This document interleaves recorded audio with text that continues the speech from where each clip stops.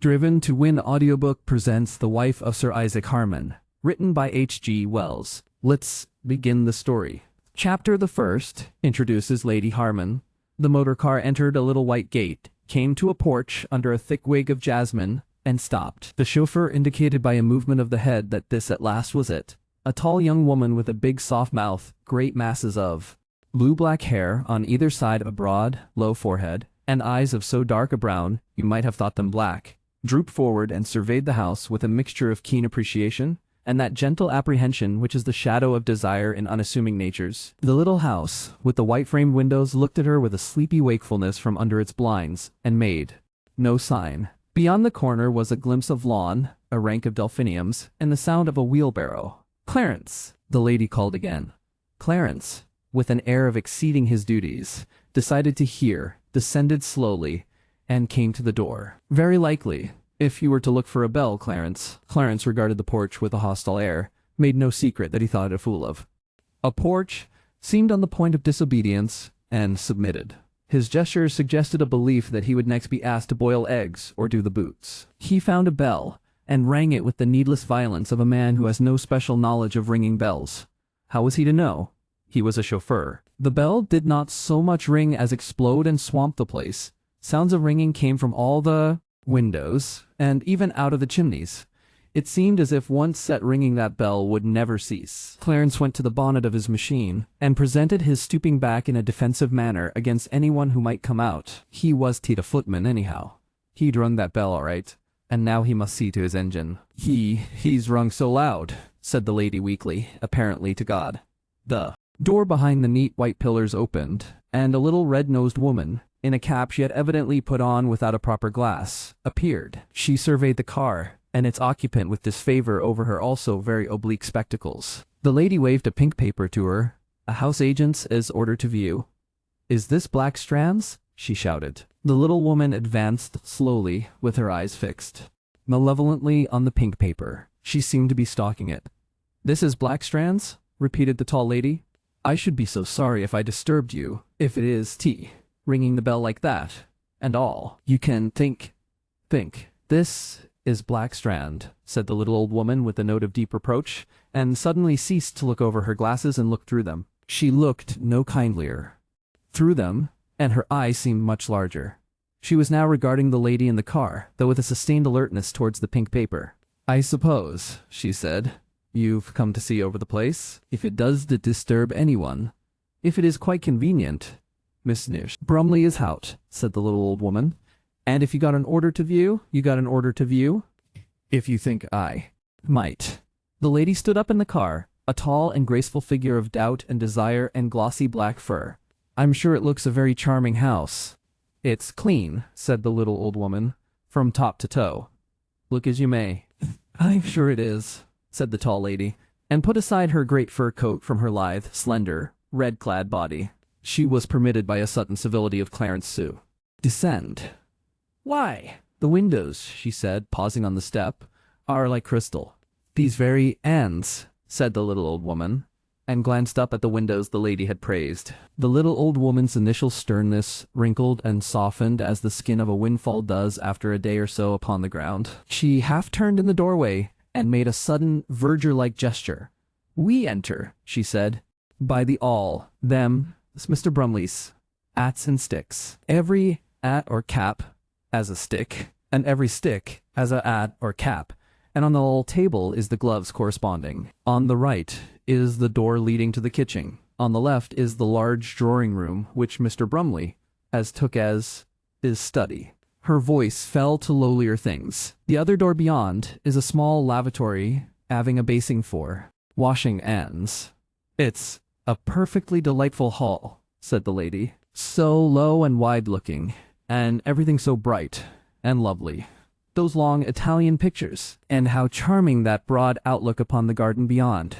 "You'll think it charminger when you see the garden," said the little old woman. It was Mrs. Brumley's especial delight, much of it, with her own hands.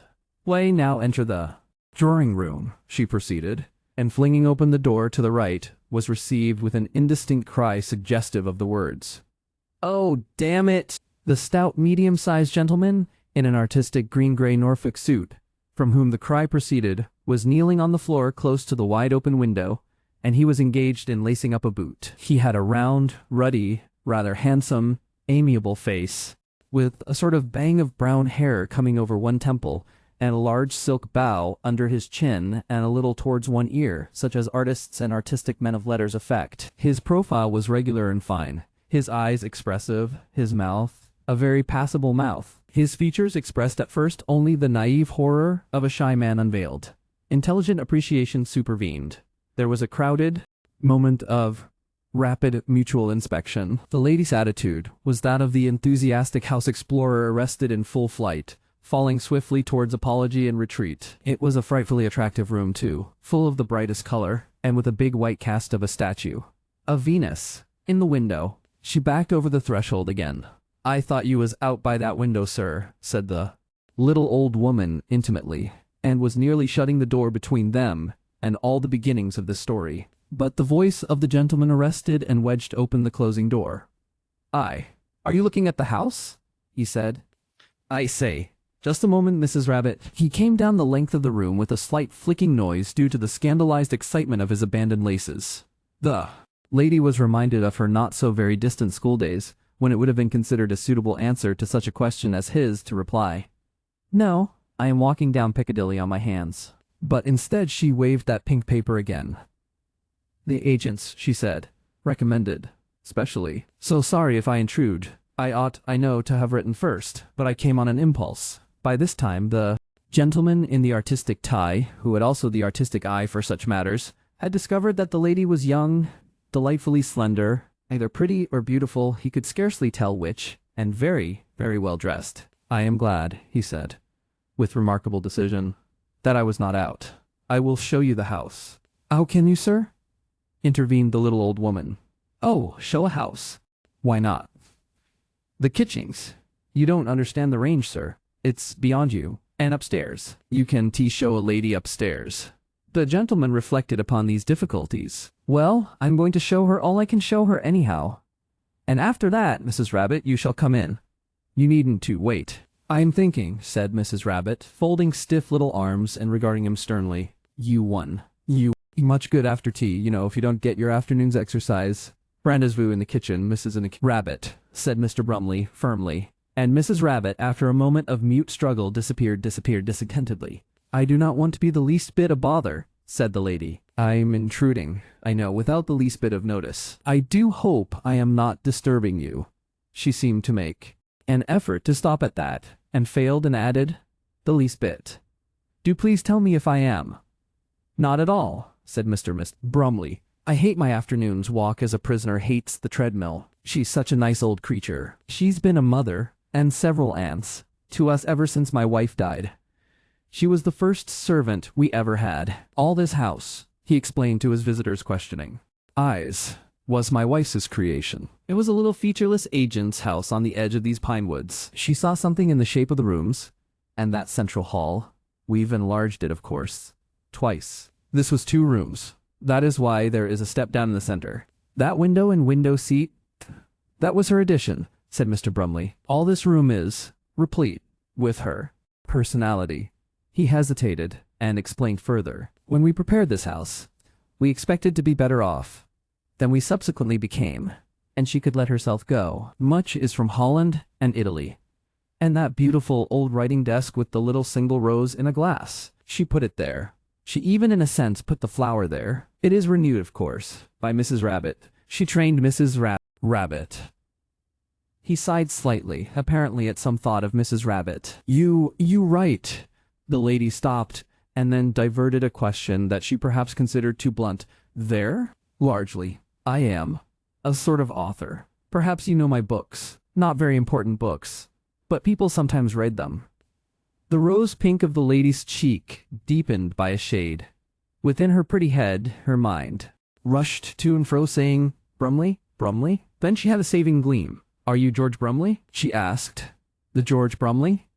"My name is George Brumley," he said, with a proud modesty. "Perhaps you know my little Euphemia books? They are still the most read." The lady made a faint, dishonest assent-like noise, and her rose pink deepened another shade, but her interlocutor was not watching her very closely just then. Euphemia was my wife, he said. At least, my wife gave her to me. A kind of exhalation. His voice fell with a genuine respect for literary associations. Was Euphemia's home? He continued. Go on.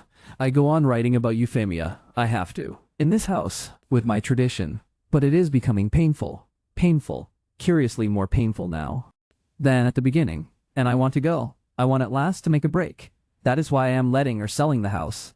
There will be no more Euphemia. His voice fell to silence. The lady surveyed the long, low, clear room so cleverly prepared for life, with its white wall, its Dutch clock, its Dutch dresser, its pretty seats about the open fireplace, its cleverly placed bureau, its sun trap.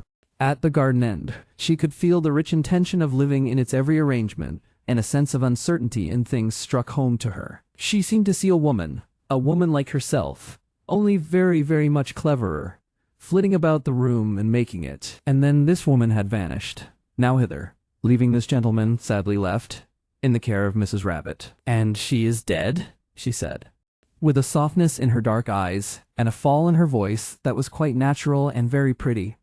She died, said Mr. Brumley, 3 years and a half ago. He reflected.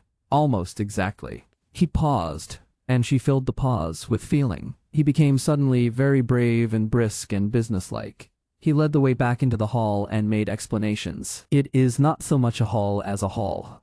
Living room. We use that end, except when we go out upon the veranda beyond, as our dining room. The door to the right is the kitchen. The lady's attention was caught again by the bright, long, eventful pictures that had already pleased her. They are copies of 2 of Carpaccio's St. George series in Venice, he said. We bought them together there. But no doubt you've seen the originals. In a little old place with a custodian and rather dark. One of those corners, so full of that delightful out-of-the-wayishness, which is so characteristic, I think, of Venice. I don't know if you found that in Venice. I've never been abroad, said the lady. Never. I should love to go.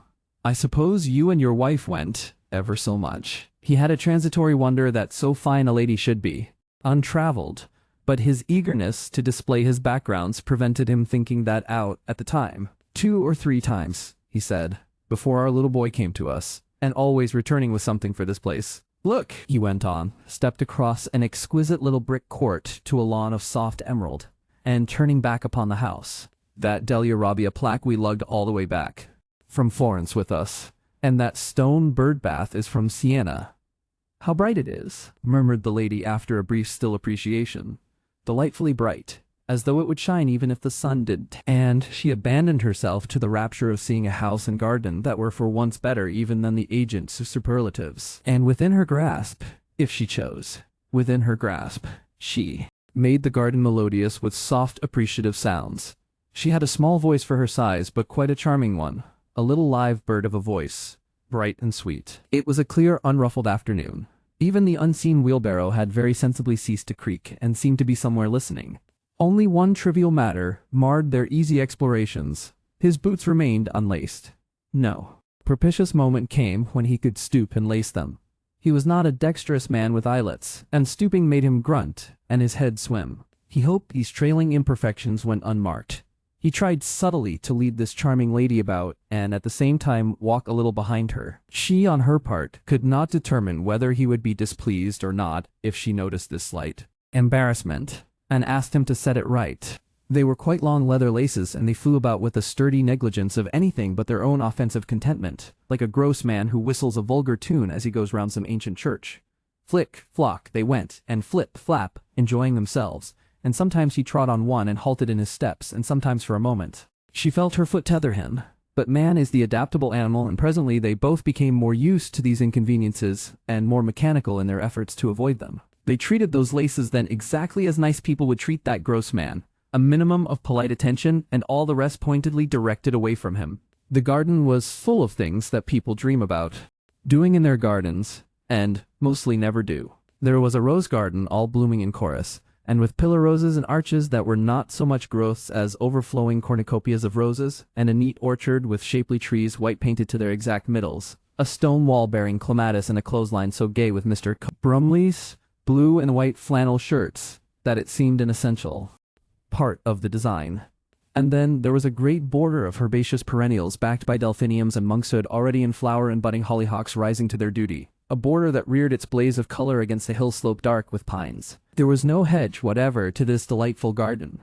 It seemed to go straight into the pine woods. Only an invisible netting marked its limits and fended off the industrious curiosity of the rabbits. "This strip of wood is ours right up to the crest," he said, "and from the crest one has a view. One has two views. If you would care." The lady made it clear that she was there to see all she could. She radiated her appetite to see. He carried a fur stole for her over his arm and flicked the way up the hill. Flip, flap, flop. She followed demurely. "This is the only view I care to show you now," he said at the crest. "There was a better one beyond there, but it has been defiled. Those hills, I knew you would like them, the space of it. And yet, this view lacks the shining ponds. There are wonderful distant ponds. After all, I must show you the other. But you see, there is the high road, and the high road has produced an abomination. Along here we go. Now, don't look down, please." His gesture covered the foreground. "Look right over the nearer things into the distance. There." The lady regarded the wide view with serene appreciation. "I don't see," she said, "that it's in any way ruined. It's perfect." "You don't see? Ah, you look right over. You look high. I wish I could too, but that's screaming. Bored.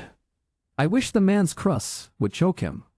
And indeed, quite close at hand, where the road curved about below them, the statement that staminal bread, the true staff of life, was sold only by the international bread shops, was flung out with a vigor of yellow and Prussian blue that made the landscape tame. His finger directed her questioning eye. "Oh," said the lady suddenly, as one who is convicted of a stupidity, and colored slightly. "In the morning, of course, it is worse. The sun comes directly onto it. Then really and truly it blots out everything." The lady stood quite silent for a little time, with her eyes on the distant ponds. Then he perceived that she was blushing.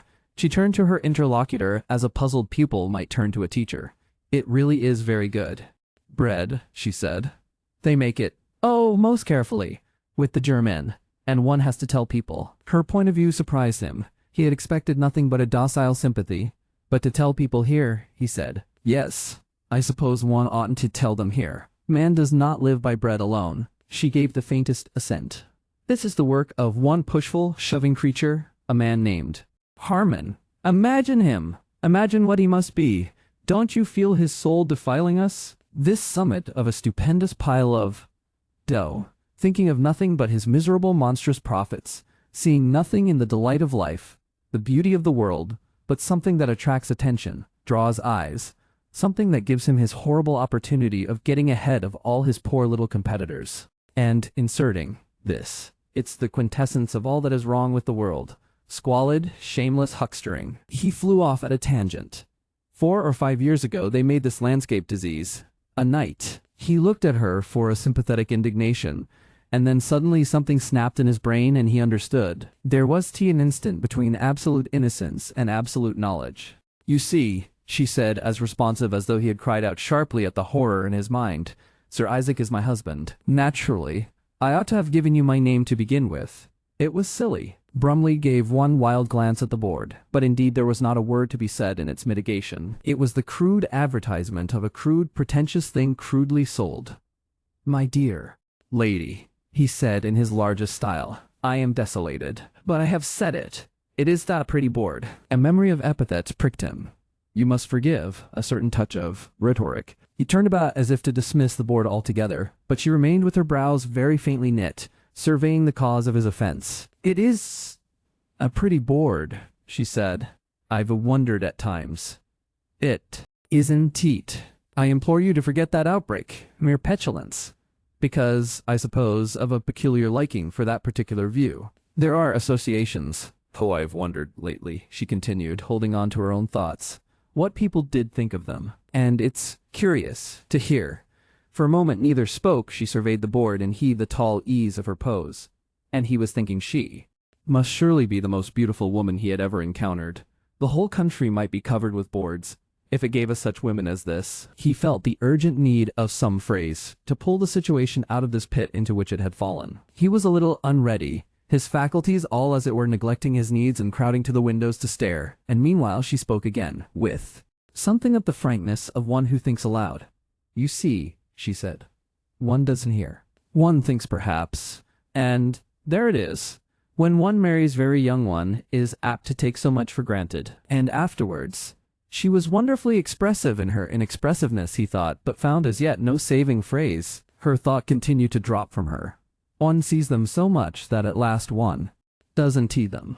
She turned away to survey the little house again. It was visible in bright strips between the red-scarred pine stems. She looked at it chin up, with a still approval, but she was the slenderest loveliness, and with such a dignity, and she spoke at length as though the board had never existed. It's like a little piece of another world, so bright and so perfect. There was the phantom of a sigh in her voice. I think you will be charmed by our rockery, he said. It was one of our particular efforts. Every time we two went abroad, we came back with something, stonecrop or alpine or some little bulb from the wayside. How can you leave it? He was leaving it because it bored him to death. But so intricate is the human mind that it was with perfect sincerity he answered. It will be a tremendous wrench. I have to go. And you've written most of your books here and lived here. The note of sympathy in her voice gave him a sudden suspicion that she imagined his departure due to poverty. Now to be poor as an author is to be unpopular, and he valued his popularity with the better sort of people. He hastened to explain. I have to go. Because here, you see, here, neither for me nor my little son is it life. It's a place of memories, a place of accomplished beauty. My son already breaks away. A preparatory school at Margate. Healthier, better, for us to break altogether, I feel. Wrench though it may. It's full for us at least. A new tenant would be different, of course. But for us, it's full of associations we can alter, can't for the life of us change. Nothing you see goes on. And life, you know, is change. Change and going on. He paused impressively on his generalization. But you will want to hand it over to sympathetic people, of course. People, she faltered. Who will understand? Mr. Brumley took an immense stride, conversationally. I am certain there is no one I would more readily see in that house than yourself, he said. But, she protested. And besides, you don't know me. One knows some things at once, and I am as sure you would understand, as if I had known you 20 years. It may seem absurd to you, but when I looked up just now and saw you for the first time, I thought, this is the tenant. This is her house, not a doubt. That is why I did not go for my walk, came round with you. You really think you would like us to have that house? She said, still. No one better, said Mr. Brumley. After the board, after 100 boards, I let the house to you. My husband, of course, will be the tenant, reflected Lady Harman. She seemed to brighten again by an effort. I have always wanted something like this. That was gorgeous. That was mean. I can make things. Isn't it everyone can make a place? Mr. Brumley found their subsequent conversation the fullest realization of his extremest hopes. Behind his amiable speeches, which soon grew altogether easy and confident again, 100 imps of vanity were patting his back for the intuition, the swift decision that had abandoned his walk so promptly. In some extraordinary way, the incident of the board became impossible. It hadn't, he felt, or it had happened differently. Anyhow, there was no time to think that over now. He guided the lady to the 2 little greenhouses, made her note the opening glow of the great autumnal border, and brought her to the rock garden. She stooped and loved, and almost kissed the soft, healthy cushions of pampered saxifrage. She appreciated the cleverness of the moss bed, where there were droseras. She knelt to the gentians. She had a kindly word for that bank holiday corner where London pride still belatedly rejoiced. She cried out at the delicate Iceland poppies that thrust up between the stones of the rough pavement. And so, in the most amiable accord, they came to the raised seat in the heart of it all, and sat down and took in the whole effect of the place and backing of woods, the lush borders, the neat lawn, the still neater orchard, the pergola, the nearer delicacies among the stones, and the gable, the shining white rough cast of the walls, the casement windows, the projecting upper story, the carefully sought-out old tiles of the roof, and everything bathed in that caressing sunshine, which does not scorch, nor burn, but gilds and warms deliciously, that summer sunshine which only northward islands know. Recovering from his first astonishment and his first misadventure, Mr. Brumley was soon himself again, talkative, interesting, subtly and gently aggressive. For once one may use a hackneyed phrase without the slightest exaggeration. He was charmed. He was one of those very natural-minded men with active imaginations who find women the most interesting things in a full and interesting universe. He was an entirely good man, and almost professionally on the side of goodness. His pen was a pillar of the home, and he was hostile, and even actively hostile to all those influences that would undermine and change anything. But he did find women attractive. He watched them and thought about them. He loved to be with them. He would take great pains to please and interest them, and his mind was frequently dreaming quite actively of them, of championing them, saying wonderful and impressive things to them, having great friendships with them, adoring them, and being adored by them. At times he had to ride this interest on the curb. At times the vigor of its urgencies made him inconsistent and secretive. Comparatively, his own sex was a matter of indifference to him. Indeed, he was a very normal man. Even such abstractions as goodness and justice had rich feminine figures in his mind, and when he sat down to write criticism at his desk, that pretty little slut of a Delphic Sibyl presided over his activities, so that it was a cultivated, as well as an attentive eye, that studied the movements of Lady Harman, and an experienced ear that weighed the words and cadences of her entirely inadequate and extremely expressive share in their conversation. He had enjoyed the social advantages of a popular and presentable man of letters, and he had met a variety of ladies, but he had never yet met anyone at all like Lady Harman. She was pretty and quite young and fresh. He doubted if she was as much as 24. She was as simple-mannered as though she was ever so much younger than that, and dignified as though she was ever so much older, and she had a sort of luster of wealth about her. One met it sometimes in young richly married Jewesses, but though she was very dark, she was all of that type. He was inclined to think she must be Welsh. This manifest spending of great lots of money on the richest, finest, and fluffiest things was the only aspect of her that sustained the parvenu idea, and it was in any way carried out by her manners, which were as modest and silent and inaggressive as the very best can be. Personally, he liked opulence. He responded to countless guinea furs. Soon, there was a neat little history in his mind that was reasonably near the truth, of a hard-up professional family, fatherless perhaps, of a mercenary marriage at 17 or so, and this. And while Mr. Brumley's observant and speculative faculties were thus active, his voice was busily engaged. With the accumulated artistry of years, he was developing his pose.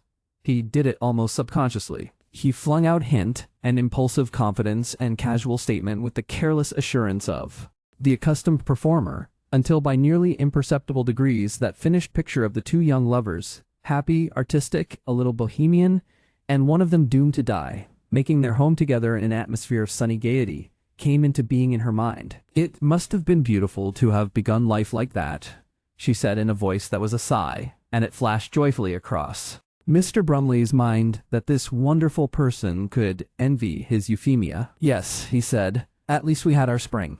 "To be together," said the lady, "and so beautifully poor." There is a phase in every relationship when one must generalize if one is to go further. A certain practice in this kind of talk with ladies blunted the finer sensibilities of Mr. Brumley. At any rate, he was able to produce this sentence without a qualm. "Life," he said, "is sometimes a very extraordinary thing." Lady Harman reflected upon this statement and then responded with an air of remembered moments. "Isn't it? One loses the most precious things," said Mr. Brumley, "and one loses them, and it seems as though one could go on, and one goes on, and one finds oneself," said Lady Harman, "without all sorts of precious things."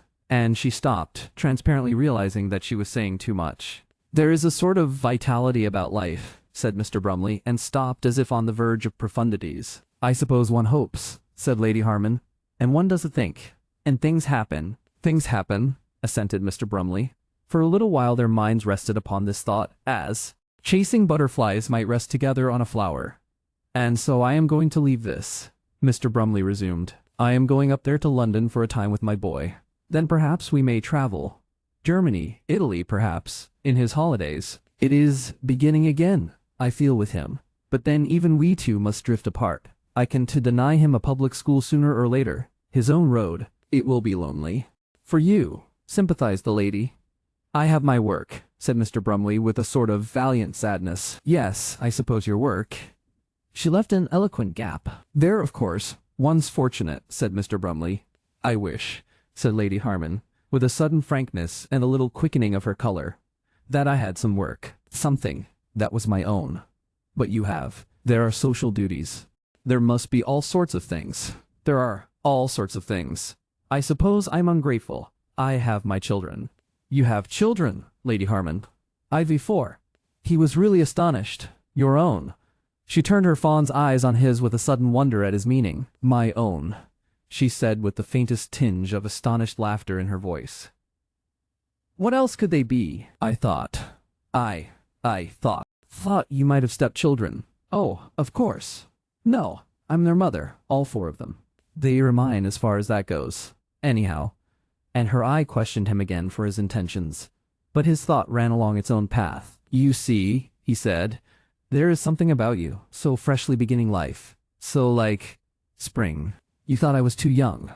I'm nearly 26, but all the same, though they were mine. Still, why shouldn't a woman have work in the world, Mr. Brumley, in spite of all that?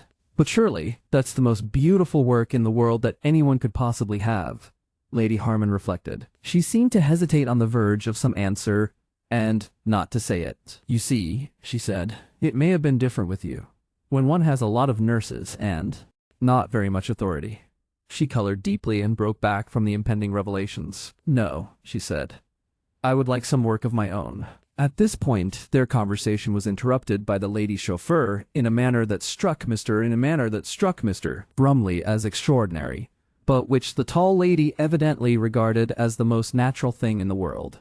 Mr. Clarence appeared walking across the lawn towards them, surveying the charms of as obviously a charming garden as one could have, with the disdain and hostility natural to a chauffeur. He did not so much touch his cap as indicate that it was within reach, and that he could, if he pleased, touch it. It's time you were going, my lady, he said. Sir Isaac will be coming back by the 5:12, and there will be a nice to-do if you ain't he at home and me at the station and everything in order again. Manifestly an abnormal expedition. Must we start at once, Clarence? Asked the lady, consulting a bracelet watch. You surely won't take 2 hours. I can give you 15 minutes more, my lady, said Clarence, provided I may let her out and take my corners just exactly in my own way. And I must give you tea, said Mr. Brumley, rising to his feet. And there is the kitchen. And upstairs, I'm afraid, Clarence, for this occasion only you must. What is it? Let her out. And no, oh, Clarence. My lady? She ignored that. I'll tell Mrs. Rabbit at once, said Mr. Rabbit at once. Brumley, and started to run and trod in some complicated way on one of his loose laces, and was precipitated down the rockery steps. Oh, cried the lady. Mind, and clasped her hands. He made a sound exactly like the word damnation as he fell, but he did so much get up as bounce up, apparently in the brightest of tempers, and laughed, held out 2 earthy hands for sympathy with a mock rueful grimace, and went on, earthy green at the knees and a little more carefully towards the house. Clarence, having halted to drink deep satisfaction from this disaster, made his way along a nearly parallel path towards the kitchen, leaving his lady to follow as she chose to the house. You will take a cup of tea? Called Mr. Brumley. Oh, I'll take a cup all right, said Clarence in the kindly voice of one who addresses an amusing inferior. Mrs. Rabbit had already got the tea things out upon the cane table in the pretty veranda, and took it ill that she should be supposed not to have thought of these preparations. Mr. Brumley disappeared for a few minutes into the house. He returned with a conscious relief on his face, clean hands, brushed knees, and his boots securely laced. He found Lady Harman already pouring out tea. You see, she said, to excuse this pleasant enterprise on her part, my husband has to be met at the station with the car, and of course he has no idea. She left what it was of which Sir Isaac had no idea to the groping speculations of Mr. Brumley. That evening Mr. Brumley was quite unable to work. His mind was full of this beautiful dark lady who had come so unexpectedly into his world. Perhaps there are such things as premonitions. At any rate, he had an altogether disproportionate sense of the significance of the afternoon's adventure, which after all was a very small adventure indeed. A mere talk. His mind refused to leave her black furry slenderness, her dark trustful eyes, the sweet firmness of her perfect lips, her appealing simplicity that was yet somehow compatible with the completest self-possession. He went over the incident of the board again and again, scraping his memory for any lurking crumb of detail, as a starving man might scrape an insufficient plate. Her dignity, her gracious frank forgiveness. No queen alive in these days could have touched her. But it was a mere elaborate admiration. There was something about her, about the quality of their meeting, Most people know that sort of intimation. This person, it says, so fine, so brave, so distant still in so many splendid and impressive qualities, is yet in ways as yet undefined and unexplored, subtly and abundantly, for you. It was that made all her novelty and distinction and high quality and beauty so dominating among Mr. Brumley's thoughts. Without that, his interest might have been almost entirely academic, but there was woven all through her the hints of an imaginable alliance with us, with the things that are Brumley, with all that makes beautiful little cottages and resents advertisements in lovely places, with us as against something over there lurking behind that board, something else, something out of which she came. He vaguely adumbrated what it was out of which she came. A closed, narrow life, with horrid, vast, enviable quantities of money. A life. Could one use the word vulgar? So that Carpaccio, Della Robbia, old furniture, a garden unostentatiously perfect, and the atmosphere of belles lettres seemed things of another more desirable world. She had never been abroad.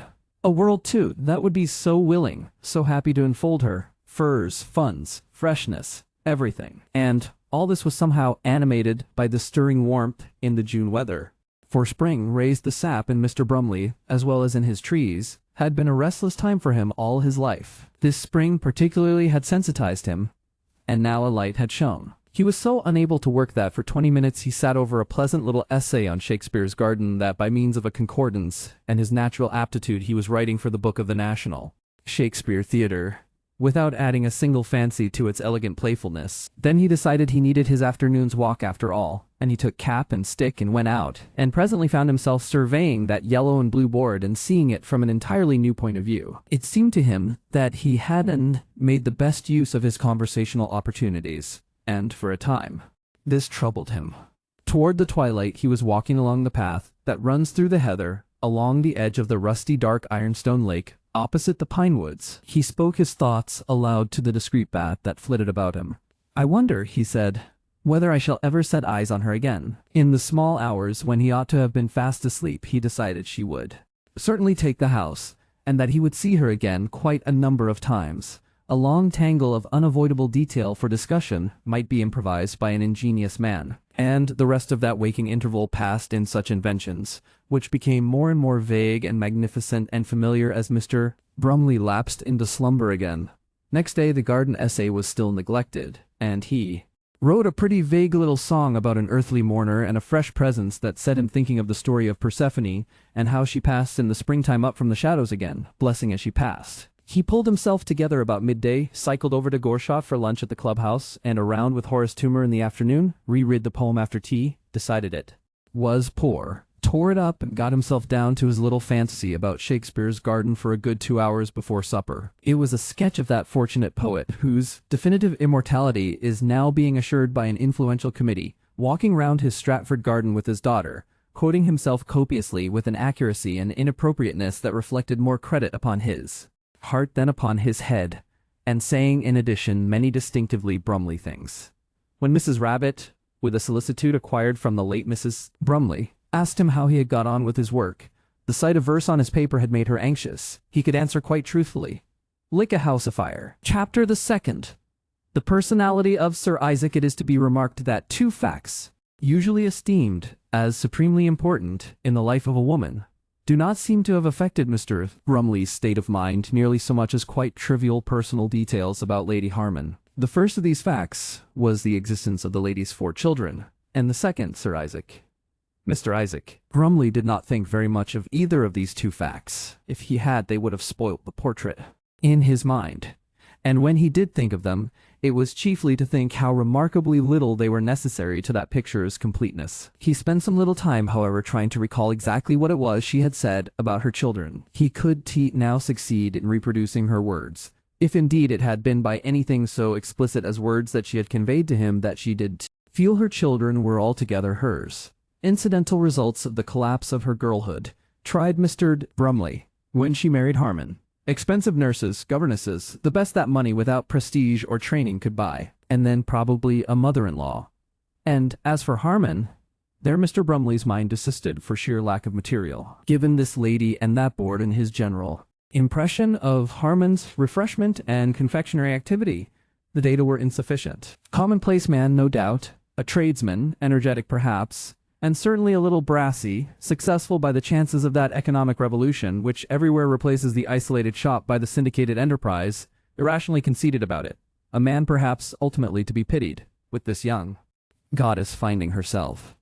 Misters. Brumley's mind sat down comfortably to the more congenial theme of a young goddess finding herself, and it was only very gradually in the course of several days that the personality of Sir Isaac began to assume its proper importance in the scheme of his imaginings. In the afternoon, as he went round the links with Horace Toomer, he got some definite lights upon Sir Isaac. His mind was so full of Lady Harman that he could but talk of her visit. "I've a possible tenant for my cottage," he said as he and Toomer, full of the sunny contentment of English gentlemen who had played a proper game in a proper manner, strolled back towards the clubhouse. "That man Harman. Not the international stores and staminal bread man. Yes. Considering my hatred of his board, he ought to pay. Anyhow," said Toomer. "They say he has a pretty wife, and keeps her shut up." "She came," said Brumley, neglecting to add the trifling fact that she had come alone. "Pretty. Charming, I thought." He's jealous of her. Someone was saying that the chauffeur has orders not to take her into London, only for trips in the country. They live in a big, ugly house, I'm told, on Putney Hill. Did she in any way look as though... Not in the least. If she is an absolute straight young woman, I've never set eyes on one. He, said Toomer, is a disgusting creature. Morally? No, but generally. Spends his life ruining little tradesmen for the fun of the thing. He's 3 parts an invalid with some obscure kidney disease. Sometimes he spends whole days in bed, drinking Contrexeville water and planning the bankruptcy of decent men. So the party made a night of him. Party must have funds, Toomer. He did pay nearly enough. Blapton is an idiot with the honors. When it is to Mrs. Blapton, what can you expect when... But here, Toomer became libelous. Toomer was an interesting type. He had a disagreeable disposition, profoundly modified by public school and university training. 2 antagonistic forces made him. He was the spirit of scurrility incarnate, that was, as people say, innate, and by virtue of those molding forces he was doing his best to be an English gentleman. That mysterious impulse which compels the young male to make objectionable imputations against seemly lives, and to write rare, inelegant words upon clean and decent things, burned almost intolerably within him, and equally powerful now was the gross craving he had acquired for personal association with all that is prominent, all that is successful, all that is of good report. He had found his resultant in the censorious defense of established things. He conducted the British critic, attacking with a merciless energy all that was new, all that was critical, all those fresh and noble tentatives that admit of unsavory interpretations, and when the urgent Yahoo in him carried him below the pretentious dignity of his accustomed organ, he would squirt out his bitterness in a little sham facetious bookstall volume with a bright cover and quaint woodcuts, in which just as many prominent people as possible were mentioned by name and a sauce of general absurdity could be employed to cover and, if need be, excuse particular libels. So he managed to relieve himself and get along. Harman was just on the borderline of the class he considered himself free to revile.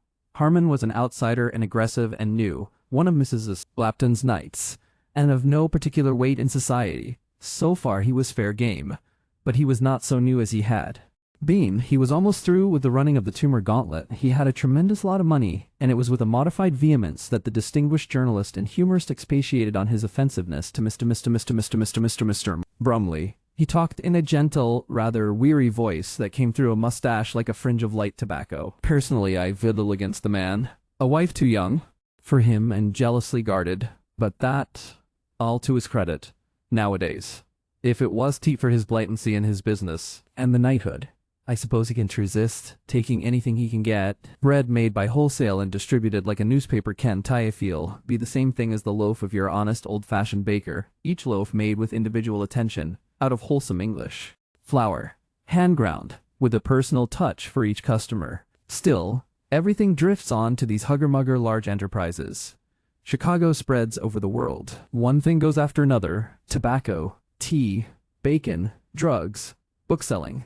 Decent homes destroyed right and left. Not Harman's affair, I suppose? The girls in his London tea shops have, of course, to supplement their wages by prostitution. probably don't object to that nowadays considering the novels we have, and his effect on the landscape. Until they stopped him, he was trying very hard to get Shakespeare's cliff at Dover. He did for a time have the Toad Rock at Tunbridge. Still, something like a sigh escaped from Toomer. His private life appears to be almost as blameless as anybody's can be, thanks no doubt to his defective health. I made the most careful inquiries when his knighthood was first discussed. Someone has to. Before his marriage, he seems to have lived at home with his mother, at Highbury, very quietly and inexpensively. Then he's not the conventional vulgarian? Much more of the Rockefeller type. Bad health, great concentration, organizing power.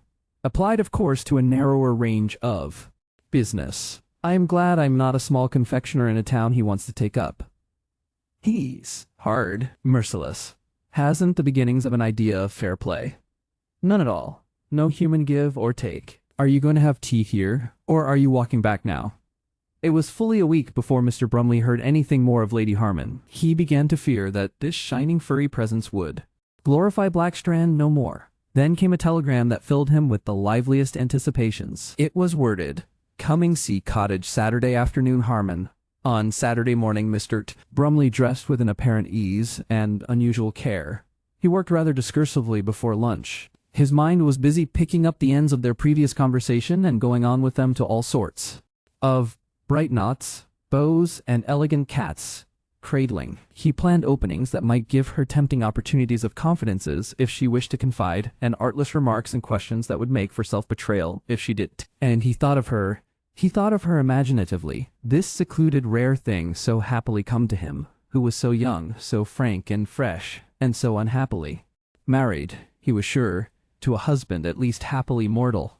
Yes, dear reader, even on that opening morning, Mr. Brumley's imagination, trained very largely upon Victorian literature and belles lettres, leapt forward to the very ending of this story. We, of course, do nothing of the sort. Our lot is to follow a more pedestrian route. He lapsed into a vague series of meditations, slower perhaps, but essentially similar. After his temperate, palatable lunch, he was apprised of the arrival of his visitor by the sudden indignant yap, followed by the general subdued uproar of a motor car outside the front door, even before Clarence, this time amazingly prompt, assaulted the bell. Then the whole house was like that poem by Edgar Allan Poe, one magnificent texture of clangor. At the first toot of the horn, Mr. Brumley had moved swiftly into the bay, and screened partly by the life-size Venus of Milo that stood in the bay window, and partly by the artistic curtains, surveyed the glittering vehicle. He was first aware of a vast fur coat, enclosing a lean, gray-headed, obstinate-looking man with a diabetic complexion who was fumbling with the door of the car and preventing Clarence's assistance. Mr. T.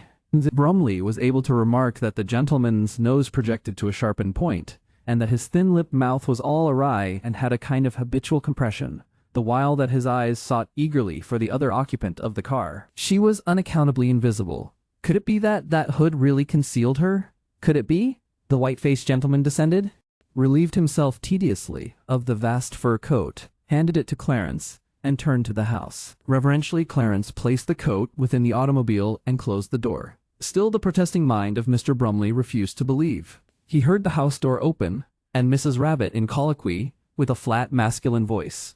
He heard his own name demanded and conceded. Then a silence.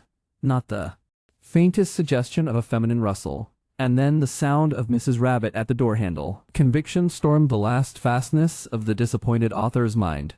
"Oh, damn," he shouted with extreme fervor. He had never imagined it was possible that Sir Isaac could come alone, but the house had to be let, and it had to be let to Sir Isaac Harman. In another moment, an amiable though distinguished man of letters was in the hall interviewing the great entrepreneur.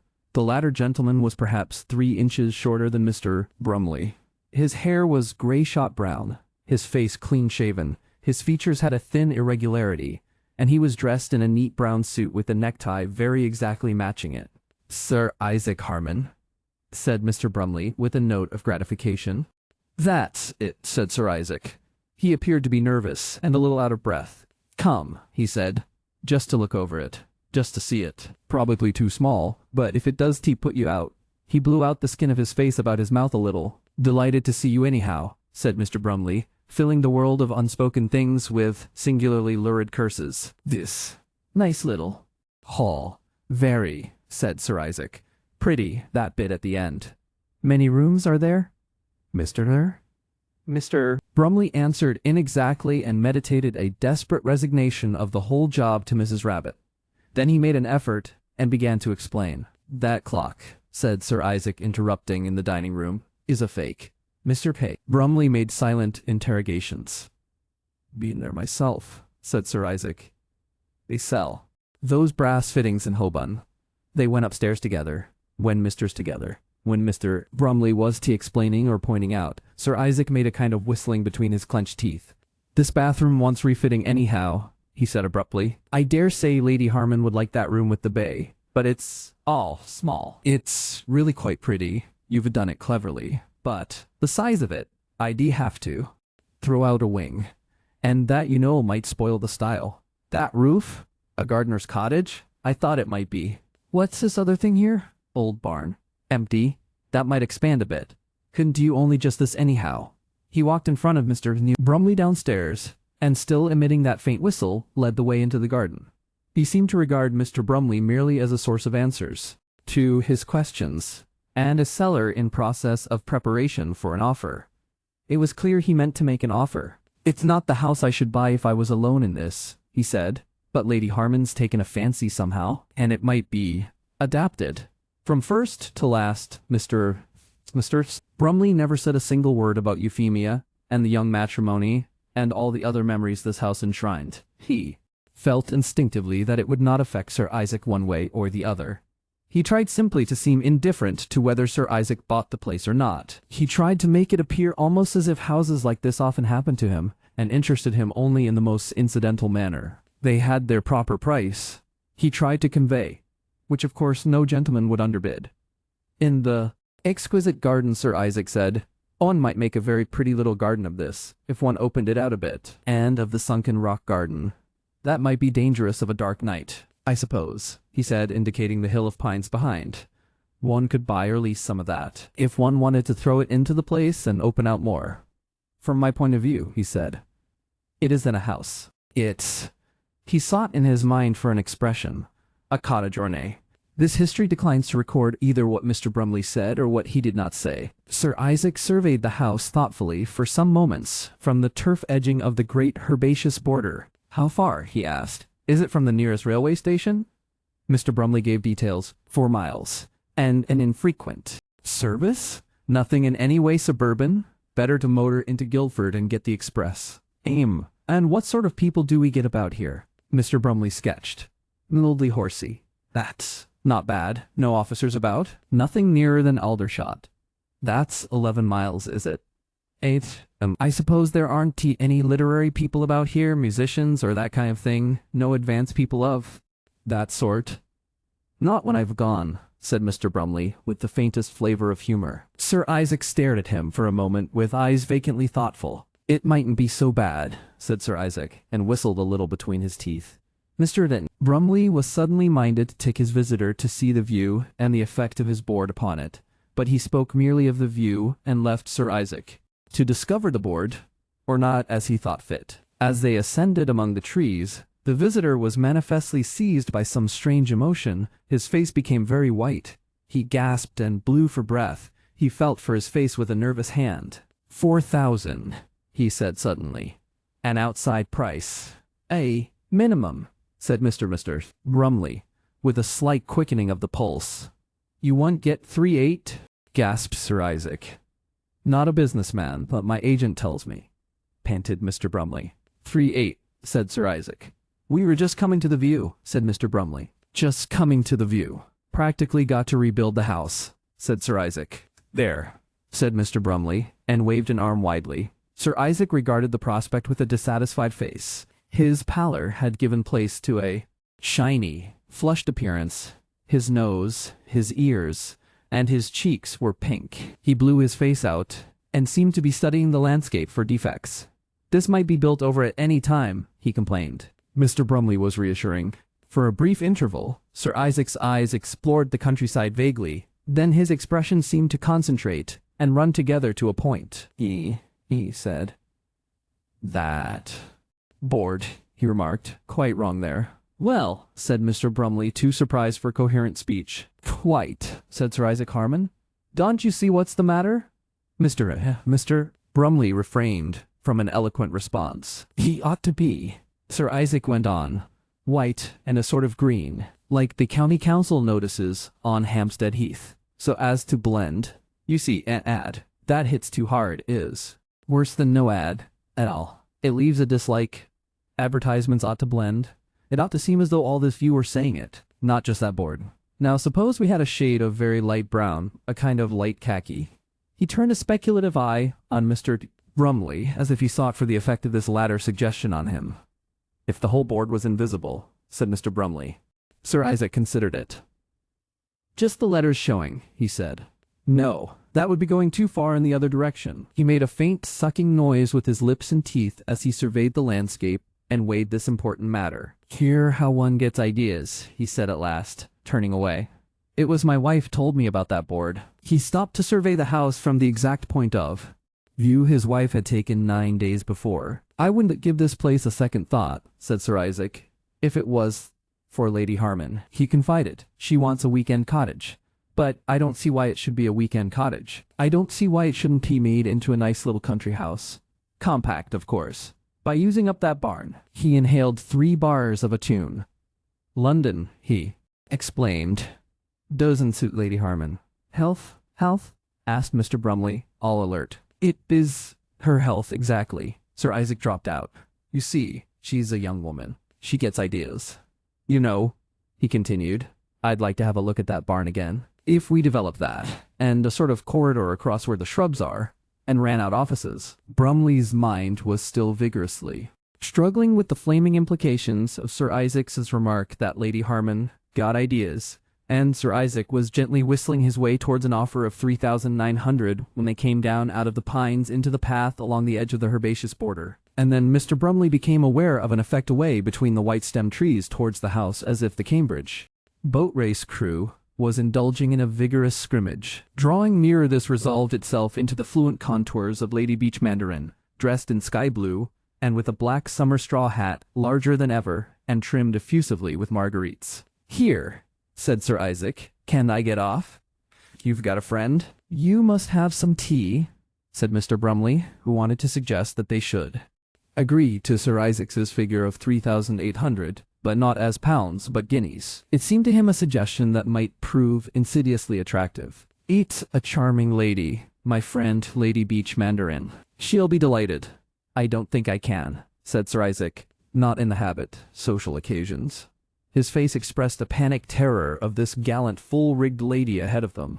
But you see now, said Mr. Brumley, with a detaining grip. It's unavoidable. And the next moment Sir Isaac was mumbling his appreciations of the introduction. I must admit that Lady Beach Mandarin was almost as much to meet as one can meet in a single human being. A broad, abundant, billowing personality with a taste for brims, streamers, pennants, panniers, loose sleeves, sweeping gestures, top notes.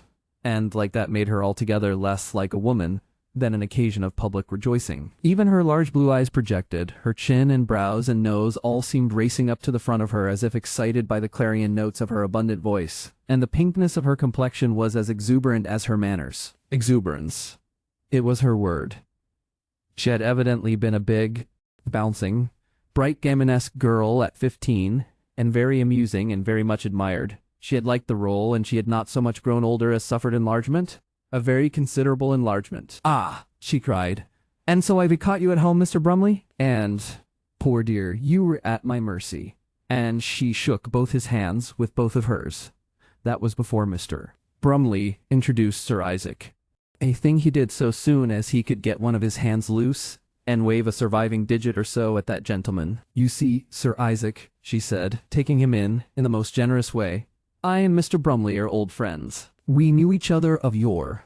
We have our jokes. Sir Isaac seemed to feel the need of speech, but got no further than a useful all-round noise. And one of them is that when I want him to do the least little thing for me, he hides away. Always. By a sort of instinct. It's such a small thing, Sir Isaac. Sir Isaac was understood to say vaguely that they always did. But he had become very indistinct. Aren't I always at your service? Protested Mr. Brumley with a responsive playfulness. And I don't even know what it is you want. Lady Beach Mandarin, addressing herself exclusively to Sir Isaac, began a tale of a Shakespeare bazaar she was holding in an adjacent village, and how she knew Mr. Brumley, naughty man, meant to refuse to give her autographed copies of his littlest book for the book stall she was organizing. Mr. Brumley confuted her gaily and generously. So, discoursing, they made their way to the veranda, where Lady Harman had so lately poured. Sir Isaac was borne along upon the lady's stream of words in a state of mulish reluctance, nodding, saying, "Of course," and similar phrases, and wishing he was out of it all with an extreme manifestness. He drank his tea with unmistakable discomfort, and twice inserted into the conversation an entirely irrelevant remark that he had to be going. But Lady Beach Mandarin had her purposes with him, and crushed these quivering tentatives. Lady Beach Mandarin had, of course, like everybody else at that time, her own independent movement in the great national effort to create an official British theatre upon the basis of William Shakespeare, and she saw in the as yet unenlisted resources of Sir Isaac strong possibilities of reinforcement of her own particular contribution to the great work. He was manifestly shy and sulky and disposed to bolt at the earliest possible moment, and so she set herself now with a swift and concentrated combination of fascination and urgency to commit him to participations. She flattered and cajoled and bribed. She was convinced that even to be called upon by Lady Beach Mandarin is no light privilege for these new commercial people, and so she made no secret of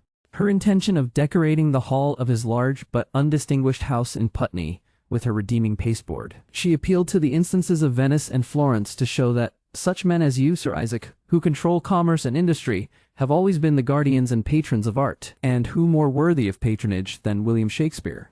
Also, she said that men of such enormous wealth as his owed something to their national tradition. "You have to pay your footing, Sir Isaac," she said with impressive vagueness. "Putting it in round figures," said Sir Isaac suddenly and with a white gleam of animosity in his face, the animosity of a trapped animal at the sight of its captors. "What does coming on your committee mean, Lady Beach Mandarin?" "It's your name we want," said the lady, "but I'm sure you'd not be ungenerous. The tribute success owes the arts."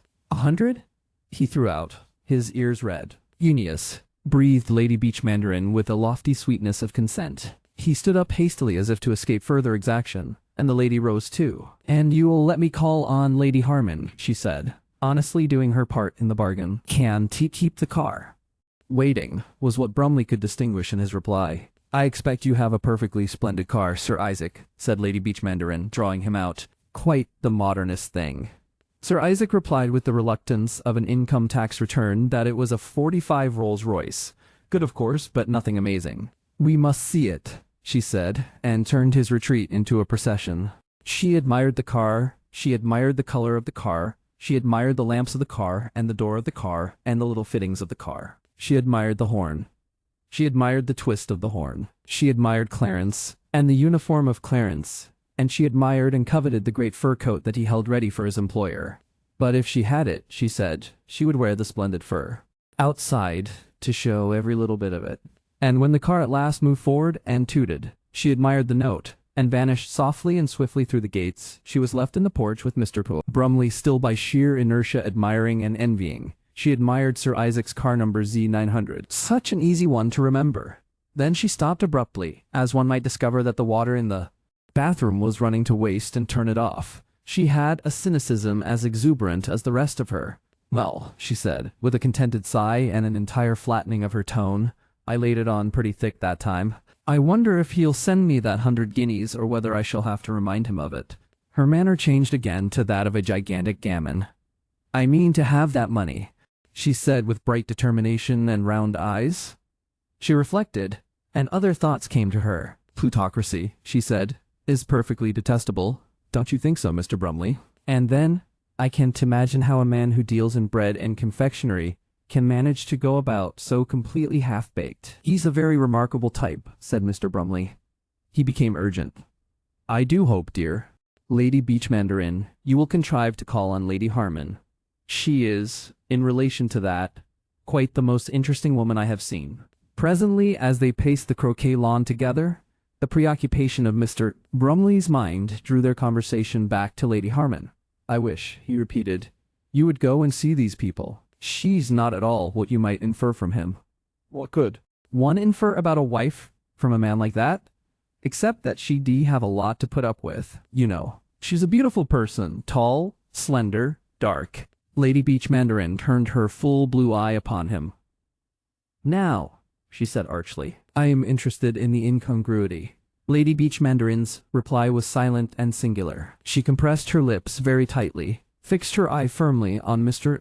Brumley's, lifted her finger to the level of her left eyelash, and then shook it at him very deliberately 5 times. Then with a little sigh and a sudden and complete restoration of manner, she remarked that never in any year before had she seen peonies quite so splendid. "I've a peculiar sympathy with peonies," she said. "They were so exactly my style." Chapter the 3rd. Lady Harman at home. Exactly 3 weeks after that first encounter between Lady Beach Mandarin and Sir Isaac Harman, Mr. Isaac Brumley found himself one of a luncheon party at that lady's house in Temperley Square, and talking very freely and indiscreetly about the Harmans. Lady Beach Mandarin always had her luncheons in a family way at a large round table so that nobody could get out of her range, and she insisted upon conversation being general, except for her mother, who was impenetrably deaf, and the Swiss governess of her only daughter Phyllis, who was incomprehensible in any European tongue. The mother was incalculably old, and had been a friend of Victor Hugo and Alfred de Musset. She maintained an intermittent monologue about the private lives of those great figures. Nobody paid the slightest attention to her, but one felt she enriched the table with an undertow of literary associations. A small, dark, stealthy butler, and a convulsive boy with hair, apparently, taking the place of eyes, waited. On this occasion, Lady Beach Mandarin had gathered together 2 cousins, maiden ladies from Perth, wearing valiant hats, Toomer the wit and censor, and Miss Sharper the novelist, whom Toomer detested, a gentleman named Roper, whom she had invited under a misapprehension that he was the Arctic Roper, and Mr. Brumley.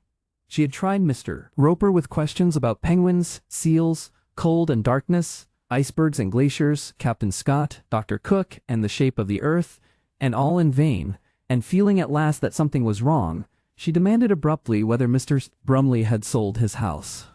Selling it," said Mr. Brumley, by almost imperceptible degrees. "He haggles and higgles. He higgles passionately. He goes white and breaks into a cold perspiration. He wants me now to include the gardener's tools in whatever price we agree upon." "A rich man like that ought to be easy and generous," said Lady Beach Mandarin. "Then he wouldn't be a rich man like that," said Mr. Toomer. "But does it distress you highly, Mr. Brumley?" one of the Perth ladies asked, "to be leaving Euphemia's home to strangers? The man may go altering it." That weighs with me very much," said Mr. Brumley, recalled to his professions. "There, I put my trust in Lady Harman." "You've seen her again?" asked Lady Beach Mandarin. "Yes. She came with him a few days ago. That couple interests me more and more. So little akin." "There's 18 years between them," said Toomer. "It's one of those cases," began Mr. Brumley, with a note of scientific detachment, "where one is really tempted to be ultra-feminist. It's clear he uses every advantage. He's her owner, her keeper, her obstinate, insensitive little tyrant. And yet there's a sort of effect, as though nothing was decided, as if she was only just growing up." "They've been married 6 or 7 years," said Toomer. "She was just 18. Now they went over the house together, and whenever she spoke, he contradicted her with a sort of vicious playfulness, tried to poke clumsy fun at her, called her Lady Harman. Only it was quite evident that what she said stuck in his mind. Very queer. Interesting people. "I wouldn't have anyone allowed to marry until they were 25, said Lady Beach Mandarin. "Sweet 17 sometimes contrives to be very marriageable," said the gentleman named Roper. "Sweet 17 must contrive to wait," said Lady Beach Mandarin. "Sweet 14 has to. And when I was 14, I was ardent. There's no earthly objection to a little harmless flirtation of course. It's the marrying you'd conduce to romance," said Miss Sharper. "Anyhow, 18 1T bare restriction, and everyone would begin by eloping. Illegally."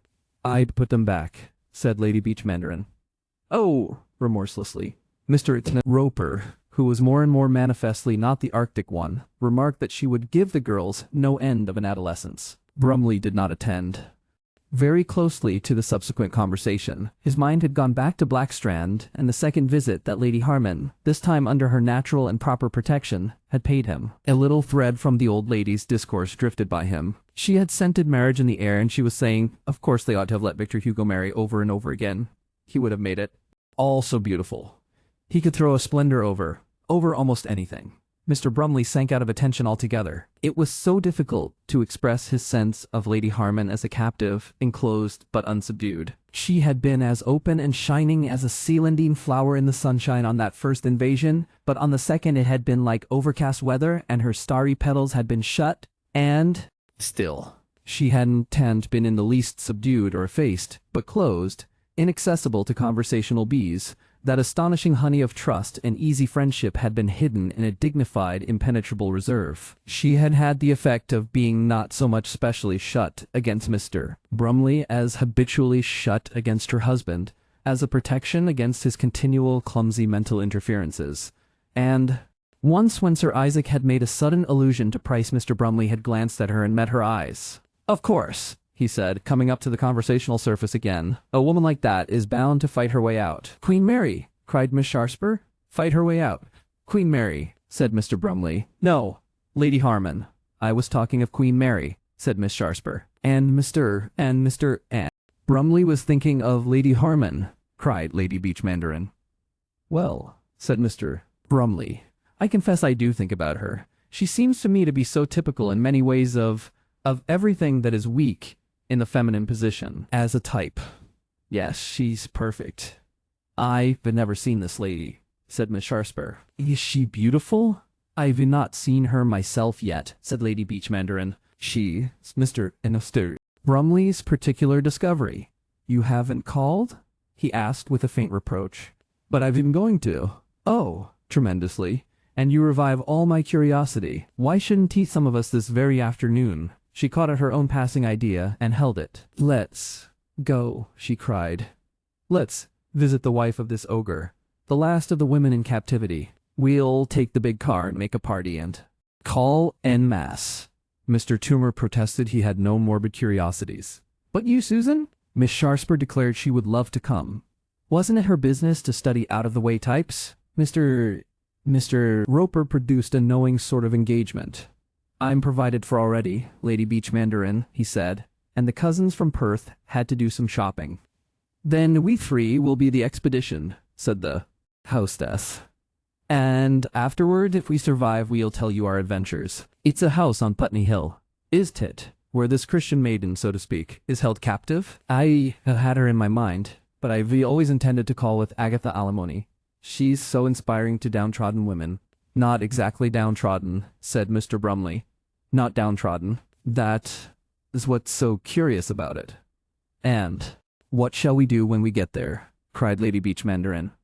"I feel we ought to do something more than call. Can't we carry her off right away, Mr. Brumley? I want to go right into her and say, 'Look here, I'm on your side. Your husband's a tyrant. I'm help and rescue. I'm all that a woman ought to be, fine and large. Come out from under that unworthy man's heel. Suppose she is at all." "The sort of person you seem to think she is," said Miss Sharper. "And suppose she came?" "Suppose she did," reflected Mr. Roper. "I seem to see your flight," said Mr. Toomer. "And the newspaper placards and headlines. Lady Beach Mandarin elopes with the wife of an eminent confectioner. She is stopped at the landing stage by the staff of the Dover branch establishment. Recapture of the fugitive after a hot struggle. Brumley, the eminent litterateur, stunned by a spent bun." We're all talking great nonsense," said Lady Beach Mandarin. "But anyhow, we'll make our call. And I know I'll make her accept an invitation to lunch without him." If she won? Threw out Mr. Roper. "I will," said Lady Beach Mandarin with roguish determination. "And if I can not ask him to," protested Mr. Brumley. "Why not get her to come to your social friends meeting?" said Miss Sharper. When Mr. Brumley found himself fairly launched upon this expedition, he had the grace to feel compunction. The Harmans, he perceived, had inadvertently made him the confidant of their domestic discords, and to betray them to these others savored, after all, of treachery. And besides, much as he had craved to see Lady Harman again, he now realized he didn't in the least want to see her in association with the exuberant volubility of Lady Beach Mandarin, and the hard professional observation, so remarkably like the ferrule of an umbrella being poked with a noiseless persistence into one's eye, of Miss Sharper. And, as he thought these afterthoughts, Lady Beach Mandarin's chauffeur darted and dodged and threaded his way with an alacrity that was almost distressing to Putney. They ran over the ghost of Swinburne at the foot of Putney Hill. Or perhaps it was only the rhythm of the engine changed for a moment, and in a couple of minutes more they were outside the Harman residence. "Here we are," said Lady Beach Mandarin, more capaciously Gammonesque than ever. "We've done it now. Mr. Brumley had an impression of a big house in the distended stately homes of England style, and very necessarily and abundantly covered by creepers, and then he was assisting the ladies to descend, and the three of them were waiting clustered in the ample Victorian doorway. For some little interval there came no answer to the bell Mr. Brumley had rung, but all three of them had a sense of hurried, furtive, and noiseless readjustments in progress behind the big and bossy oak door. Then it opened, and a very large egg-shaped butler with sandy whiskers appeared and looked down himself at them. There was something paternal about this man. His professional deference was touched by the sense of ultimate responsibility. He seemed to consider for a moment whether he should permit Lady Harman to be in before he conceded that she was. They were ushered through a hall that resembled most of the halls in the world. It was dominated by a handsome oak staircase and scarcely gave Miss Sharper a point. And then across a creation of the Victorian architect, a massive kind of conservatory with classical touches. There was an impluvium in the center, and there were arches hung with manifestly costly Syrian rugs, into a large apartment looking through 4 French windows upon a veranda and a large floriferous garden. At a sideways glance, it seemed a very pleasant garden indeed. The room itself was like the rooms of so many prosperous people nowadays. It had an effect of being sedulously and yet irrelevantly overfurnished. It had none of the large vulgarity that Mr. Brumley would have considered proper to a wealthy caterer, but it confessed a compilation of pieces, very carefully authenticated. Some of them were rather splendid pieces. 3 big bureaus, burly and brassy, dominated it. There was a Queen Anne cabinet, some exquisite colored engravings, an ormolu mirror, and a couple of large French vases that set Miss Sharper, who had a keen eye for this traffic, confusedly cataloguing. And a little incongruously in the midst of this exhibit stood Lady Harman, as if she was trying to conceal the fact that she too was a visitor, in a creamy white dress and dark and defensive, and yet entirely unabashed. The great butler gave his large vague impression of Lady Beach Mandarin's name and stood aside and withdrew. "I've heard so much of you," said Lady Beach Mandarin, advancing with hand upraised. I had to call. Brumley." Lady Beach Mandarin met Sir Isaac at Blackstrand. Mr. Isaac at Blackstrand. Brumley intervened to explain. Miss Sharper was, as it were, introduced by default. "My vividest anticipations outdone," said Lady Beach Mandarin, squeezing Lady Harman's fingers with enthusiasm. "And what a charming garden you have, and what a delightful situation. Such air. And on the very verge of London, high on this delightful literary hill, and ready at any moment to swoop in that enviable great car of yours. I suppose you come a great deal into London, Lady Harman." "No," reflected Lady Harman. "Not very much." She seemed to weigh the accuracy of this very carefully. "No," she added in confirmation. "But you should. You ought to. It's your duty. You've no right to hide away from us. I was telling Sir Isaac, we look to him, we look to you. You've no right to bury your talents away from us. You who are rich and young and brilliant and beautiful. But if I go on I shall begin to flatter you," said Lady Beach Mandarin with a delicious smile. "I've begun upon Sir Isaac already. I've made him promise 100 guineas, and his name to the Shakespeare dinners. Society, nothing he did mention Eton, you know, and all the profits to the national movement. And I want your name too. I know you, let us have your name too. Grant me that, and I'll subside into the ordinariest of callers." "But surely, isn't his name enough?" asked Lady Harman. "Without yours, it's only half a name," cried Lady Beach Mandarin. "If it were a business thing. Different of course. But on my list, I'm like dear old Queen Victoria, you know. The wives must come too." "In that case," hesitated Lady Harman. "But really I think Sir Isaac—" She stopped. And then Mr. Brumley had a psychic experience. It seemed to him, as he stood observing Lady Harman with an entirely unnecessary and unpremeditated intentness, that for the briefest interval her attention flashed over Lady Beach Mandarin's shoulder to the end veranda window, and following her glance he saw, and then he did not see, the arrested figure, the white face of Sir Isaac, bearing an expression in which anger and horror were extraordinarily intermingled. If it was Sir Isaac, he dodged back with amazing dexterity, If it was a phantom of the living, it vanished with an air of doing that. Without came the sound of a flower pot upset and a faint expletive.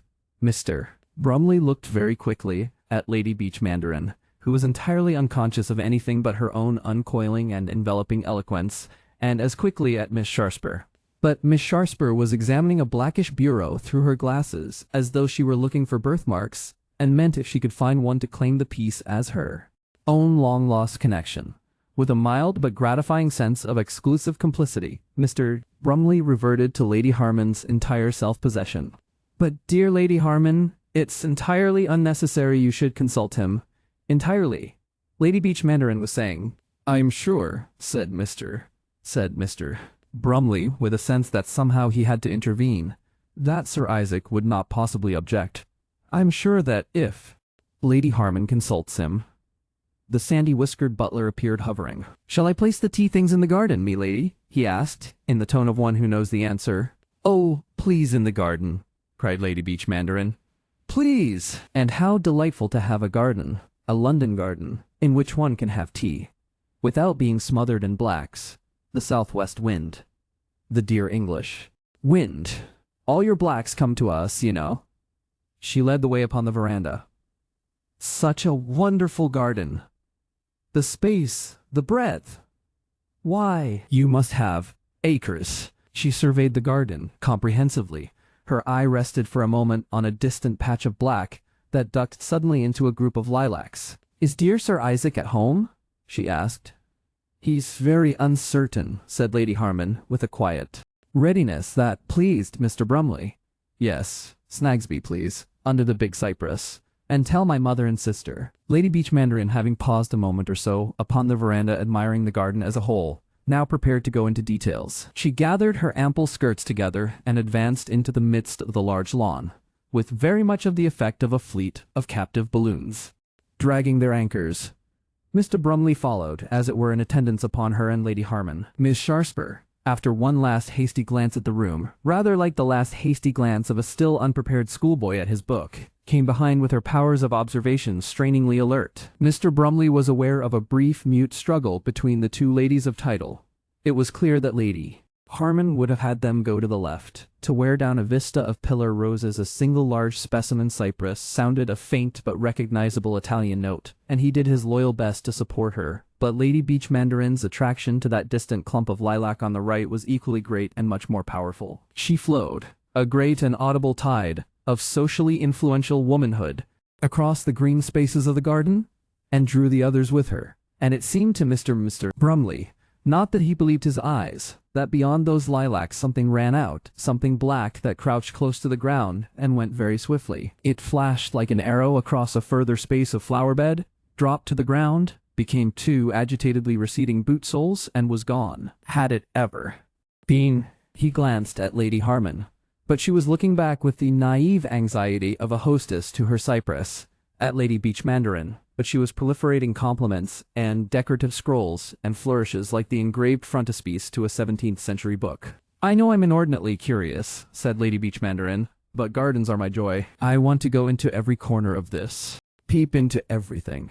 And I feel somehow," and here she urged a smile on Lady Harman's attention, "that I shan't begin to know you until I know all your environment." She turned the flank of the lilacs as she said these words, and advanced in echelon with a stately swiftness upon the laurels beyond. Lady Harman said there was nothing beyond but sycamores and the fence, but Lady Beach Mandarin would press on through a narrow path that pierced the laurel hedge, in order, she said, that she might turn back and get the whole effect of the grounds. And so it was they discovered the mushroom shed.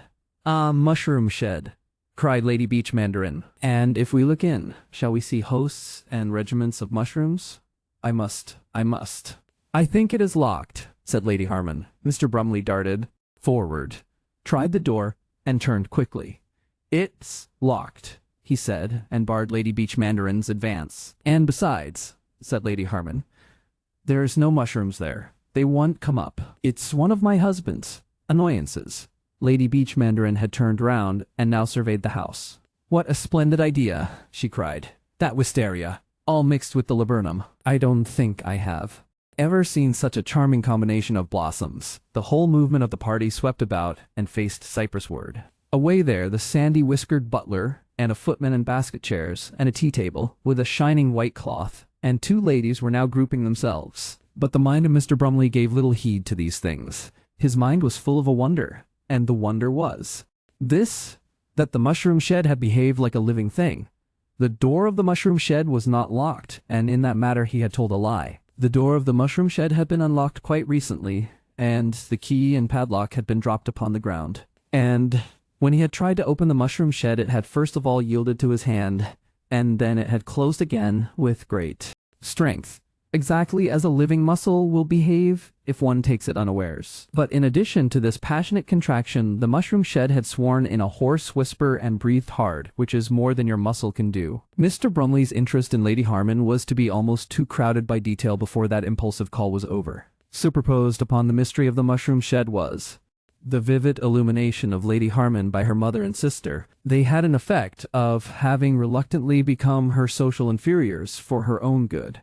The mother, her name he learnt, was Mrs. Sawbridge, had all Lady Harman's tall slenderness, but otherwise resembled her only in the poise of her neck and an occasional gesture. She was fair, and with a kind of ignoble and premeditated refinement in her speech and manner. She was dressed with the restraint of a prolonged and attenuated widowhood, in a rich and complicatedly quiet dress of mauve and gray. She was obviously a transitory visitor, and not so much taking the opulence about her, and particularly the great butler, for granted, as pointedly and persistently ignoring it in an effort to seem to take it for granted. The sister, on the other hand, had Lady Harman's pale darkness, but none of her fineness of line. She missed altogether that quality of fineness. Her darkness was done with a quite perceptible heaviness. Her dignity passed into solidity, and her profile was, with an entire want of hesitation, handsome. She was evidently the elder by a space of some years, and she was dressed with severity in grey. These 2 ladies seemed to Mr. Brumley to offer a certain resistance of spirit to the effusion of Lady Beach Mandarin, rather as 2 small anchored vessels might resist the onset of a great and foaming tide.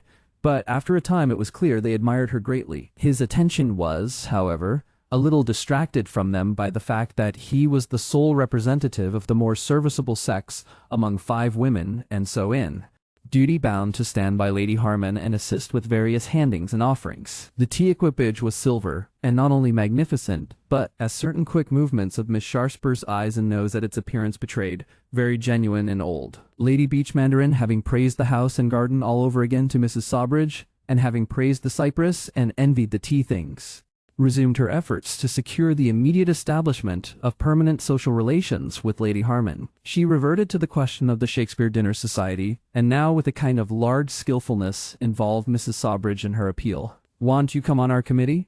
said Lady Beach Mandarin. Mrs. Sawbridge gave a pinched smile and said she was only staying in London for quite a little time, and when pressed admitted that there seemed no need whatever for consulting Sir Isaac upon so obviously foregone a conclusion as Lady Harman's public adhesion to the great movement. "I shall put his 100 guineas down to Sir Isaac and Lady Harman," said Lady Beach Mandarin with an air of conclusion. "And now I want to know, dear Lady Harman, whether we can have you on our Committee of Administration. We want just one other woman to complete us." Lady Harman could only parry with doubts of her ability. "You ought to go on, Ella," said Miss Sawbridge suddenly, speaking for the first time, and in a manner richly suggestive of great principles at stake. "Ella," thought the curious mind of Mr. Brumley. "And is that Eleanor now, or Ellen, or is there any other name that gives one Ella? Simply Ella? But what should I have to do?" fenced Lady Harman, resisting but obviously attracted. Lady Beach Mandarin invented a lengthy paraphrase for prompt acquiescences. "I shall be chairwoman," she crowned it with. "I can so easily see you through, as they say." "Ella doesn't go out half enough," said Miss Sawbridge suddenly to Miss Sharpsper, who was regarding her with furtive intensity, as if she was surreptitiously counting her features. Miss Sharpsper, caught in mid-observation, started and collected her mind. "Or not to go out?" she said. "Certainly. And independently," said Miss Sawbridge, with meaning. "Oh, independently," assented Miss Sharpsper. It was evident she would now have to watch her chance, and begin counting all over again from the beginning. Mr. Brumley had an impression that Mrs. Sawbridge had said something quite confidential in his ear. He turned perplexed. Such charming weather, the lady repeated in the tone of one who does wish so pleasant a little secret to be too generally discussed. Never known a better summer, agreed Mr. Brumley. And then all these minor eddies were submerged in Lady Beach Mandarin's advance towards her next step, an invitation to lunch. There, said she, I'm not Victorian. I always separate husbands and wives by at least a week. You must come alone. It was clear to Mr. Brumley that Lady Harman wanted to come alone, and was going to accept, and equally clear that she and her mother and sister regarded this as a very daring thing to do. And when that was settled, Lady Beach Mandarin went on to the altogether easier topic of her social friends, a society of smart and influential women, who devoted a certain fragment of time every week to befriending respectable girls employed in London in a briskly amiable manner, having them to special teas, having them to special evenings with special light refreshments, knowing their names as far as possible, and asking about their relations, and generally making them feel that society was being very frank and amiable to them, and had an eye on them, and meant them well, and was better for them than socialism and radicalism and revolutionary ideas. To this also Lady Harman, it seemed, was to come. It had an effect, Mr. Brumley's imagination, as if the painted scene of that lady's life was suddenly bursting out into open doors everywhere. Many of them are quite ladylike, echoed Mrs. Sawbridge suddenly, picking up the whole thing instantly, and speaking over her teacup in that quasi-confidential tone of hers to Mr. Brumley. Of course they are mostly quite dreadfully sweeted, said Lady Beach Mandarin. Especially in the confectionery. She thought of her position in time.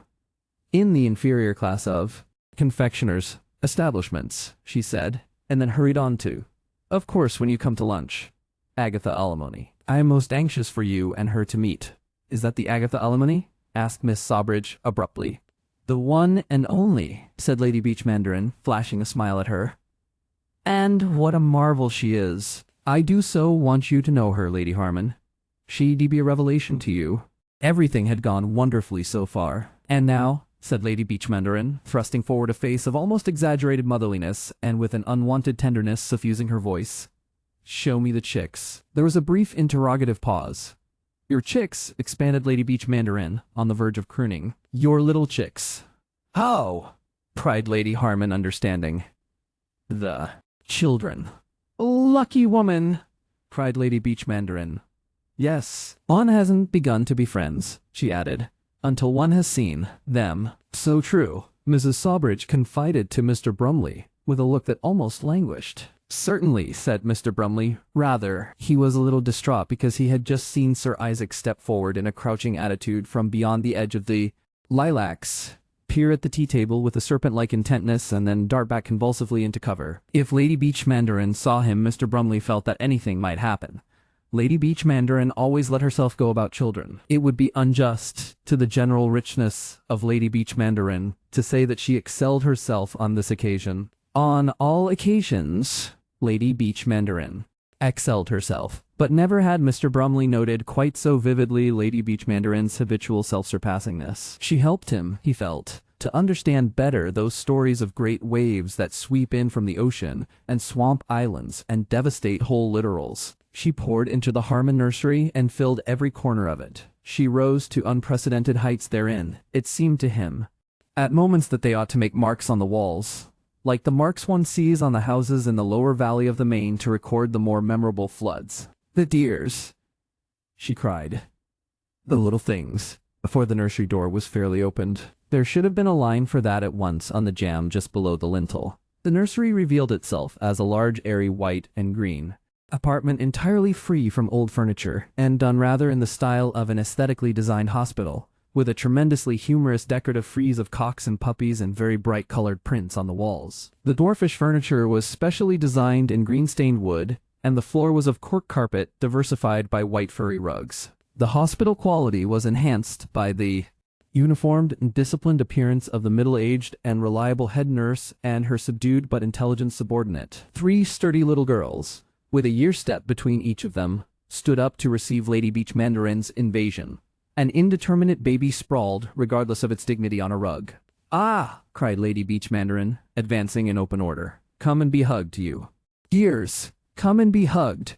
Before she knelt down and enveloped their shrinking little persons, Mr. Brumley was able to observe that they were pretty little things, but not the beautiful children he could have imagined from Lady Harman, peeping through their infantile delicacy. Hints, all too manifest, of Sir Isaac's characteristically pointed nose, gave Mr. Brumley a peculiar, eugenic qualm. He glanced at Lady Harman, and she was standing over the ecstasies of her tremendous visitor, polite, attentive, with an entirely unemotional speculation in her eyes. Miss Sawbridge, stirred by the great waves of violent philoprogenitive enthusiasm that circled out from Lady Beach Mandarin, had caught up the baby and was hugging it and addressing it in terms of humorous rapture, and the nurse and her assistant were keeping respectful but wary eyes upon the handling of their 4 charges. Miss Sharper was taking in the children's characteristics with a quick expertness.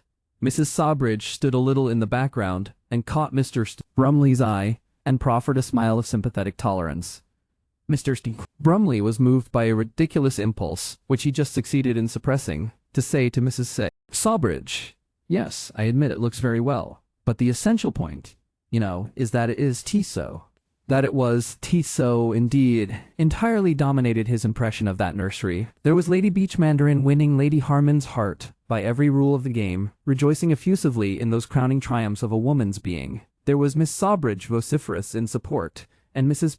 Sawbridge almost offering to join hands in rapturous benediction, and there was Lady Harman wearing her laurels, not indeed with indifference, but with a curious detachment. One might imagine her genuinely anxious to understand why Lady Beach Mandarin was in such a stupendous ebullition. One might have supposed her a mere cold-hearted intellectual, if it was that something in her warm beauty absolutely forbade any such interpretation. There came to Mr. Brumley again a thought that had occurred to him first when Sir Isaac and Lady Harman had come together to Blackstrand, which was that life had happened to this woman before she was ready for it, that her mind some years after her body was now coming to womanhood, was teeming with curiosity about all she had hitherto accepted, about Sir Isaac, about her children and all her circumstances. There was a recapitulation of the invitations, a renewed offering of outlooks and vistas, and Agatha alimony. "You will not forget," insisted Lady Beach Mandarin. "You will not afterwards throw us over." "No," said Lady Harman, with that soft determination of hers. "I'll certainly come. I am so sorry, so very sorry, not to have seen Sir Isaac," Lady Beach Mandarin insisted. The raid had accomplished its every object, and was drifting doorward. For a moment, Lady Beach Mandarin desisted from Lady Harman, and threw her whole being into an eddying effort to submerge the already subjugated Mrs. Sawbridge. Miss Sawbridge was behind up the oak staircase, explaining Sir Isaac's interest in furniture buying to Miss Sharper. Mr. Brumley had his one moment with Lady Harman. "I gather," he said, and abandoned that sentence. "I hope," he said, "that you will have my little house down there. I like to think of you, walking in my garden." "I shall love that garden," she said, "but I shall feel unworthy. There are 100 little things I want to tell you about it." Then all the others seemed to come into focus again, and with a quick mutual understanding, Mr. Brumley was certain of its mutuality. They said no more to one another. He was entirely satisfied he had said enough. He had conveyed just everything that was needed to excuse and explain and justify his presence in that company. Upon a big table in the hall, he noticed that a silk hat and an umbrella had appeared since their arrival. He glanced at Miss Sharper, but she was keenly occupied with the table legs. He began to breathe freely again when the partings were over. He could get back into the automobile. "Toot!" said the horn, and he made a last grave salutation to the slender white figure on the steps. The great butler stood at the side of the entrance, and a step or so below her, with the air of a man who has completed a difficult task. A small, attentive valet hovered out of the shadows behind. A fragment of the conversation in Lady Beach Mandarin's returning automobile may be recorded in a parenthesis here.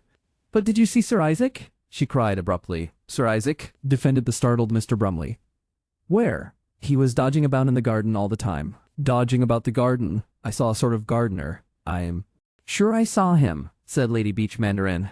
"Positive. He hid away in the mushroom shed." "The one you found locked." "But my dear Lady Beach Mandarin," protested Mr. Brumley with the air of one who listens to preposterous suggestions, "what can make you think—" "Oh, I know I saw him," said Lady Beach Mandarin. "I know. He seemed all over the place, like a Boy Scout. Didn't you see him too?" "Susan." Miss Sharper was roused from deep preoccupation. "What, dear?" she asked. "See Sir Isaac?" "Sir Isaac? Dodging about the garden when we went through it?" The novelist reflected.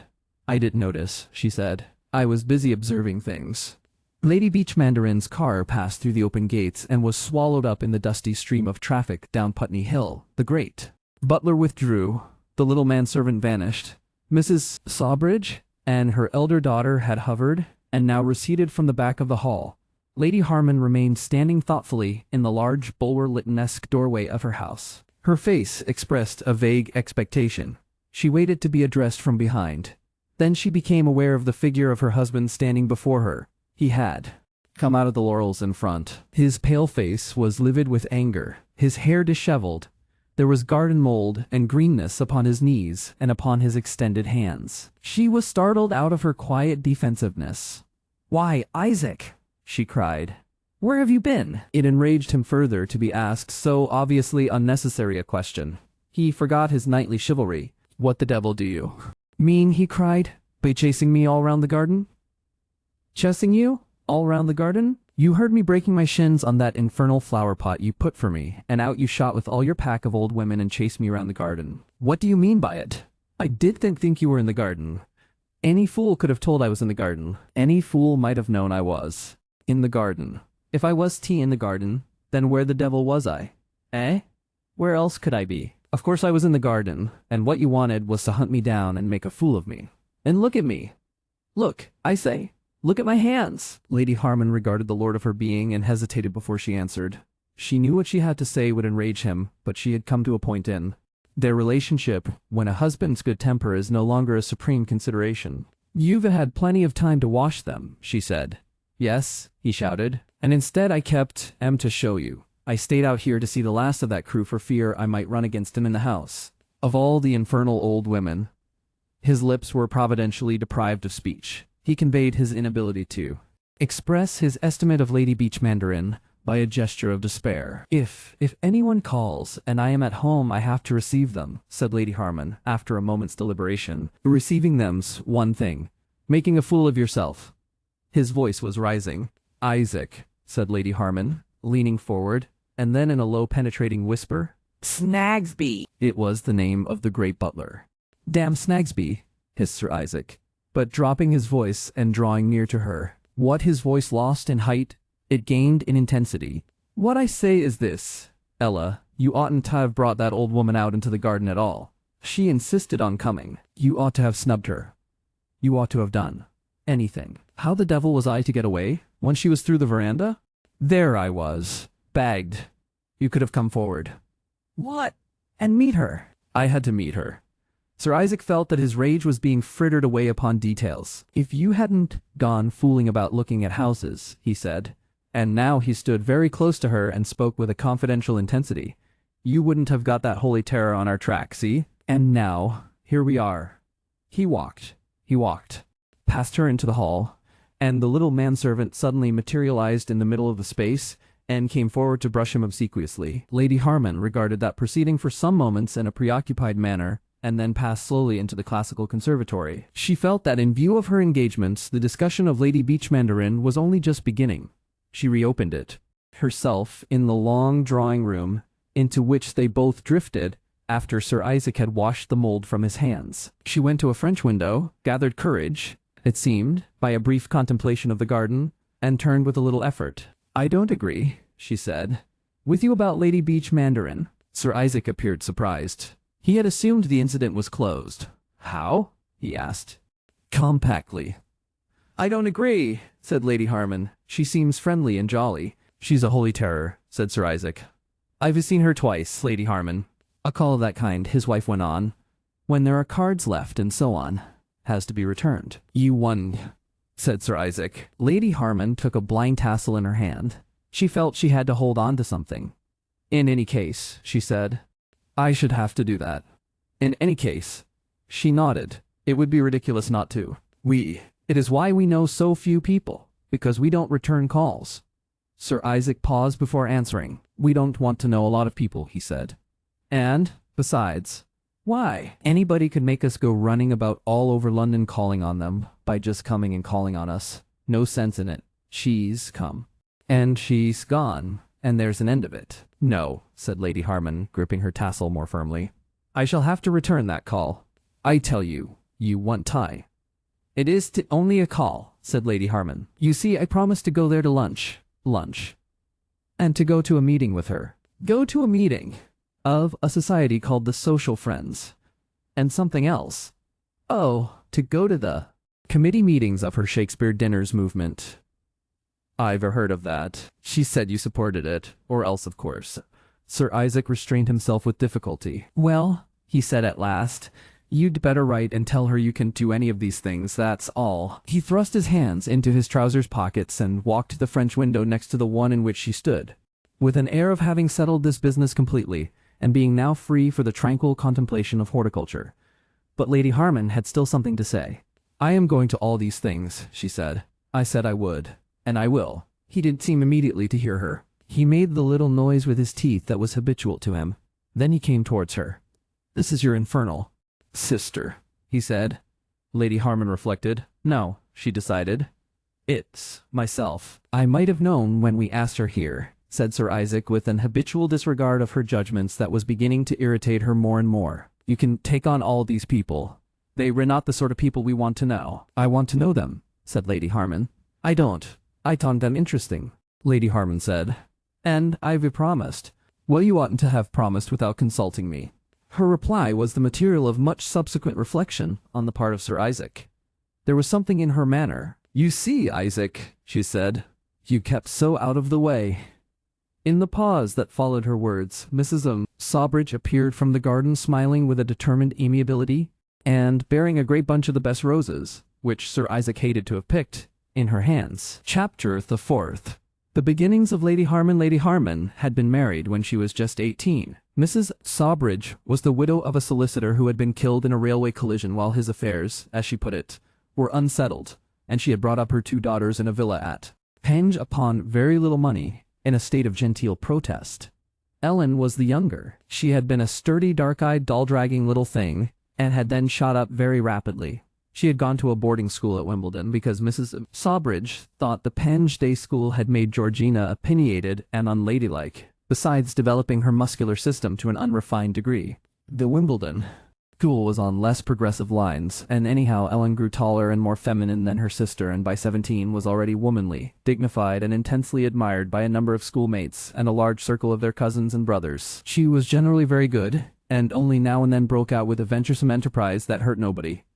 She got out of a skylight, for example, and perambulated the roof in the moonshine to see how it felt, and did 1 or 2 other little things of a similar kind. Otherwise her conduct was admirable, and her temper in those days was always contagiously good.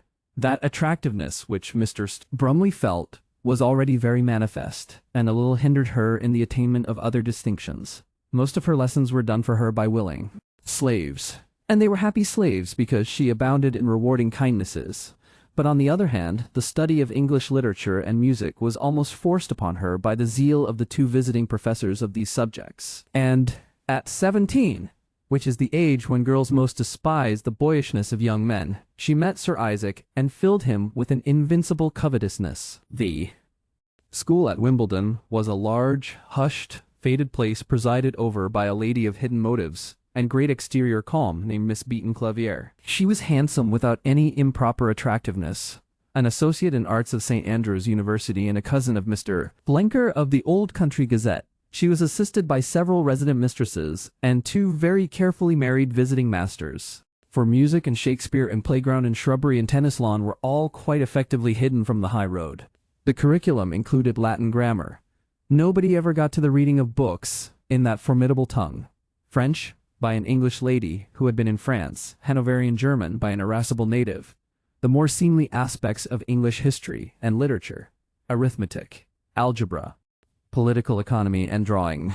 There was no hockey played within the precincts. Science was taught without the clumsy apparatus or objectionable diagrams that are now so common, and stress was laid upon the carriage of the young ladies and the iniquity of speaking in raised voices. Miss Beaton Clavier deprecated the modern craze for examinations, and released from such pressure her staff did not so much give courses of lessons as circle in a thorough-looking and patient manner about their subjects. This turnspit quality was reflected in the school idiom. One did not learn algebra or Latin or so forth. One did algebra, one was put into Latin. The girls went through this system of exercises and occupations, evasively, and as it were sotto voce, making friends, making enemies, making love to one another, following instincts that urged them to find out something about life.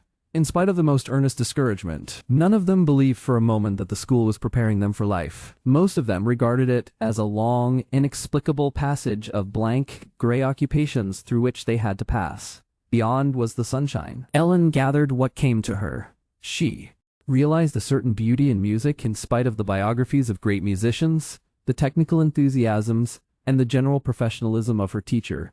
The literature master directed her attention to memoirs, and through these she caught gleams of understanding when the characters of history did for brief intervals cease to be rigidly dignified and institutional like Miss Beaton-Clavier, became human, like schoolfellows. And one little spectacled mistress, who wore art dresses and adorned her classroom with flowers, took a great fancy to her, talked to her with much vagueness and emotion of high aims, and lent her with an impressive furtiveness the works of Emerson and Shelley and a pamphlet by Bernard Shaw. It was a little difficult to understand what these writers were driving at. They were so dreadfully clever, but it was clear they reflected criticism upon the silences of her mother and the rigidities of Miss Beaton-Clavier. In that suppressed and evasive life beneath the outer forms and procedures of school and home, there came glimmerings of something that seemed charged with the promise of holding everything together, the key, religion. She was attracted to religion, much more attracted than she would confess even to herself, but every circumstance in her training dissuaded her from a free approach. Her mother treated religion with a reverence that was almost indistinguishable from huffiness. She never named the deity, and she did not like the mention of his name. She threw a spell of indelicacy over religious topics that Ellen never thoroughly cast off. She put God among objectionable topics, albeit a sublime one. Miss Beaton-Clavier sustained this remarkable suggestion. When she read prayers in school, she did so with the balanced impartiality of one who offers no comment. She seemed pained as she read and finished with a sigh. Whatever she intended to convey, she conveyed that even if the divinity was not all he should be, if, indeed, he was a person almost primitive, having neither the restraint nor the self-obliteration of a refined gentlewoman, no word of it should ever pass her lips. And so Ellen as a girl never let her mind go quite easily into this reconciling core of life, and talked of it only very rarely and shyly with a few chosen coevals. It was very profitable talk. They had a guilty feeling, they laughed a little. Uneasily, they displayed a fatal proclivity to stab the swelling gravity of their souls with some forced and silly jest, and so tumble back to ground again before they rose too high. Yet great possibilities of faith and devotion stirred already in the girl's heart. She thought little of God by day, but had a strange sense of him in the starlight, never under the moonlight. That was in no sense divine, but in the stirring darkness of the stars. And it is remarkable that after a course of astronomical enlightenment by a visiting master and descriptions of masses and distances, incredible aching distances, then even more than ever she seemed to feel God among the stars. A fatal accident to a schoolfellow turned her mind for a time to the dark stillnesses of death. The accident happened away in Wales during the summer holidays. She saw nothing of it. She only knew of its consequence. Hitherto she had assumed it was the function of girls to grow up and go out from the gray intermediate state of schoolwork into freedoms and realities beyond. Death happened, she was aware, to young people, but not, she had thought, to the people one knew. This termination came with a shock. The girl was no great personal loss to Ellen. They had belonged to different sets and classes, but the conception of her as lying very, very still forever was a haunting one. Ellen felt she did not want to be still forevermore in a confined space, with life and sunshine going on all about her and above her, and it quickened her growing appetite for living to think that she might presently have to be like that. How stifled one would feel. It could be like that. She began to speculate about that future life upon which religion insists so much and communicates so little. Was it perhaps another planet's? Under those wonderful, many-mooned, silver-banded skies, she perceived more and more a kind of absurdity in the existence all about her. Was all this world a mere make-believe, and would Miss Beaton-Clavier and everyone about her presently cast aside a veil? Manifestly there was a veil. She had a very natural disposition to doubt whether the actual circumstances of her life were real. Her mother, for instance, was so lacking in blood and fire, so very like the stiff paper wrapping of something else. But if these things were not real, what was real? What might she not presently do? What might she not presently be? Perhaps death had something to do with that. Was death perhaps no more than the flinging off of grotesque outer garments by the newly arrived guests at the feast of living? She had that feeling that there might be a feast of living. These preoccupations were a jealously guarded secret, but they gave her a quality of slight detachment that added a dreaming dignity to her dark, tall charm. There were moments of fine, deep excitement that somehow linked themselves in her mind with these thoughts as being set over against the things of every day. These two were moments quite different and separate in quality from delight, from the keen appreciation of flowers or sunshine or little vividly living things. Daylight seemed to blind her to them, as they blinded her to starshine.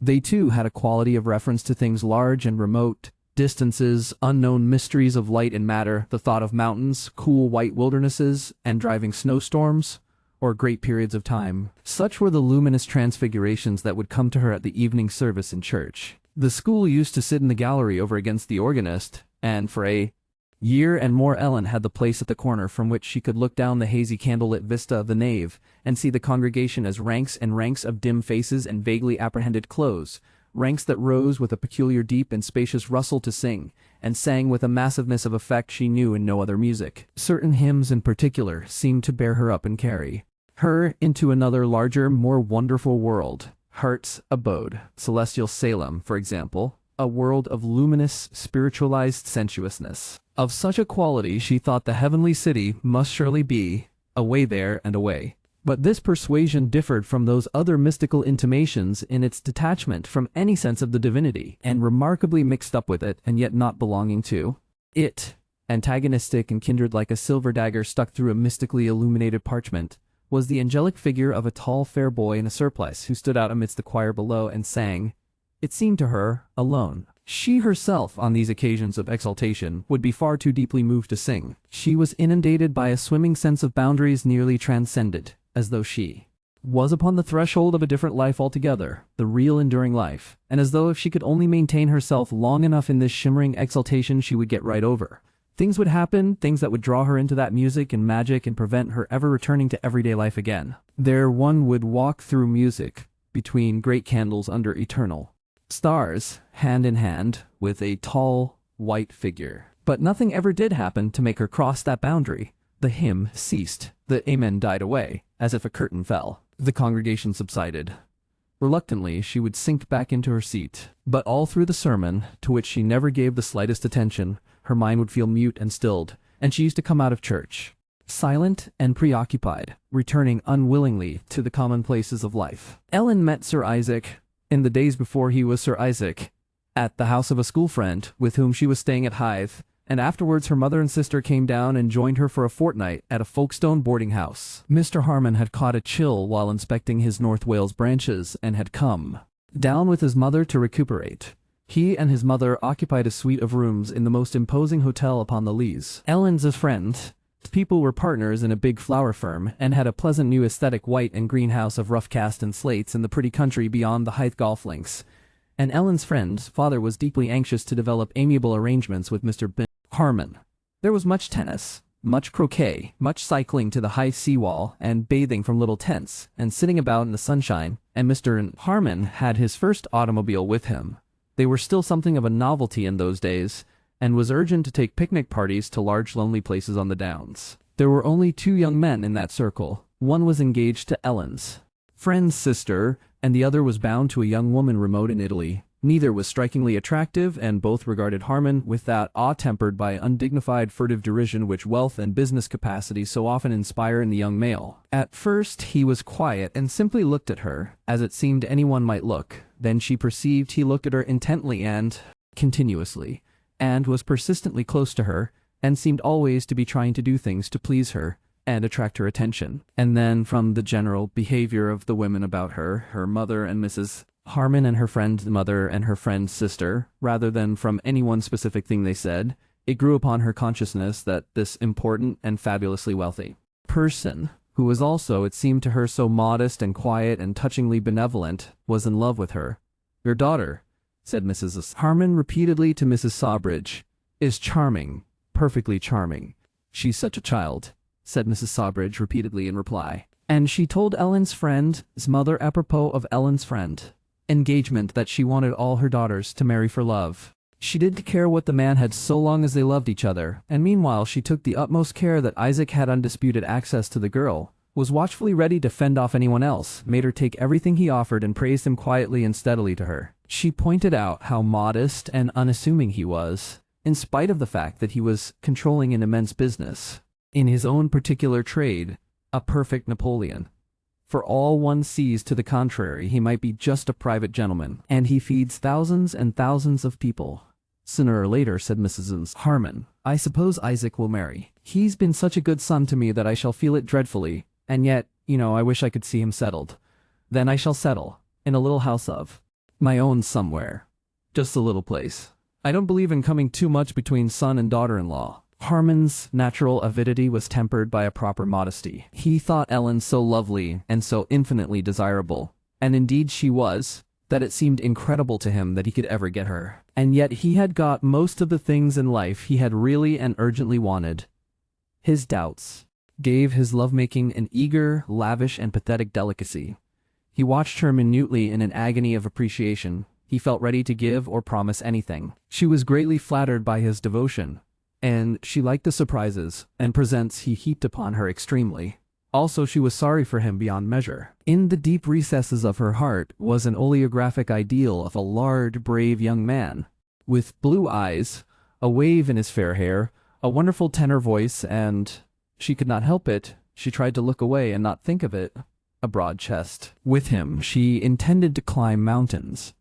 So clearly she could not marry Mr. Harman, and because of that, she tried to be very kind indeed to him, and when he faltered that she could not possibly care for him, she reassured him so vaguely as to fill him with wild gusts of hope, and herself with a sense of pledges. He told her one day between two sets of tennis, which he played with a certain tricky skill, that he felt that the very highest happiness he could ever attain would be to die at her feet. Presently her pity and her sense of responsibility had become so large and deep that the dream hero with the blue eyes was largely overlaid and hidden by them.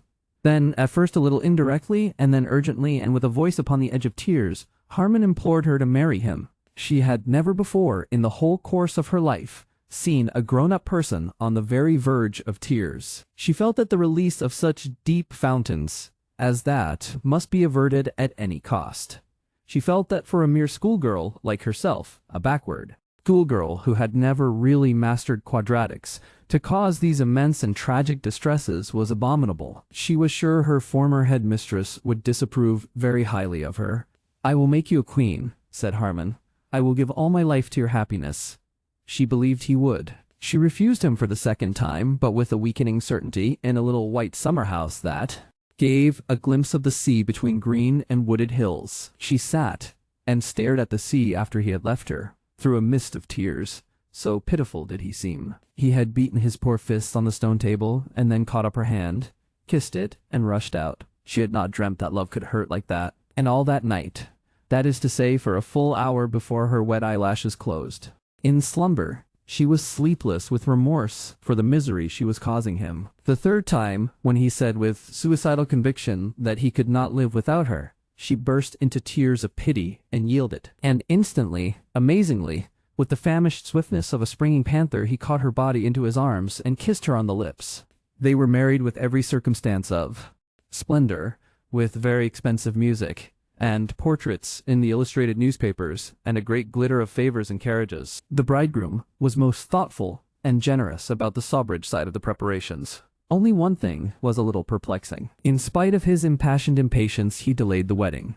Full of dark hints and a portentous secret, he delayed the wedding for 25 whole days, in order that it should follow immediately upon the publication of the birthday honors list, and then they understood. You will be Lady Harman, he exulted. Lady Harman. I would have given double. I have had to back the Old Country Gazette, and I don't care a rap. I'd have done anything. I'd have bought the rotten thing outright. Lady Harman. He remained lover-like, until the very eve of their marriage. Then suddenly it seemed to her that all the people she cared for in the world were pushing her away from them towards him, giving her up, handing her over. He became possessive. His objection changed to pride. She perceived that she was going to be left tremendously alone with him, with an effect, as if she had stepped off a terrace onto what she believed to be land. and had abruptly descended into very deep water. And while she was still feeling quite surprised by everything, and extremely doubtful whether she wanted to go any further with this business, which was manifestly far more serious, out of all proportion more serious, than anything that had ever happened to her before, and unpleasant, abounding indeed in crumpling indignities, and horrible nervous stresses, it dawned upon her that she was presently to be that strange, grown-up and preoccupied thing, a mother, and that girlhood and youth and vigorous games, mountains and swimming and running and leaping were over for her, as far as she could see forever. Both the prospective grandmothers became wonderfully kind and helpful and intimate, preparing with gusto and an agreeable sense of delegated responsibility for the child that was to give them all the pride of maternity again, and none of its inconveniences. Chapter the 5th. The world according to Sir Isaac. Her marriage had carried Ellen out of the narrow world of home and school into another that had seemed at first vastly larger, if only on account of its freedom from the perpetual achievement of small economies. Hitherto the urgent necessity of these had filled life with irksome precautions and clipped the wings of every dream. This new life, into which Sir Isaac led her by the hand, promised not only that release, but more light, more color, more movement, more people. There was to be at any rate so much in the way of rewards and compensation for her pity of him. She found the establishment at Putney ready for her. Sir Isaac had not consulted her about it. It had been his secret. He had prepared it for her with meticulous care as a surprise. They returned from a honeymoon in Skye, in which the attentions of Sir Isaac and the comforts of a first-class hotel had obscured a marvelous background of somber mountain and wide stretches of shining sea. Sir Isaac had been very fond and insistent and inseparable, and she was doing her best to conceal a strange, distressful jangling of her nerves, which she now feared might presently dispose her to scream. Sir Isaac had been goodness itself, but how she craved now for solitude. She was under the impression now that they were going to his mother's house in Highbury. Then she thought he would have to go away to business for part of the day at any rate, and she could creep into some corner and begin to think of all that had happened to her in these short summer months. They were met at Euston by his motor car. "Home," said Sir Isaac, with a little gleam of excitement, when the more immediate luggage was aboard. As they hummed through the West End afternoon, Ellen became aware that he was whistling through his teeth. It was his invariable indication of mental activity, and her attention came drifting back from her idle contemplation of the shoppers and strollers of Piccadilly to link this already alarming symptom with the perplexing fact that they were manifestly traveling west. "But this," she said presently, "is Knightsbridge." "Goes to Kensington," he replied with attempted indifference. "But your mother does live this." "We do," said Sir Isaac, shining at every point of his face. "But," she halted. "Isaac, where are we going?" "Home," he said. "You've not taken a house." "Bought it." "But it won't be ready." "I've seen to that." "Servants," she cried in dismay. "That's all right." His face broke into an excited smile. His little eyes danced and shone. "Everything," he said. "But the servants," she said. "You'll see," he said. "There's a butler and everything." A butler. He could now no longer restrain himself. "I was weeks," he said, "getting it ready. Weeks and weeks. It's a house. I'd had my eye on it before ever I met you. It's a real good house, Ellie." The fortunate girl-wife went on through Brompton to Walham Green with a stunned feeling. So women have felt in tumbrils. A nightmare of butlers, a galaxy of possible butlers, filled her soul. No one was quite so big and formidable as Snagsby, towering up to receive her upon the steps of the home her husband was so amazingly giving her. The reader has already been privileged to see something of this house in the company of Lady Beach Mandarin. At the top of the steps stood Mrs. Crumble, the new and highly recommended cook-housekeeper in her best black silk flounced and expanded, and behind her peeped several neat maids in caps and aprons. A little valet-like under-butler appeared and tried to balance Snagsby by hovering 2 steps above him on the opposite side of the Victorian medieval porch. Assisted officiously by Snagsby, and amidst the deferential, unhelpful gestures of the under-butler, Sir Isaac handed his wife out of the car.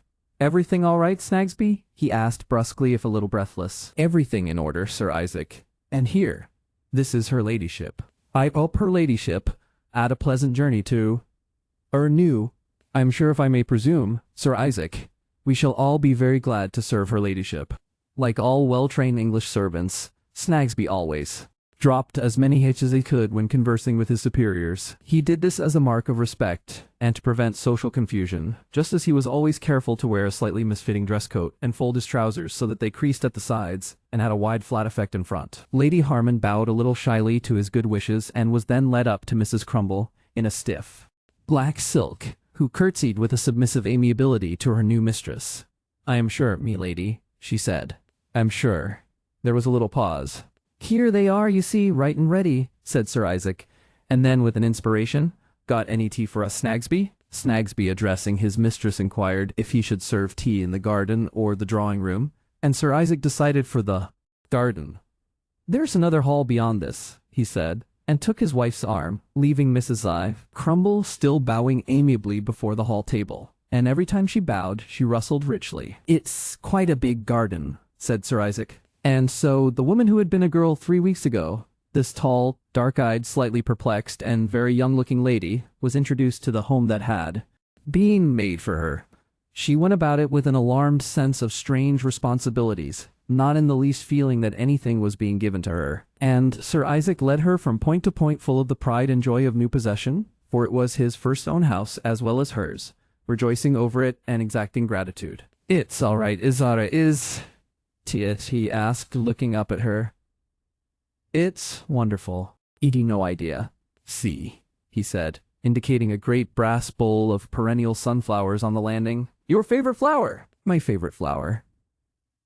"You said it was, in that book.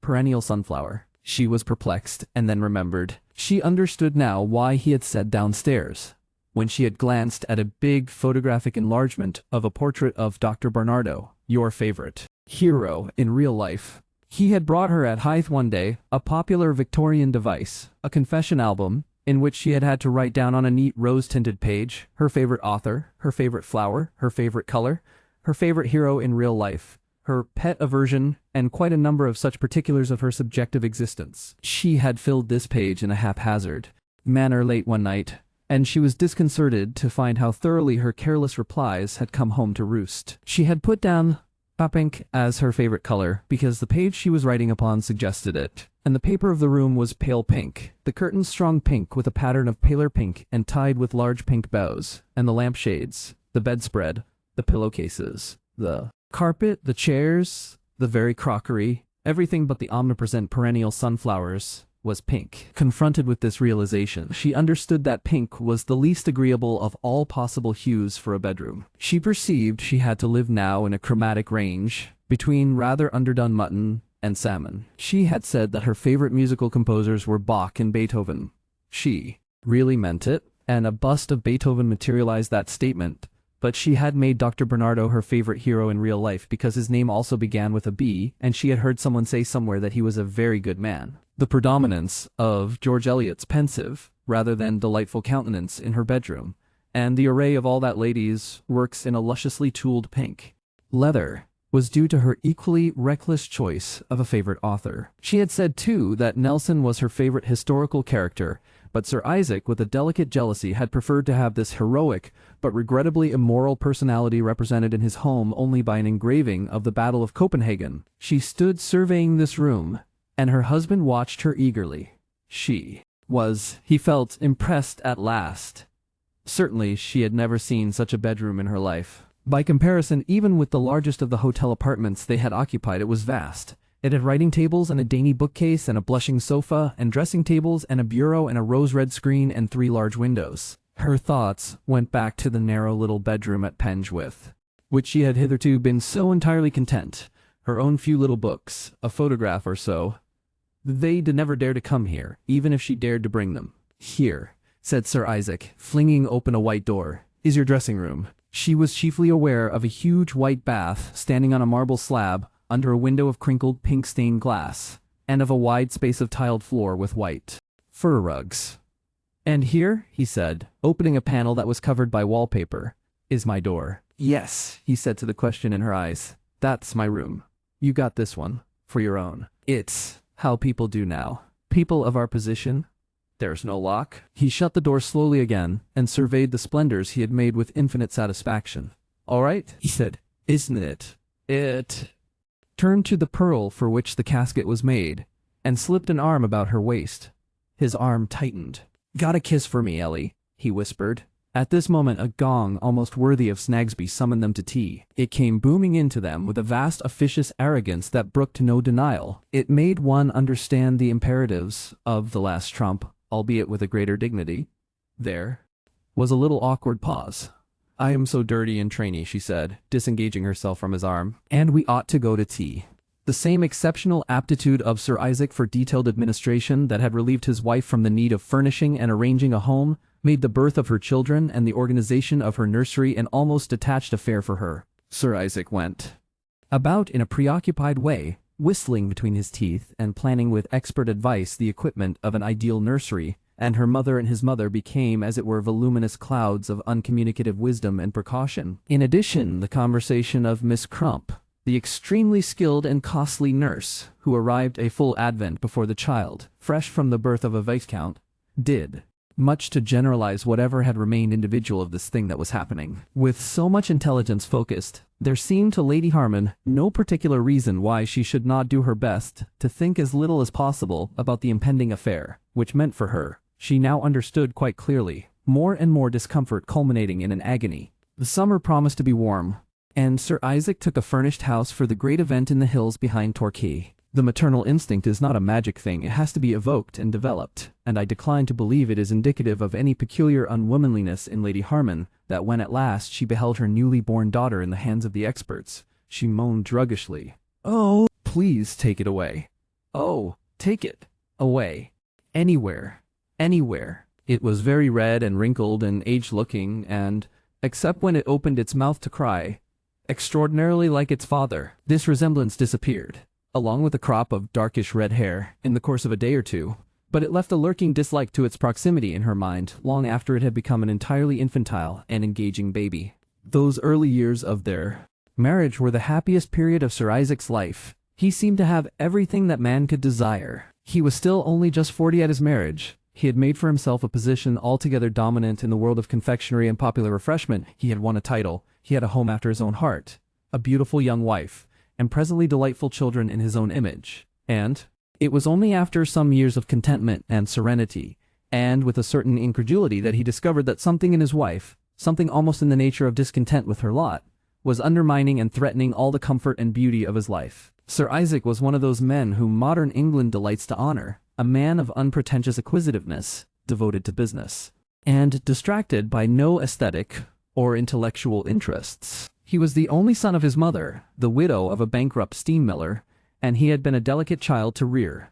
He left Mr. Gambard's college at Ealing after passing the second-class examination of the College of Preceptors at the age of 16, to go into a tea office as clerk without a salary, a post he presently abandoned for a clerkship in the office of a large refreshment catering firm. He attracted the attention of his employers by suggesting various administrative economies, and he was already drawing a salary of £250 a year when he was 21. Many young men would have rested satisfied with so rapid an advancement, and would have devoted themselves to the amusements that are now considered so permissible to youth, but young Harman was made of sterner stuff, and it only spurred him to further efforts. He contrived to save a considerable proportion of his salary for some years, and at the age of 27 he started, in association with a firm of flour millers, the International Bread and Cake Stores, which spread rapidly over the country. They were not in any sense of the word international, but in a search for inflated and inflating adjectives this word attracted him most,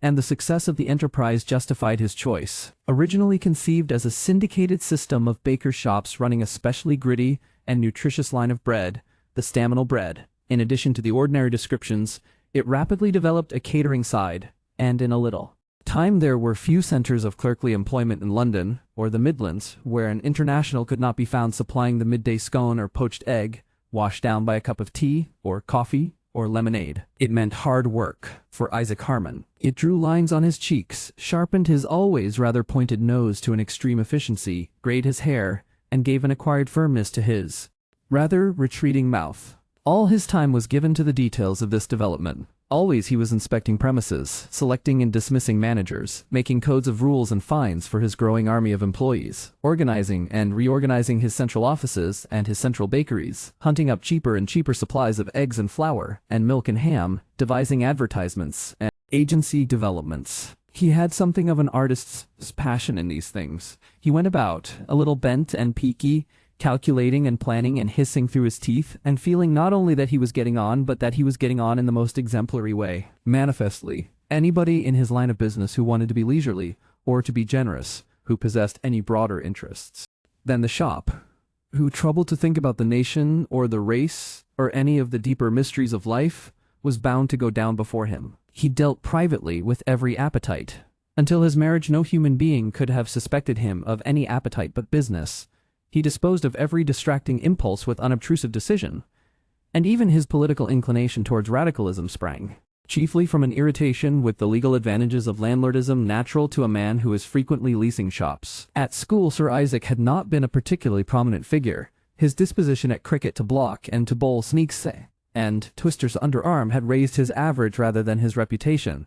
He had evaded fights and dramatic situations and protected himself upon occasions of unavoidable violence by punching with his white knuckles, held in a peculiar and vicious manner. He had always been a little insensitive to those graces of style, in action, if not in art, which appeal so strongly to the commoner sort of English mind. He played first for safety, and that assured, for the uttermost advantage. These tendencies became more marked with maturity. When he took up tennis for his health's sake, he developed at once an ungracious service that had to be killed like vermin. He developed an instinct for the deadest ball available, and his returns close up to the net were like assassinations. Indeed, he was inherently incapable of any vision beyond the express prohibitions and permissions of the rules of the games he played, or beyond the laws and institutions under which he lived. His idea of generosity was the undocumented and unqualified purchase of a person by payments made in the form of a gift. And this being the quality of Sir Isaac's mind, it followed that his interpretations of the relationship of marriage were simple and strict. A woman, he knew, had to be wooed to be won, but when she was won, she was won. He did not understand wooing after. That was settled.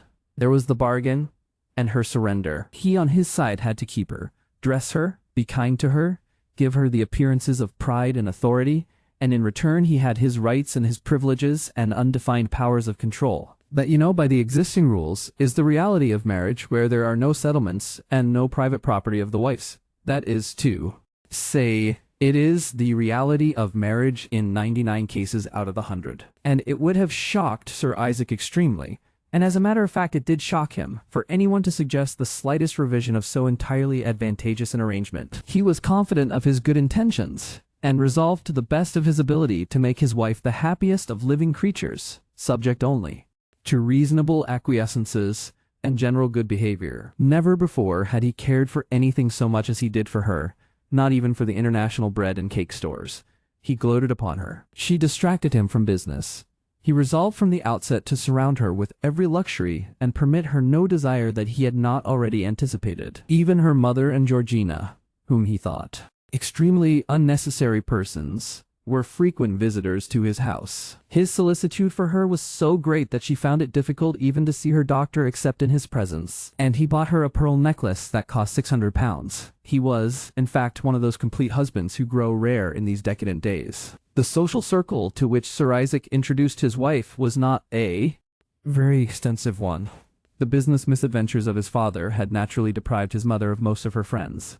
He had made only acquaintances at school, and his subsequent concentration upon business had permitted very few intimacies. Renewed prosperity had produced a certain revival of cousins, but Mrs. Harman, established in a pleasant house at Highbury, had received their attentions with a well-merited stiffness. His chief associates were his various business allies, and these and their wives and families formed the nucleus of the new world to which Ellen was gradually and temperately introduced. There were a few local callers, but Putney is now too deeply merged with London for this practice of the countryside to have any great effect upon a newcomer's visiting circle. Perhaps Mr. Charterson might claim to be Sir Isaac's chief friend at the time of that gentleman's marriage. Transactions in sugar had brought them together originally. He was Sir Isaac's best man, and the new knight entertained a feeling of something very like admiration for him. Moreover, Mr. Isaac's best man, Charterson, had very large ears. More particularly was the left one large, extraordinarily large, and projecting upper teeth, which he sought vainly to hide beneath an extravagant mustache and a harsh voice, characteristics that did much to allay the anxieties natural to a newly married man. Mr. Mr. Charterson was moreover adequately married to a large, attentive, enterprising, swarthy wife, and possessed a splendid house in Belgravia. Not quite so self-made as Sir Isaac, he was still sufficiently self-made to take a very keen interest in his own social advancement and in social advancement generally, and it was through him that Sir Isaac's attention had been first directed to those developing relations with politics that arise as a business grows to greatness. For Parliament," said Charterson. "Sugars in politics. And I'm after it. You'd be better come too, Harman. Those chaps up there. They'll play jiggery-pokery with sugar if we aren't careful.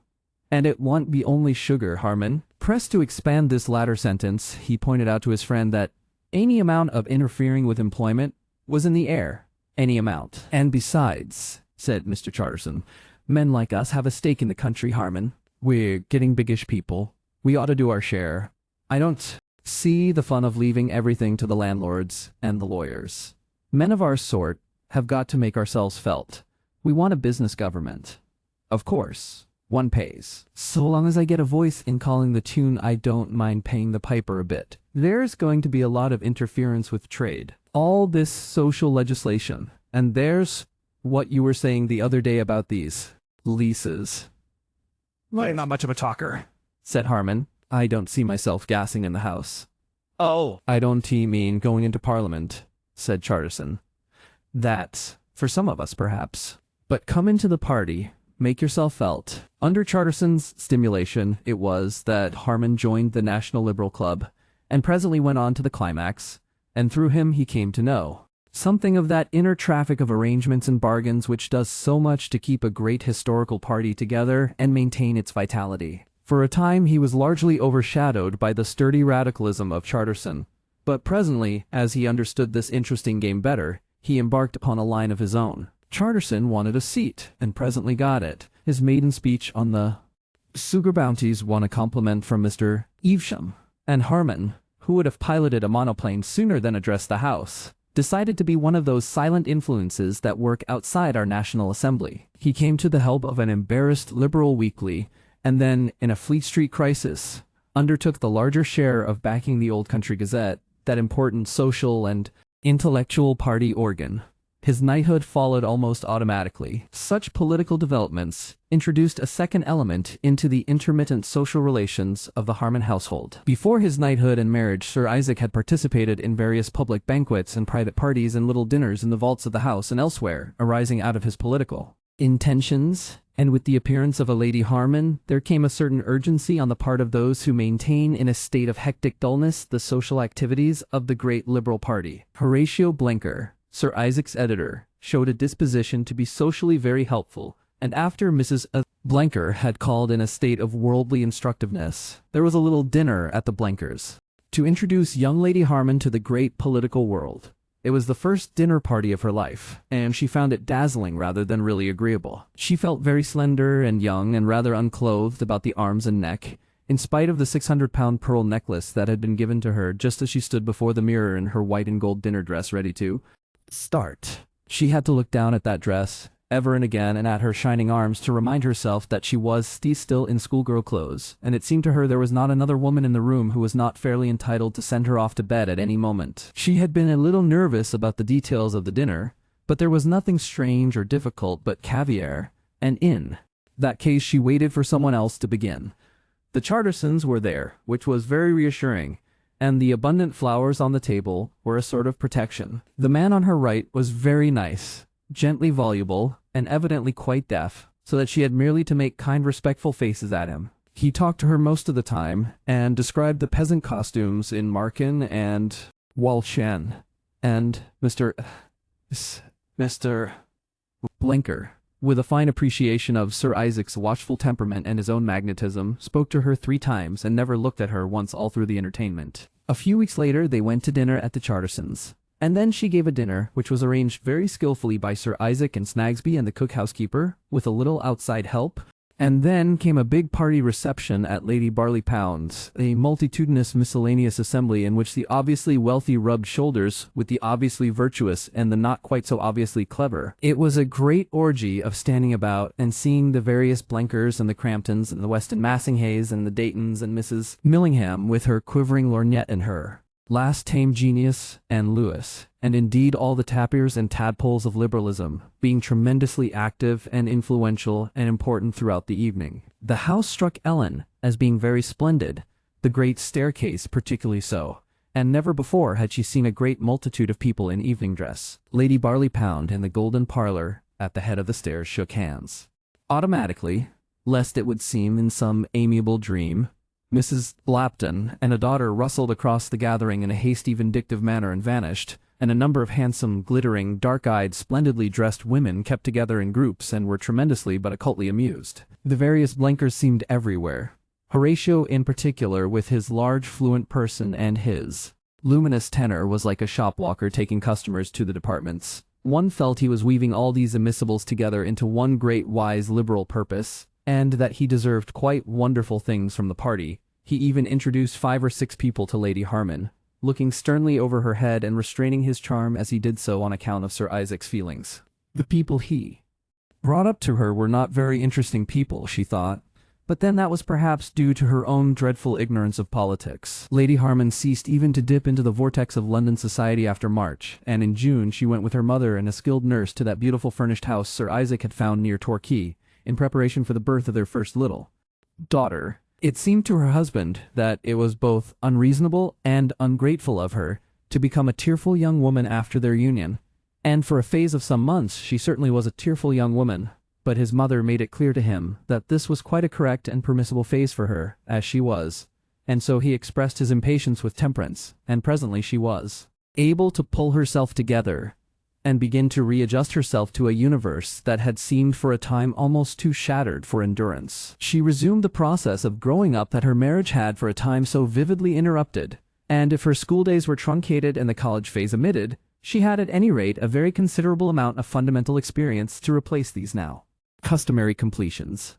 3 little girls she brought into the world in the first 3 years of her married life. Then, after a brief interval of indifferent health, she had a 4th girl baby of a physique quite obviously inferior to its predecessors. And then, after, and perhaps as a consequence of, much whispered conversation of the 2 mothers-in-law, protests, and tactful explanation on the part of the elderly and trustworthy family doctor, and remarks of an extraordinary breadth, and made at table too, almost before the door had closed on Snagsby, from Ellen's elder sister, there came a less reproductive phase. But by that time Lady Harman had acquired the habit of reading and the habit of thinking over what she read, and from that it is an easy step to thinking over oneself and the circumstances of one's own life. The one thing trains for the other.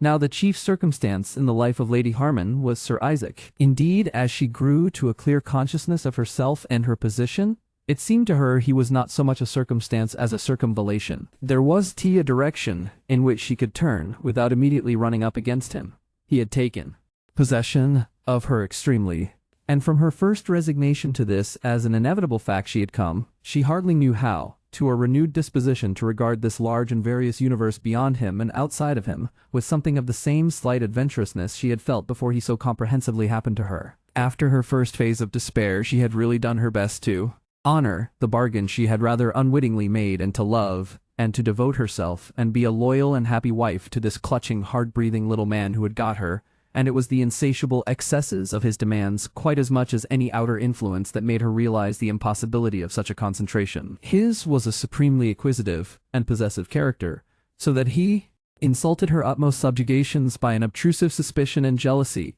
He was jealous of her childish worship of her dead father, jealous of her disposition to go to church, jealous of the poet Wordsworth because she liked to read his sonnets, jealous because she loved great music, jealous when she wanted to go out.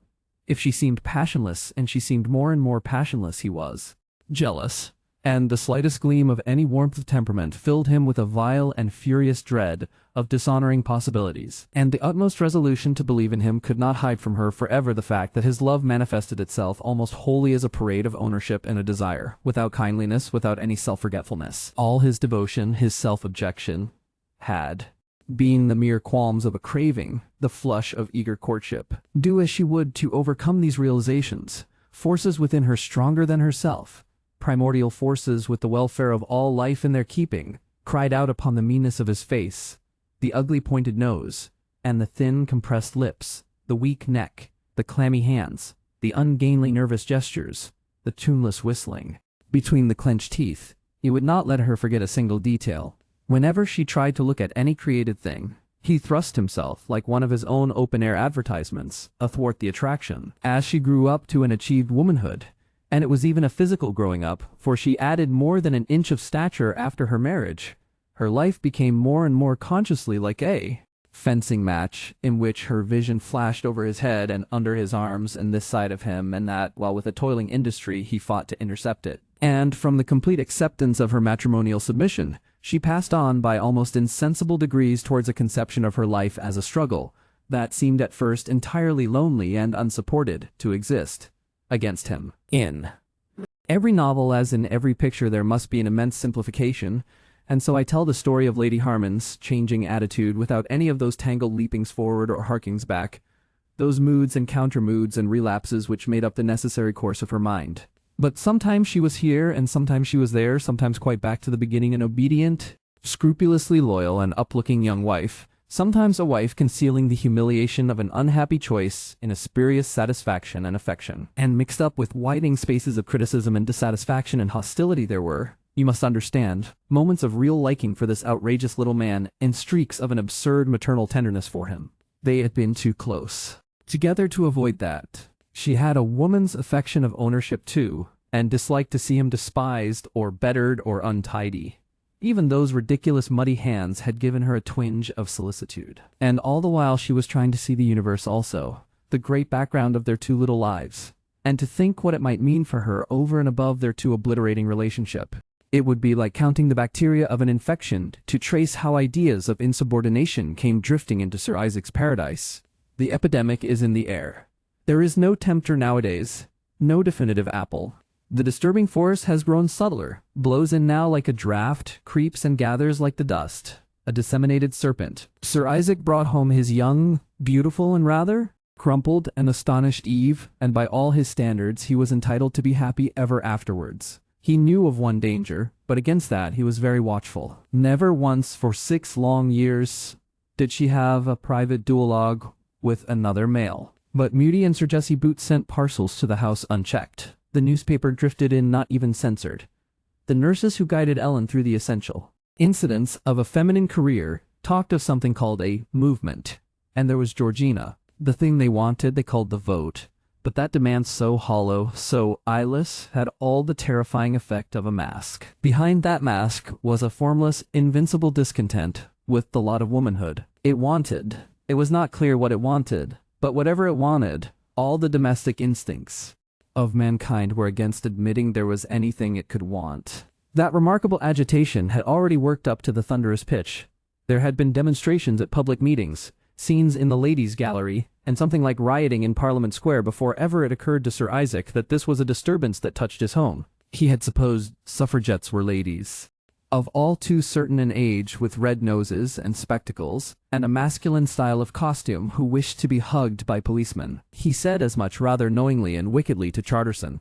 He could not understand any woman not coveting the privileges of Lady Harman. And then one day while Georgina and her mother were visiting them, as he was looking over the letters at the breakfast table, according to his custom before giving them out, he discovered 2 identical newspaper packets addressed to his wife and his sister-in-law, and upon them were these words printed very plainly: "Votes for women." "Good Lord," he cried, "what's this? It ought to be allowed." And he pitched the papers at the wastepaper basket under the sideboard.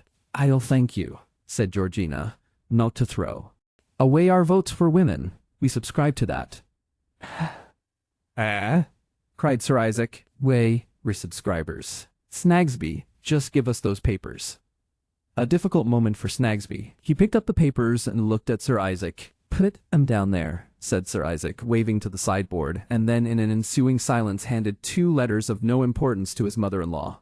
His face was pale, and he was breathless. Snagsby, with an obvious tactfulness, retired. Sir Isaac watched the door close. His remark pointedly ignored Georgina. "What you been thinking about, Ellie?" he asked. "Subscribing to that thing? I wanted to read it.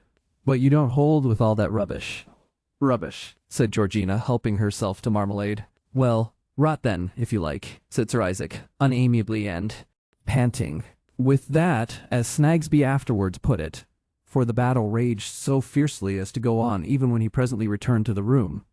The fat was in the fire. The Harman breakfast table was caught up into the great controversy with heat and fury like a tree that is overtaken by a forest fire. It burned for weeks, and smoldered still when the first white heats had abated. I will not record the arguments of either side. They were abominably bad, and you have heard them all time after time. I do not think that whatever side you have taken in this matter, you would find much to please you in Sir Isaac's goadings or Georgina's repartees. Sir Isaac would ask if women were prepared to go as soldiers, and Georgina would inquire how many years of service he had done or horrify her mother by manifest allusion to the agonies and dangers of maternity. Things like that. It gave a new interest to breakfast for Snagsby, and the peculiarly ladylike qualities of Mrs. Sawbridge. A gift for silent, pallid stiffness, a disposition, tactful but unsuccessful, to change the subject, an air of being about to leave the room in disdain, had never shone with such baleful splendor. Our interest here is rather with the effect of these remarkable disputes, which echoed in Sir Isaac's private talk long after Georgina had gone again upon Lady Harman. He could not leave this topic of feminine emancipation alone, once it had been set going, and though Ellen would always preface her remarks by, "Of course Georgina goes too far," he worried her slowly into a series of definite insurgent positions. Sir Isaac's attacks on Georgina certainly brought out a good deal of absurdity in her positions, and Georgina at times left Sir Isaac without a leg to stand on, and the net result of their disputes, as of most human controversies, was not conviction for the hearer but release. Her mind escaped between them, and went exploring for itself through the great gaps they had made in the simple, obedient assumptions of her girlhood. That question, originally put in Paradise, "Why shouldn't we?" came into her mind and stayed there.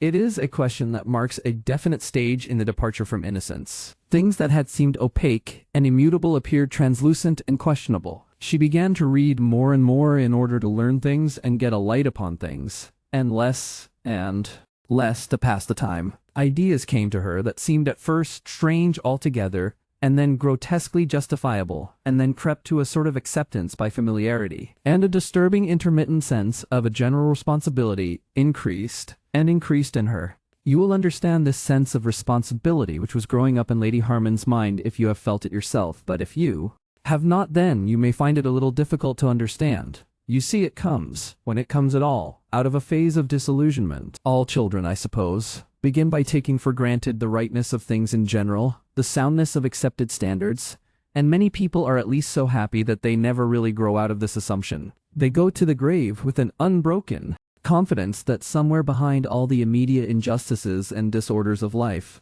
behind the antics of politics, the rigidities of institutions, the pressure of custom and the vagaries of law, there is wisdom and purpose and adequate provision. They never lose that faith in the human household they acquired amongst the directed securities of home. But for more of us and more, there comes a dissolution of these assurances. There comes illumination as the day comes into a candlelit, uncurtained room. The warm lights that once rounded off our world so completely are betrayed for what they are, smoky and guttering candles. Beyond what once seemed a casket of dutiful security is now a limitless and indifferent universe. Ours is the wisdom, or there is no wisdom. Ours is the decision, or there is no decision. That burthen is upon each of us in the measure of our capacity. The talent has been given us, and we may not bury it. And as we reckon up the disturbing influences that were stirring Lady Harman out of that life of acquiescences to which women are perhaps even more naturally disposed than men, we may pick out the conversation of Susan Burnett as something a little apart from the others, as something with a peculiar barbed pointedness of its own that was yet in other respects very representative of a multitude of nudges and nips and pricks and indications that life was giving Lady Harman's awaking mind. Susan Burnett was a woman who came to renovate and generally do up the Putney curtains and furniture and loose covers every spring. She was Mrs. Crumble's discovery. She was sturdy and short, and she had open blue eyes and an engaging simplicity of manner that attracted Lady Harman from the outset. She was stuck away in one of the spare bedrooms, And there she was available for anyone, so long, she explained, as they did fluster her when she was cutting out, with a flow of conversation that not even a mouthful of pins seemed to interrupt. And Lady Harman would go and watch Susan Burnett by the hour together and think what an enviably independent young woman she was, and listen with interest and something between horror and admiration to the various impressions of life she had gathered during a hardy and adventurous career. Their early conversations were about Susan Burnett's business and the general condition of things in that world of upholsterers, young women, in which Susan had lived until she perceived the possibilities of a connection and set up for herself. And the condition of things in that world, as Susan described it, brought home to Lady Harman just how sheltered and limited her own upbringing had been. "It is it right," said Susan, "the way they send girls out with fellers into empty houses. Naturally the men get persecuting them. They don't seem hardly able to help it, some of them. And I will say this for them, that a lot of the girls go more than halfway with them, leading them on. Still, there's a sort of man won't leave you alone. One I used to be sent out with, and a married man too he was. Oh, he used to give me a time. Why, I've bit his hands before now. Bit hard, before he'd leave go of me. It's my opinion the married men are worse than the single. Bolder they are. I pushed him over a scuttle once, and he hit his head against a bookcase. I was fair frightened of him. 'You little devil,' he says, 'I'll be even with you yet.' Oh, you've been called worse things than that. Of course, a respectable girl gets through with it, but it's trying, and to some it's a sort of temptation. I should have thought," reflected Lady Harman, "you could have told someone." "It's queer," said Susan, "but it never seemed to me the sort of thing a girl ought to go telling. It's a kind of private thing. And besides, it is exactly easy to tell. I suppose the firm did want to be worried by complaints and disputes about that sort of thing. And it is always easy to say just which of the two is to blame." "But how old are the girls they send out?" asked Lady Harman. "Some's as young as 17 or 18. It all depends on the sort of work that's wanted to be done. Of course a lot of them have to marry." This lurid little picture of vivid happenings in unoccupied houses, and particularly of the prim, industrious, capable Susan Burnett, biting aggressive wrists, stuck in Lady Harman's imagination. She seemed to be looking into hitherto unsuspected pits of simple and violent living just beneath her feet. Susan told some upholsterous love tales, real love tales, with a warmth and honesty of passion in them that seemed at once dreadful and fine to Lady Harman's underfed imagination. Under encouragement, Susan expanded the picture, beyond these mere glimpses of workshop and piecework and furtive lust. It appeared that she was practically the head of her family. There was a mother who had specialized in ill health, a sister of defective ability who stayed at home, a brother in South Africa who was very good and sent home money, and 3 younger sisters growing up. And father. She evaded the subject of father at first. Then presently Lady Harman had some glimpses of an earlier phase in Susan Burnett's life, before any of us were earning money. Father appeared as a kindly, ineffectual, insolvent figure struggling to conduct a baker's and confectioner's business in Walthamstow. Mother was already specializing. There were various brothers and sisters being born and dying. "How many were there of you altogether?" asked Lady Harman. 13 there was. Father always used to laugh and say he'd had a fair baker's dozen. There was Luke to begin with. Susan began to count on her fingers and recite braces of scriptural names. She could only make up her tale to 12. She became perplexed. Then she remembered. "Of course!" she cried. "There was Nicodemus. He was stillborn. I always forget Nicodemus, poor little chap. But he came, was it 6th or 7th? 7th after Anna." She gave some glimpses of her father, and then there was a collapse of which she fought shy. Lady Harman was too delicate to press her to talk of that. But one day in the afternoon Susan's tongue ran. She was telling how first she went to work before she was 12. "But I thought the board schools," said Lady Harman. "I had to go before the committee," said Susan. "I had to go before the committee and ask to be let go to work. There they was, sitting round a table in a great big room, and they was as kind as anything. One old gentleman with a great white beard, he was as kind as could be. 'Don't you be frightened, my dear,' he says. 'You tell us why you want to go out working.' 'Well,' I says, 'somebody's got to earn something.' And that made them laugh in a sort of fatherly way. And after that there was any difficulty. You see, it was after father's inquest, and everybody was disposed to be kind to us. Pity they can't all go instead of this educational tommy rot," the old gentleman says. "You learn to work, my dear." And I did. She paused. Father's inquest, said Lady Harman. Susan seemed to brace herself to the occasion. Father, she said, was drowned. I know. I hadn't told you that before. He was drowned in the Leah. It's always been a distress and humiliation to us. There had to be an inquest.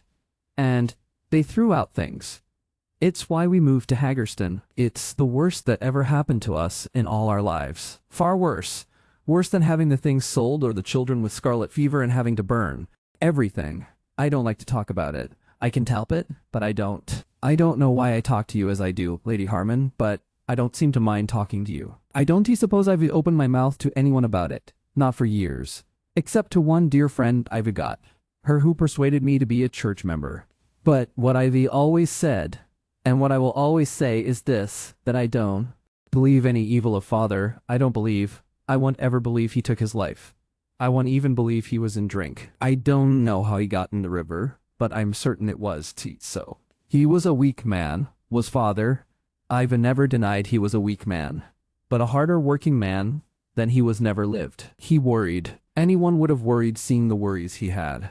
The shop was tea-paying as it was. Often we never tasted meat for weeks together, and then there came one of these internationals, giving overweight and underselling. One of these internationals? Yes, I don't suppose you've ever heard of them.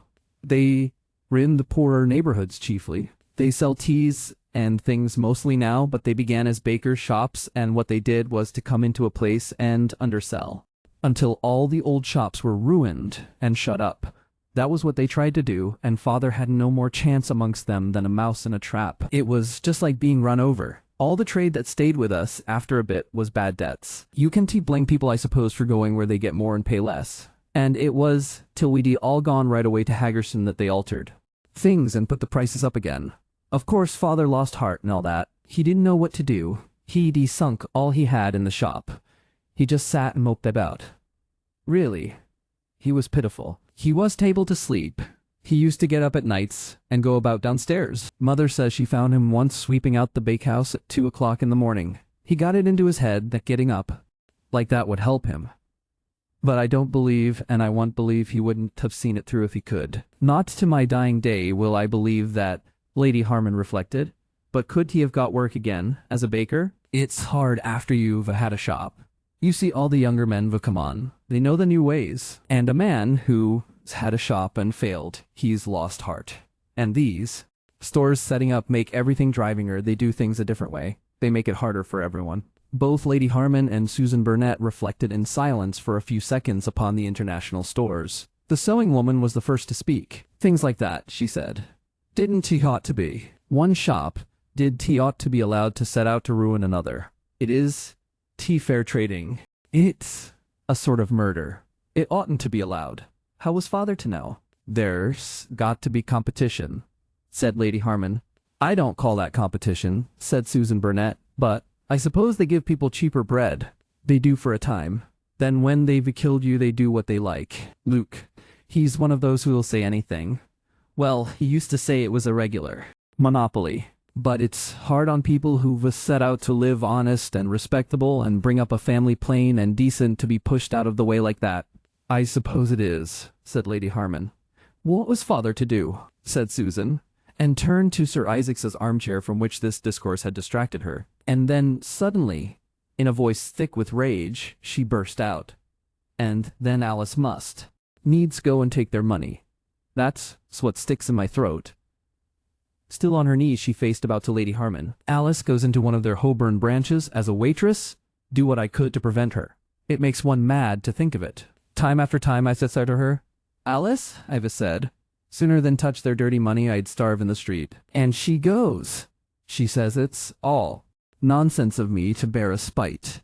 Laughs at me. Alice, I told her, it's a wonder the spirit of poor father don't rise up against you. And she laughs. Calls that bearing a spite.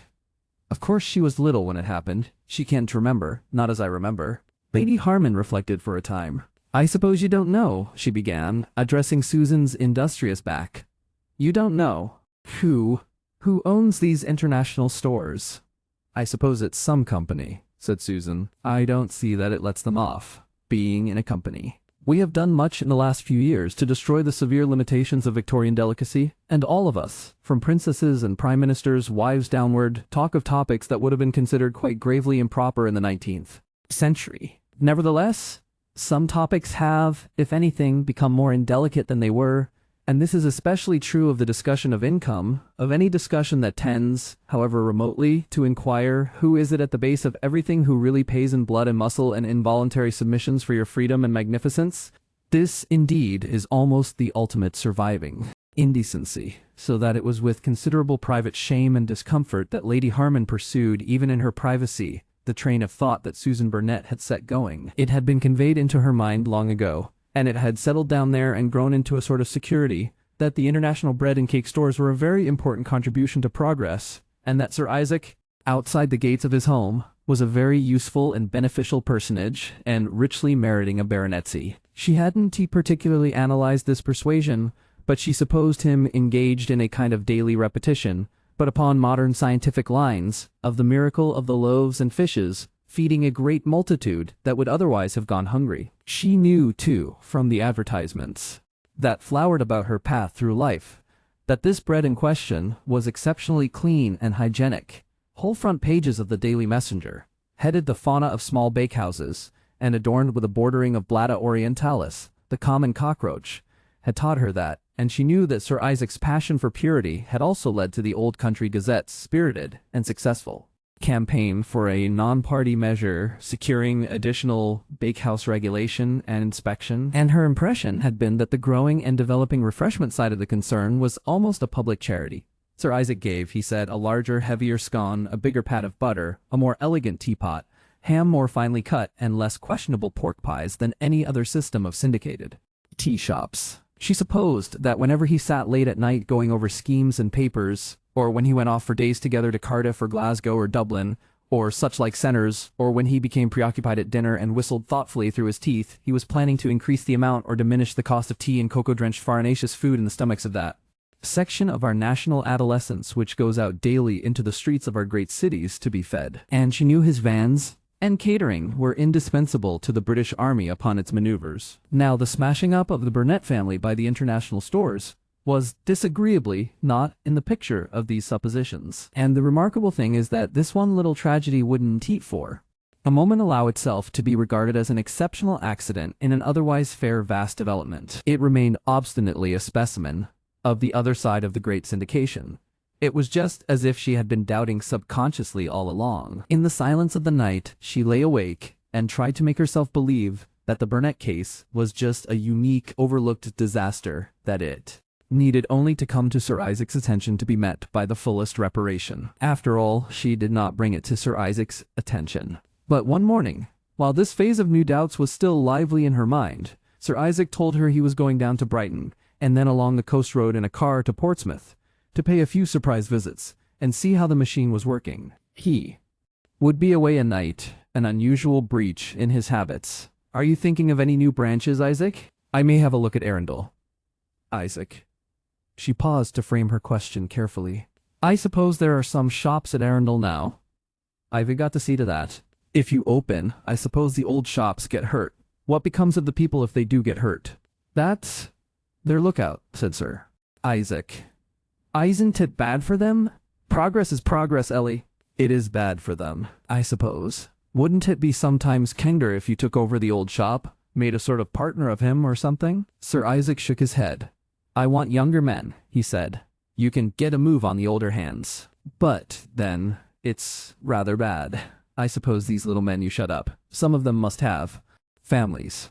You were theorizing a bit this morning, Ellie, said Sir Isaac, looking up over his coffee cup. I've been thinking about these little people. Someone has been talking to you about my shops, said Sir Isaac, and stuck out an index finger. If that, Georgina. It is Georgina, said Lady Harman, but she had it very clear in her mind that she must not say who it was. You can, too, make a business without squeezing somebody, said Sir Isaac. It's easy enough to make a row about any concern that grows a bit. Some people would like to have every business tied down to a maximum turnover and so much a year profit. I dare say you've been hearing of these articles in the London Lion. Pretty stuff it is, too. This fuss about the little shopkeepers. That's a new racket. I've had all that row about the waitresses before, and the yarn about the Normandy eggs and all that, but I don't see that you need go reading it against me and bringing it up at the breakfast table. A business is a business. It is tea to charity, and I'd like to know where you and I would be if we did run the concern on business lines. Why, that London Lion fellow came to me with the first two of those articles before the thing began. I could have had the whole thing stopped if I liked, if I'd chosen to take the back page of his beastly cover. That shows the stuff the whole thing is made of. That shows you. Why? He's just a blackmailer, that's what he is. Much he cares for my waitresses, if he can get the dibs. Little shopkeepers, indeed. I know 'em. Nice martyrs they are. There is T1. Wouldn't he skin all the others if he got half a chance? Sir Isaac gave way to an extraordinary fit of nagging anger. He got up and stood upon the hearthrug to deliver his soul the better. It was an altogether unexpected and illuminating outbreak. He was flushed with guilt. The more angry and eloquent he became, the more profoundly thoughtful grew the attentive lady at the head of his table. When at last Sir Isaac had gone off in the car to Victoria, Lady Harman rang for Snagsby. "Isn't there a paper?"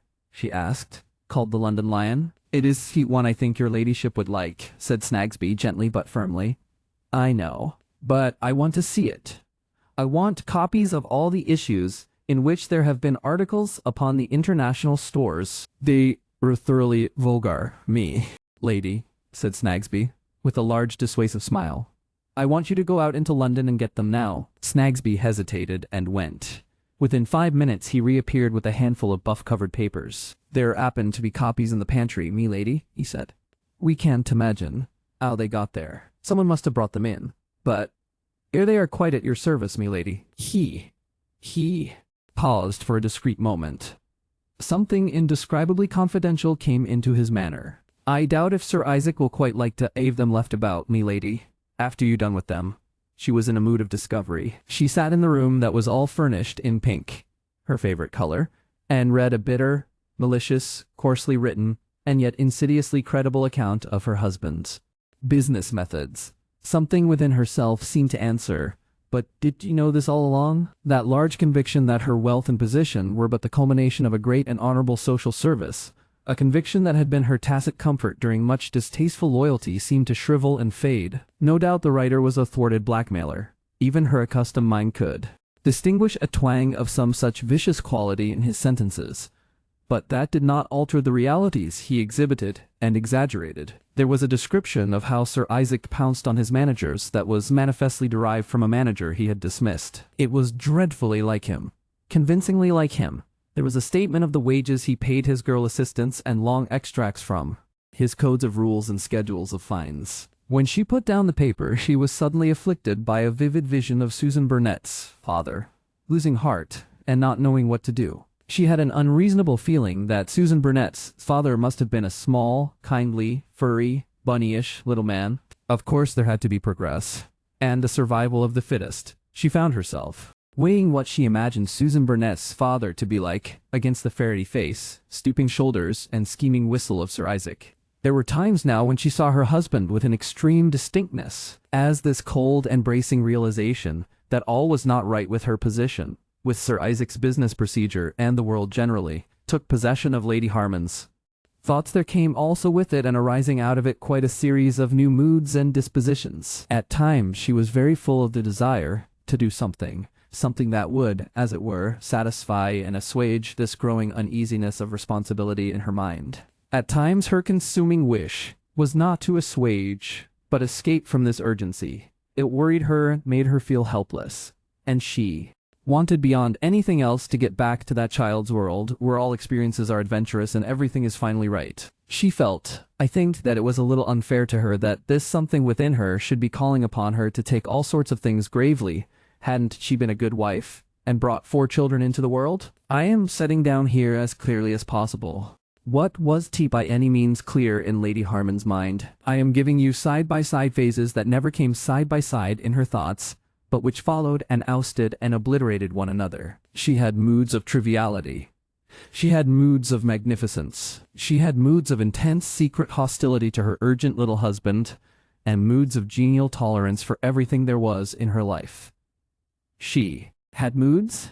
And don't we all have moods? of skepticism and cynicism much profounder than the conventions and limitations of novel writing permit us to tell here. And for hardly any of these moods had she terms and recognitions. It is, teat, a natural thing to keep on worrying about the morality of one's material prosperity. These are proclivities superinduced by modern conditions of the conscience. There is a natural resistance in every healthy human being to such distressful heart-searchings. Strong instincts battled in Lady Harman against this intermittent sense of responsibility that was beginning to worry her. An immense lot of her was for simply running away from these troublesome considerations, for covering herself up from them, for distraction.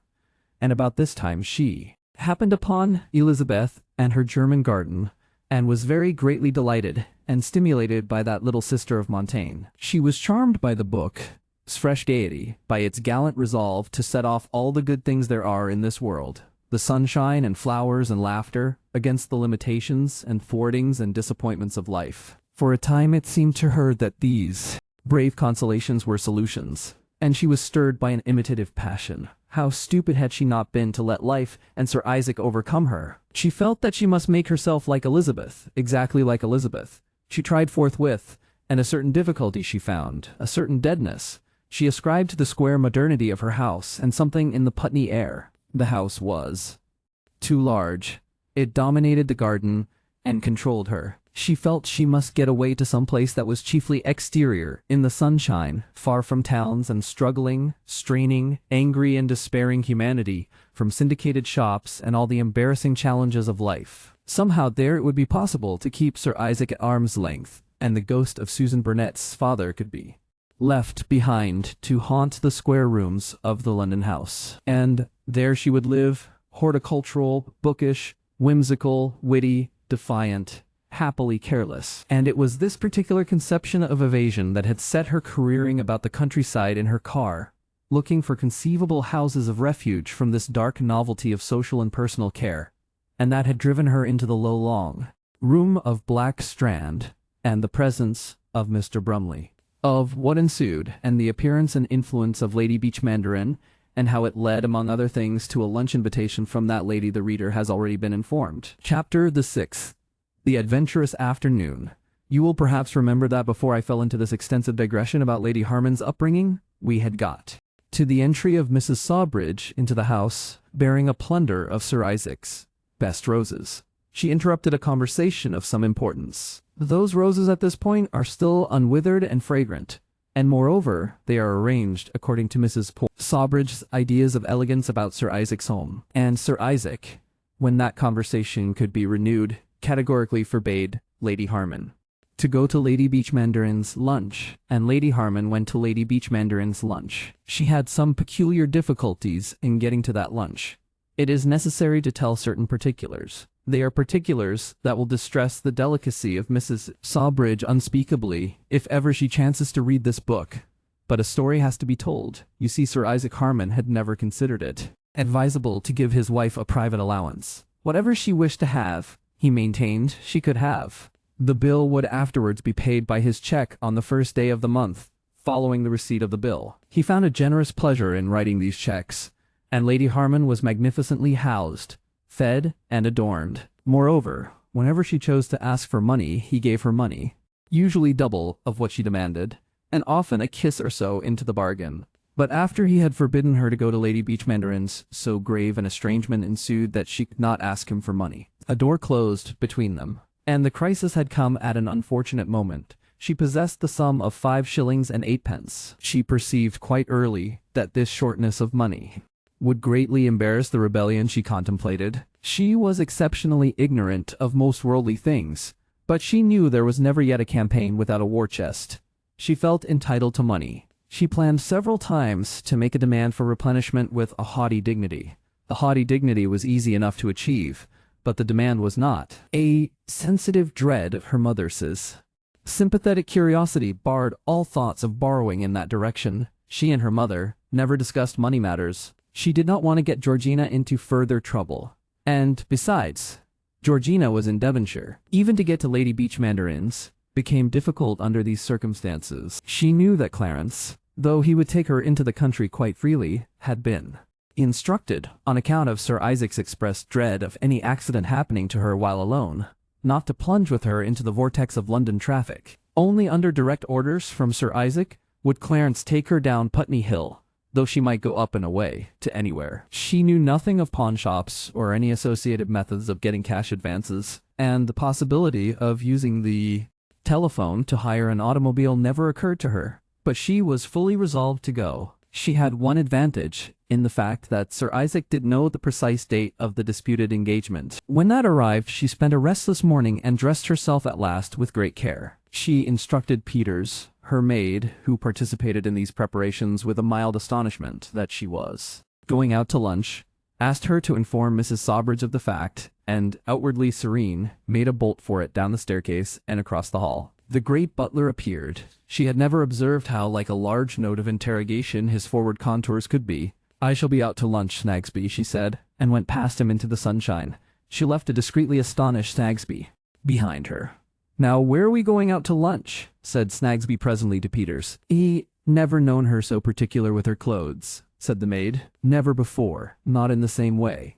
It's something new and special to this affair," Snagsby reflected. "I wonder now if Sir Isaac—" "One can't help observing things," said the maid, after a pause.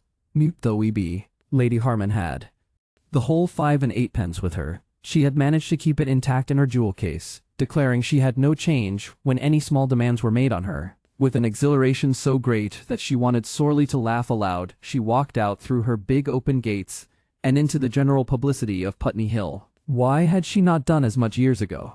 How long she had been working up to this obvious thing.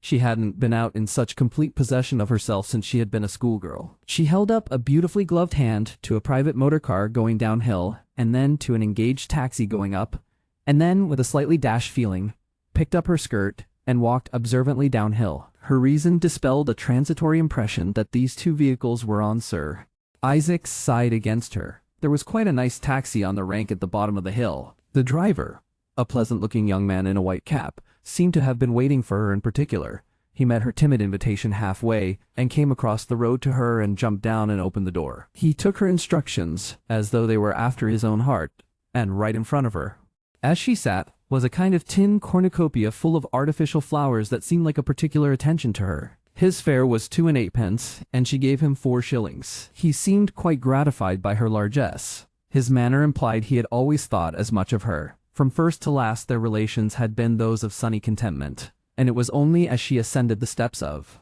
Lady Beachmandarin's portico that it occurred to her that she now had insufficient money for an automobile to take her home. But there were railways and buses and all sorts of possibilities. The day was an adventure, and she entered the drawing-room with a brow that was beautifully unruffled. She wanted to laugh still. It animated her eyes and lips with the pleasantest little stir you can imagine. Cried Lady Beachmandarin in a high note, and threw out. It had an effect of being quite a number of arms, as though she was one of those brass Indian goddesses one sees. Lady Harman felt taken in at once to all that capacious bosom involved and contained.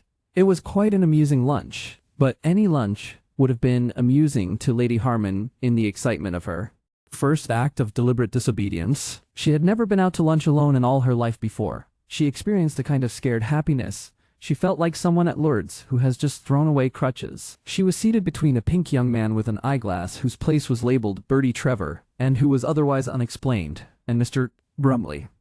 She was quite glad to see Mr. Brumley again, and no doubt her eyes showed it. She had hoped to see him. Miss Sharpsburg was sitting merely opposite to her, a real live novelist pecking observations out of life as a hen pecks seeds amid scenery, and next beyond was a large-headed, inattentive, fluffy person who was Mr. Teastone, the well-known critic, and there was Agatha Alimony under a rustling vast hat of green-black cock's feathers. Next to Sir Markham Crosby, with whom she had been having an abusive controversy in the Times, and to whom quite elaborately she wouldn't speak, and there was Lady Viping with her lorgnette, and Adolphus Blenker, Horatio's younger, and if possible more gentlemanly brother, Horatio of the Old Country Gazette, that is, sole reminder that there was such a person as Sir Isaac in the world. Lady Beachmandarin's mother and the Swiss governess, and the tall but retarded daughter, Phyllis, completed the party. The reception was lively and cheering. Lady Beach Mandarin enfolded her guests in generosities and kept them all astir like a sea swell under a squadron, and she introduced Lady Harman to Miss Alimony by public proclamation right across the room because there were two lavish tables of bric-a-brac, a marble bust of old Beach Mandarin, and most of the rest of the party in the way. And at the table conversation was like throwing bread. You never knew whom you might hit or who might hit you. But Lady Beach Mandarin produced an effect of throwing whole loaves. Bertie Trevor was one of those dancing young men who talked to a woman as though they were giving a dog biscuits, and mostly it was Mr. Brumley who did such talking as reached Lady Harman's ear. Mr. Brumley was in very good form that day. He had contrived to remind her of all their Black Strand talk while they were still eating petites bouchées à la reine.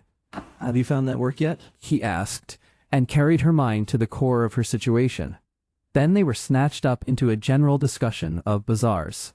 Sir Markham spoke of a great bazaar that was to be held on behalf of one of the many Shakespeare theatre movements that were then so prevalent. Was Lady Beach Mandarin implicated? Was anyone? He told of novel features in contemplation. He generalized about bazaars, and, with an air of having forgotten the presence of Miss Alimony, glanced at the suffrage bazaar. It was a season of bazaars, he thought poorly of the suffrage bazaar. The hostess intervened promptly with anecdotes of her own cynical daring as a bazaar seller. Miss Sharper offered fragments of a reminiscence about signing one of her own books for a bookstall. Blenker told a well-known bazaar anecdote brightly and well, and the impending skirmish was averted. While the bazaar talk still whacked to and fro about the table, Mr. Brumley got at Lady Harman's ear again. "Rather tantalizing these meetings at table," he said. "It's like trying to talk while you swim in a rough sea." Then Lady Beach Mandarin intervened with demands for support for her own particular bazaar project, and they were eating salad before there was a chance of another word between them. "I must confess that when I want to talk to people I like to get them alone," said Mr. Brumley, and gave form to thoughts that were already on the verge of crystallization in her own mind. She had been recalling that she had liked his voice before, noting something very kindly and thoughtful and brotherly about his right profile, and thinking how much an hour's talk with him would help to clear up her ideas. "But it's so difficult to get one alone," said Lady Harman. And suddenly, an idea of the utmost daring and impropriety flashed into her mind. She was on the verge of speaking it forthwith, and then she met something in his eye that answered her own, and then Lady Beach Mandarin was foaming over them like a dam burst over an American town. "What do you think, Mr. Brumley?" demanded Lady Beach Mandarin. "About Sir Markham's newspaper symposium." They asked him what allowance he gave his wife. "Sent a prepaid reply telegram." "But he hasn't got a wife." "They don't stick at a little thing like that," said Sir Markham grimly. "I think a husband and wife ought to have everything in common like the early Christians," said Lady Beach Mandarin. "We always did." And so got the discussion afloat again off the sandbank of Mr. Brumley's inattention. It was quite a good discussion, and Lady Harman contributed an exceptionally alert and intelligent silence. Sir Markham distrusted Lady Beach Mandarin's communism and thought that anyhow it wouldn't do for a financier or businessman. He favored an allowance. "So did Sir Joshua," said the widow Viping. This roused Agatha Alimony. "Allowance indeed," she cried. "Is a wife to be on no better footing than a daughter? The whole question of a wife's financial autonomy needs reconsidering." Adolphus Blenker became learned and lucid upon pin money and dowry and the customs of savage tribes, and Mr. Brumley helped with corroboration. Mr. Brumley managed to say just one other thing to Lady Harman before the lunch was over. It struck her for a moment as being irrelevant. "The gardens at Hampton Court," he said, "are delightful just now. Have you seen them? Autumnal fires. All the September perennials lifting their spears in their last great chorus. It's the Gotterdammerung of the year." She was going out of the room before she appreciated his possible intention. Lady Beach Mandarin delegated Sir Markham to preside over the men's cigars and bounced, and slapped her 4 ladies upstairs to the drawing-room. Her mother disappeared, and so did Phyllis and the governess. Lady Harman heard a large aside to Lady Viping, "Isn't she perfectly lovely?" glanced to discover the lorgnette in appreciative action, and then found herself drifting into a secluded window seat and a duologue with Miss Agatha Alimony. Miss Alimony was one of that large and increasing number of dusky, gray-eyed ladies who go through life with an air of darkly incomprehensible significance. She led off Lady Harman as though she took her away to reveal unheard-of mysteries, and her voice was a contralto undertone that she emphasized in some inexplicable way by the magnetic use of her eyes. Her hat of cock's feathers, which rustled like familiar spirits, greatly augmented the profundity of her effect. As she spoke, she glanced guardedly at the other ladies at the end of the room, and from first to last she seemed undecided in her own mind whether she was a conspirator or a prophetess. She had heard of Lady Harman before. She had been longing impatiently to talk to her all through the lunch. "You are just what we want," said Agatha. "What who want?" asked Lady Harman, struggling against the hypnotic influence of her interlocutor. "We," said Miss Agatha. "The cause? The GSWS. We want just such people as you," she repeated, and began in panting rhetorical sentences to urge the militant cause. For her it was manifestly a struggle against the men. Miss Alimony had no doubts of her sex. It had nothing to learn, nothing to be forgiven. It was compact of obscured and persecuted marvels. It needed only revelation. "They know nothing," she said of the antagonist males, bringing deep notes out of the melodious caverns of her voice. "They know nothing of the deeper secrets of woman's nature." Her discourse of a general feminine insurrection fell in very closely with the spirit of Lady Harman's private revolt. "We want the vote," said Agatha, "and we want the vote because the vote means autonomy." And then she paused voluminously. She had already used that word, autonomy, at the lunch table, and it came to her hearer to supply a long-felt want. Now she poured meanings into it, and Lady Harman with each addition realized more clearly that it was still a roomy sack for more. "A woman should be absolute mistress of herself," said Miss Alimony. "Absolute mistress of her person. She should be free to develop." Germinating phrases these were in Lady Harman's ear. She wanted to know about the suffrage movement from someone less generously impatient than Georgina, for Georgina always lost her temper about it, and to put it fairly ranted. This at any rate was serene and confident, and she asked tentative ill-formed questions and felt her way among Miss Alimony's profundities. She had her doubts, her instinctive doubts about this campaign of violence. She doubted its wisdom, she doubted its rightness, and she perceived, but she found it difficult to express her perception, that Miss Alimony was so much answering her objections as trying to swamp her with exalted emotion. And if there was any flaw whatever in her attention to Miss Alimony's stirring talk, it was because she was keeping a little lookout in the tail of her eye for the reappearance of the men, and more particularly for the reappearance of Mr. Brumley, with whom she had a peculiar feeling of uncompleted relations. And at last the men came, and she caught his glance and saw that her feeling was reciprocated. She was presently torn from Agatha, who gasped with pain at the parting and pursued her with a sedulous gaze as a doctor might watch an injected patient. She parted with Lady Beachmandarin with a vast splash of enthusiasm and mutual invitations, and Lady Viping came and pressed her to come to dinner and rapped her elbow with her lorgnette to emphasize her invitation. And Lady Harman, after a still moment for reflection athwart which the word autonomy flickered, accepted this invitation also. Mr. Brumley hovered for a few moments in the hall, conversing with Lady Beachmandarin's butler, whom he had known for some years and helped about a small investment, and who was now being abjectly polite and grateful to him for his attention. It gave Mr. Brumley a nice feudal feeling to establish and maintain such relationships. The furry-eyed boy fumbled with the sticks and umbrellas in the background and wondered if he too would ever climb to these levels of respectful guilt-tip friendliness. Mr. Brumley hovered the more readily because he knew Lady Harman was with the looking-glass in the little parlor behind the dining room, on her way to the outer world. At last she emerged. It was instantly manifest to Mr. Brumley that she had expected to find him there. She smiled frankly at him, with the faintest admission of complicity in her smile. "Taxi, milady," said the butler. She seemed to reflect. "No, I will walk." She hesitated over a glove button. "Mr. Brumley, is there a tube station near here?" "Not 2 minutes. But can I perhaps take you in a taxi?" "I'd rather walk." "I will show you." He found himself most agreeably walking off with her. Still more agreeable things were to follow for Mr. Brumley. She appeared to meditate upon a sudden idea. She disregarded some conversational opening of his that he forgot in the instant. "Brumley," she said, "I didn't intend to go directly home." "I'm altogether at your service," said Mr. Brumley. "At least," said Lady Harman with that careful truthfulness of hers, "it occurred to me during lunch that I wouldn't go directly home." Mr. Brumley reined in an imagination that threatened to bolt with him. "I want," said Lady Harman, "to go to Kensington Gardens, I think. This can be far from Kensington Gardens, and I want to sit there on a green chair and meditate, and afterwards I want to find a tube railway or something that will take me back to Putney. There is really no need for me to go directly home. It's very stupid of me, but I don't know my way about London as a rational creature should do. So will you take me and put me in a green chair and tell me how afterwards I can find the tube and get home?"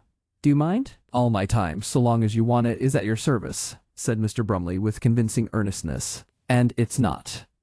5 minutes to the gardens. And afterwards, a taxicab? No, said Lady Harman, mindful of her 1 and 8 pence. I prefer a tube. But that we can talk about later. You are sure, Mr. Brumley, I'm not invading your time? I wish you could see into my mind, said Mr. Brumley. She became almost barefaced. It is so true, she said, that at lunch one can really talk to anyone, and Ivy so. Wanted to talk to you, ever since we met before. Mr. Brumley conveyed an unfeigned delight. Since then, said Lady Harman, I've read your Euphemia books. Then after a little unskillful pause, again, then she blushed and added, I had read one of them, you know, before. Exactly, he said with an infinite helpfulness.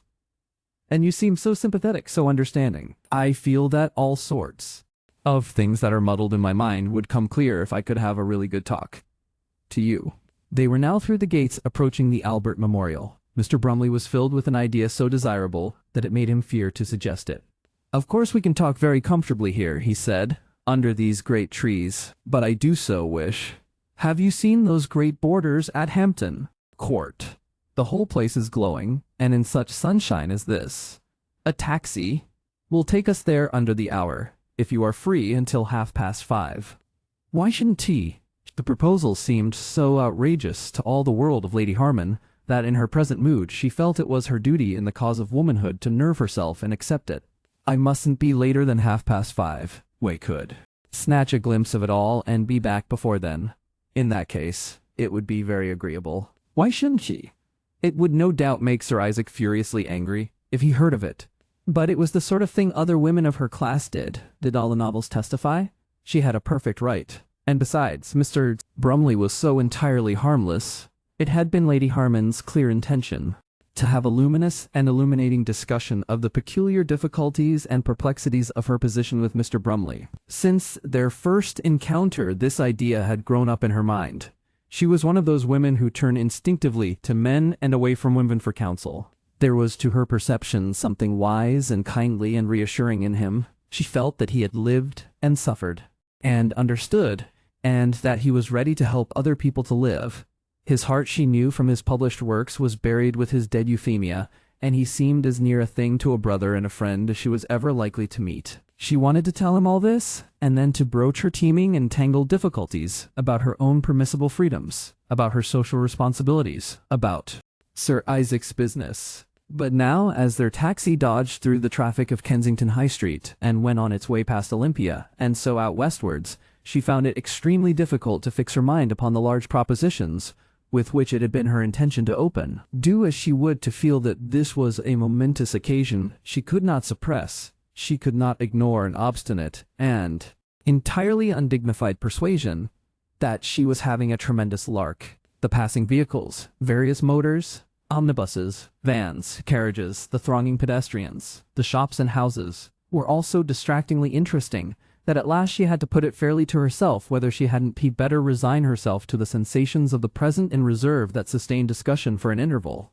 She foresaw, as inevitable on some comfortable seat under great trees at Hampton Court. You cannot talk well and penetratingly about fundamental things when you are in a not too well-hung taxi which is racing to get ahead of a vast red motor omnibus. With a certain discretion, Mr. Brumley had instructed the chauffeur to cross the river not at Putney but at Hammersmith, and so they went by Barn Station and up a still almost rural lane into Richmond Park, and there suddenly they were among big trees and bracken and red deer, and it might have been 100 miles from London streets. Mr. Brumley directed the driver to make a detour that gave them quite all the best of the park.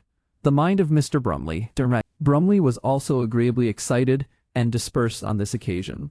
It was an occasion of which he had been dreaming very frequently of late. He had invented quite remarkable dialogues during those dreams, and now he too was conversationally inadequate, and with a similar feeling of unexpected adventure. He was now no more ready to go to the roots of things than Lady Harman. He talked on the way down chiefly of the route they were following, of the changes in the London traffic due to motor traction, and of the charm and amenity of Richmond Park. And it was only after they had arrived at Hampton Court and dismissed the taxi and spent some time upon the borders that they came at last to a seat under a grove beside a long piece of water bearing water lilies, and sat down and made a beginning with the good talk. Then indeed she tried to gather together the heads of her perplexity. And Mr. Brumley did his best to do justice to confidence she reposed in him. It was tea at all the conversation he had dreamt of. It was halting. It was inconclusive. It was full of a vague dissatisfaction. The roots of this dissatisfaction lay perhaps more than anything else in her inattention to him. How shall I say it? As him. Hints have been conveyed to the reader already that for Mr. Brumley the universe was largely a setting, a tangle, a maze, a quest enshrining at the heart of it and a dumbrating everywhere, a mystical her, and his experience of this world had pointed him very definitely to the conclusion that for that large other half of mankind which is woman, the quality of things was reciprocal and centered, for all the appearances and pretenses of other interests, in him.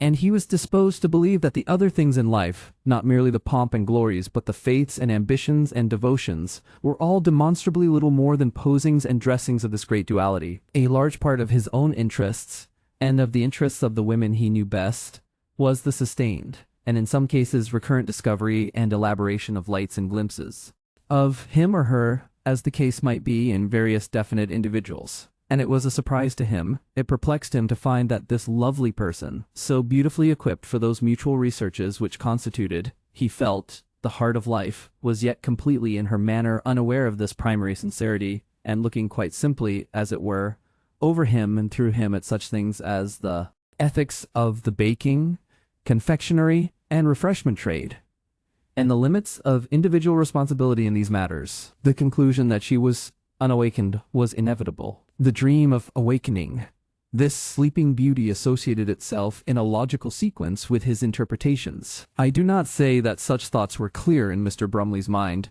They were not, but into this shape the forms of his thoughts fell. Such things dimly felt below the clear level of consciousness were in him, and they gave his attempt to take up and answer the question that perplexed her, something of the quality of an attempt to clothe and serve hidden purposes. It could not but be evident to him that the effort of Lady Harman to free herself a little from her husband's circumvallation and to disentangle herself a little from the realities of his commercial life might lead to such a liberation as would leave her like a nascent element ready to recombine. And it was entirely in the vein of this drift of thought in him that he should resolve upon an assiduous proximity against that moment of release and awakening. I do not do Mr. Brumley as the human lover justice if I lead you to suppose that. He plotted thus clearly and calculatingly, yet all this was in his mind. All this was in Mr. Brumley, but it was Mr. Brumley. Presented with it as a portrait of his mind, he would have denied it indignantly, and, knowing it was there, have grown a little flushed in his denials. Quite equally in his mind was a simple desire to please her, to do what she wished, to help her because she wanted help, and a quite keen desire to be clean and honest about her and everything connected with her, for his own sake as well as for her sake, for the sake of the relationship. So you have Mr.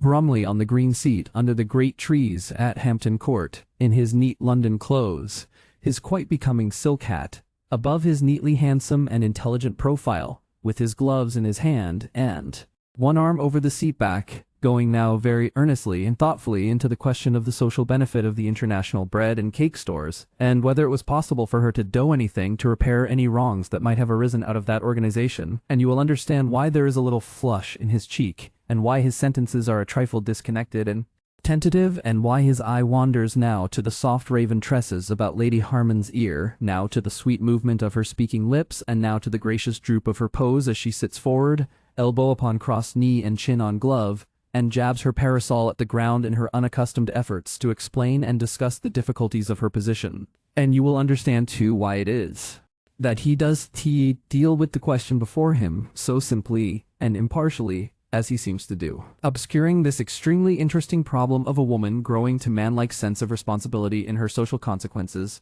is the dramatic proclivity that makes him see all this merely as something which must necessarily weaken Lady Harman's loyalty and qualify her submission to Sir Isaac, that makes him want to utilize it and develop it in that direction. Moreover, so complex is the thought of man, there was also another stream of mental activity flowing in the darker recesses of Mr. Brumley's mind. Unobtrusively, he was trying to count the money in his pockets and make certain estimates. It had been his intention to replenish his sovereign purse that afternoon at his club, and he was only reminded of this abandoned plan when he paid off his taxi at the gates of Hampton Court. The fare was 9 and 10 pence, and the only piece of gold he had was a half-sovereign. But there was a handful of loose silver in his trouser pocket, and so the fare and tip were manageable.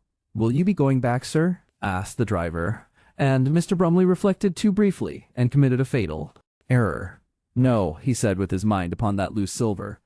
"We shall go back by train." Now it is the custom with taxicabs that take people to such outlying and remote places as Hampton Court, to be paid off and to wait loyally until their original passengers return. Thereby the little machine is restrained from ticking out tuppences, which should go in the main to the absent proprietor, and a feeling of mutuality is established between the driver and his fare. But of course this cab being released presently found another passenger and went away. I have written in vain if I have not conveyed to you that Mr. Brumley was a gentleman of great and cultivated delicacy, that he liked the seemly and handsome side of things, and dreaded the appearance of any flaw upon his prosperity as only a man trained in an English public school can do. It was intolerable to think of any hitch in this happy excursion which was to establish he knew not what confidence between himself and Lady Harman. From first to last he felt it had to go with an air, and what was the first-class fare from Hampton Court to Putney, which latter station he believed was on the line from Hampton Court to London.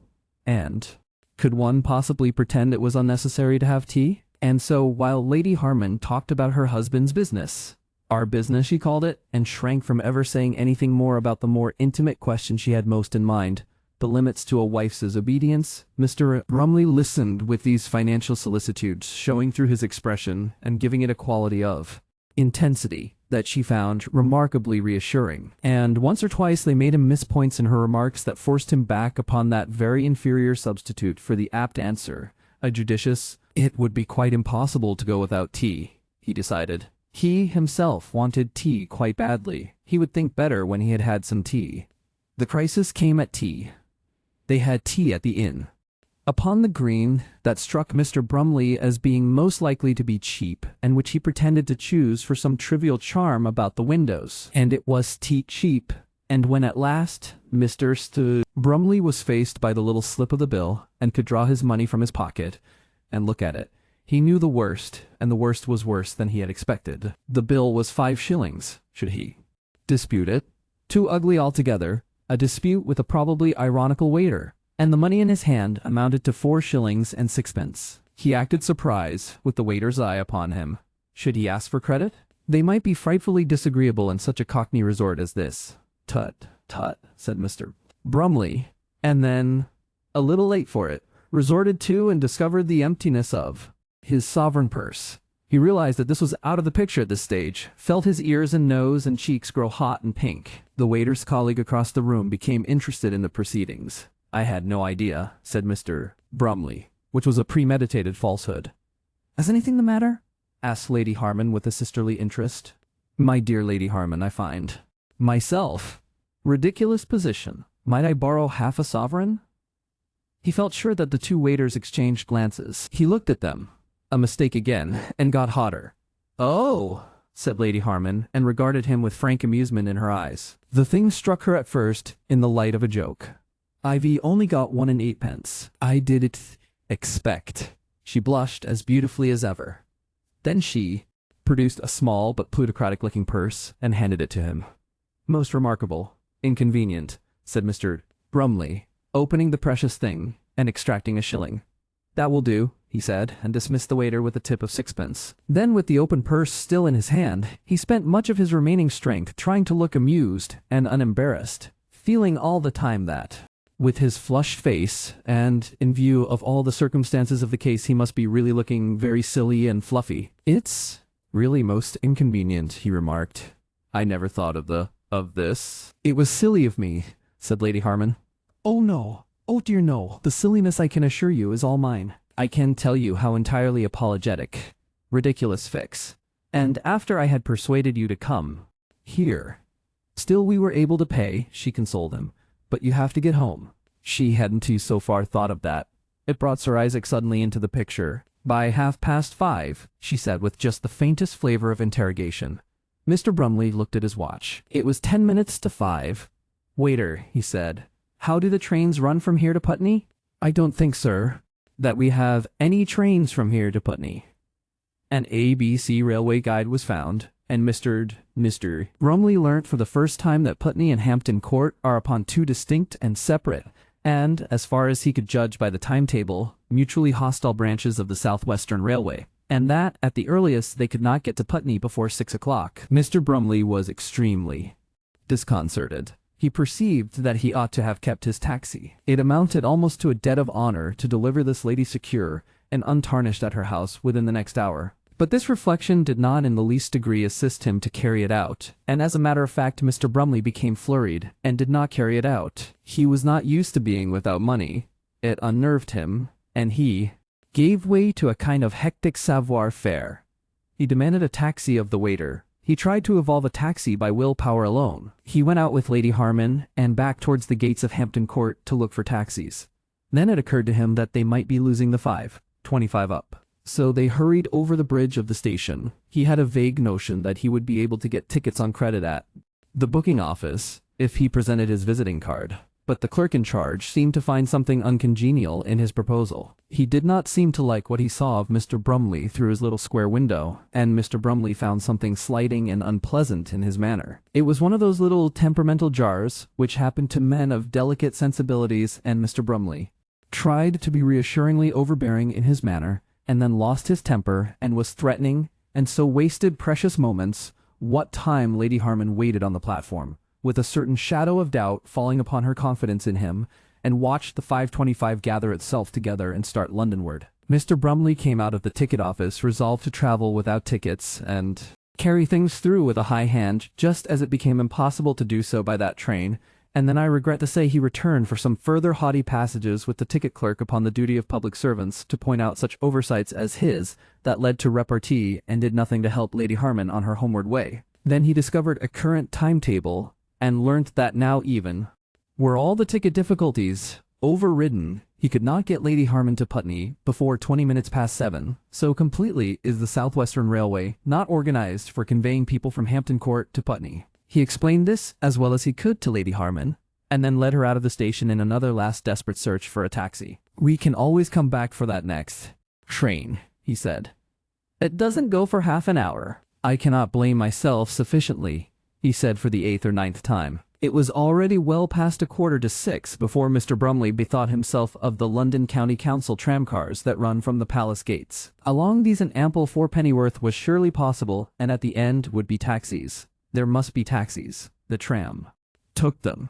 But oh, how slowly it seemed, to Hammersmith by a devious route through interminable roads and streets, and long before they reached that spot twilight had passed into darkness, and all the streets and shops were flowering into light, and the sense of night and lateness was very strong. After they were seated in the tram, a certain interval of silence came between them, and then Lady Harman laughed, and Mr. Brumley laughed. There was no longer any need for him to be energetic and fussy, and they began to have that feeling of adventurous amusement which comes on the further side of desperation. But beneath the temporary elation, Lady Harman was a prey to grave anxieties, and Mr. Brumley could not help thinking he had made a tremendous ass of himself in that ticket clerk dispute. At Hammersmith they got out, two quite penniless travelers, and after some anxious moments found a taxi. It took them to Putney Hill. Lady Harman descended at the outer gates of her home and walked up the drive in the darkness, while Mr. Brumley went on to his club and solvency again. It was 5 minutes past 8 when he entered the hall of his club. It had been Lady Harman's original intention to come home before 4, to have tea with her mother and to inform her husband when he returned from the city of her entirely dignified and correct disobedience to his absurd prohibitions. Then he would have bullied at a disadvantage. She would have announced her intention of dining with Lady Viping, and making the various calls and expeditions for which she had arranged, and all would have gone well. But you see how far accident and a spirit of enterprise may take a lady from so worthy a plan, and when at last she returned to the Victorian baronial home in Putney, it was very nearly 8, and the house blazed with crisis from pantry to nursery. Even the elder 3 little girls, who were accustomed to be kissed goodnight by their boofer mother, were still awake and catching the subtle influence of the atmosphere of dismay about them, in tears. The very under-housemaids were saying, "Wherever can her ladyship have got to?" Sir Isaac had come home that day at an unusually early hour, and with a peculiar pinched expression that filled even Snagsby with apprehensive alertness. Sir Isaac had in fact returned in a state of quite unwanted venom. He had come home early because he wished to vent it upon Ellen, and her absence filled him with something of that sensation one has when one puts out a foot for the floor and instead a step drops one down. It seems abysmally. "But where's she gone, Snagsby?" "Her ladyship said to lunch, Sir Isaac," said Snagsby. "Good gracious, where?" "Her ladyship did say, Sir Isaac, but where?" "Where the devil?" "I have no means whatever of knowing, Sir Isaac." He had a defensive inspiration. "Perhaps Mrs. Sawbridge, Sir Isaac." Mrs. Sawbridge was enjoying the sunshine upon the lawn. She sat in the most comfortable garden chair, held a white sunshade overhead, had the last new novel by Mrs. Humphrey Ward upon her lap, and was engaged in trying not to wonder where her daughter might be. She beheld, with a distinct blenching of the spirit, Sir Isaac advancing towards her. She wondered more than ever where Ellen might be. "Here!" cried her son-in-law. "Where's Ellen gone, Mrs. gone?" Sawbridge, with an affected offhandedness, was sure she hadn't the faintest idea. "Then you ought to have," said Isaac. "She ought to be at home." Mrs. Sawbridge's only reply was to bridle slightly. "Where's she got to? Where's she gone? Haven't you any idea at all?" "I was not favored by Ellen's confidence," said Mrs. Sawbridge. "But you ought to know," cried Sir Isaac. "She's your daughter. Do you know anything of either of your daughters? I suppose you don't care where they are, either of them, or what mischief they are up to. Here's a man comes home early to his tea, and no wife, after hearing all you've done at the club." Mrs. Sawbridge stood up in order to be more dignified than a seated position permitted. "It is scarcely my business, Sir Isaac," she said, "to know of the movements of your wife, nor Georgina's, apparently either. Good God! I'd have given £100 that this shouldn't have happened. If you must speak to me, Sir Isaac, will you please kindly refrain from the deity?" "Oh, shut it," said Sir Isaac, blazing up to violent rudeness. "Why, haven't you an idea? The infernal foolery! Those tickets. She got those women. Look here, if you go walking away with your nose in the air before I've done. Look here, Mrs. Sawbridge, you listen to me. Georgina. I am speaking of Georgina." The lady was walking now swiftly and stiffly towards the house, her face very pale and drawn, and Sir Isaac hurrying beside her in a white fury of expostulation. "I tell you," he cried, "Georgina." There was something maddeningly incurious about her. He could understand why she did even pause to hear what Georgina had done, and what he had to say about it. A person so wrapped up in her personal and private dignity makes a man want to throw stones. Perhaps she knew of Georgina's misdeeds. Perhaps she sympathized. A sense of the house windows checked his pursuit of her ear. "Then go," he said to her, retreating back. "Go! I don't care if you go for good. I don't care if you go altogether. If you hadn't had the upbringing of these two girls." She was manifestly out of earshot and in full yet almost queenly flight for the house. He wanted to say things about her. To someone. He was already saying things to the garden generally. What does one marry a wife for? His mind came round to Ellen again. Where had she got to? Even if she had gone out to lunch, it was time she was back. He went to his study and rang for Snagsby. "Lady Harman back yet?" he asked grimly. "No, Sir Isaac." "Why is he back?" Snagsby did his best. "Perhaps, Sir Isaac, her ladyship has experienced an accident." Sir Isaac stared at that idea for a moment. Then he thought, someone would have telephoned. "No," he said. "She's out. That's where she is. And I suppose I can wait here, as well as I can, until she chooses to come home. Degenerate foolish nonsense." He whistled between his teeth like an escape of steam. Snagsby, after the due pause of attentiveness, bowed respectfully and withdrew. He had barely time to give a brief outline of the interview to the pantry before a violent ringing summoned him again. Sir Isaac wished to speak to Peters, Lady Harman's maid. He wanted to know where Lady Harman had gone. This being impossible, he wanted to know where Lady Harman had seemed to be going. "Her ladyship seemed to be going out to lunch, Sir Isaac," said Peters, her meek face irradiated by helpful intelligence. "Oh, get out," said Sir Isaac. "Get out." "Yes, Sir Isaac," said Peters, and obeyed. "He's in a rare bait about her," said Peters to Snagsby downstairs. "I'm inclined to think her ladyship will catch it pretty hot," said Snagsby. "He can know anything," said Peters. "What about?" asked Snagsby. "Oh, I don't know," said Peters. "Don't ask me about her." About 10 minutes later, Sir Isaac was heard to break a little china figure of the goddess Kwannon that had stood upon his study mantel shelf. The fragments were found afterwards in the fireplace. The desire for self-expression may become overwhelming. After Sir Isaac had talked to himself about Georgina and Lady Harman for some time in his study, he was seized with a great longing to pour some of this spirited stuff into the entirely unsympathetic ear of Mrs. Sawbridge. So he went about the house and garden looking for her, and, being at last obliged to inquire about her, learnt from a scared defensive housemaid whom he cornered suddenly in the conservatory, that she had retired to her own room. He went and rapped at her door, but after one muffled, "Who's that?" he could get no further response. "I want to tell you about Georgina," he said. He tried the handle, but the discreet lady within had turned the key upon her dignity. "I want," he shouted, "to tell you about Georgina." "Georgina. Oh, damn!" Silence. Tea awaited him downstairs. He hovered about the drawing-room, making noises between his teeth. "Snagsby," said Sir Isaac, "just tell Mrs. Sawbridge I shall be obliged if she will come down to tea." "Mrs. Sawbridge, as a deck, Sir Isaac," said Mr. Snagsby with extreme blandness. "She asked me to acquaint you. She has ordered tea in her own apartment." For a moment, Sir Isaac was baffled. Then he had an inspiration. "Just get me the Times, Snagsby," he said. He took the paper and unfolded it until a particular paragraph was thrown into extreme prominence. This he lined about with his fountain pen and wrote above it with a quivering hand, "These women's tickets were got by Georgina under false pretenses from me." He handed the paper thus prepared back to Snagsby. "Just take this paper to Mrs. Sawbridge," he said, "and ask her what she thinks of it." But Mrs. Sawbridge tacitly declined this proposal for a correspondence via Snagsby. There was no excuse for Georgina. Georgina had obtained tickets from Sir Isaac for the great party reception at Barleypound House, under the shallow pretext that she wanted them for two spinsters from the country, for whose good behavior she would answer, and she had handed them over to that organization of disorder, which swayed her mind. The historical outrage upon Mr. Blapton was the consequence. Two desperate and misguided emissaries had gone to the great reception, dressed and behaving as much as possible like helpful liberal women. They had made their way towards the brilliant group of leading liberals of which Mr. Is had gone to the great reception.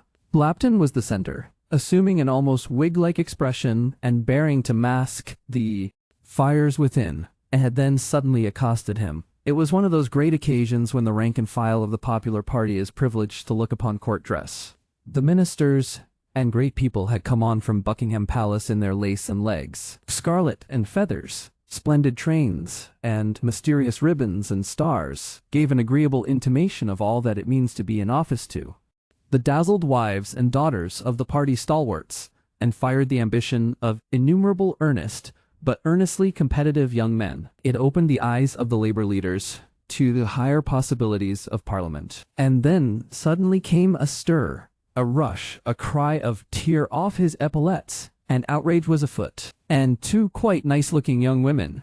It is, unhappily, not necessary to describe the scene that followed. Mr. Blapton made a brave fight for his epaulettes, fighting chiefly with his cocked hat, which was bent double in the struggle. Mrs. Blapton gave all the assistance true womanliness could offer, and in fact she boxed the ears of one of his assailants very soundly. The intruders were rescued in an extremely torn and draggled condition from the indignant statesman, who had fallen upon them by tardy but decisive police. Such scenes sprinkle the recent history of England with green and purple patches, and the interest of this particular one for us is only because of Georgina's share in it.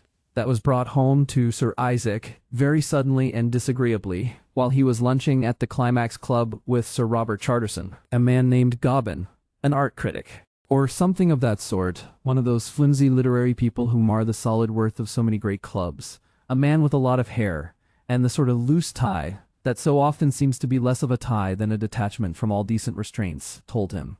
Charterson was holding forth upon the outrage. "That one to suit Sir Isaac, Sir Robert," said Gobbin, presuming on his proximity. Sir Isaac tried to give him a sort of look one gives to an unsatisfactory clerk. "They went there with Sir Isaac's tickets," said Gobbin. "They never." "Horatio Blenker was looking for you in the hall. Haven't you seen him? After all the care they took." The poor man's almost in tears. "They never had tickets of mine," cried Sir Isaac stoutly and indignantly. And then the thought of Georgina came. like a blow upon his heart. In his flurry, he went on denying. The subsequent conversation in the smoking room was as red-eared and disagreeable for Sir Isaac as any conversation could be. But how could such a thing have happened? He asked in a voice that sounded bleached to him. How could such a thing have come about? Their eyes were dreadful. Did they guess? Could they guess? Conscience within him was going up and down, shouting out, "Georgina, your sister-in-law, Georgina," so loudly that he felt the whole smoking room must be hearing it. As Lady Harman came up through the darkness of the drive to her home, she was already regretting very deeply that she had not been content to talk to Mr. Brumley in Kensington Gardens instead of accepting his picturesque suggestion of Hampton Court. There was an unpleasant waif-like feeling about this return. She was reminded of pictures published in the interests of Dr. Bernardo's philanthropies. Dr. B's, Bernardo, her favorite hero in real life, in which wistful little outcasts creep longingly towards brightly lit but otherwise respectable homes. It was at all the sort of feeling she would have chosen if she had a choice of feelings. She was tired and dusty, and as she came into the hall, the bright light was blinding. Snagsby took her wrap. "Sir Isaac, milady, has been inquiring for your ladyship," he communicated. Sir Isaac appeared on the staircase. "Good gracious, Ellie," he shouted. "Where you been?" Lady Harman decided against an immediate reply. "I shall be ready for dinner in half an hour," she told Snagsby, and went past him to the stairs. Sir Isaac awaited her. "Where you been?" he repeated as she came up to him. Al's maid on the staircase and the second nursemaid on the nursery landing above shared Sir Isaac's eagerness to hear her answer. But they did not hear her answer, for Lady Harman, with a movement that was all too reminiscent of her mother's in the garden, swept past him towards the door of her own room. He followed her and shut the door on the thwarted listeners. "Here," he said, with a connubial absence of restraint. "Where the devil you been? What the deuce do you think you've been getting up to?" She had been calculating her answers since the moment she had realized that she was to return home at a disadvantage. It is not my business to blame her for a certain disingenuousness. It is my business simply to record it. "I went out to lunch at Lady Beachmandarin's," she said. "I told you I meant to." "Lunch?" he cried. "Why, it's 8.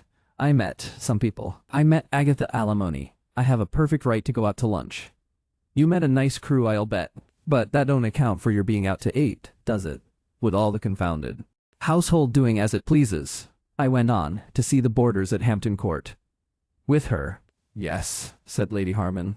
It was what she had meant to happen. It was an inglorious declension from her contemplated pose of dignified assertion. She was impelled to do her utmost to get away from this lie she had uttered at once, to eliminate Agatha from the argument by an emphatic generalization. "I've a perfect right," she said, suddenly nearly breathless, "to go to Hampton Court with anyone I please, talk about anything I like, and stay there as long as I think fit." He squeezed his thin lips together for a silent moment, and then retorted, "You've got nothing of the sort, nothing of the sort. You've got to do your duty like everybody else in the world, and your duty is to be in this house controlling it, and not gossiping about London just where any silly fancy takes you." "I don't think that is my duty," said Lady Harman after a slight pause to collect her forces. "Of course it's your duty. You know it's your duty. You know perfectly well. It's only these rotten, silly, degenerate, decadent fools who've got ideas into you." The sentence staggered under its load of adjectives like a camel under the last straw, and collapsed. "See?" he said. Lady Harman knitted her brows. "I do my duty," she began. But Sir Isaac was now resolved upon eloquence. His mind was full with the accumulations of an extremely long and bitter afternoon and urgent to discharge. He began to answer her, and then a passion of rage flooded him. Suddenly he wanted to shout and use abusive expressions, and it seemed to him there was nothing to prevent his shouting and using abusive expressions. So he did. "Call this your duty," he said, gadding about with some infernal old suffragette. He paused to gather force. He had never quite let himself go to his wife before. He had never before quite let himself go to anyone. He had always been in every crisis just a little too timid to let himself go.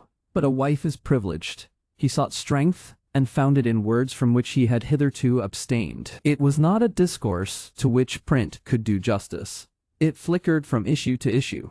He touched upon Georgina, upon the stiffness of Mrs. Sawbridge's manner, upon the neurotic weakness of Georgina's unmarried state, upon the general decay of feminine virtue in the community, upon the laxity of modern literature, upon the dependent state of Lady Harman, upon the unfairness of their relations which gave her every luxury while he spent his days in arduous toil, upon the shame and annoyance in the eyes of his servants that her unexplained absence had caused him. He emphasized his speech by gestures. He thrust out one rather large, ill-shaped hand at her with two vibrating fingers extended. His ears became red, his nose red, his eyes seemed red, and all about these points his face was wrathful white. His hair rose up into stiff, scared listening ends. He had his rights. He had some little claim to consideration, surely. He might be just nobody, but he was going to stand this much anyhow. He gave her fair warning. What was she? What did she know of the world into which he wanted to rush? He lapsed into views of Lady Beach Mandarin. Unfavorable views. I wish Lady Beach Mandarin could have heard him. Ever and again, Lady Harman sought to speak. This incessant voice confused and baffled her. She had a just attentive mind at bottom, and down there was a most weakening feeling that there must indeed be some misdeed in her to evoke so impassioned a storm. She had a curious and disconcerting sense of responsibility for his dancing exasperation. She felt she was to blame for it. Just as years ago she had felt she was to blame for his tears when he had urged her so desperately to marry him. Some irrational instinct made her want to allay him. It is the supreme feminine weakness, that wish to allay. But she was also clinging desperately to her resolution to proclaim her other forthcoming engagements. Her will hung on to that as a man hangs on to a mountain path in a thunderburst. She stood gripping her dressing table and ever and again trying to speak. But whenever she did so, Sir Isaac lifted a hand and cried almost threateningly, You hear me out, Ellie. You hear me out, Ellie. And went on a little faster. Limburger, in his curious Sexil Unterschiede der Seele, points out as a probably universal distinction between the sexes that when a man scolds a woman, if only he scolds loudly enough and long enough, conviction of sin is aroused, while in the reverse case the result is merely a murderous impulse. This, he further says, is not understood by women, who hope by scolding to produce the similar effect upon men that they themselves would experience. The passage is illustrated by figures of ducking stools and followed by some carefully analyzed statistics of connubial crime in Berlin in the years 1901-2. But in this matter, let the student compare the achievement of Paulina in The Winter's Tale and reflect upon his own life. And moreover, it is difficult to estimate how far the twinges of conscience that Lady Harman was feeling were not due to an entirely different cause, the falsification of her position by the lie she had just told Sir Isaac. And presently upon this noisy scene in the great pink bedroom, with Sir Isaac walking about and standing and turning and gesticulating, and Lady Harman clinging on to her dressing table, and painfully divided between her new connections, her sense of guilty deception, and the deep instinctive responsibilities of a woman's nature, came, like one of those rows of dots that are now so frequent and so helpful in the art of fiction, the surging, deep, assuaging note of Snagsby's gong. Boom, boom, boom. But damn it, cried Sir Isaac, smiting at the air with both fists clenched and speaking as though this was Ellen's crowning misdeed, and we aren't even dressed for dinner. No, dinner had something of the stiffness of court ceremonial. Mrs. Sawbridge, perhaps erring on the side of discretion, had consumed a little soup and a wing of chicken in her own room. Sir Isaac was down first, and his wife found him grimly astride before the great dining-room fire awaiting her. She had had her dark hair dressed with extreme simplicity and had slipped on a blue velvet tea-gown. But she had been delayed by a visit to the nursery, where the children were now flushed and uneasily asleep. Husband and wife took their places at the genuine Sheraton dining table, one of the very best pieces Sir Isaac had ever picked up, and were waited on with a hushed, scared dexterity by Snagsby and the footman. Lady Harman and her husband exchanged no remarks during the meal. Sir Isaac was a little noisy with his soup, as became a man who controls honest indignation, and once he complained briefly in a slightly hoarse voice to Snagsby about the state of one of the rolls. Between the courses he leant back in his chair and made faint sounds with his teeth. These were the only breach of the velvety quiet. Lady Harman was surprised to discover herself hungry, but she ate with thoughtful dignity and gave her mind to the attempted digestion of the confusing interview she had just been through. It was a very indigestible interview. On the whole, her heart hardened again. With nourishment and silence her spirit recovered a little from its abasement, and her resolution to assert her freedom to go hither and thither and think as she chose renewed itself. She tried to plan some way of making her declaration so that she would not again be overwhelmed by a torrent of response. Should she speak to him at the end of dinner? Should she speak to him while Snagsby was in the room? But he might behave badly even with Snagsby in the room, and she could not bear to think of him behaving badly to her in the presence of Snagsby. She glanced at him over the genuine old silver bowl of roses in the middle of the table. All the roses were good new sorts, and tried to estimate how he might behave under various methods of declaration. The dinner followed its appointed ritual to the dessert. Came the wine, and Snagsby placed the cigars and the little silver lamp beside his master. She rose slowly with a speech upon her lips. Sir Isaac remained seated looking up at her, with a mitigated fury in his little red-brown eyes. The speech receded from her lips again. "I think," she said after a strained pause, "I will go and see how Mother is now." "She's only shamming," said Sir Isaac belatedly to her back as she went out of the room. She found her mother in a wrap before her fire and made her dutiful inquiries. "It's only quite a slight headache," Mrs. Sawbridge confessed. But Isaac was so upset about Georgina and she flinched, about everything, that I thought it better to be out of the way. "What exactly has Georgina done?" "It's in the paper, dear. On the table there. On the table there." Ellen studied the Times. "Georgina got them the tickets," Mrs. Sawbridge explained. "I wish she hadn't. It was so unnecessary of her."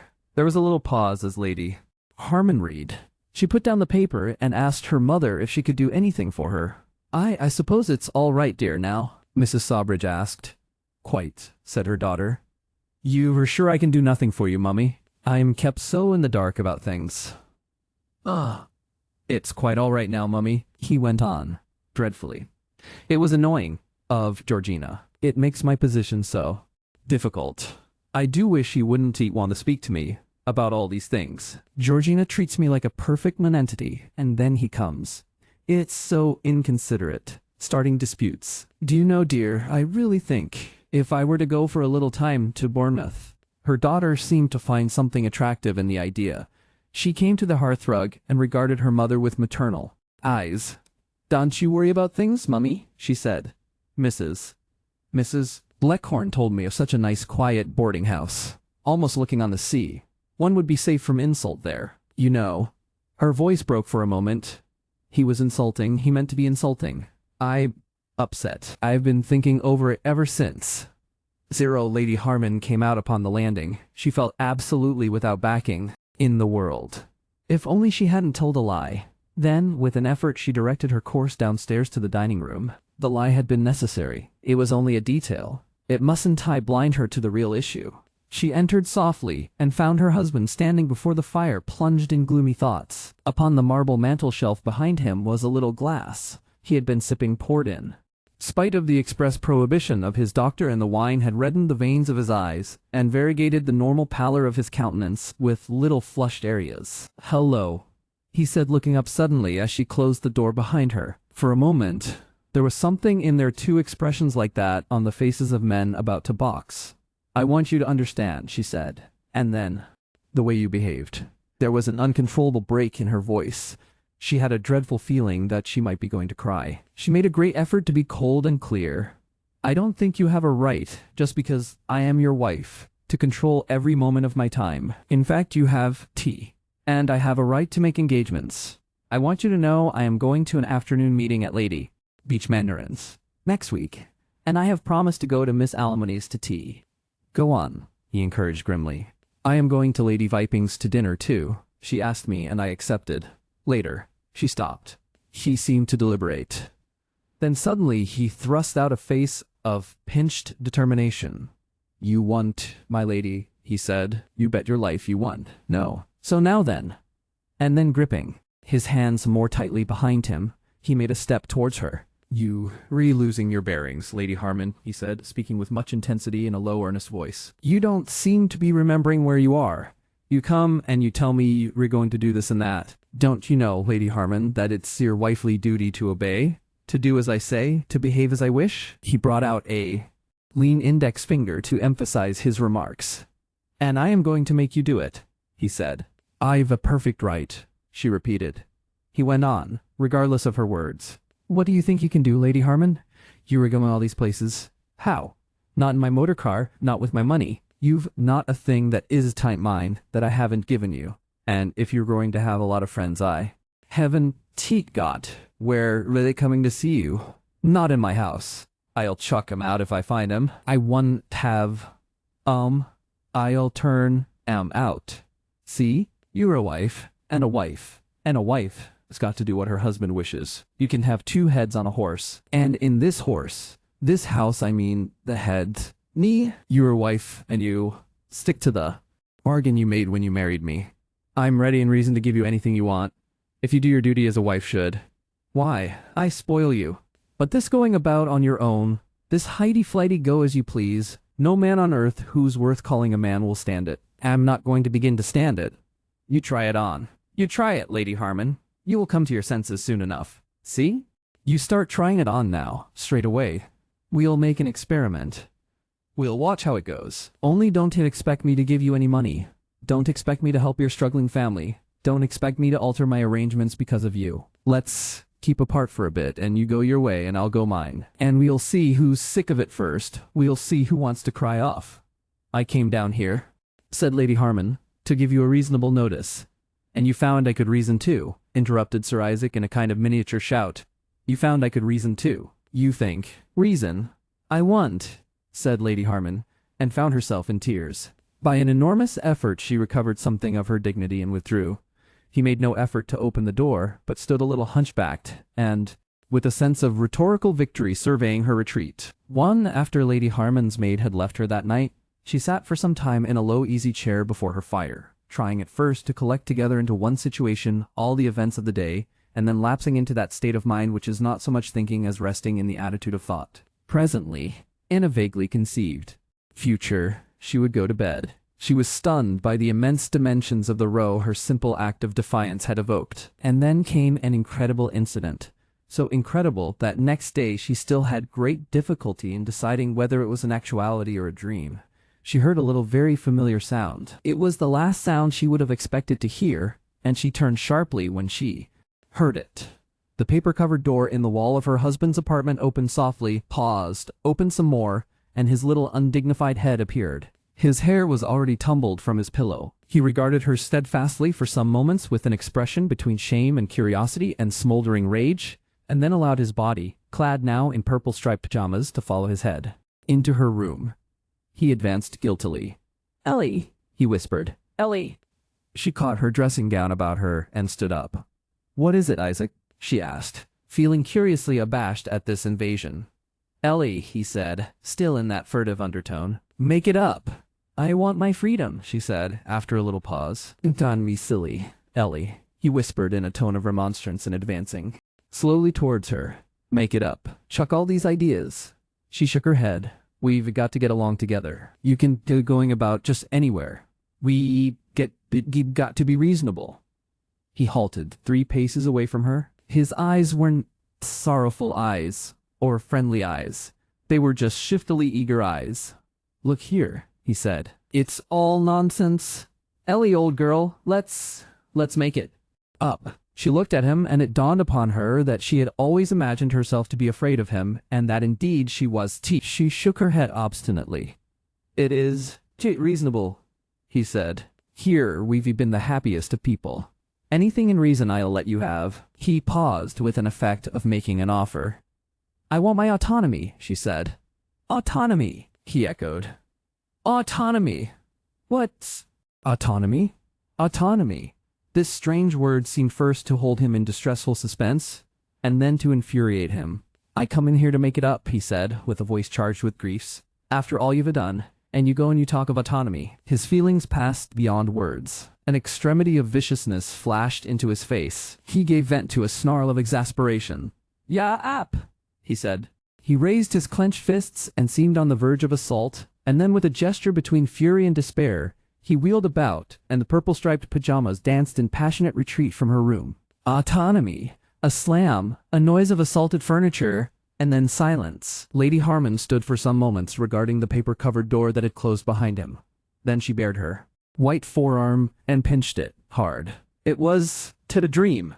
This thing had happened. 2 at 2:45 in the morning. Lady Harman was surprised to find herself wide awake. It was exactly 2:45, when she touched the stud of the ingenious little silver apparatus upon the table beside her bed, which reflected a luminous clock face upon the ceiling. And her mind was no longer resting in the attitude of thought but extraordinarily active. It was active, but as she presently began to realize, it was not progressing. It was spinning violently round and round the frenzied figure of a little man in purple-striped pajamas retreating from her presence, whirling away from her like something blown before a gale. That seemed to her to symbolize the completeness of the breach the day had made between her husband and herself. She felt as a statesman might feel who had inadvertently, while conducting some trivial negotiations, declared war. She was profoundly alarmed. She perceived ahead of her abundant possibilities of disagreeable things, and she was by any means as convinced of the righteousness of her cause as a happy warrior should be. She had a natural disposition towards truthfulness, and it worried her mind that while she was struggling to assert her right to these common social freedoms, she should be tacitly admitting a kind of justice in her husband's objections by concealing the fact that her afternoon's companion was a man. She tried not to recognize the existence of a doubt, but deep down in her mind there did indeed lurk a weakening uncertainty about the right of a woman to free conversation with any man but her own. Her reason disowned that uncertainty with scorn, but it wouldn't go away for all her reason. She went about in her mind doing her utmost to cut that doubt dead. She tried to go back to the beginning and think it all out, and as she was not used to thinking things out, the effort took the form of an imaginary explanation to Mr. Brumley of the difficulties of her position. She framed phrases. "You see, Mr. Brumley," she imagined herself to be saying, "I want to do my duty as a wife. I have to do my duty as a wife. But it's so hard to say just where duty leaves off and being a mere slave begins. I cannot believe that blind obedience is any woman's duty. A woman needs autonomy." Then her mind went off for a time to wrestle with the exact meaning of autonomy, an issue that had not arisen hitherto in her mind. And as she planned out such elucidations, there grew more and more distinct in her mind a kind of idealized Mr. Brumley, very grave, very attentive, wonderfully understanding, saying illuminating helpful tonic things. That made everything clear, everything almost easy. She wanted someone of that quality so badly. The night would have been unendurable if she could not have imagined Mr. Brumley of that quality, and imagining him of that quality her heart yearned for him. She felt that she had been terribly inexpressive that afternoon. She had shirked points, misstated points, and yet he had been marvelously understanding. Ever and again his words had seemed to pierce right through what she had been saying to what she had been thinking, and she recalled with peculiar comfort a kind of abstracted calculating look that had come at times into his eyes, as though his thoughts were going ever so much deeper and ever so much further than her blundering questionings could possibly have taken them. He weighed every word. He had a guarded way of saying, Her thoughts came back to the dancing little figure in purple-striped pajamas. She had a scared sense of irrevocable breaches. What would he do tomorrow? What should she do tomorrow? Would he speak to her at breakfast, or should she speak first to him? She wished she had some money. If she could have foreseen all this, she would have got some money before she began. So her mind went on round, and the dawn was breaking before she slept again. Mr. Brumley also slept little that night. He was wakefully mournful, recalling each ungraceful incident of the afternoon's failure in turn, and more particularly his dispute with the ticket clerk, and thinking over all the things he might have done. If only he hadn't done the things he had done. He had made an atrocious mess of things. He felt he had hopelessly shattered the fair fabric of impressions of him that Lady Harman had been building up, that image of a wise, humane, capable man to whom a woman would gladly turn. He had been flurried, he had been incompetent, he had been ridiculously incompetent, and it seemed to him that life was a string of desolating inadequacies, and that he would never smile again. The probable reception of Lady Harman by her husband never came within his imaginative scope, nor did the problems of social responsibility that Lady Harman had been trying to put to him exercise him very greatly. The personal disillusionment was too strong for that. About 4:30, a faint ray of comfort came with the consideration that after all a certain practical incapacity is part of the ensemble of a literary artist, and then he found himself wondering what flowers of wisdom Montaigne might not have culled from such a day's experience. He began an imitative essay in his head, and he fell asleep upon this at last at about 5 in the morning. There were better things than this in the composition of Mr. Brumley.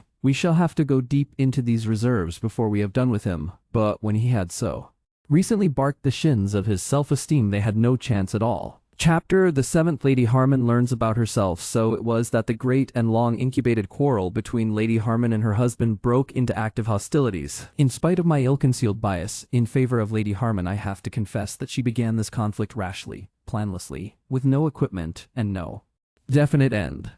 Particularly, I would emphasize that she had no definite end. She had wanted merely to establish a right to go out by herself occasionally, exercise a certain choice of friends, take on, in fact, the privileges of a grown-up person, and in asserting that she had never anticipated that the participation of the household would be invoked, or that a general breach might open between herself and her husband. It had seemed just a definite little point at issue, but at Sir Isaac's angry touch, a dozen other matters that had seemed safely remote, matters she had never yet quite properly thought about, had been drawn into controversy. It was not only that he drew in things from outside, he evoked things within herself. She discovered she was disposed to fight not simply to establish certain liberties for herself, but also, which had certainly not been in her mind before, to keep her husband away from herself. Something latent in the situation had surprised her with this effect. It had arisen out of the quarrel like a sharpshooter out of an ambuscade. Her right to go out alone had now only the value of a mere pretext for far more extensive independence. The ultimate extent of these independences she still dared not contemplate.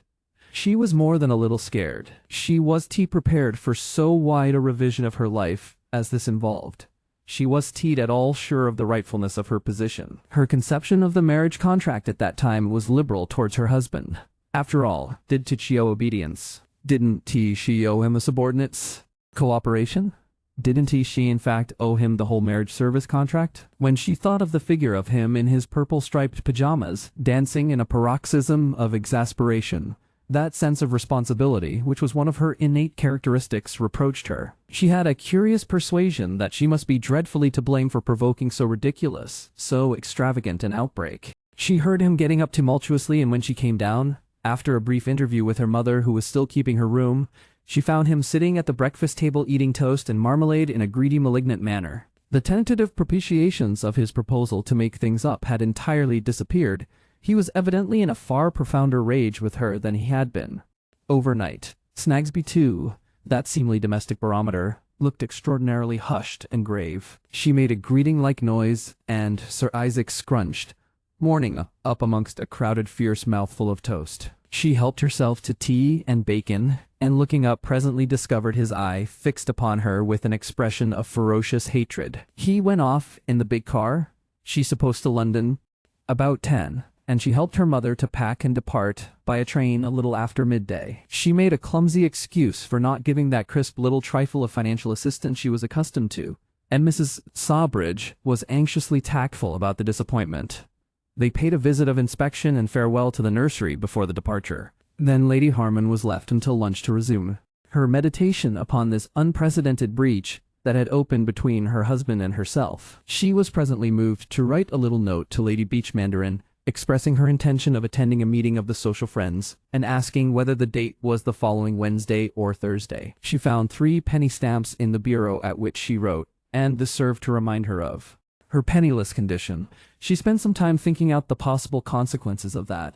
How, after all, was she going to do things, with not a penny in the world to do them with? Lady Harman was not only instinctively truthful, but also almost morbidly honorable. In other words, she was simple-minded. The idea of a community of goods between husband and wife had never established itself in her mind. She took all Sir Isaac's presents in the spirit in which he gave them, presents she felt they were on trust. And so it was that with a £600 pearl necklace, a diamond tiara, bracelets, lockets, rings, chains, and pendants of the most costly kind. There had been a particularly beautiful bracelet when Millicent was born, a necklace on account of Florence, a fan painted by Charles Condor for Annette, and a richly splendid set of old Spanish jewelry, yellow sapphires set in gold, to express Sir Isaac's gratitude for the baby, with all sorts of purses, bags, boxes, trinkets, and garments, with a bedroom and morning room rich in admirable loot, and with endless tradespeople willing to give her credit that there was any possible means of getting pocket money except by direct demand from Sir Isaac. She surveyed her balance of 2 penny stamps, and even about these she felt a certain lack of negotiable facility. She thought indeed that she might perhaps borrow money,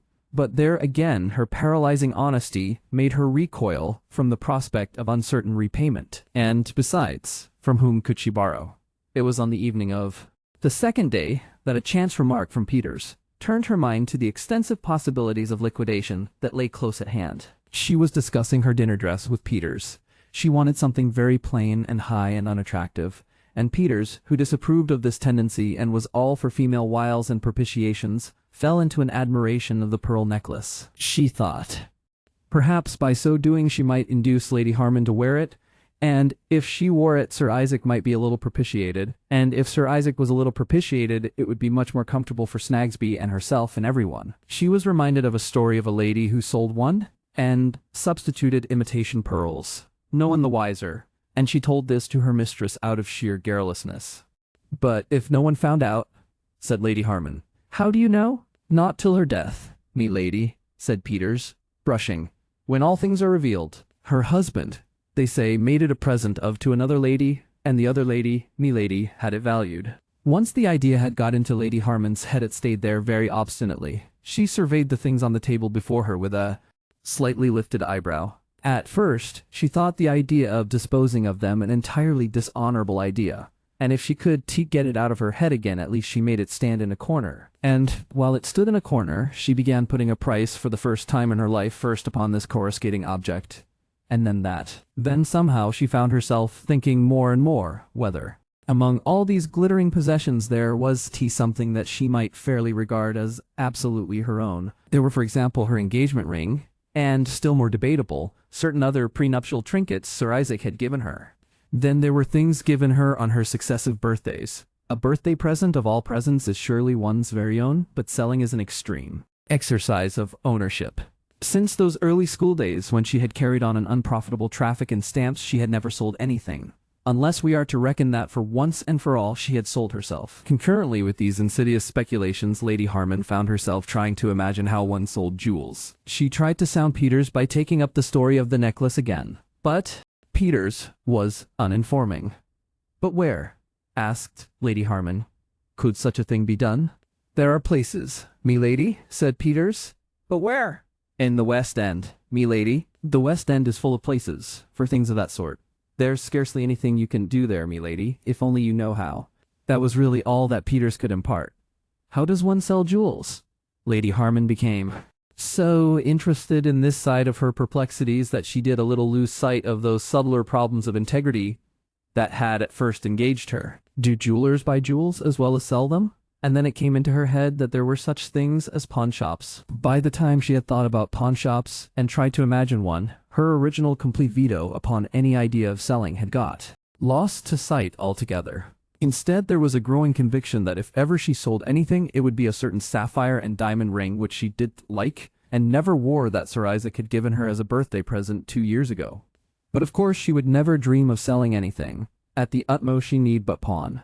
She reflected and decided that on the whole it would be wiser not to ask Peters how one pawned. It occurred to her to consult the Encyclopedia Britannica on the subject, but though she learned that the Chinese pawnshops must not charge more than 3% per annum, that King Edward III pawned his jewels in 1338, and that Father Bernardino de Feltri, who set up pawnshops in Assisi and Padua and Pavia, was afterward canonized, she failed to get any very clear idea of the exact ritual of the process. And then suddenly she remembered that she knew a finished expert in pawnshop work in the person of Susan Burnett. Susan could tell her everything. She found some curtains in the study that needed replacement, consulted Mrs. Crumble, and, with a view to economizing her own resources, made that lady send off an urgent letter to Susan bidding her come forthwith. It has been said that fate is a plagiarist. Lady Harman's fate, at any rate at this juncture, behaved like a benevolent plagiarist who was also a little old-fashioned. This phase of speechless hostility was complicated by the fact that 2 of the children fell ill, or at least seemed for a couple of days to be falling ill. By all the rules of British sentiment, this ought to have brought about a headlong reconciliation at the tumbled bedside. It did nothing of the sort. It merely wove fresh perplexities into the tangled skein of her thoughts. On the day after her participation in that forbidden lunch, Millicent, her eldest daughter, was discovered with a temperature of 101, and then Annette, the third, followed suit with 100. This carried Lady Harman post-haste to the nursery, where to an unprecedented degree she took command. Latterly she had begun to mistrust the physique of her children, and to doubt whether the trained efficiency of Mrs. Harblow the nurse was becoming a little blunted at the edges by continual use, and the tremendous quarrel she had afoot made her keenly resolved not to let anything go wrong in the nursery and less disposed than she usually was to leave things to her husband's servants. She interviewed the doctor herself, arranged for the isolation of the two flushed and cross little girls, saw to the toys and amusements which she discovered had become a little flattened and disused by the servants' imperatives of tidying up and putting away, and spent the greater part of the next 2 days between the night and day nurseries. She was a little surprised to find how readily she did this, and how easily the once entirely authoritative Mrs. Harblow submitted. It was much the same surprise that growing young people feel when they reach some shelf that has hitherto been inaccessible. The crisis soon passed. At his first visit, the doctor was a little doubtful whether the Harman nursery was tight under the sway of measles, which were then raging in a particularly virulent form in London. The next day he inclined to the view that the trouble was merely a feverish cold, and before night this second view was justified by the disappearance of the temperatures and a complete return to normal conditions. But as for that hushed reconciliation in the fevered presence of the almost sacrificial offspring, it didn't happen.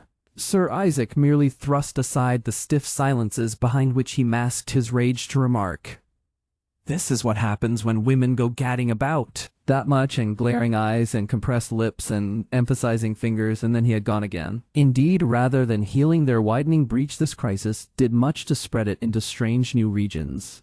It brought Lady Harman to the very verge of realizing how much of instinct and how much of duty held her the servant of the children she had brought into the world, and how little there mingled with that any of those factors of pride and admiration that go to the making of heroic maternal love. She knew what is expected of a mother, the exalted and lyrical devotion, and it was with something approaching terror that she perceived that certain things in these children of hers she hated. It was her business, she knew, to love them blindly. She lay awake at night in infinite dismay, realizing she did nothing of the sort. Their weakness held her more than anything else, the invincible pathos of their little limbs in discomfort, so that she was ready to die, she felt, to give them ease. But so she would have been held, she was assured, by the little children of anybody if they had fallen with sufficient helplessness into her care. Just how much she did really like her children she presently realized when, in the feeble irascibility of their sickness, they fell quarreling. They became horrid.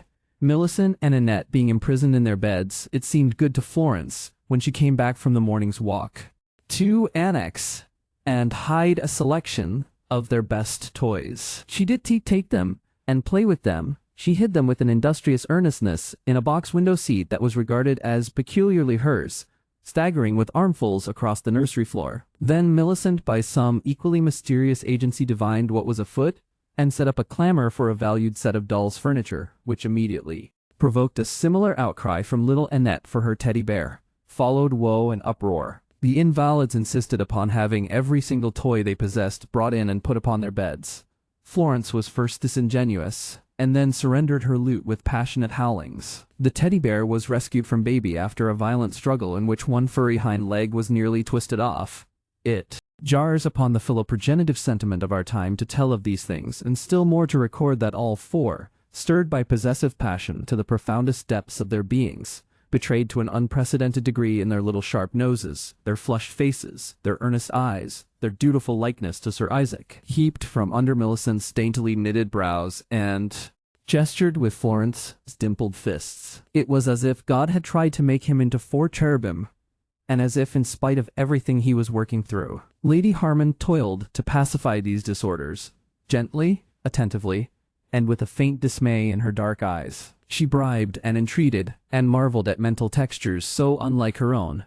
Baby was squared with a brand new teddy bear, a rare sort, a white one, which Snagsby went and purchased in the Putney High Street, and brought home in his arms, conferring such a luster upon the deed that the lower orders, the very street boys, watched him with reverence as he passed. Annette went to sleep amidst a discomfort of small treasures, and woke stormily when Mrs. Harblow tried to remove some of the spikier ones. And Lady Harman went back to her large pink bedroom and meditated for a long time upon these things, and tried to remember whether in her own less crowded childhood with Georgina, either of them had been quite so inhumanly hard and grasping as these feverish little mites in her nursery. She tried to think she had been. She tried to think that all children were such little distressed lumps of embittered individuality, and she did. what she could to overcome the queer feeling that this particular clutch of offspring had been foisted upon her and worn at all the children she could now imagine and desire. Gentle children, sweet-spirited children. Susan Burnett arrived in a gusty mood and brought new matter for Lady Harman's ever-broadening consideration of the wifely position. Susan, led by a newspaper placard, had discovered Sir Isaac's relations to the international bread and cake stores. "At first I thought I wouldn't come," said Susan. "I really did. I could hardly believe it. And then I thought, it is her. It can't be her. But I'd never have dreamt before that I could have been brought to set foot in the house of the man who drove poor father to ruin and despair. You've been so kind to me." Susan's simple right-down mind stopped for a moment with something very like a sob, baffled by the contradictions of the situation. "So I came," she said, with a forced bright smile. "I'm glad you came," said Lady Harman. "I wanted to see you. And you know, Susan, I know very little indeed, of Sir Isaac's business." "I quite believe it, my lady. I've never for one moment thought you. I don't know how to say it, my lady." "And indeed I'm not," said Lady Harman, taking it as said. "I knew you weren't," said Susan, relieved to be so understood, and the two women looked perplexedly at one another over the neglected curtains Susan had come to see too, and shyness just snatched back Lady Harman from her impulse to give Susan a sisterly kiss. Nevertheless, Susan, who was full of wise intuitions, felt that kiss that was never given, and in the remote world of unacted deeds returned it with effusion. "But it's hard," said Susan, "to find one's own second sister mixed up in a strike, and that's what it's come to last week. They've struck. All the international waitresses have struck.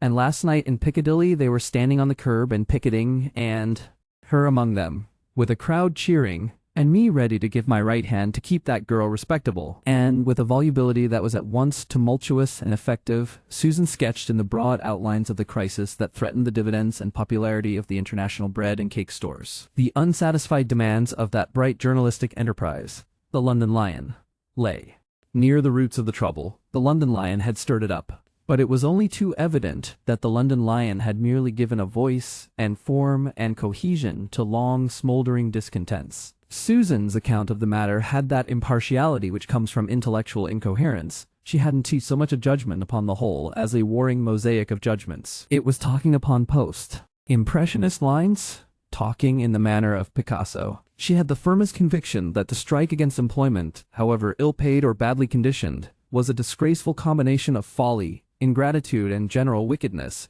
and she had an equally strong persuasion that the treatment of the employees of the international bread and cake stores was such as no reasonably spirited person ought to stand. She blamed her sister extremely and sympathized with her profoundly, and she put it all down in turn to the London Lion, to Sir Isaac, and to a small round-faced person called Babs Wheeler, who appeared to be the strike leader, and seemed always to be standing on tables in the branches, or clambering up to the lions in Trafalgar Square, or being cheered in the streets. But there could be no mistaking the quality of Sir Isaac's international organization as Susan's dabs of speech shaped it out. It was indeed what we all of us see everywhere about us, the work of the base energetic mind, raw and untrained, in possession of the keen instruments of civilization, the peasant mind allied and blended with the ghetto mind, grasping and acquisitive, clever as a Norman peasant, or Jew peddler is clever, and beyond that, outrageously stupid and ugly. It was a new view, and yet the old familiar view of her husband. But now she saw him not as little eager eyes, a sharp nose, gaunt gestures, and a leaden complexion, but as shops and stores and rules and cash registers and harsh advertisements and a driving merciless hurry to get anything and everything, money, monopoly, power, prominence, whatever any other human being seemed to admire or seemed to find desirable, a lust rather than a living soul. Now that her eyes were at last opened, Lady Harman, who had seen too little heretofore, now saw too much. She saw all that she had not seen, with an excess of vision, monstrous, caricatured. Susan had already dabbed in the disaster of Sir Isaac's unorganized competitors. Going to the wall, for charity or the state to neglect or bandage as it might chance, the figure of that poor little father moping hopelessly before his accident symbolized that, and now she gave in vivid splotches of illusion, glimpses of the business machine that had replaced those shattered enterprises and carried Sir Isaac to the squalid glory of a liberal honors list, the carefully balanced antagonisms and jealousies of the girls and the manageresses, those manageresses who had been obliged to invest little bunches of savings as guarantees, and who had to account for every crumb and particle of food stock that came to the branch, and the hunt for cases and inefficiency by the inspectors, who had somehow to justify a salary of $200 a year, not to mention a percentage of the fines they inflicted. "There's all that business of the margarine," said Susan. "Every branch gets its butter underweight.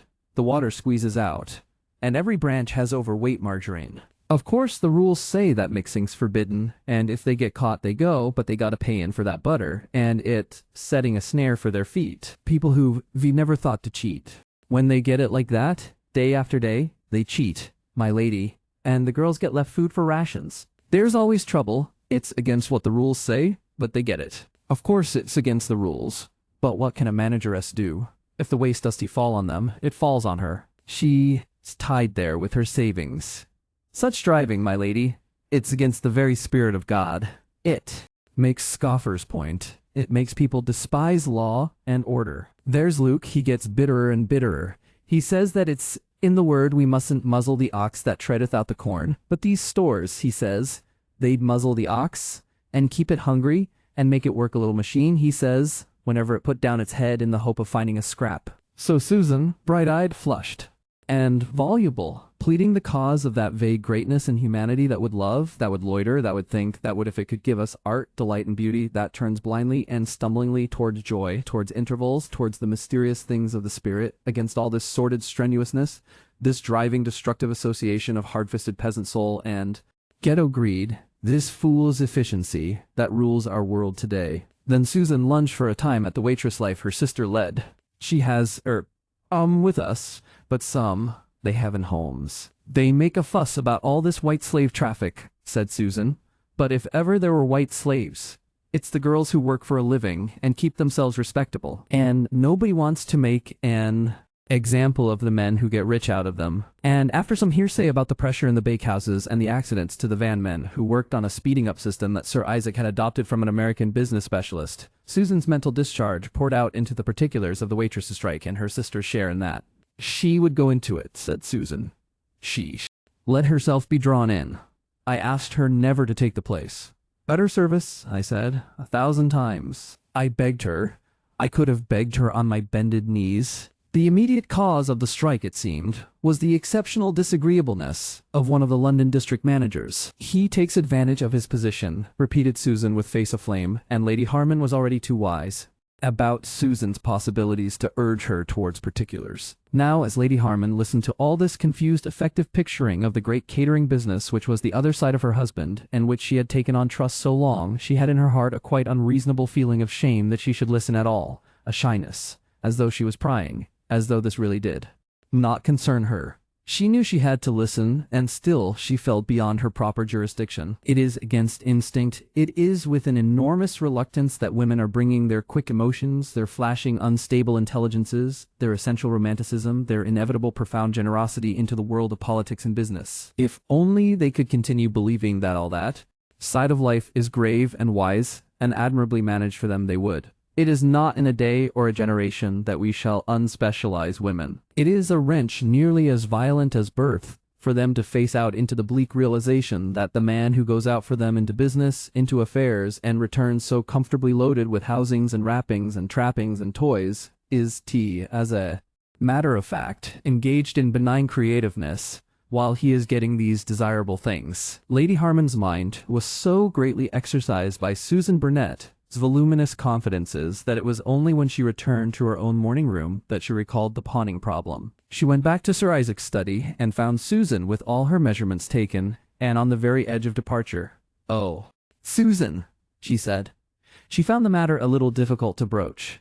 Susan remained in an attitude of respectful expectation. "I wanted to ask you," said Lady Harman, and then broke off to shut the door. Susan's interest increased. "You know, Susan," said Lady Harman with an air of talking about commonplace things, "Sir Isaac is very rich and, of course, very generous. But sometimes one wants a little money of one's own." "I think I can understand that, my lady," said Susan. "I knew you would," said Lady Harman, and then with a brightness that was slightly forced. "I cannot always get money of my own. It's difficult, sometimes."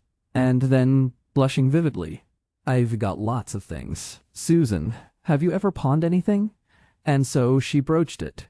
"Not since I got fairly into work," said Susan. "I wouldn't have it. But when I was little, we were always pawning things. Why? We've pawned kettles. She flashed 3 reminiscences. Meanwhile, Lady Harman produced a little glittering object and held it between finger and thumb. If I went into a pawn shop near here, she said, it would seem so odd. This ring, Susan, must be worth 30 or 40 pounds. And it seems so silly when I have it that I should really be wanting money.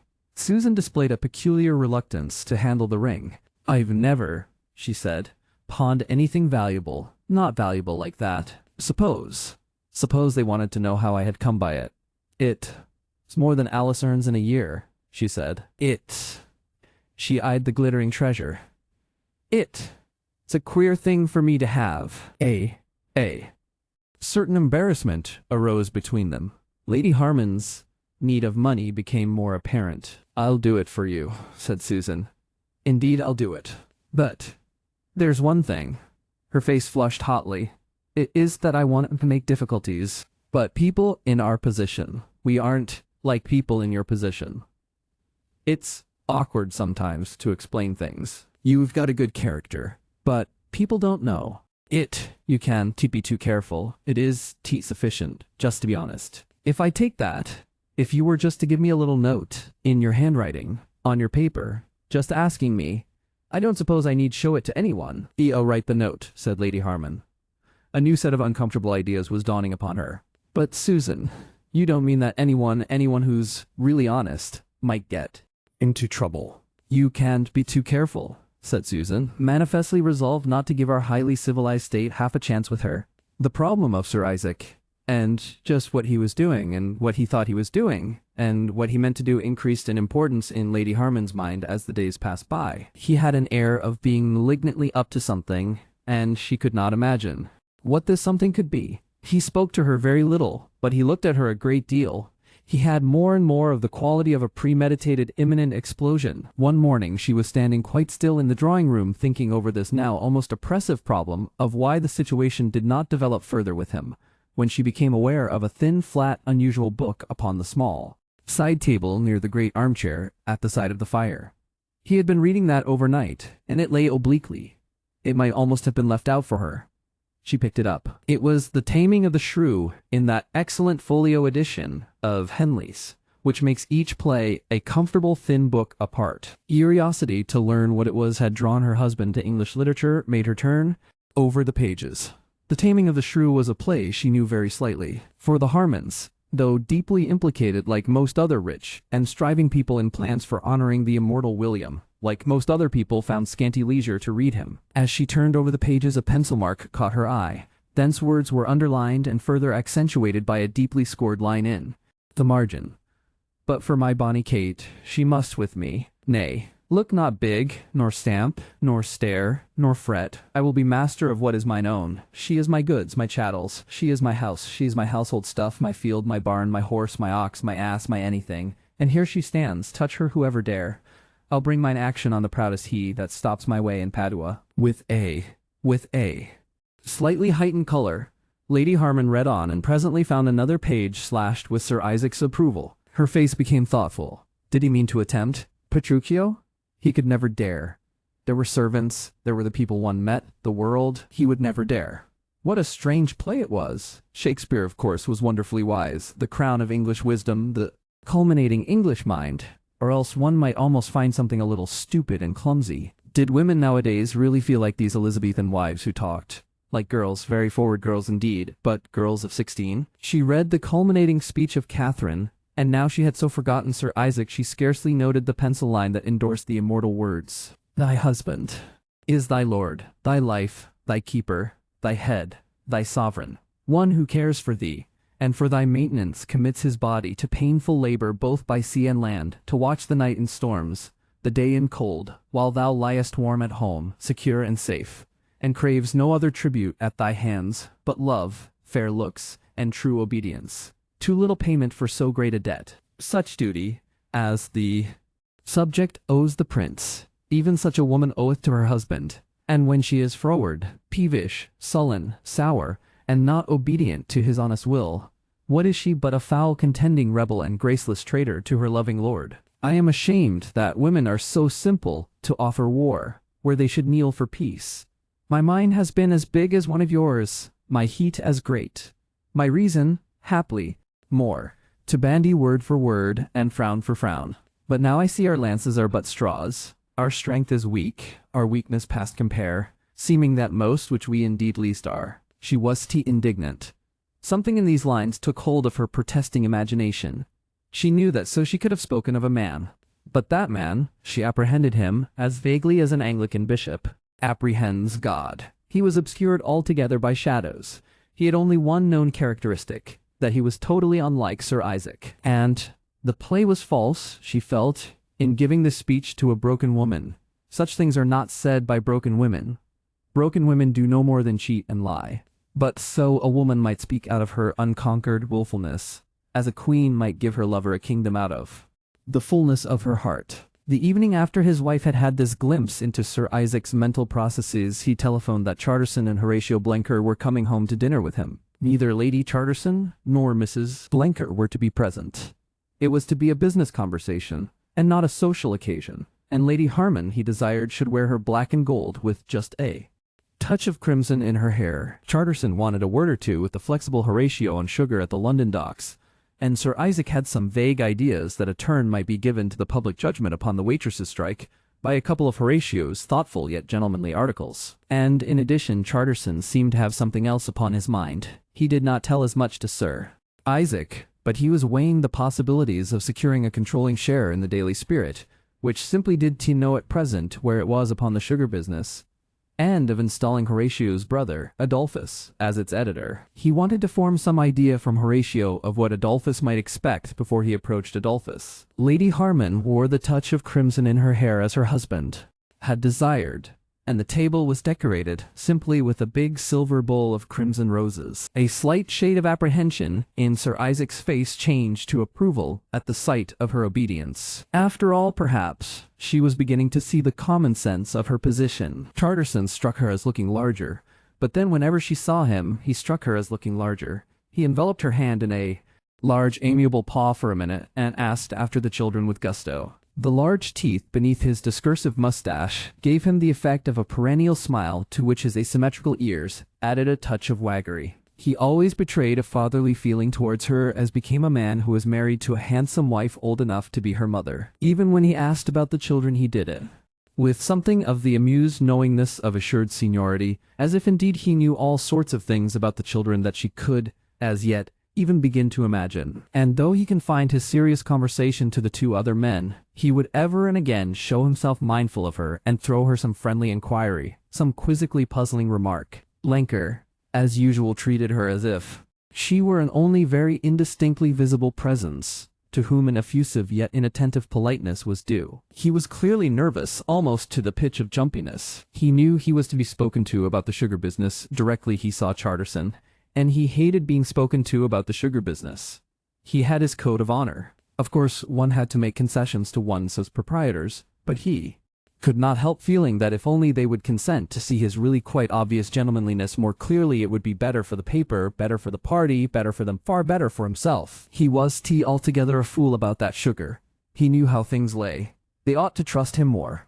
His nervousness betrayed itself in many little ways. He crumbled his bread constantly, until, thanks to Snagsby's assiduous replacement, he had made quite a pile of crumbs. He dropped his glasses in the soup, a fine occasion for Snagsby's sang-froid, and he forgot not to use a fish knife with the fish as Lady Grove directs, and tried when he discovered his error to replace it furtively on the tablecloth. Moreover, he kept on patting the glasses on his nose, after Snagsby had whisked his soup plate away, rescued, wiped, and returned them to him, until that feature glowed modestly at such excesses of attention, and the soup and sauces and things bothered his fine blonde mustache unusually, so that Mr. Blenker, what with the glasses, the napkin, the food, and the things, seemed as restless as a young sparrow. Lady Harman did her duties as hostess in the quiet key of her somber dress, and, until the conversation drew her out into unexpected questionings, she answered rather than talked, and she did not look at her husband once throughout the meal. At first, the talk was very largely Charterson. He had no intention of coming to business with Blenker until Lady Harman had given place to the port and the man's nerves were steadier. He spoke of this and that in the large discursive way men use in clubs, and it was past the fish before the conversation settled down upon the topic of business organization, and Sir Isaac, a little warmed by champagne, came out of the uneasily apprehensive taciturnity into which he had fallen in the presence of his wife. Horatio Blenker was keenly interested in the idealization of commercial syndication. He had been greatly stirred by a book of Miss Gerald Stanley Lee's called Inspired Millionaires, which set out to show just what magnificent airs rich men might give themselves. And he had done his best to catch its tone, and to find inspired millionaires in Sir Isaac and Charterson, and to bring it to their notice and to the notice of the readers of the Old Country Gazette. He felt that if only Sir Isaac and Charterson would see getting rich as a great creative act, it would raise their tone and his tone and the tone of the Old Country Gazette tremendously. It wouldn't, of course, materially alter the methods or policy of the paper, but it would make them all feel nobler. And Blenker was of that finer clay that does honestly want to feel nobler. He hated pessimism and all that criticism and self-examination that makes weak men pessimistic. He wanted to help weak men and be helped himself. He was all for that school of optimism that would have each dunghill was a well-upholstered throne, and his nervous, starry contributions to the talk were like patches of water ranunculuses trying to flower in the overflow of a sewer. Because you know it is idle to pretend that the talk of Charterson and Sir Isaac was a heavy flow of base ideas. They hadn't even the wit to sham very much about their social significance. They cared no more for the growth, the stamina, the spirit of the people whose lives they dominated than a rat cares for the stability of the house it gnaws. They wanted a broken-spirited people. They were in such relations willfully and offensively stupid, and I do not see why we people who read and write books should pay this stupidity merely because it is prevalent, even the mild tribute of an ironical civility. Charterson talked of the gathering trouble that might lead to a strike of the transport workers in London docks, and what he had to say, he said, he repeated it several times, was, "Let them strike. We ready. The sooner they strike the better. Devonport's a man, and this time we'll beat him." He expanded generally on strikes. It's a question, practically, whether we are to manage our own businesses or whether we are to have them managed for us. Managed, I say. They know nothing, of course, of the details of organization, said Blenker, shining with intelligence and looking quickly first to the right and then to the left. Nothing. Sir Isaac broke out into confirmatory matter. There was an idea in his head that this talk might open his wife's eyes to some sense of the magnitude of his commercial life, to the wonder of its scale and quality. He compared notes with Charterson upon a speeding-up system for delivery vans invented by an American specialist, and it made Blenker flush with admiration, and turn, as if for sympathy, to Lady Harman, to realize how a modification in a tailboard might mean a yearly saving in wages of many £1,000s. "The sort of thing they don't understand," he said.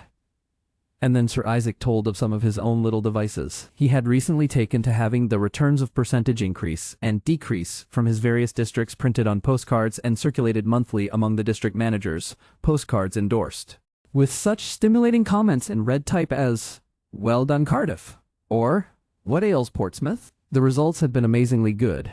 Neck and neck work, he said, everywhere. And thence they passed to the question of confidential reports and surprise inspectors. Thereby they came to the rights and wrongs of the waitress strike. And then it was that Lady Harman began to take a share in the conversation. She interjected a question. "Yes," she said suddenly, and her interruption was so unexpected that all three men turned their eyes to her. "But how much do the girls get a week? I thought," she said to some confused explanations by Blenker and Charterson, that gratuities were forbidden. Blenker further explained that most of the girls of the class Sir Isaac was careful to employ lived at home. Their income was supplementary. "But what happens to the others who don't live at home, Mr. the Blenker?" she asked. "Very small minority," said Mr. Blenker, reassuring himself about his glasses. "But what do they do?" Charterson could imagine whether she was going on in this way out of sheer ignorance or not. "Sometimes their fines make big, unexpected holes in their weeks. Pay," she said. Sir Isaac made some indistinct remark about utter nonsense. "It seems to me to be driving them straight upon the streets." The phrase was Susan's. Its full significance was at that time very clear to Lady Harman, and it was only when she had uttered it that she realized from Horatio Blenker's convulsive start just what a blow she had delivered at that table. His glasses came off again. He caught them and thrust them back. He seemed to be holding his nose on, holding his face on, preserving those carefully arranged features of himself from hideous revelations. His free hand made weak movements with his dinner napkin. He seemed to be holding it in reserve against the ultimate failure of his face. Charterson surveyed her through an immense pause open-mouthed. Then he turned his large, now frozen amiability upon his host. "These are awful questions," he gasped. "Rather beyond us, don't you think?" And then, magnificently, "Harman, things are looking pretty queer in the Far East again. I am told there are chances of revolution, even in Pekin." Lady Harman became aware of Snagsby's arm and his steady, well-trained breathing beside her as, tenderly almost but with a regretful disapproval, he removed her plate. If Lady Harman had failed to remark at the time the deep impression her words had made upon her hearers, she would have learnt it later from the extraordinary wrath in which Sir Isaac, as soon as his guests had departed, visited her. He was so angry he broke the seal of silence he had set upon his lips. He came raging into the pink bedroom, through the paper-covered door as if they were back upon their old intimate footing. He brought a flavor of cigars and manly refreshment with him. His shirt front was a little splashed and crumpled, and his white face was variegated with flushed patches. "Whatever do you mean?" he cried. "Be making a fool of me in front of those fellers? What's my business got to do with you?" Lady Harman was too unready for a reply. "I ask you, what's my business got to do with you? It's my affair, my side. You got no more right to go shoving your spoke into that than anything. See? What do you know of the rights and wrongs of business? How can you tell what's right and what is right? And the things you came out with, Why, Charterson, after you'd gone," Charterson said, "she does know. She can know what she's talking about. A decent woman, a lady, talking of driving girls on the street. You ought to be ashamed of yourself. You aren't fit to show your face. It's these damned papers and pamphlets, all this blear-eyed stuff, these decadent novels and things putting nasty, dirty thoughts into decent women's heads. It ought to be rammed back down their throats. It ought to be put a stop to." Sir Isaac suddenly gave way to woe. "What have I done?" he cried. "What have I done? Here's everything going so well. We might be the happiest of couples. We rich. We got everything we want. And then you go harboring these ideas, fooling about with rotten people, taking up with socialism. Yes, I tell you, socialism." His moment of pathos ended. No! He shouted in an enormous voice. He became white and grim. He emphasized his next words with a shaken finger. "It's got to end, my lady. It's going to end sooner than you expect. That's all." He paused at the paper door.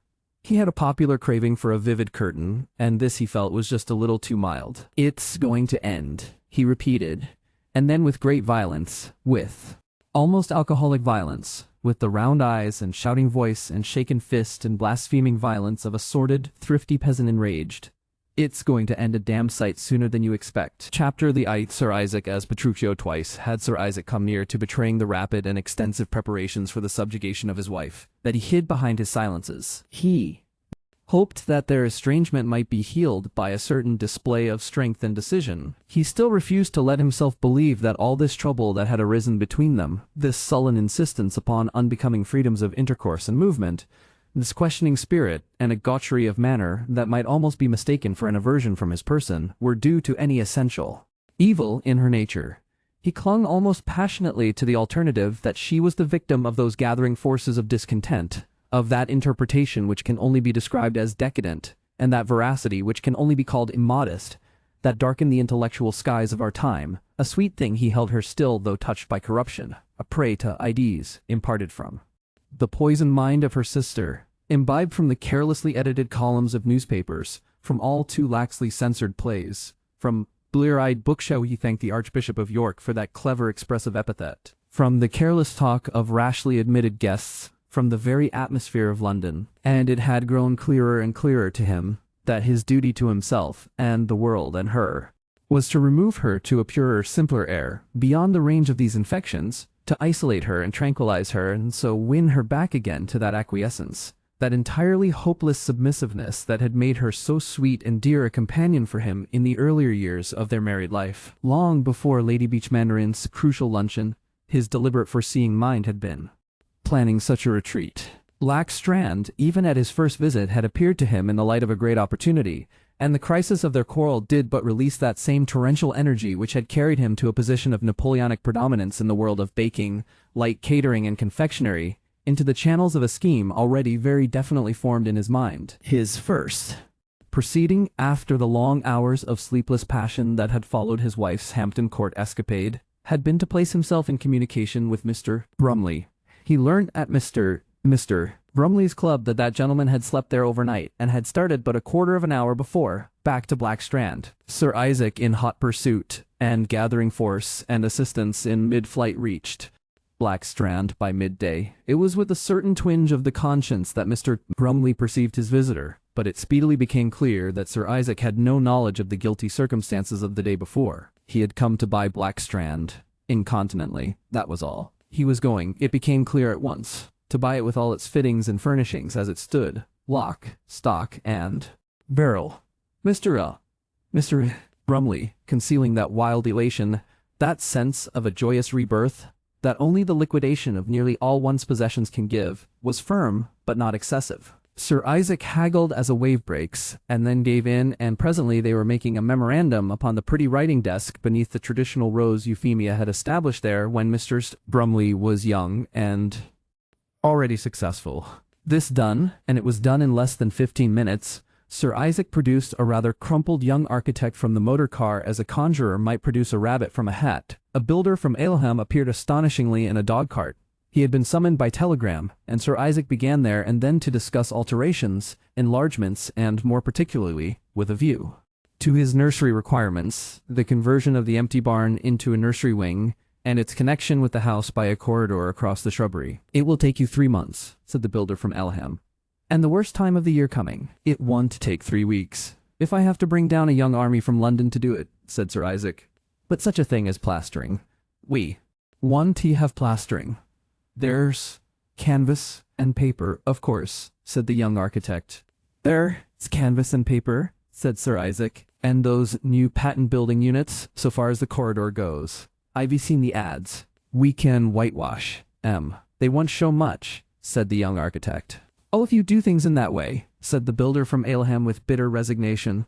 The morning dawned at last when the surprise was ripe. It was 4 days after Susan's visit, and she was due again on the morrow with the money that would enable her employer to go to Lady Viping's now imminent dinner. Lady Harman had had to cut the social friends meeting altogether, but the day before the surprise Agatha Alimony had come to tea in her jobbed car, and they had gone together to the committee meeting of the Shakespeare Dinner Society. Sir Isaac had ignored that defiance, and it was an unusually confident and quite unsuspicious woman who descended in a warm October sunshine to the surprise. In the breakfast room she discovered an awe-stricken Snagsby standing with his plate basket before her husband, and her husband wearing strange unusual tweeds and gaiters, button gaiters, and standing astraddle, unusually astraddle, on the hearthrug. "That's enough, Snagsby," said Sir Isaac at her entrance. "Bring it all." She met Snagsby's eye, and it was portentous. Latterly Snagsby's eye had lost the assurance of his former days. She had noted it before, she noted it now more than ever, as though he was losing confidence, as though he was beginning to doubt, as though the world he had once seemed to rule grew insecure beneath his feet. For a moment she met his eye. It might have been a warning he conveyed, it might have been an appeal for sympathy, and then he had gone. She looked at the table. Sir Isaac had breakfasted acutely, in silence, among the wreckage, and with a certain wonder growing, Lady Harman attended to her needs. Sir Isaac cleared his throat. She became aware that he had spoken. "What did you say, Isaac?" she asked, looking up. He seemed to have widened his straddle almost dangerously, and he spoke with a certain conscious forcefulness. "We were going to move out of this house, Ellie," he said. "We were going down into the country right away." She sat back in her chair and regarded his pinched and determined visage. "What do you mean?" she asked. "I've bought that house of Brumley's, Blackstrand. We were going to move down there, now.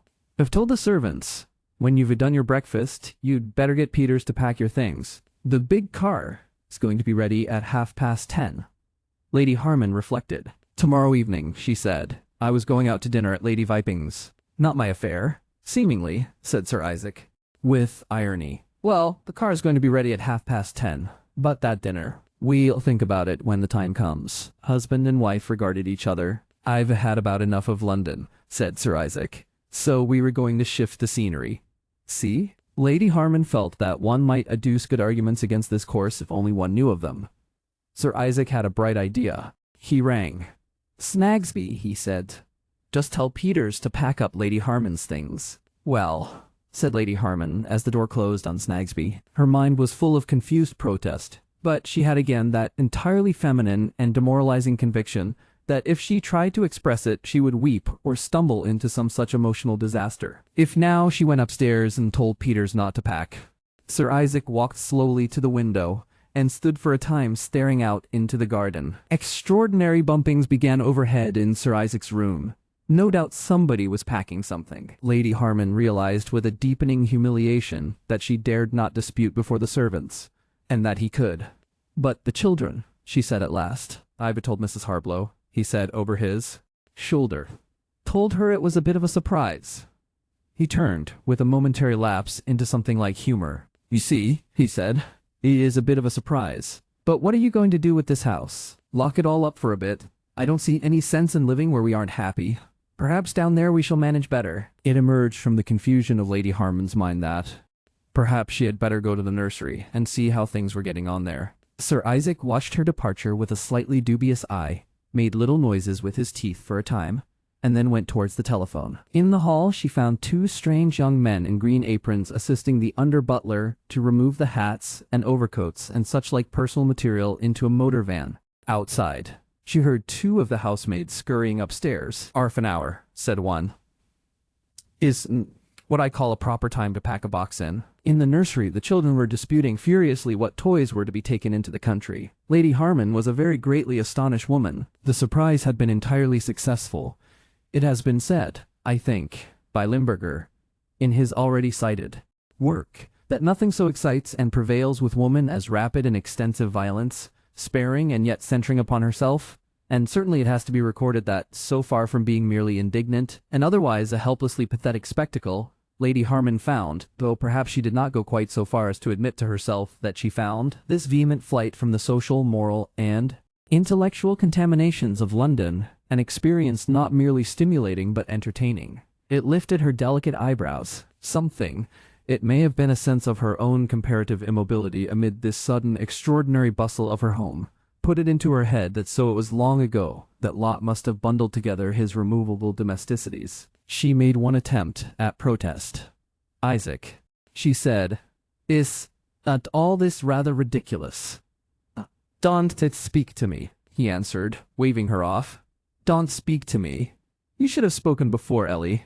Now, things are happening." The image of Blackstrand, as, after all, a very pleasant place indeed, returned to her. She adjudicated upon the nursery difficulties, and then went in a dreamlike state of mind to preside over her own more personal packing. She found Peters exercising all that indecisive helplessness which is characteristic of ladies' maids the whole world over. It was from Peters she learnt that the entire household, men and maids together, was to be hurled into Surrey. "And they all rather surprised?" asked Lady Harman. "Yes, mum," said Peters on her knees. "But of course, if the drains is wrong, the sooner we all go, the better." So that was what he had told them. A vibration and a noise of purring machinery outside drew the lady to the window, and she discovered that at least 4 of the large motor vans from the international stores were to cooperate in the trek. There they were waiting, massive and uniform. And then she saw Snagsby in his alpaca jacket running towards the house from the gates. Of course, he was running only very slightly indeed, but still he was running. And the expression of distress upon his face convinced her that he was being urged to unusual and indeed unsuitable tasks under the immediate personal supervision of Sir Isaac. Then from round the corner appeared the under-butler, or at least the legs of him going very fast, under a pile of shirt boxes and things belonging to Sir Isaac. He dumped them into the nearest van and heaved a deep sigh and returned houseward after a remorseful glance at the windows. A violent outcry from Baby, who, with more than her customary violence, was making her customary morning protest against being clad, recalled Lady Harman from the contemplation of these exterior activities. The journey to Blackstrand was not accomplished without misadventure. There was a puncture near Farnham, and as Clarence with a leisurely assurance entertained himself with the Stepney, they were passed first by the second car with the nursery contingent, which went by in a shrill chorus, crying, "We shall get there first, we shall get there first, we shall get there first," and then by a large hired car all agog with housemaids and Mrs. Crumble and with Snagsby, as round and distressed as the full moon, and the under-butler, cramped and keen beside the driver. There followed the leading international stores car, and then the Stepney was on and they could hasten in pursuit. And at last they came to Black Strand, and when they saw Black Strand, it seemed to Lady Harman that the place had blown out a huge inflamed red cheek and lost its pleasant balance altogether. "Oh," she cried. It was the old barn flushed by the strain of adaptation to a new use, its comfortable old wall ruptured by half a dozen brilliant new windows, a light red chimney stack at one end. From it a vividly artistic corridor ran to the house, and the rest of the shrubbery was all trampled and littered with sheds, bricks, poles, and material generally black. Strand had left the hands of the dilettante school, and was in the grip of those vigorous molding forces that are shaping our civilization today. The jasmine wig over the porch had suffered a strenuous clipping. The door might have just come out of prison. In the hall the Carpaccio copies still glowed, but there were dust sheets over most of the furniture, and a plumber was moving his things out with that 11th hour reluctance so characteristic of plumbers. Mrs. Rabbit, a little tearful, and dressed for departure very respectably in black, was giving the youngest and least experienced housemaid a faithful history of Mr. Brumley's earlier period. "'Appy we all was," said Mrs. Rabbit, as birds in a nest. Through the windows 2 of the Putney gardeners were busy replacing Mr. Brumley's doubtful roses by recognized sorts, the right sorts. "I've been doing all I can to make it ready for you," said Sir Isaac at his wife's ear, bringing a curious reminiscence of the first homecoming to Putney into her mind. "And now," said Sir Isaac with evident premeditation and a certain deliberate amiability, "now we got down here, now we got away a bit from all those London things with nobody to cut in between us. Me and you can have a bit of a talk, Ellie, and see what it's all about." They had lunched together in the little hall dining room. The children had had a noisily cheerful picnic in the kitchen with Mrs. Harblow, and now Lady Harman was standing at the window surveying the ravages of rose replacement. She turned towards him. "Yes," she said, I think we can go on like this. I can Sir Isaac. Anyhow." He too came and stared at the rose planting. "If we were to go up there, among the pine woods," he pointed with his head at the dark background of Euphemia's herbaceous borders, "we shouldn't hear quite so much of this hammering." Husband and wife walked slowly in the afternoon sunlight across the still beautiful garden. Each was gravely aware of an embarrassed incapacity for the task they had set themselves. They were going to talk things over. Never in their lives had they really talked to each other clearly and honestly about anything. Indeed, it is scarcely too much to say that neither had ever talked about anything to anyone. She was too young. Her mind was now growing up in her and feeling its way to conscious expression, and he had never before wanted to express himself. He did now want to express himself, for behind his rant and fury, Sir Isaac had been thinking very hard indeed during the last 3 weeks about his life and her life and their relations. He had never thought so much about anything except his business economics. So far he had either joked at her, talked silly to her, made, as they say, remarks, or vociferated. That had been the sum of their mental intercourse, as indeed it is the sum of the intercourse of most married couples. His attempt to state his case to her had so far always flared into rhetorical outbreaks, but he was discontented with these rhetorical outbreaks. His dispositions to fall into them made him rather like a nervous sepia that cannot keep its ink sac quiet while it is sitting for its portrait. In the earnestness of his attempt at self-display, he vanished in his own outpourings. He wanted now to reason with her simply and persuasively. He wanted to say quietly impressive and convincing things in a low tone of voice, and make her abandon every possible view except his view. He walked now slowly meditating the task before him, making a faint thoughtful noise with his teeth, his head sunken in the collar of the motor overcoat he wore, because of a slight cold he had caught, and he had to be careful about colds because of his constitutional defect. She too felt she had much to say. Much too she had in her mind that she could say, because this strange quarrel had opened unanticipated things for her.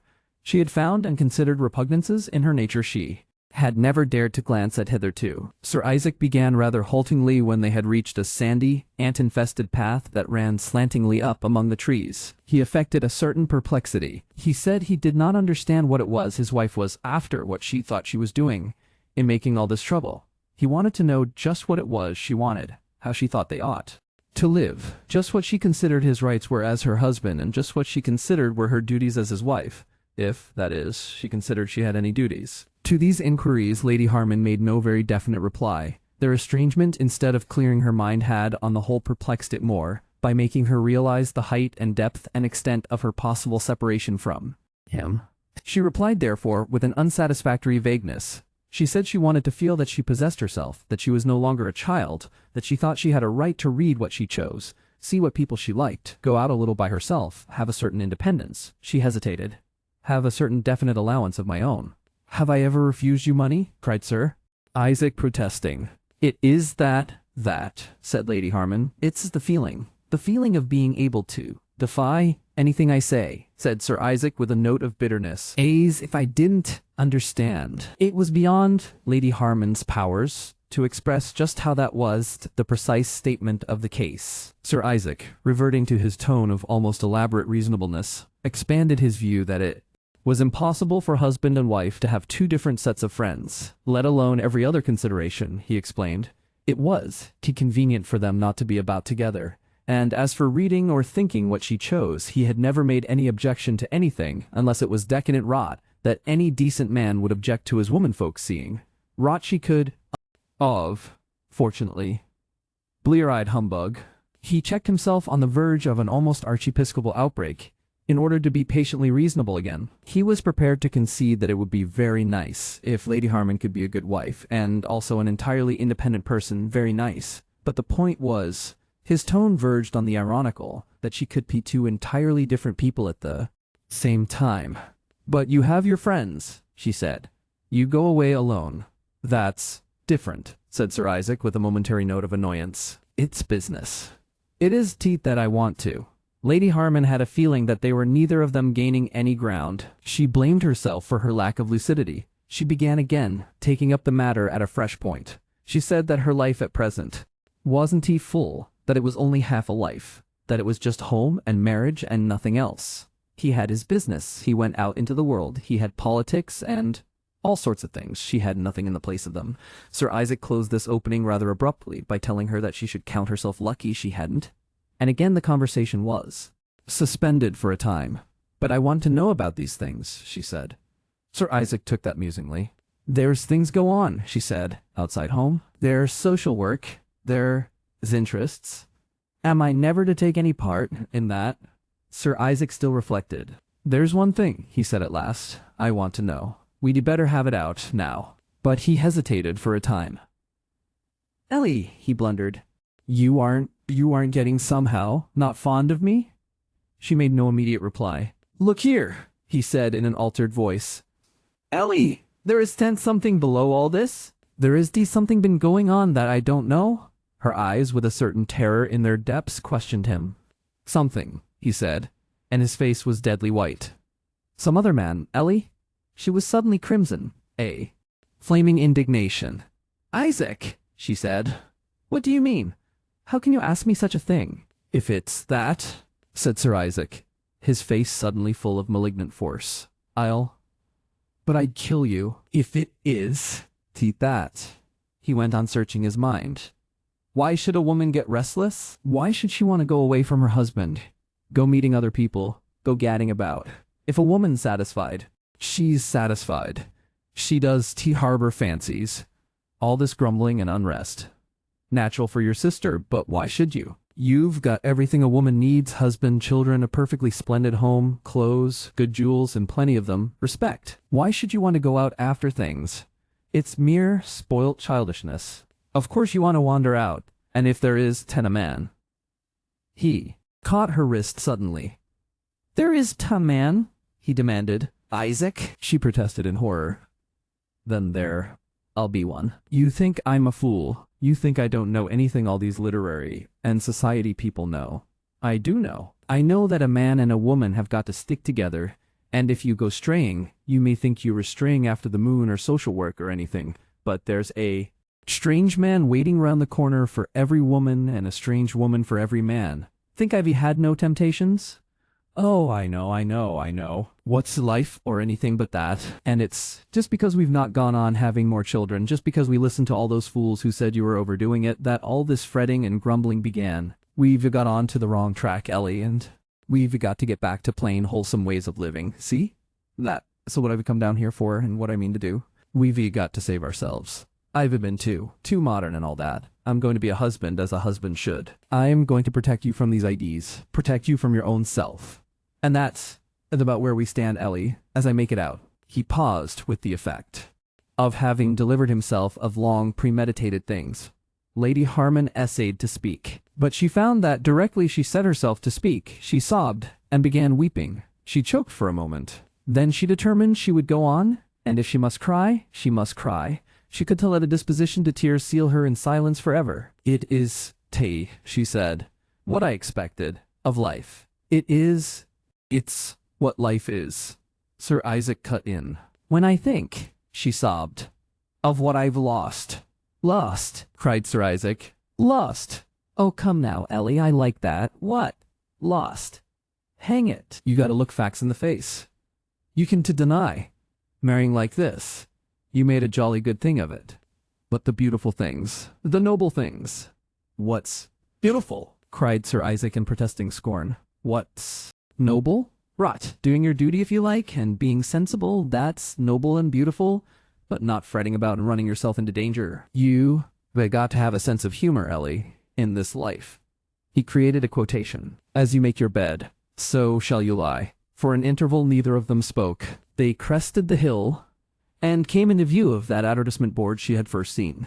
In Mr. Brumley's company, she halted, and he went a step further and halted too. He recalled his ideas about the board. He had meant to have them all altered, but other things had driven it from his mind. Then you mean to imprison me here, said Lady Harman to his back. He turned about. It is much like a prison. I am asking you to stay here, and be what a wife should be.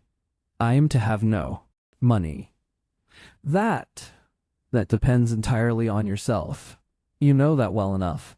She looked at him gravely. I won't stand it, she said at last with a gentle deliberation.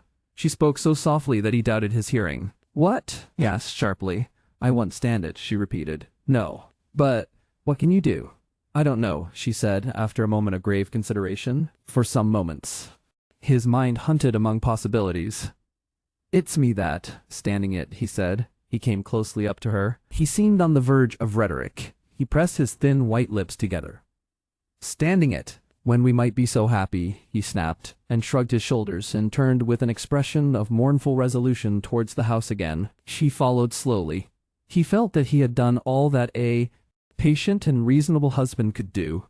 Now, things must take their course.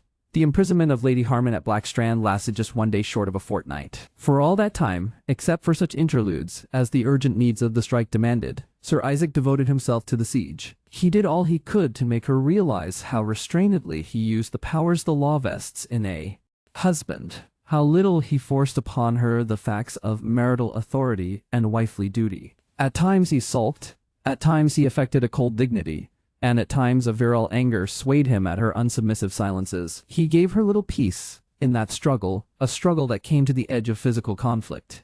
There were moments when it seemed to her that nothing remained but that good, old-fashioned connubial institution, the tussle for the upper hand, when with a feminine horror she felt violence shouldering her shoulder or contracting ready to grip her wrist. Against violence she doubted her strength, was filled with a desolating sense of yielding nerve and domitable muscle. But just short of violence, Sir Isaac's spirit failed him.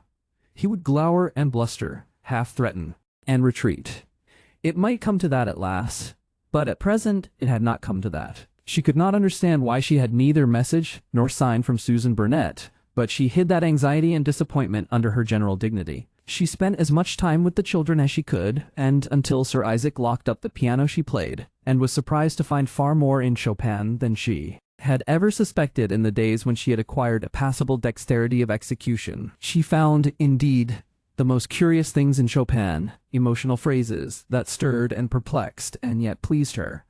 The weather was very fine and open that year. A golden sunshine from October passed on into November, and Lady Harman spent many of these days amidst the pretty things the builder from Ilham had been too hurried to desecrate, dump, burn upon, and flatten into indistinguishable mire. After the established custom of builders in gardens since the world began, she would sit in the rockery where she had sat with Mr. Brumley and recall that momentous conversation, and she would wander up the pinewood slopes behind, and she would spend long musing intervals among euphemias.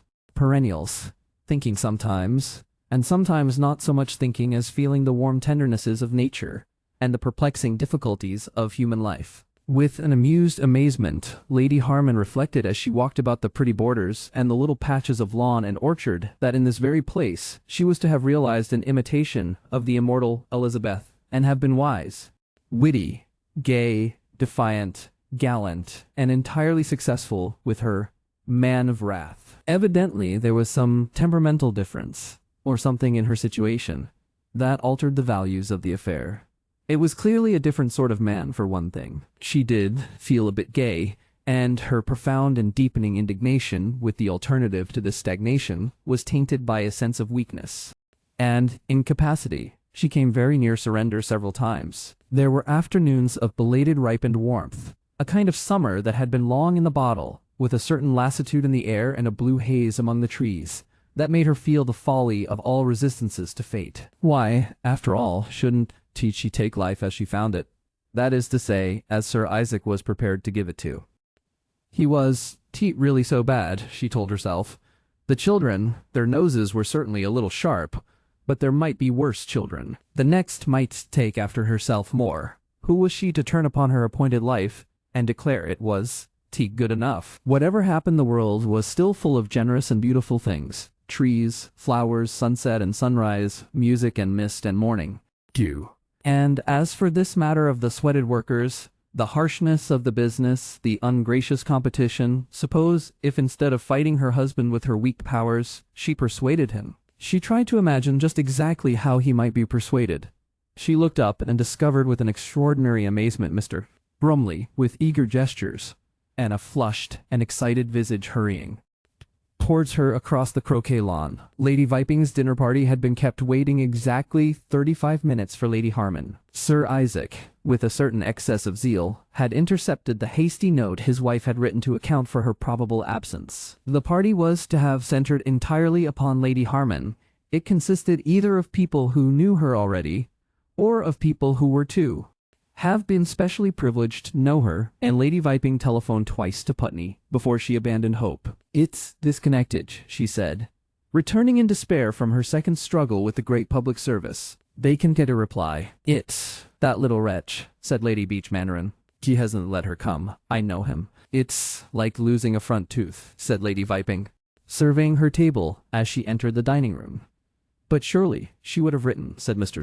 Brumley, troubled and disappointed, regarding an aching gap to the left of his chair, a gap upon which a pathetic little card bearing Lady Harman's name still lay obliquely. Naturally the talk tended to center upon the Harmans, and naturally Lady Beach Mandarin was very bold and outspoken and called Sir Isaac quite a number of vivid things. She also aired her views of the marriage of the future, which involved a very stringent treatment of husbands indeed. "Half his property and half his income," said Lady Beach Mandarin, paid into her separate banking account. "But," protested Mr. Brumley, "would men marry under those conditions?" "Men will marry anyhow," said Lady Beach Mandarin.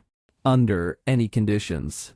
"Exactly Sir Joshua's opinion," said Lady Viping. All the ladies at the table concurred, and only one cheerful bachelor barrister dissented. The other men became gloomy and betrayed a distaste for this general question. Even Mr. Brumley felt a curious faint terror, and had for a moment a glimpse of the possibilities that might lie behind the vote. Lady Beach Mandarin went bouncing back to the particular instance.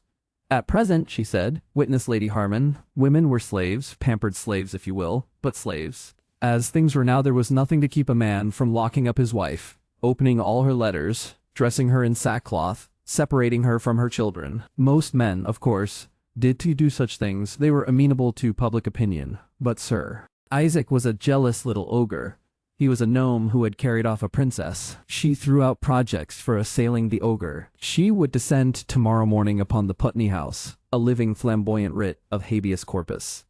Mr. Brumley, who had been putting two and two together, was abruptly moved to tell of the sale of Black Strand. "They may be there," he said. "He's carried her off." Creed Lady Beach Mandarin on a top note.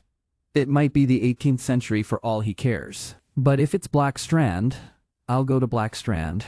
But she had to talk about it for a week before she actually made her raid, and then, with an instinctive need for an audience, she took with her a certain Miss Gerardis, one of those mute, emotional nervous spinsters who drift detachedly, with quick sudden movements, glittering eyeglasses, and a pent-up imminent look, about our social system. There is something about this type of womanhood.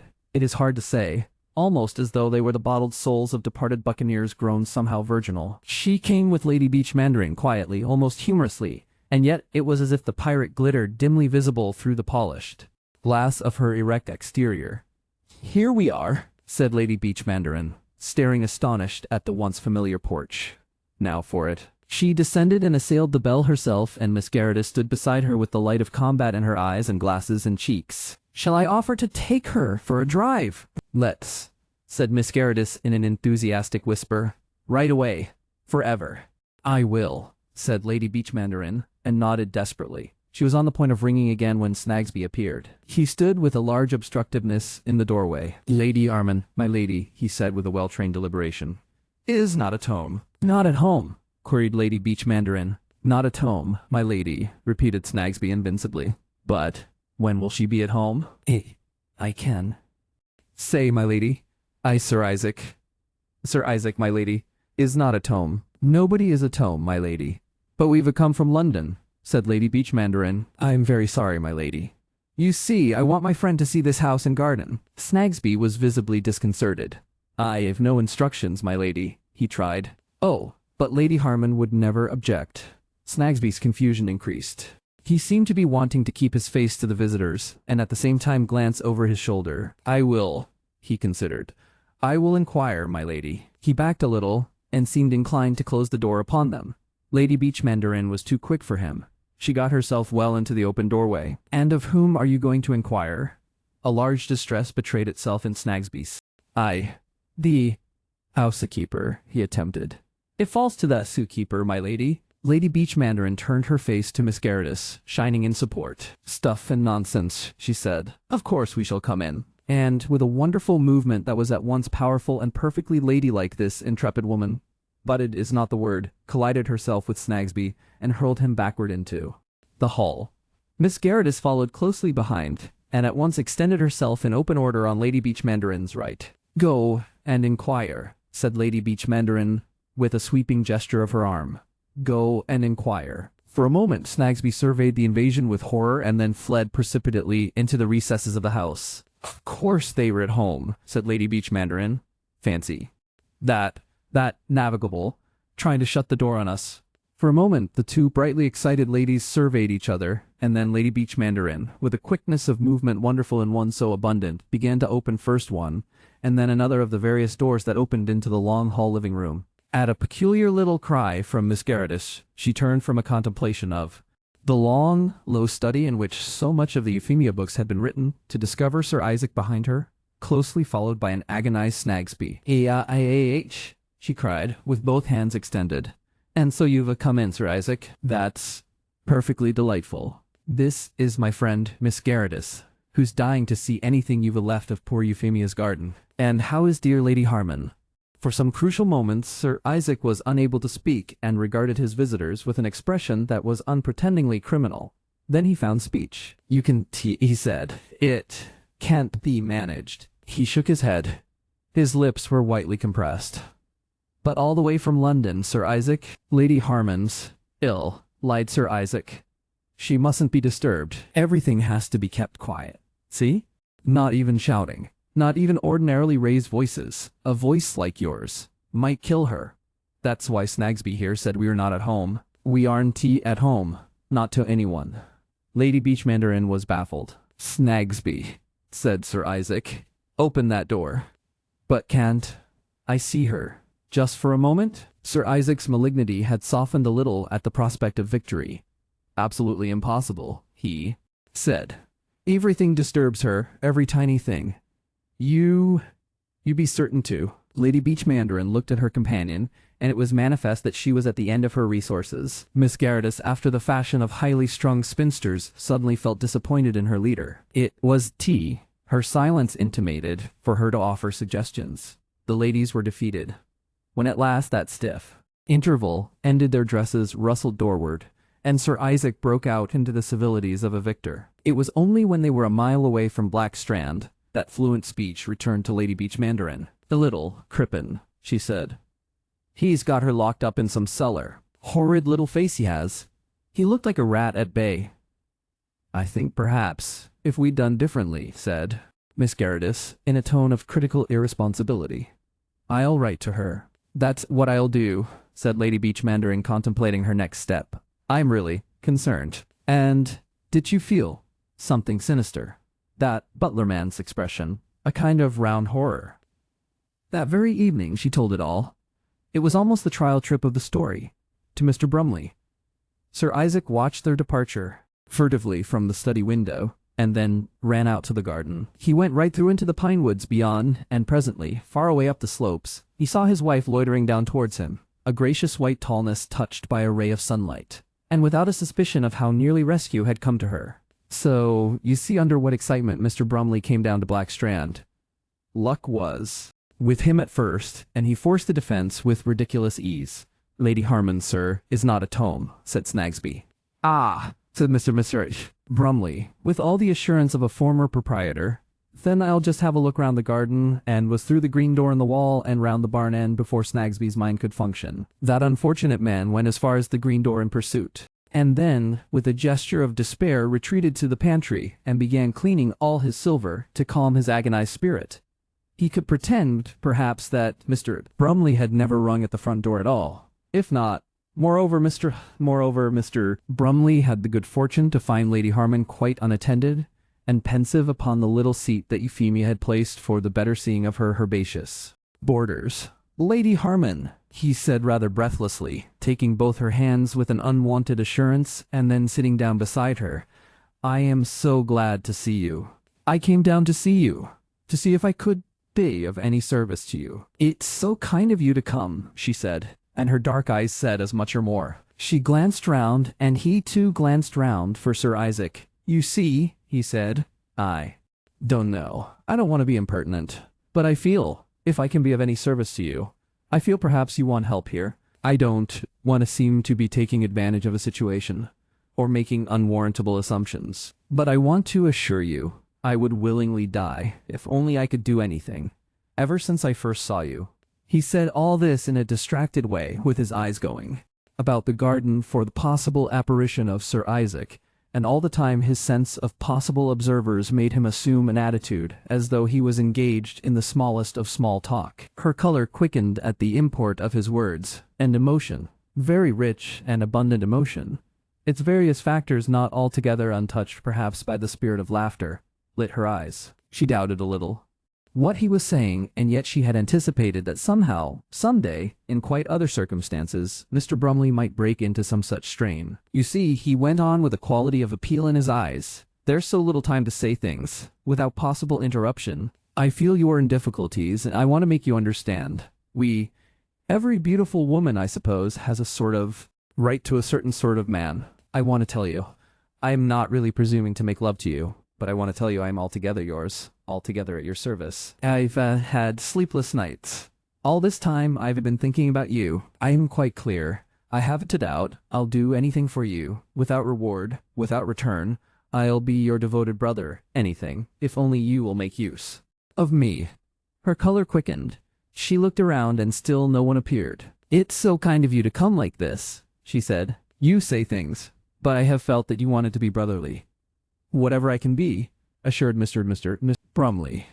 My situation here, she said, her dark frankness of gaze meeting his troubled eyes. It's so strange and difficult. I don't know what to do. I don't know what I want to do. In London, said Mr. Brumley, they say, you have been taken off, brought down here, to a sort of captivity. I have, admitted Lady Harman with a note of recalled astonishment in her voice. If I can help you to escape. But where can I escape? And one must admit that it is a little difficult to indicate a correct refuge for a lady who finds her home intolerable. Of course there was Mrs. Sawbridge, but Lady Harman felt that her mother's disposition to lock herself into her bedroom at the slightest provocation made her a weak support for a defensive fight, and in addition that boarding house at Bournemouth did not attract her. Yet what other wall in all the world was there for Lady Harman to set her back against? During the last few days, Mr. Brumley's mind had been busy with the details of impassioned elopements conducted in the most exalted spirit. But now, in the actual presence of the lady, these projects did, in the most remarkable manner, vanish. Couldn't you, he said at last, go somewhere? And then with an air of being meticulously explicit, I mean, is there somewhere where you might safely go? And, in his dreams he had been crossing high passes with her. He had halted suddenly and stayed her mule. In his dream, because he was a man of letters and a poet, it was always a mule, never a train deluxe. Look, he had said, below there, Italy, the country you have never seen before. There's nowhere, she answered. Now where? Asked Mr. Now where? Asked Mr. Brumley. And how? With the tone and something of the gesture of one who racks his mind. If you only trust yourself to me. Oh, Lady Harman, if I dared ask it. He became aware of Sir Isaac walking across the lawn towards them. The two men greeted each other with a reasonable cordiality. I wanted to see how you were getting on down here, said Mr. Brumley, and whether there was anything I could do for you. We're getting on all right, said Sir Isaac with no manifest glow of gratitude. You, faltered the old barn, tremendously. Come and see it, said Sir Isaac. It's a wing. Mr. Ring. Mr. Brumley remained seated. It was the first thing that struck me, Lady Harman, this evidence of Sir Isaac's energy. Come and look over it, Sir Isaac persisted. Mr. Brumley and Lady Harman rose together. One's enough to show him that, said Sir Isaac. I was telling Lady Harman how much we missed her at Lady Viping's, Sir Isaac. It was on account of the drains, Sir Isaac explained. It's foolhardy to stay a day when the drains are wrong, dinners or no dinners. You know I was extremely sorry not to come to Lady Viping's. I hope you'll tell her, I wrote. But Mr. Brumley didn't remember clearly enough to make any use of that. Everybody naturally is sorry on an occasion of that sort, said Sir Isaac. But you come and see what we've done in that barn. In 3 weeks, they could have got it together in 3 months 10 years ago. It's system. Mr. Brumley still tried to cling to Lady Harman. Have you been interested in this building? He asked. I still don't understand the system of the corridor, she said, rising a little belatedly to the occasion. I will come. Sir Isaac regarded her for a moment with a dubious expression, and then began to explain the new method of building with large prepared units and shaped pieces of reinforced concrete instead of separate bricks that Messrs. Prothero and Cuthbertson had organized, and which had enabled him to create this artistic corridor so simply. It was a rather uncomfortable three-cornered conversation. Sir Isaac addressed his exposition exclusively to Mr. Brumley, and Mr. Brumley made repeated ineffectual attempts to bring Lady Harman, and Lady Harman made repeated ineffectual attempts to bring herself into a position in the conversation. Their eyes met. The glow of Mr. Brumley's declarations remained with them, but neither dared risk any phrase that might arouse Sir Isaac's suspicions or escape his acuteness. And when they had gone through the new additions pretty thoroughly, the plumbers were still busy with the barn bathroom. Sir Isaac asked Mr. Brumley if there was anything more he would like to see. In the slight pause that ensued, Lady Harman suggested tea. But tea gave them no opportunity of resuming their interrupted conversation, and as Sir Isaac's invincible determination to shadow his visitor until he was well off the premises became more and more unmistakable, he made it quite ungraciously unmistakable. Mr. Brumley's inventiveness failed. One thing came to him suddenly, but it led to nothing of any service to him.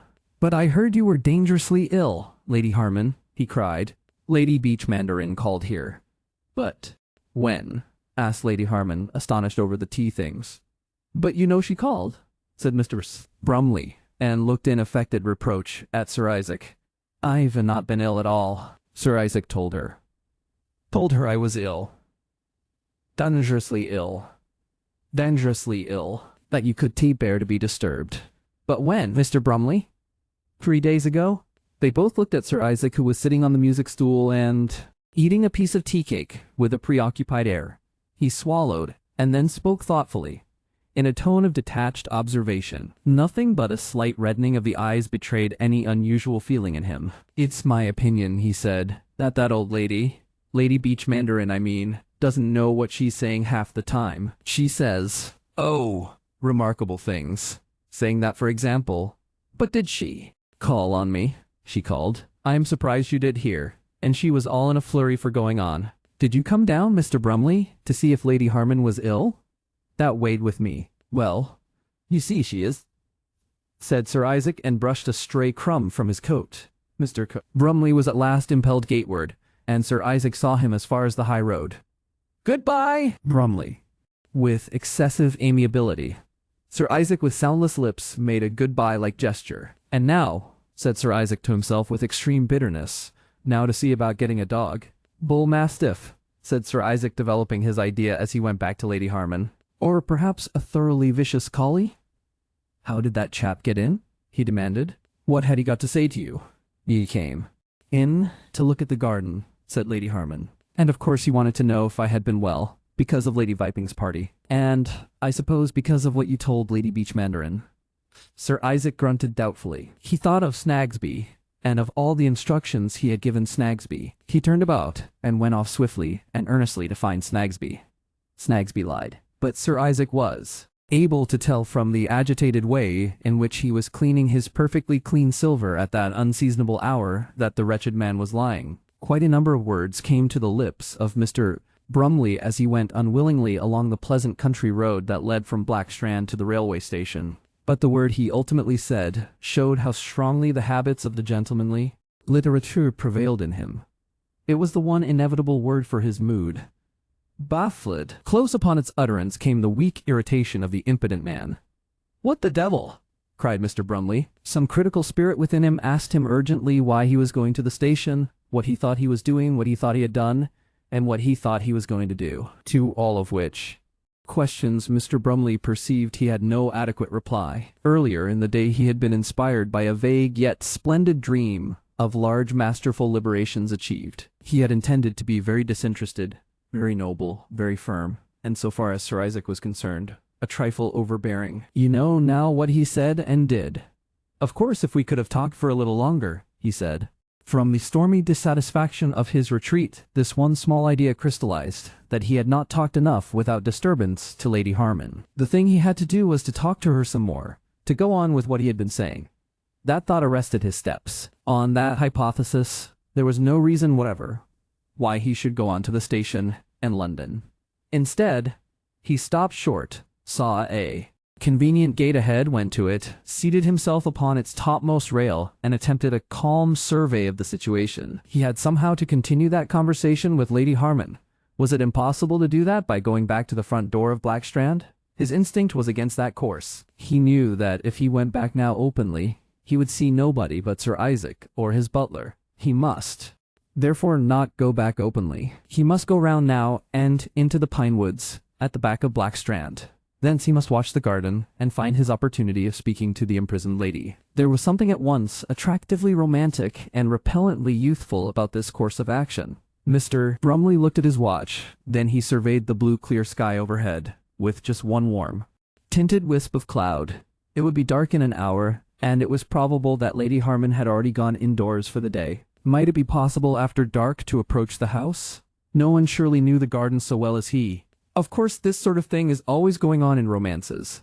In the stories of that last great survivor of the Stevensonian tradition, H.B. Marriott Watson, the heroes are always creeping through woods, tapping at windows, and scaling house walls. But Mr. Brumley, as he sat on his gate, became very sensible of his own extreme inexperience in such adventures, and yet anything seemed in his present mood better than going back to London. Suppose he tried his luck? He knew, of course, the lie of the land about Blackstrand very well indeed, and his harmless literary social standing gave him a certain freedom of trespass. He dropped from his gate on the inner side, and taking a bridle path through a pine wood, was presently out upon the moorland behind his former home. He struck the high road that led past the Staminal breadboard, and was just about to clamber over the barbed wire on his left and make his way through the trees to the crest that commanded the Blackstrand garden, when he perceived a man in a velveteen coat and gaiters strolling towards him. He decided not to leave the road until he was free from observation. The man was a stranger, an almost conventional gamekeeper, and he endorsed Mr. Brumley's remark upon the charmingness of the day with guarded want of enthusiasm. Mr. Brumley went on for some few minutes, then halted, assured himself that the stranger was well out of sight, and returned at once towards the point where high roads were to be left and adventure begun. But he was still some yards away when he became aware of that velveteen-coated figure approaching again. "Damn," said Mr. Brumley, and slacked his eager paces. This time he expressed a view that the weather was extremely mild. "Very," said the man in velveteen with a certain lack of respect in his manner. It was no good turning back again. Mr. Brumley went on slowly, affected to botanize, watched the man out of sight, and immediately made a dash for the pine woods, taking the barbed wire in a manner extremely detrimental to his left trouser leg. He made his way obliquely up through the trees to the crest from which he had so often surveyed the shining ponds of Aleham. There he paused to peer back for that gamekeeper, whom he supposed in spite of reason to be stalking him, to recover his breath and to consider his further plans. The sunset was very fine that night. A great red sun was sinking towards acutely outlined hill crests. The lower nearer distances were veiled in lavender mists, and 3 of the ponds shone like the fragments of a shattered pink topaz. But Mr. Brumley had no eye for landscape. About 2 hours after nightfall, Mr. Brumley reached the railway station. His trousers and the elbow of his coat bore witness to a second transit of the barbed wire fence in the darkness. He had manifestly walked into a boggy place and had some difficulty in recovering firm ground, and he had also been sliding in a recumbent position down a bank of moist, ferruginous sand. Moreover, he had cut the palm of his left hand. There was a new, strange station master who regarded him without that respect to which he had grown accustomed. He received the information that the winter train service had been altered and that he would have to wait 45 minutes for the next train to London with the resignation of a man already chastened by misfortune and fatigue. He went into the waiting room, and after a vain search for the poker, the new station master evidently kept it in a different place, sat down in front of an irritatingly dull fire banked up with slack, and nursed his damaged hand and meditated on his future plans. His plans were still exactly in the state in which they had been when Sir Isaac parted from him at the gate of Black Strand. They remained in the same state for 2 whole days. Throughout all that distressing period, his general intention of some magnificent intervention on behalf of Lady Harman remained unchanged. It produced a number of moving visions of flights at incredible speeds in recklessly hired motor cars of colossal power. Most of the purchase money for Black Strand was still uninvested at his bank. Impassioned interviews with various people, of a divorce court with a hardened judge congratulating the manifestly quite formal co-respondent on the moral beauty of his behavior, but it involved no sort of concrete practicable detail upon which any kind of action might be taken. And during this period of indecision, Mr. Brumley was hunted through London by a feverish unrest. When he was in his little flat in Pont Street, he was urged to go to his club. When he got to his club, he was urged to go anywhere else. He called on the most improbable people, and as soon as possible fled forth again. He even went to the British Museum and ordered out a lot of books on matrimonial law. Long before that great machine had disgorged them for him, he absconded, and this widowed pile of volumes still standing to his account only came back to his mind in the middle of the night suddenly and disturbingly, while he was trying to remember the exact words he had used in his brief conversation with Lady Harman. 2 days after Mr. Brumley's visit, Susan Burnett reached Black Strand. She too had been baffled for a while. For some week or more she could discover the whereabouts of Lady Harman, and lived in the profoundest perplexity. She had brought back her curtains to the Putney house in a large but luggable bundle. They were all made and ready to put up, and she found the place closed and locked, in the charge of a caretaker whose primary duty it was to answer no questions. It needed several days of thought and amazement, and a vast amount of "I wonder," and "I just would like to know," before it occurred to Susan that if she wrote to Lady Harman at the Putney address, the letter might be forwarded. And even then she almost wrecked the entire enterprise by mentioning the money. And it was by a quite exceptional inspiration that she thought after all it was wiser not to say that, but to state that she had finished the curtains and done everything, underlined, that Lady Harman had desired. Sir Isaac read it and tossed it over to his wife. "Make her send her bill," he remarked. Whereupon Lady Harman set Mrs. Crumble in motion to bring Susan down to Black Strand. This was quite easy, because, as Mrs. Crumble pointed out, they hadn't the slightest use for Susan's curtains there, and Lady Harman had to find the morning light quite intolerable in her bedroom. She always slept with window wide open and curtains drawn back, to create a suitable demand for Susan's services. But at last Susan came, too humbly invisible for Sir Isaac's attention, and directly she found Lady Harman alone in the room with her, she produced a pawn ticket and £20. "I had to give all sorts of particulars," she said. "It was a job. But I did it." The day was big with opportunity, for Sir Isaac had been unable to conceal the fact that he had to spend the morning in London. He had gone up in the big car and his wife was alone, and so, with Susan upstairs still deftly measuring for totally unnecessary hangings, Lady Harman was able to add a fur stole and a muff and some gloves to her tweed gardening costume, walk unchallenged into the garden, and from the garden into the wood, and up the hillside and over the crest, and down to the high road and past that great advertisement of staminal bread, and so for 4 palpitating miles, to the railway station and the outer world. She had the good fortune to find a train imminent, the 12:17. She took a first-class ticket for London and got into a compartment with another woman because she felt it would be safer. Lady Harman reached Miss Alamoni's flat at 3:30 in the afternoon. She had lunched, rather belatedly and uncomfortably, in the Waterloo refreshment room, and she had found out that Miss Alamoni was at home through the telephone. "I want to see you urgently," she said, and Miss Alamoni received her in that spirit. She was hatless, but she had a great cloud of dark fuzzy hair above the grey profundity of her eyes, and she wore an artistic tea-gown that, in spite of a certain looseness at neck and sleeve, emphasized the fine lines of her admirable figure. Her flat was furnished chiefly with books and rich oriental hangings and vast cushions and great bowls of scented flowers. On the mantel-shelf was the crystal that amused her lighter moments, and above it hung a circular allegory by Florence Swinstead, very rich in color, The Awakening of Woman, in a heavy gold frame. Miss Alamoni conducted her guest to an armchair, knelt flexibly on the hearthrug before her, took up a small and elegant poker with a brass handle and a spear-shaped service end of iron, and poked the fire. The service end came out from the handle and fell into the grate. "It always does that," said Miss Alamoni charmingly. "But never mind." She warmed both hands at the blaze.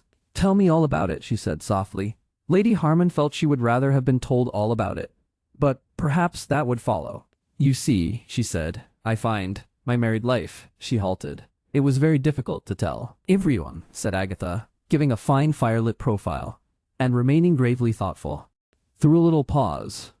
"Do you mind," she asked abruptly, "if I smoke?" When she had completed her effect with a delicately flavored cigarette, she encouraged Lady Harman to proceed.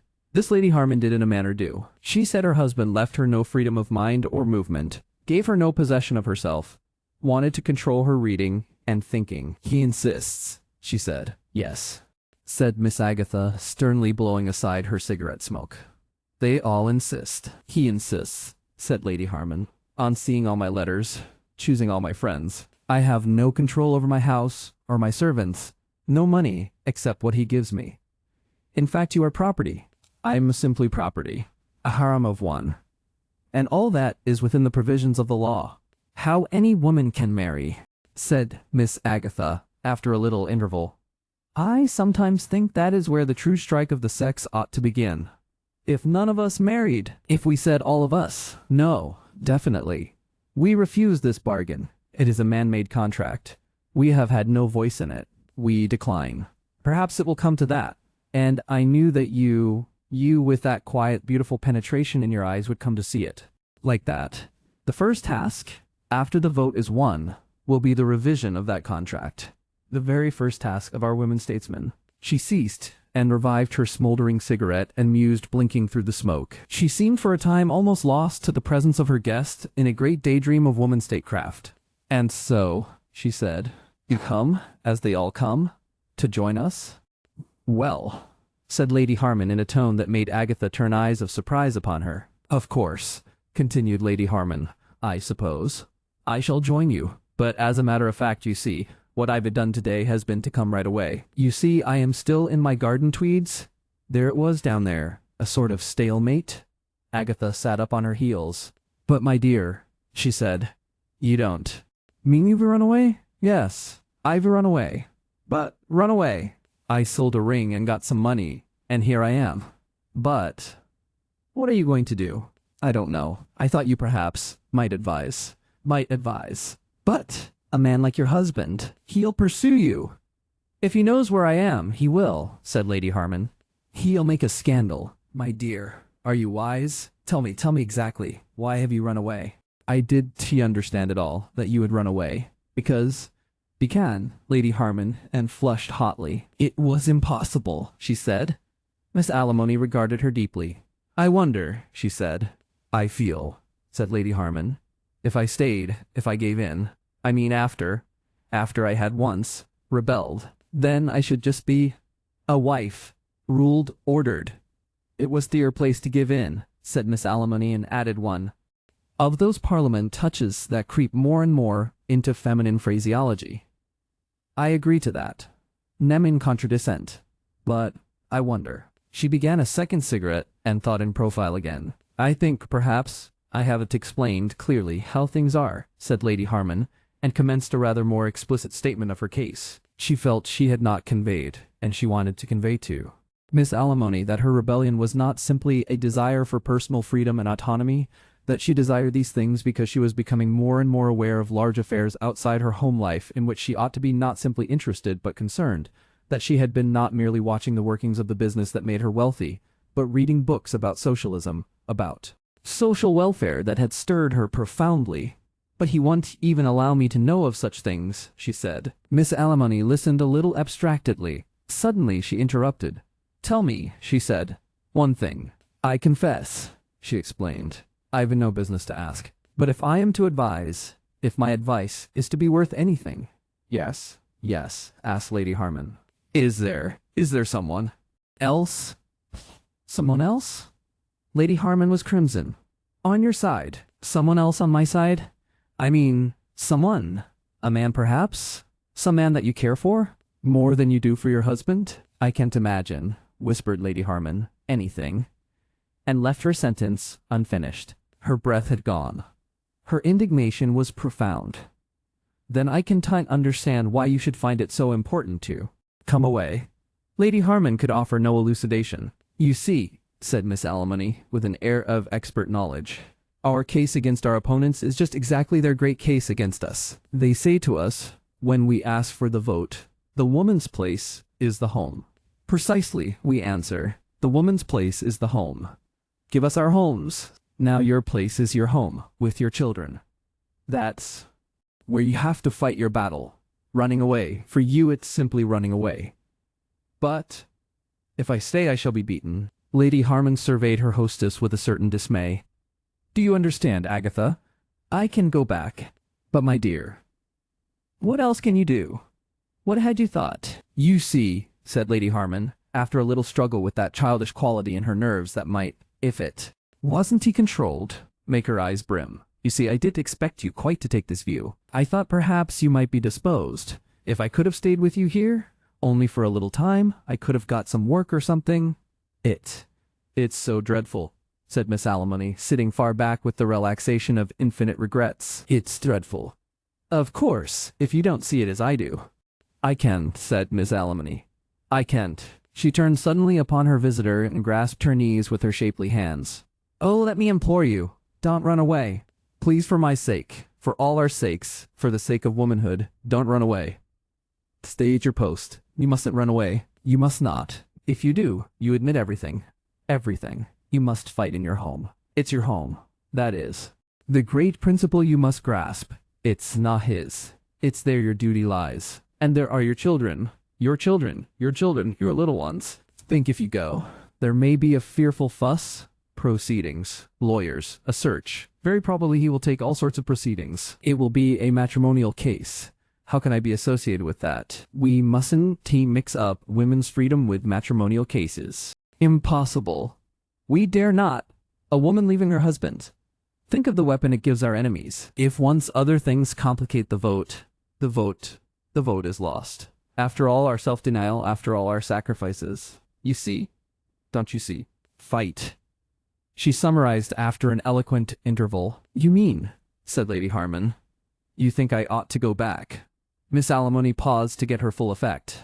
Yes, she said in a profound whisper and endorsed it. Oh, so much so. Yes. Now? Instantly. For an interval neither lady spoke. It was the visitor at last who broke the tension. Do you think, she asked in a small voice and with the hesitation of one whom no refusal can surprise, you could give me a cup of tea? Miss Alimony rose with a sigh and a slow unfolding rustle. I forgot, she said. My little maid is out. Lady Harman, left alone, sat for a time staring at the fire with her eyes rather wide and her eyebrows raised as though she mutely confided to it her infinite astonishment. This was the last thing she had expected. She would have to go to some hotel. Can a woman stay alone at an hotel? Her heart sank. Inflexible forces seemed to be pointing her back to home. And Sir Isaac. He would be a very triumphant Sir Isaac. And she did not have much heart left in her. I won't go back, she whispered to herself. Whatever happens, I want to go back. Then she became aware of the evening newspaper Miss Alimony had been reading. The headline, "Suffrage Raid on Regent Street," caught her eye. A queer little idea came into her head. It grew with tremendous rapidity. She put out a hand and took up the paper and read. She had plenty of time to read, because her hostess not only got the tea herself, but went during that process to her bedroom and put on one of those hats that have contributed so much to remove the stigma of dowdiness from the suffrage cause, as an outward and visible sign that she was presently ceasing to be at home. Lady Harman found an odd fact in the report before her. "One of the most difficult things to buy at the present time in the West End of London," it ran, "is a hammer." Then a little further, the magistrate said it was impossible to make discriminations in this affair. All the defendants must have a month's imprisonment. When Miss Alimony returned, Lady Harman put down the paper almost guiltily. Afterwards, Miss Alimony recalled that guilty start, and the still more guilty start that had happened, when presently she went out of the room again and returned with a lamp, for the winter twilight was upon them. Afterwards, too, she was to learn what had become of the service end of her small poker, the little iron club, which she missed almost as soon as Lady Harman had gone. Lady Harman had taken that grubby but convenient little instrument and hidden it in her muff, and she had gone straight out of Miss Alimony's flat to the post office at the corner of Jago Street, and there, with one simple effective impact, had smashed a ground-glass window, the property of His Majesty King George V.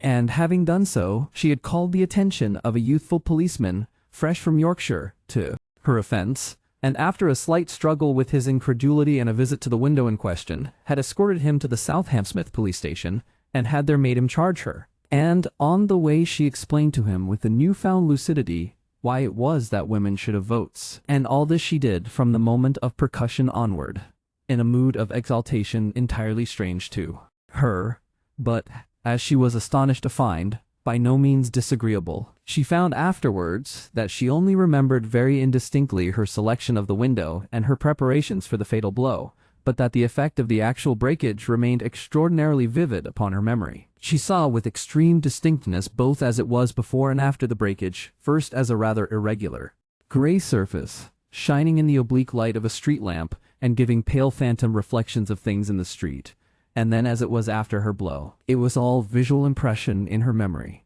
She could not recollect afterwards if there had been any noise at all. Where there had been nothing but a milky dinginess, a thin-armed, irregular star had flashed into being, and a large triangular piece at its center, after what seemed an interminable indecision, had slid, first covertly downward, and then fallen forward at her feet and shivered into 100 fragments. Lady Harman realized that a tremendous thing had been done, irrevocably.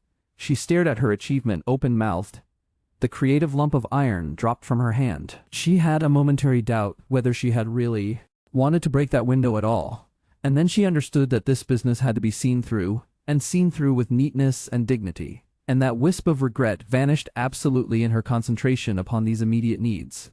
Someday, when the arts of the writer and illustrator are more closely blended than they are today, it will be possible to tell of all that followed this blow, with an approach to its actual effect. Here there should stand a page showing simply and plainly the lower half of the window of the Jago Street post office, a dark, rather grimy pane, reflecting the light of a street lamp, and broken. Below the pane would come a band of evilly painted woodwork, a corner of letterbox, a foot or so of brickwork, and then the pavement with a dropped lump of iron. That would be the sole content of this page, and the next page would be the same, but very slightly fainter, and across it would be printed a dim sentence or so of explanation. The page following that would show the same picture again, but now several lines of type would be visible, and then, as one turned over, the smashed window would fade a little, and the printed narrative, still darkened and dominated by it, would nevertheless resume. One would read on how Lady Harman returned to convince the incredulous young Yorkshireman of her feat, how a man with a barrowload of bananas volunteered comments, and how she went in custody, but with the extremest dignity, to the police station. Then, with some difficulty, because that imposed picture would still prevail over the letterpress, and because it would be in small type, one would learn how she was bailed out by Lady Beach Mandarin, who was clearly the woman she ought to have gone to in the first place, and who gave up a dinner with the Duchess to entertain her, and how Sir Isaac, being too torn by his feelings to come near her, spent the evening in a frantic attempt to keep the whole business out of the papers. He could not manage it. The magistrate was friendly next morning, but inelegant in his friendly expedients. He remanded Lady Harman until her mental condition could be inquired into, but among her fellow defendants, there had been quite an epidemic of window smashing that evening. Lady Harman shone preeminently sane. She said she had broken this window because she was assured that nothing would convince people of the great dissatisfaction of women with their conditions except such desperate acts. And when she was reminded of her 4 daughters, she said it was precisely the thought of how they too would grow up to womanhood that had made her strike her blow. The statements were rather the outcome of her evening with Lady Beach Mandarin than her own unaided discoveries, but she had honestly assimilated them, and she expressed them with a certain simple dignity. Sir Isaac made a pathetic appearance before the court, and Lady Harman was shocked to see how worn he was with distress at her scandalous behavior. He looked a broken man.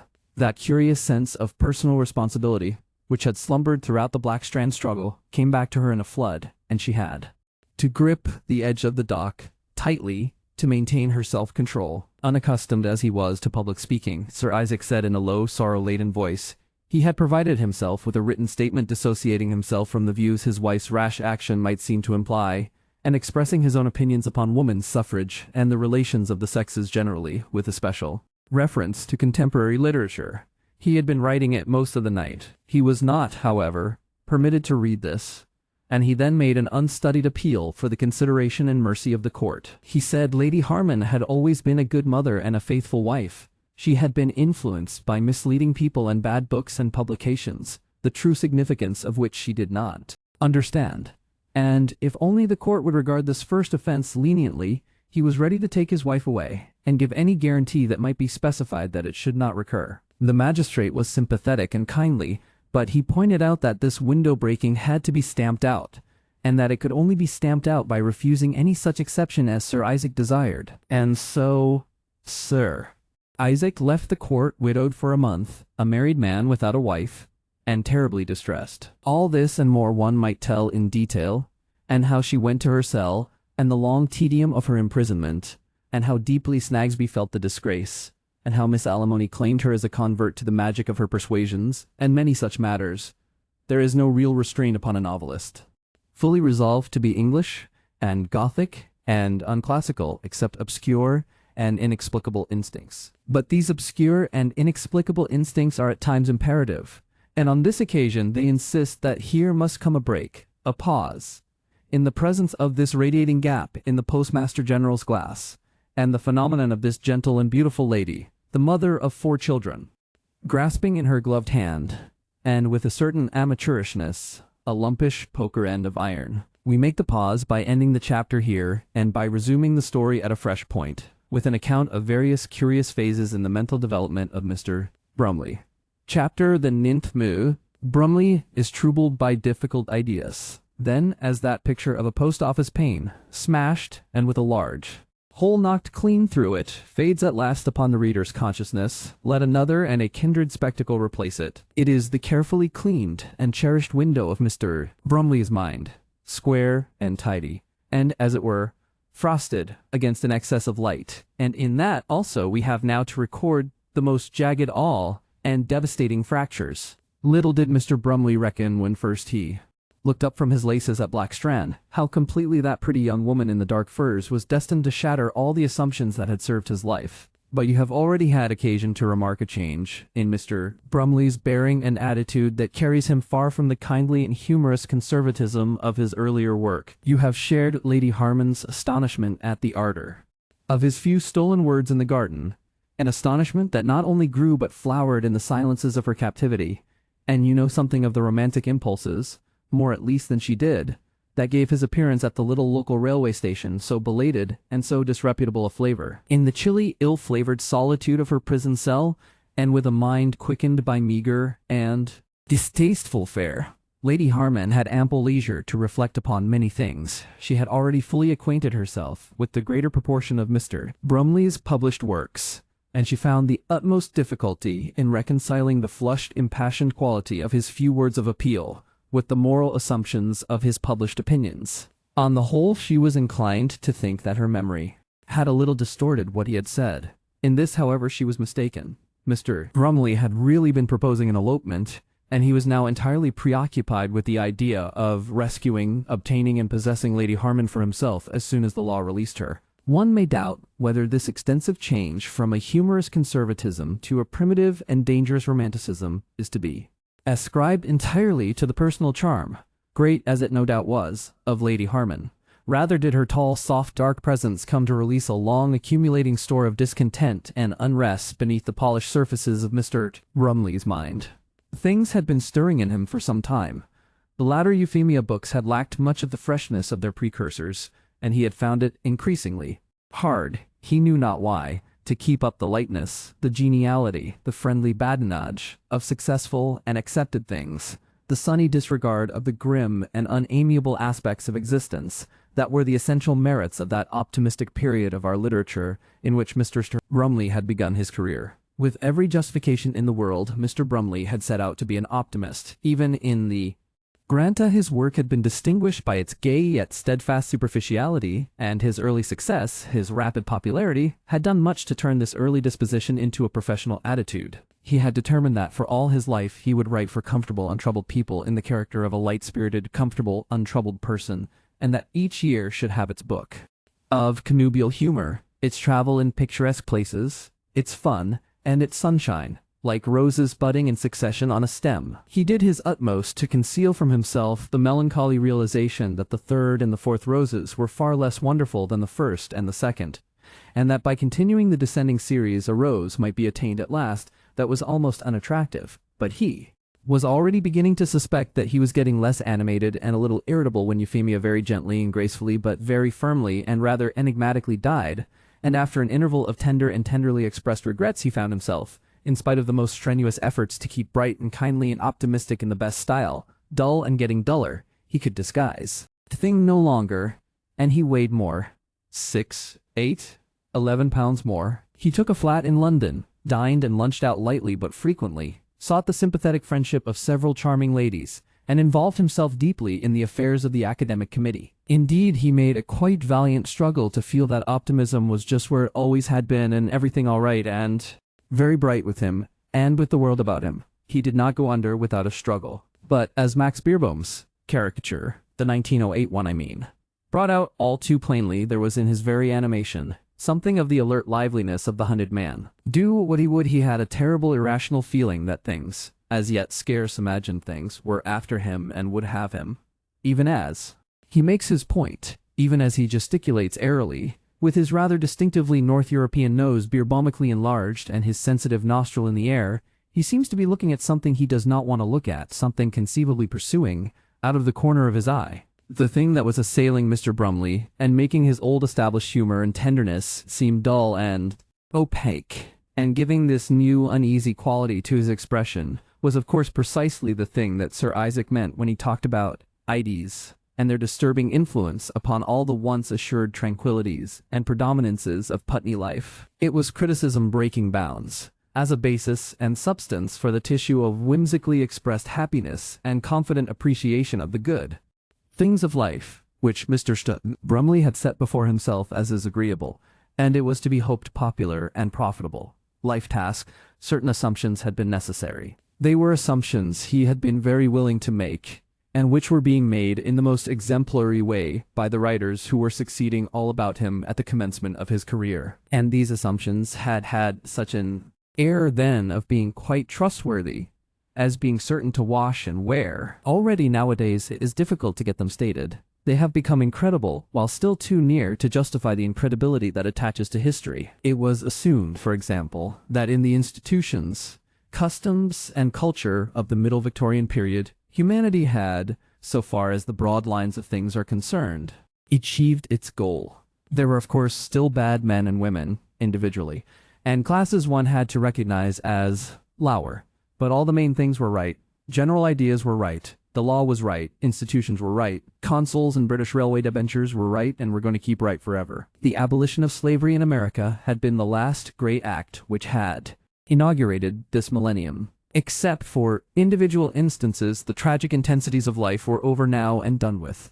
There was no more need for heroes and martyrs. For the generality of humanity, the phase of genial comedy had begun. There might be improvements and refinements ahead, but social, political, and economic arrangement were now in their main outlines settled for good and all. Nothing better was possible, and it was the agreeable task of the artist and the man of letters to assist and celebrate this establishment. There was to be much editing of Shakespeare and Charles Lamb, much delightful humor and costume romance, and an academy of refined fine writers would presently establish Bell's Ledgers on the reputable official basis, write finest to creative force, and undertake the task of stereotyping the language.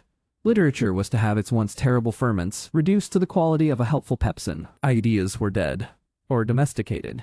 The last wild idea, in an impoverished and pitiful condition, had been hunted down and killed in the mobbing of the woman who did. For a little time, the world did actually watch a phase of English writing that dared nothing, penetrated nothing, suppressed everything, and aspired at most to charm, creep like a transitory patch of sunlight across a storm-rent universe, and vanish. At no time was it a perfectly easy task to pretend that the crazy makeshifts of our legal and political systems, the staggering accidents of economic relationship, the festering disorder of contemporary philosophy and religious teaching, the cruel and stupid bed of King Og, that is our last word in sexual adjustment, really constituted a noble and enduring sanity, and it became less and less so with the acute disillusionments that arose out of the Boer War. The first decade of the 20th century was for the English a decade of badly sprained optimism. Our empire was nearly beaten by a handful of farmers amidst the jeering contempt of the whole world,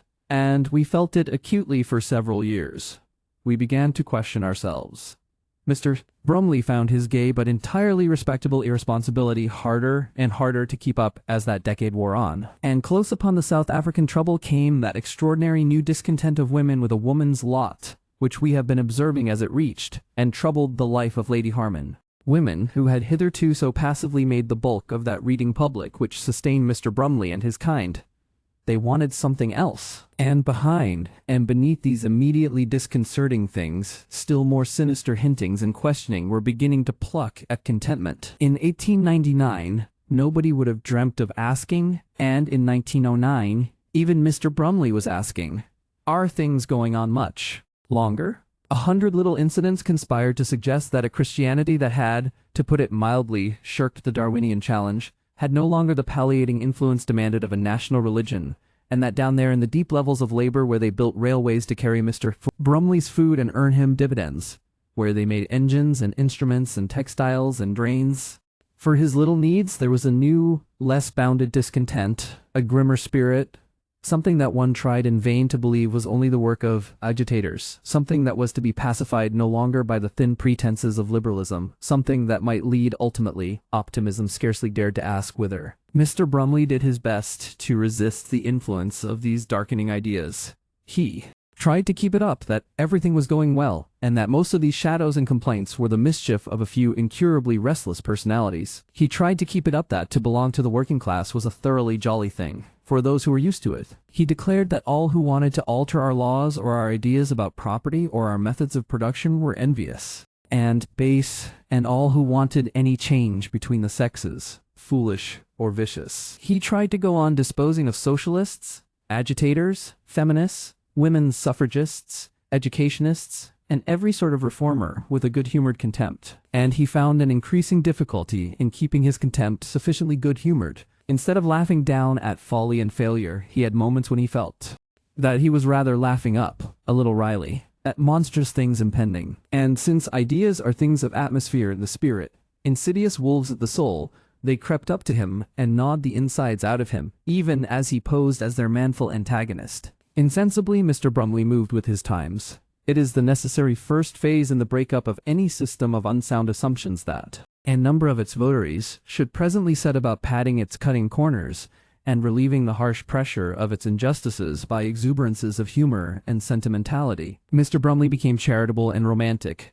Orthodox still, but charitable and romantic. He was all for smashing with the generalization, but now in the particular instance he was more and more for forgiveness. One finds, creeping into the later Euphemia books, a Bret Hart-like doctrine that a great number of bad women are really good, and a persuasion in the Raffles key that a large proportion of criminals are really very picturesque and admirable fellows. One wonders how far Mr. Brumley's less ostensible life was softening in harmony with this exterior change, this tender twilight of principle. He wouldn't he as yet face the sterner fact that most people who are condemned by society, whether they are condemned justly or not, are by the very gregariousness of man's nature debased, and that a law or custom that stamps you as bad makes you bad. A great state should have high and humane and considerate laws, nobly planned, nobly administered, and needing none of these shabby little qualifications sotto voce. 2.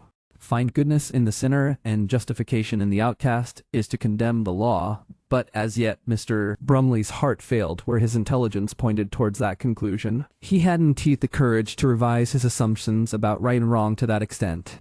He just allowed them to get soft and sloppy. He waded where there should be firm ground. He waded toward wallowing. This is a perilous way of living, and the sad little end of Euphemia, flushed and coughing, left him no doubt in many ways still more exposed to the temptations of the sentimental byway and the emotional gloss. Happily, this is a book about Lady Harman, and not an exhaustive monograph upon Mr. Brumley. We will at least leave him the refuge of a few shadows. Occasionally he would write an important signed review for the 20th Century or the Hebdomadal Review, and on one such occasion he took in hand several studies of contemporary conditions by various new witnesses, young liberals, New Age rebels, and associated insurgent authors. He intended to be rather kindly with them, rather disillusioned, quite sympathetic, but essentially conventional and conservative and sane. He sat at a little desk near the drooping Venus under the benediction of Euphemia's posthumous rose, and turned over the pages of one of the least familiar of the group. The stuff was written with a crude force that at times became almost distinguished, but with a bitterness that he felt he must reprove. And suddenly he came upon a passionate tirade against the present period. It made him nibble softly with his lips at the top of his fountain pen as he read. "We live," said the writer, "in a second Byzantine age, in one of those multitudinous accumulations of secondary interests, of secondary activities and conventions and colossal intricate insignificances that lie like dust heaps in the path of the historian. The true history of such periods is written in bank books, and check counterfoils, and burnt to save individual reputations. It sneaks along under 1,000 pretenses. It finds its mole-like food and safety in the dirt. Its outer forms remain for posterity, a huge debris of unfathomable riddles," said Mr. Brumley. He slings it out.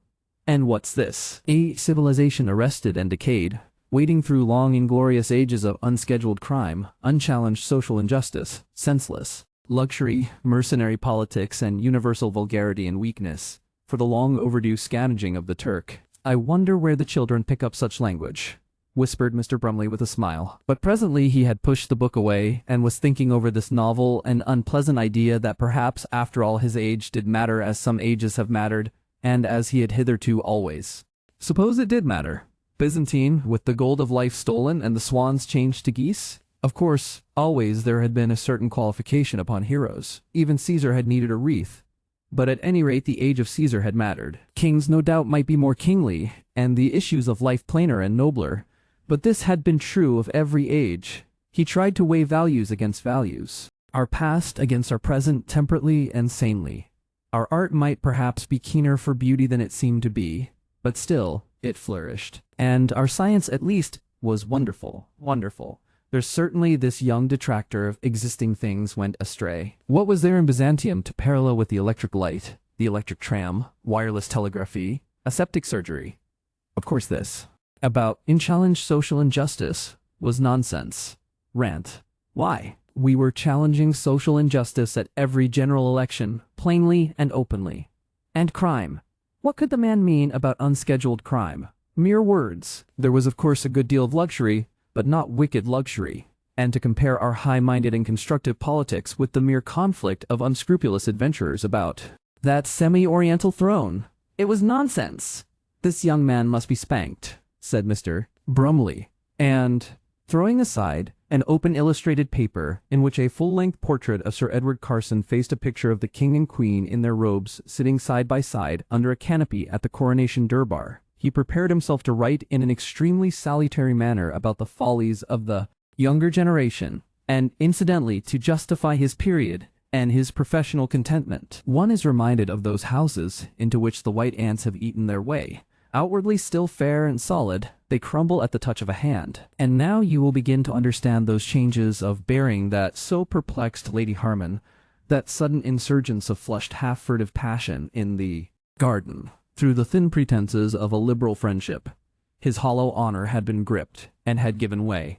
he had begun so well. At first, Lady Harman had occupied his mind in the properest way. She was another man's wife and sacred, according to all honorable standards, and what he wanted was merely to see more of her, talk to her, interest her in himself, share whatever was available outside her connubial obligations, and think as little of Sir Isaac as possible. How quickly the imaginative temperament of Mr. Brumley enlarged that to include a critical hostility to Sir Isaac, we have already recorded. Lady Harman was no longer simply a charming, suppressed young wife, crying out for attentive development. She became an ill-treated, beautiful woman, misunderstood. Still, scrupulously respecting his own standards, Mr. Brumley embarked upon the dangerous business of inventing just how Sir Isaac might be outraging them, and once his imagination had started to hunt in that field, it speedily brought in enough matter for a fine state of moral indignation, a white heat of not altogether justifiable chivalry. Assisted by Lady Beachmandarin, Mr. Brumley had soon converted the little millionaire into a matrimonial ogre to keep an anxious lover very painfully awake at nights. Because by that time, and quite insensibly, he had become an anxious lover, with all the gaps in the thread of realities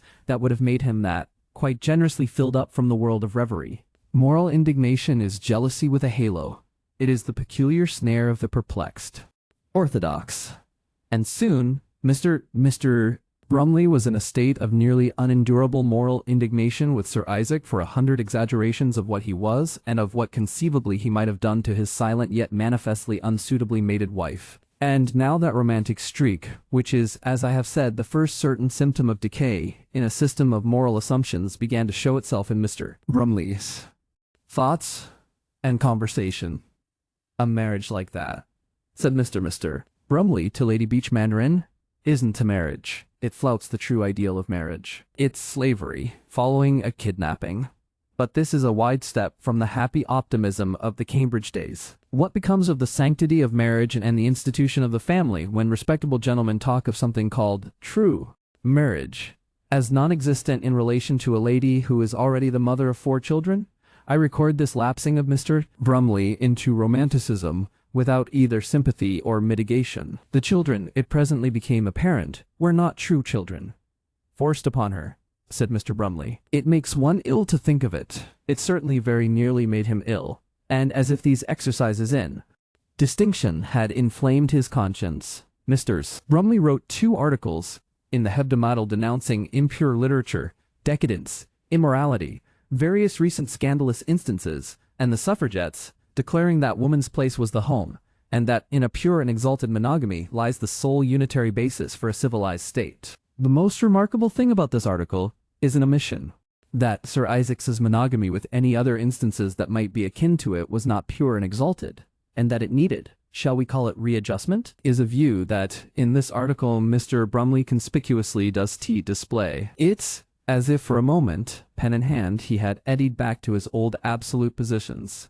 In a very little while, Mr. Brumley and Lady Beachmandarin had almost persuaded each other that Sir Isaac was applying physical torture to his proudly silent wife, and Mr. Brumley was no longer dreaming and glancing at, but steadily facing the possibility of a pure-minded and handsomely done elopement to free Lady Harman that would be followed in due course by a marriage, a true marriage, on a level of understanding far above any ordinary respectable wedding, amidst universal sympathy and admiration, and the presence of all the very best people. In these anticipations he did rather remarkably overlook the absence of any sign of participation on the part of Lady Harman in his own impassioned personal feelings, and he overlooked still more remarkably as possible objections to his line of conduct, Millicent, Florence, Annette, and Baby. These omissions, no doubt, simplified, but also greatly falsified his outlook. This proposal that all the best people shall applaud the higher rightness that was to be revealed in his projected elopement is in the very essence of the romantic attitude. All other people are still to remain under the law.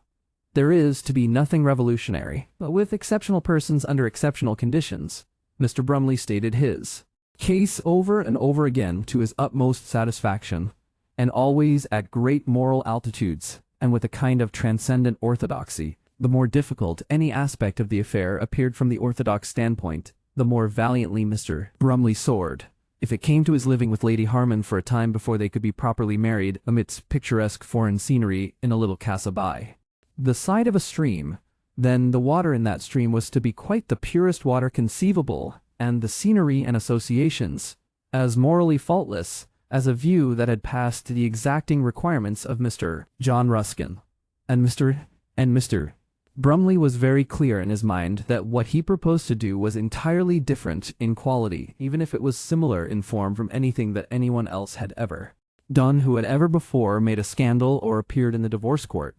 This is always the way in such cases, always. The scandal was to be a noble scandal, a proud scandal. One of those instances of heroical love that turn aside misdemeanors, admittedly misdemeanors, into edifying marvels. This was the state of mind to which Mr. Brumley had attained when he made his ineffectual raid upon Black Strand, and you will remark about it, if you are interested in the changes in people's ideas that are going on today, that although he was prepared to make the most extensive glosses in this particular instance upon the commonly accepted rules of what is right and proper, he was not for a moment prepared to accord the terrible gift of an independent responsibility to Lady Harman. In that direction lay regions that Mr. Brumley had still to explore. Lady Harman, he considered, was married wrongly and disastrously, and this he held to be essentially the fault of Sir Isaac, with perhaps some slight blame attaching to Lady Harman's mother. The only path of escape he could conceive as yet for Lady Harman lay through the chivalry of some other man that a woman could possibly rebel against.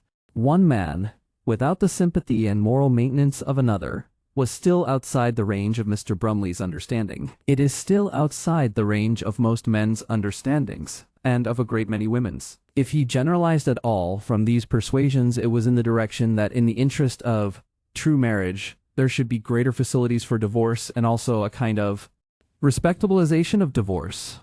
Then these false marriages might be rectified without suffering.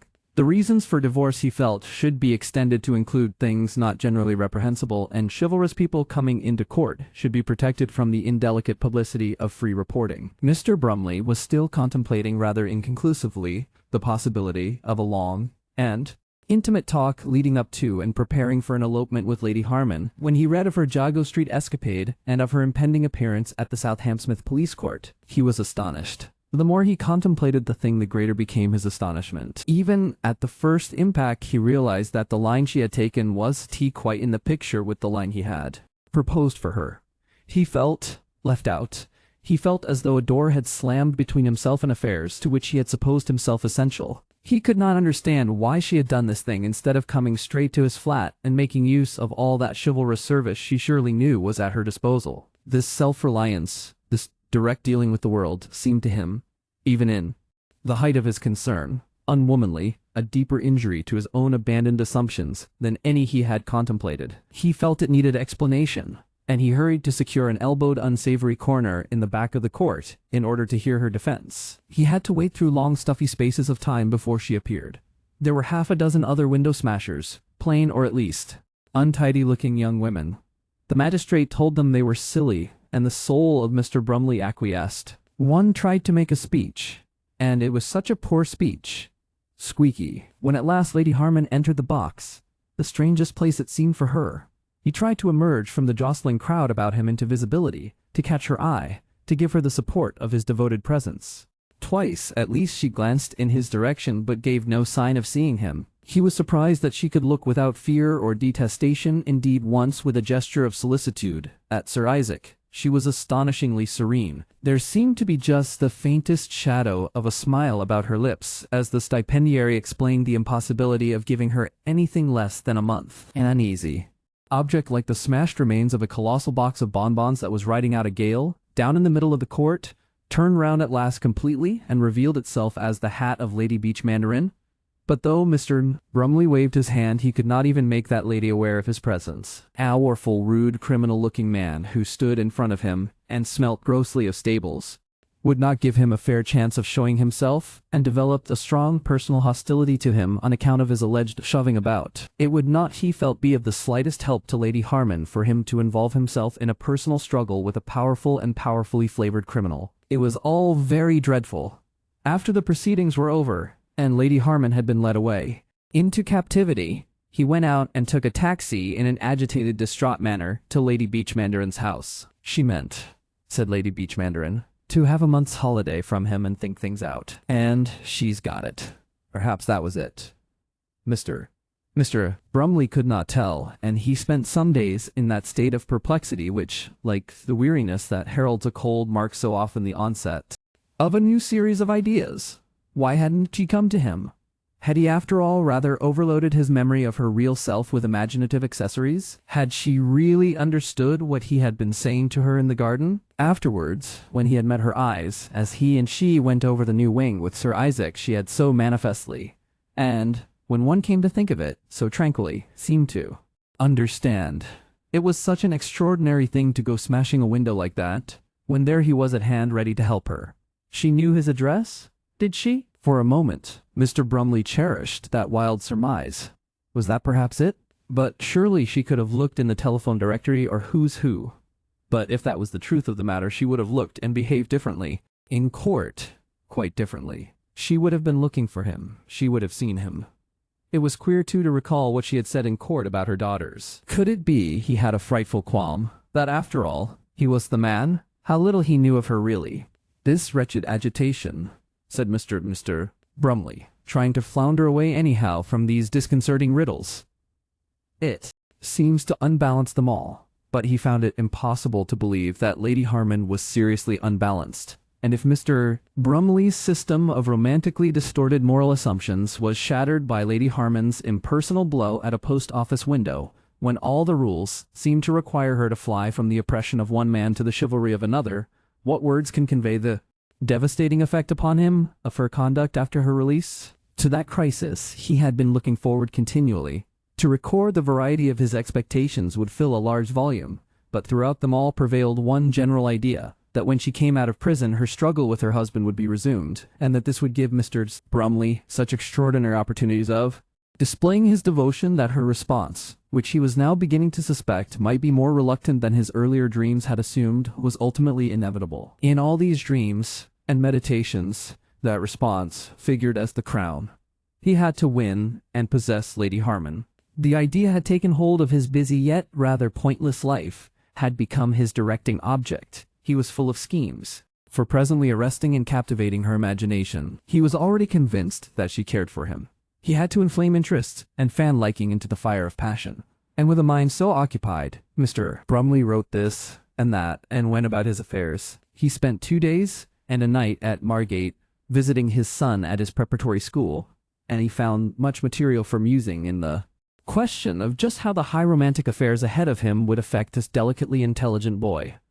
For a time, perhaps he might misjudge his father. He spent a weekend with Lady Viping and stayed on until Wednesday, and then he came back to London. His plans were still unformed when the day came for Lady Harman's release, and indeed beyond an idea that he would have her met at the prison gates by an enormous bunch of snowy white and crimson chrysanthemums. He had nothing really concrete at all in his mind. She had, however, been released stealthily a day before her time, and this is what she had done. She had asked that, of all improbable people, Sir Isaac's mother should meet her. The biggest car had come to the prison gates, and she had gone straight down with Mrs. Harman to her husband, who had taken a chill and was in bed drinking Contrexeville water at Blackstrand. As these facts shaped themselves in answer to the blanched inquiries of Mr. Brumley, his amazement grew. He began to realize that there must have been a correspondence during her incarceration, that all sorts of things had been happening while he had been dreaming, and when he went round to Lady Beach Mandarin, who was just packing up to be the life and soul of a winter sports party at a nice non-Lanai hotel at Lenzerheide, he learned particulars that chilled him to the marrow.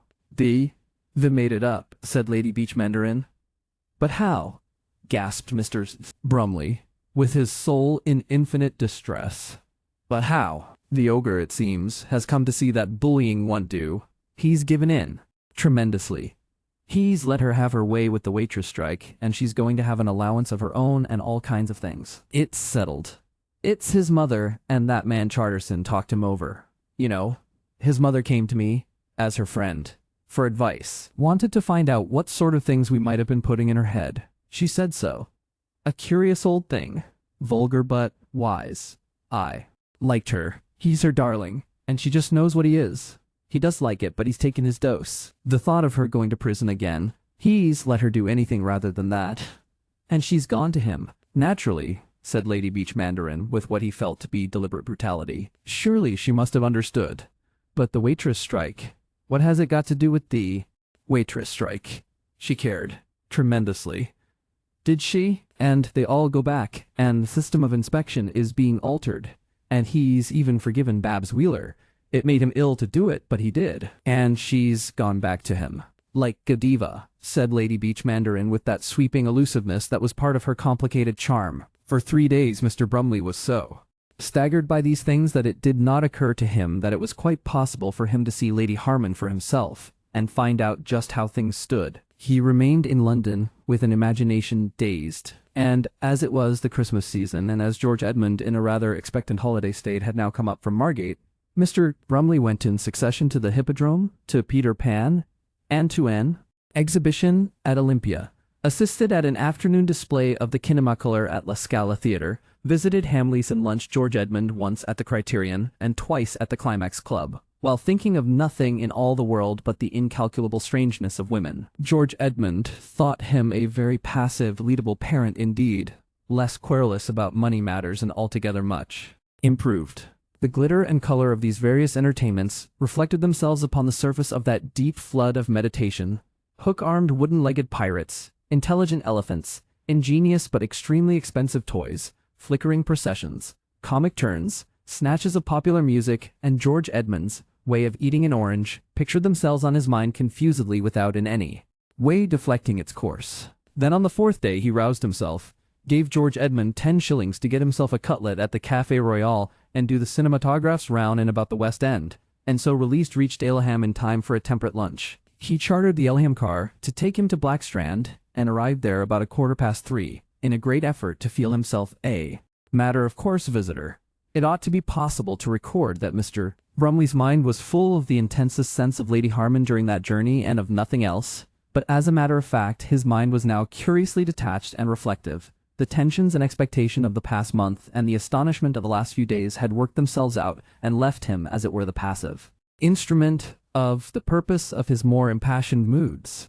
This distressed lover approached Blackstrand in a condition of philosophical lassitude. The road from Aleham to Blackstrand is a picturesque old English road, needlessly winding and badly graded, wriggling across a healthy wilderness with occasional pine woods. Something in that familiar landscape, for his life had run through it since. First he and Euphemia on a tandem bicycle, and altogether very young, had sought their ideal home in the south of England, set his mind swinging and generalizing. How freshly youthful he and Euphemia had been when first he came along that road, how crude, how full of happy expectations of success. It had been as bright, and it was now as completely gone as the sunsets they had seen together. How great a thing life is, how much greater than any single romance, or any individual affection. Since those days he had grown, he had succeeded, he had suffered in a reasonable way of course, still he could recall with a kind of satisfaction tears and deep week-long moods of hopeless melancholy, and he had changed. And now dominating this landscape, filling him with new emotions and desires, and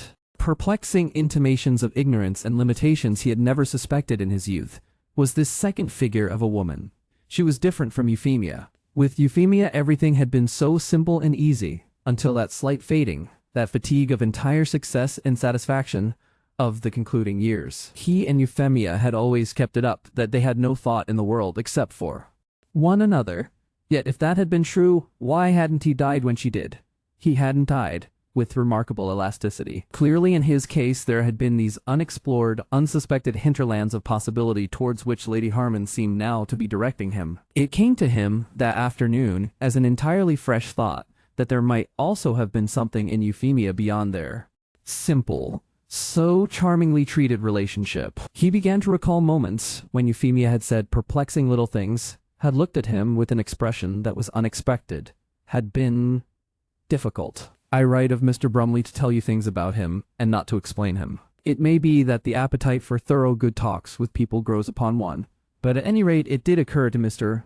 Brumley on his way to talk to Lady Harman. It occurred to him as a thing distressingly irrevocable that he could now never have a thorough good talk with Euphemia about certain neglected things between them. It would have helped him so much. His eyes rested as he thought of these things upon the familiar purple hill crests, patched that afternoon with the lingering traces of a recent snowstorm, the heather slopes, the dark mysterious woods, the patches of vivid green where a damp and marshy meadow or so broke the moorland surface. Today, in spite of the sun, there was a bright blue-white line of frost to the northward of every hedge and bank. The trees were dripping down the white edgings of the morning into the pine-needle mud at their feet.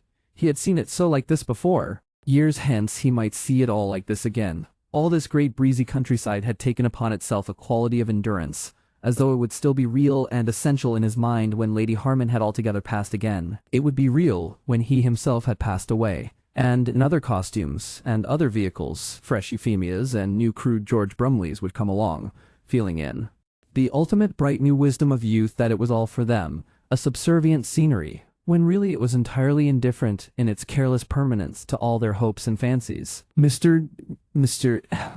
Brumley's thoughts on the permanence of landscape and the mutability of human affairs were more than a little dashed when he came within sight of Black Strand and perceived that once cozily beautiful little home clipped and extended, its shrubbery wrecked, and the old barn now pierced with windows and adorned, for its new chimneys were not working very well, by several efficient novelties in chimney cowls. Up the slopes behind Sir Isaac had extended his boundaries and had been felling trees and leveling a couple of tennis courts for next summer. Something was being done to the porch, and the jasmine had been cleared away altogether.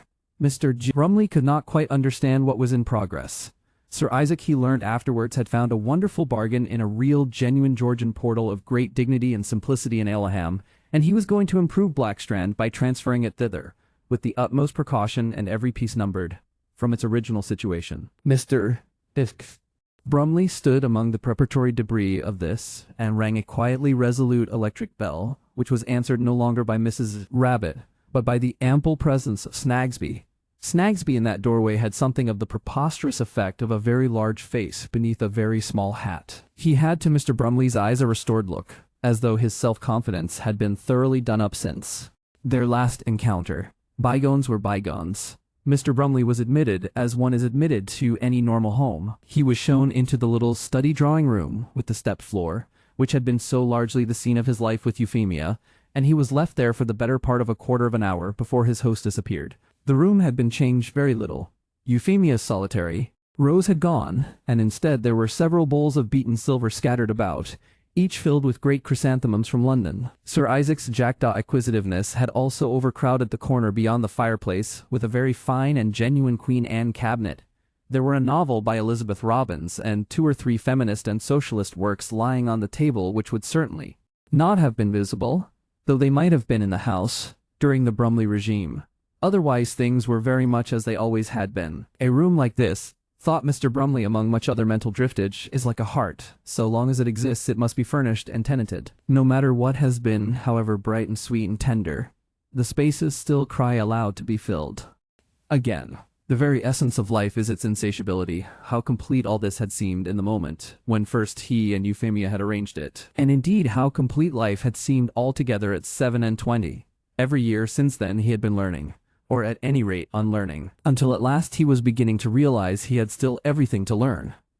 The door opened, and the tall dark figure of Lady Harman stood for a moment in the doorway before she stepped down into the room. She had always the same effect upon him, the effect of being suddenly remembered. When he was away from her he was always sure that she was a beautiful woman, and when he saw her again he was always astonished to see how little he had borne her beauty in mind. For a moment they regarded one another silently. Then she closed the door behind her and came towards him. All Mr. Brumley's philosophizing had vanished at the sight of her. His spirit was reborn within him. He thought of her, and of his effect upon her, vividly, and of nothing else in the world. She was paler, he thought, beneath her dusky hair, a little thinner and graver.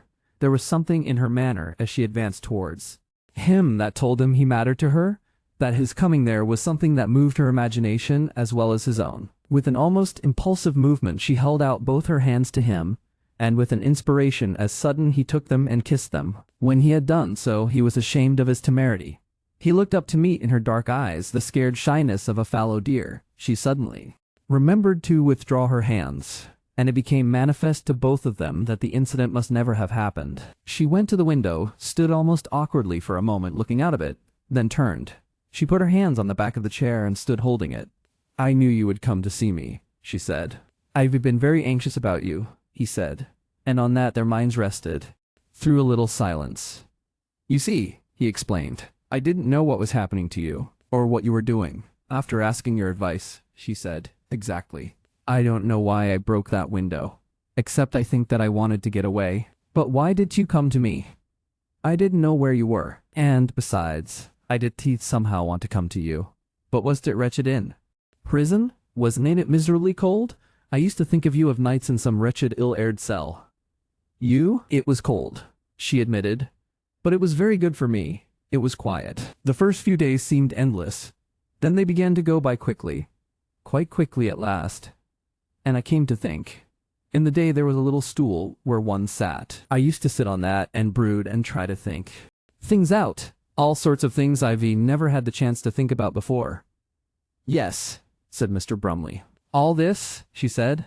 And it has brought you back here, he said, with something of the tone of one who has a right to inquire, with some flavor, too, of reproach. You see, she said after a little pause, during that time it was possible to come to understandings. Neither I nor my husband had understood the other.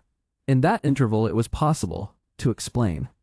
Yes, you see, Mr. Brumley, we both misunderstood. It was just because of that, and because I had no one who seemed able to advise me, that I turned to you. A novelist always seems so wise in these things. He seems to know so many lives. One can talk to you as one can scarcely talk to anyone. You are a sort of doctor in these matters. And it was necessary that my husband should realize that I had grown up, and that I should have time to think just how one's duty and one's freedom have to be fitted together. And my husband is ill. He has been ill, rather short of breath. The doctor thinks it is asthma for some time, and all the agitation of this business has upset him and made him worse. He is upstairs now, asleep. Of course, if I had thought I should make him ill, I could never have done any of this. But it's done now, and here I am, Mr. Brumley, back in my place, with all sorts of things changed, put right. I see, said Mr. Brumley stupidly. Her speech was like the falling of an opaque curtain upon some romantic spectacle. She stood there, almost defensively behind her chair as she made it. There was a quality of premeditation in her words, yet something in her voice and bearing made him feel that she knew just how it covered up and extinguished his dreams and impulses. He heard her out, and then suddenly his spirit rebelled against her decision. No, he cried. She waited for him to go on. You see, he said, I thought that it was just that you wanted to get away, that this life was intolerable, that you were. Forgive me if I seem to be going beyond what I ought to be thinking about you. Only, why should I pretend? I care for you tremendously. And it seemed to me that you did love your husband, that you were enslaved and miserable. I would have done anything to help you, anything in the world, Lady Harman. I know, it may sound ridiculous. There have been times when I would have faced death to feel you were happy and free. I thought all that, I felt all that, and then you come back here. You seem not to have minded, as though I had misunderstood. He paused, and his face was alive with an unwonted sincerity. His self-consciousness had for a moment fallen from him. I know, she said. It was like that. I knew you cared. That is why I have so wanted to talk to you. It looked like that. She pressed her lips together in that old familiar hunt for words and phrases. I did understand, Mr. Brumley. All there was in my husband, or all there was in myself. I just saw his hardness and his hardness in business. It's become so different now. You see, I forgot he has bad health. He's ill. I suppose he was getting ill then. Instead of explaining himself, he was excited and unwise. And now, I suppose he has explained, said Mr. Brumley slowly and with infinite distaste. Lady Harman, what has he explained? It is so much that he has explained, Mr. Brumley, said Lady Harman, as that things have explained themselves. But how, Lady Harman? How? I mean about my being a mere girl, almost a child, when I married him. Naturally, he wanted to take charge of everything, and leave nothing to me. And quite as naturally he noticed that now I am a woman, grown up altogether, and it's been necessary to do things. And naturally, Mr. Brumley, they shocked and upset him. But he sees now so clearly. He wrote to me such a fair letter, an unusual letter, quite different from when he talks. It surprised me, telling me he wanted me to feel free, that he meant to make me, to arrange things, that is, so that I should feel free and more able to go about as I pleased. It was a generous letter, Mr. Brumley. Generous about all sorts of affairs that there had been between us. He said things, quite kind things, not like the things he has ever said before. She stopped short, and then began again. You know, Mr. Brumley, it's so hard to tell things without telling other things that somehow are difficult to tell. Yet, if I don't tell you them, you want to know them, and then you won't be able to understand in the least how things are with us. Her eyes appealed to him. "Tell me," he said. "Whatever you think fit. When one has been afraid of anyone and felt they were ever so much stronger and cruel and hard than one is, and one suddenly finds they aren't, it alters everything." He nodded, watching her. Her voice fell nearly to a whisper. Mr. Brumley," she said. "When I came back to him, you know he was in bed here, instead of scolding me. He cried. He cried like a vexed child. He put his face into the pillow. Just misery. I'd never seen him cry, at least only once, long ago." Mr. Brumley looked at her flushed and tender face, and it seemed to him that indeed he could die for her quite easily. "I saw how hard I had been," she said. "In prison I'd thought of that. I'd thought women mustn't be hard, whatever happens to them. And when I saw him like that, I knew at once how true that was. He begged me to be a good wife to him. No, he just said, 'Be a wife to me, not even a good wife.' And then he cried." For a moment or so, Mr. Brumley did respond. "I see," he said at last. "Yes, and there were the children. Such helpless little things. In the prison I worried about them. I thought of things for them. I've become to feel they are left too much to nurses and strangers. And then, you see, he has agreed to nearly everything I'd wanted. It was only the personal things. I was anxious about those silly girls, the strikers. I didn't want them to be badly treated. It distressed me to think of them. I don't think you know how it distressed me." And he gave way upon all that. "He says I may talk to him about the business, about the way we do our business. The kindness of it, I mean. And this is why I am back here. Where else could I be?" "No," said Mr. Brumley, still with the utmost reluctance. "I see. Only—" He paused downcast, and she waited for him to speak. "Only it is tight what I expected, Lady Harman. I didn't think that matters could be settled by such arrangements. It's sane. I know. It's comfortable and kindly.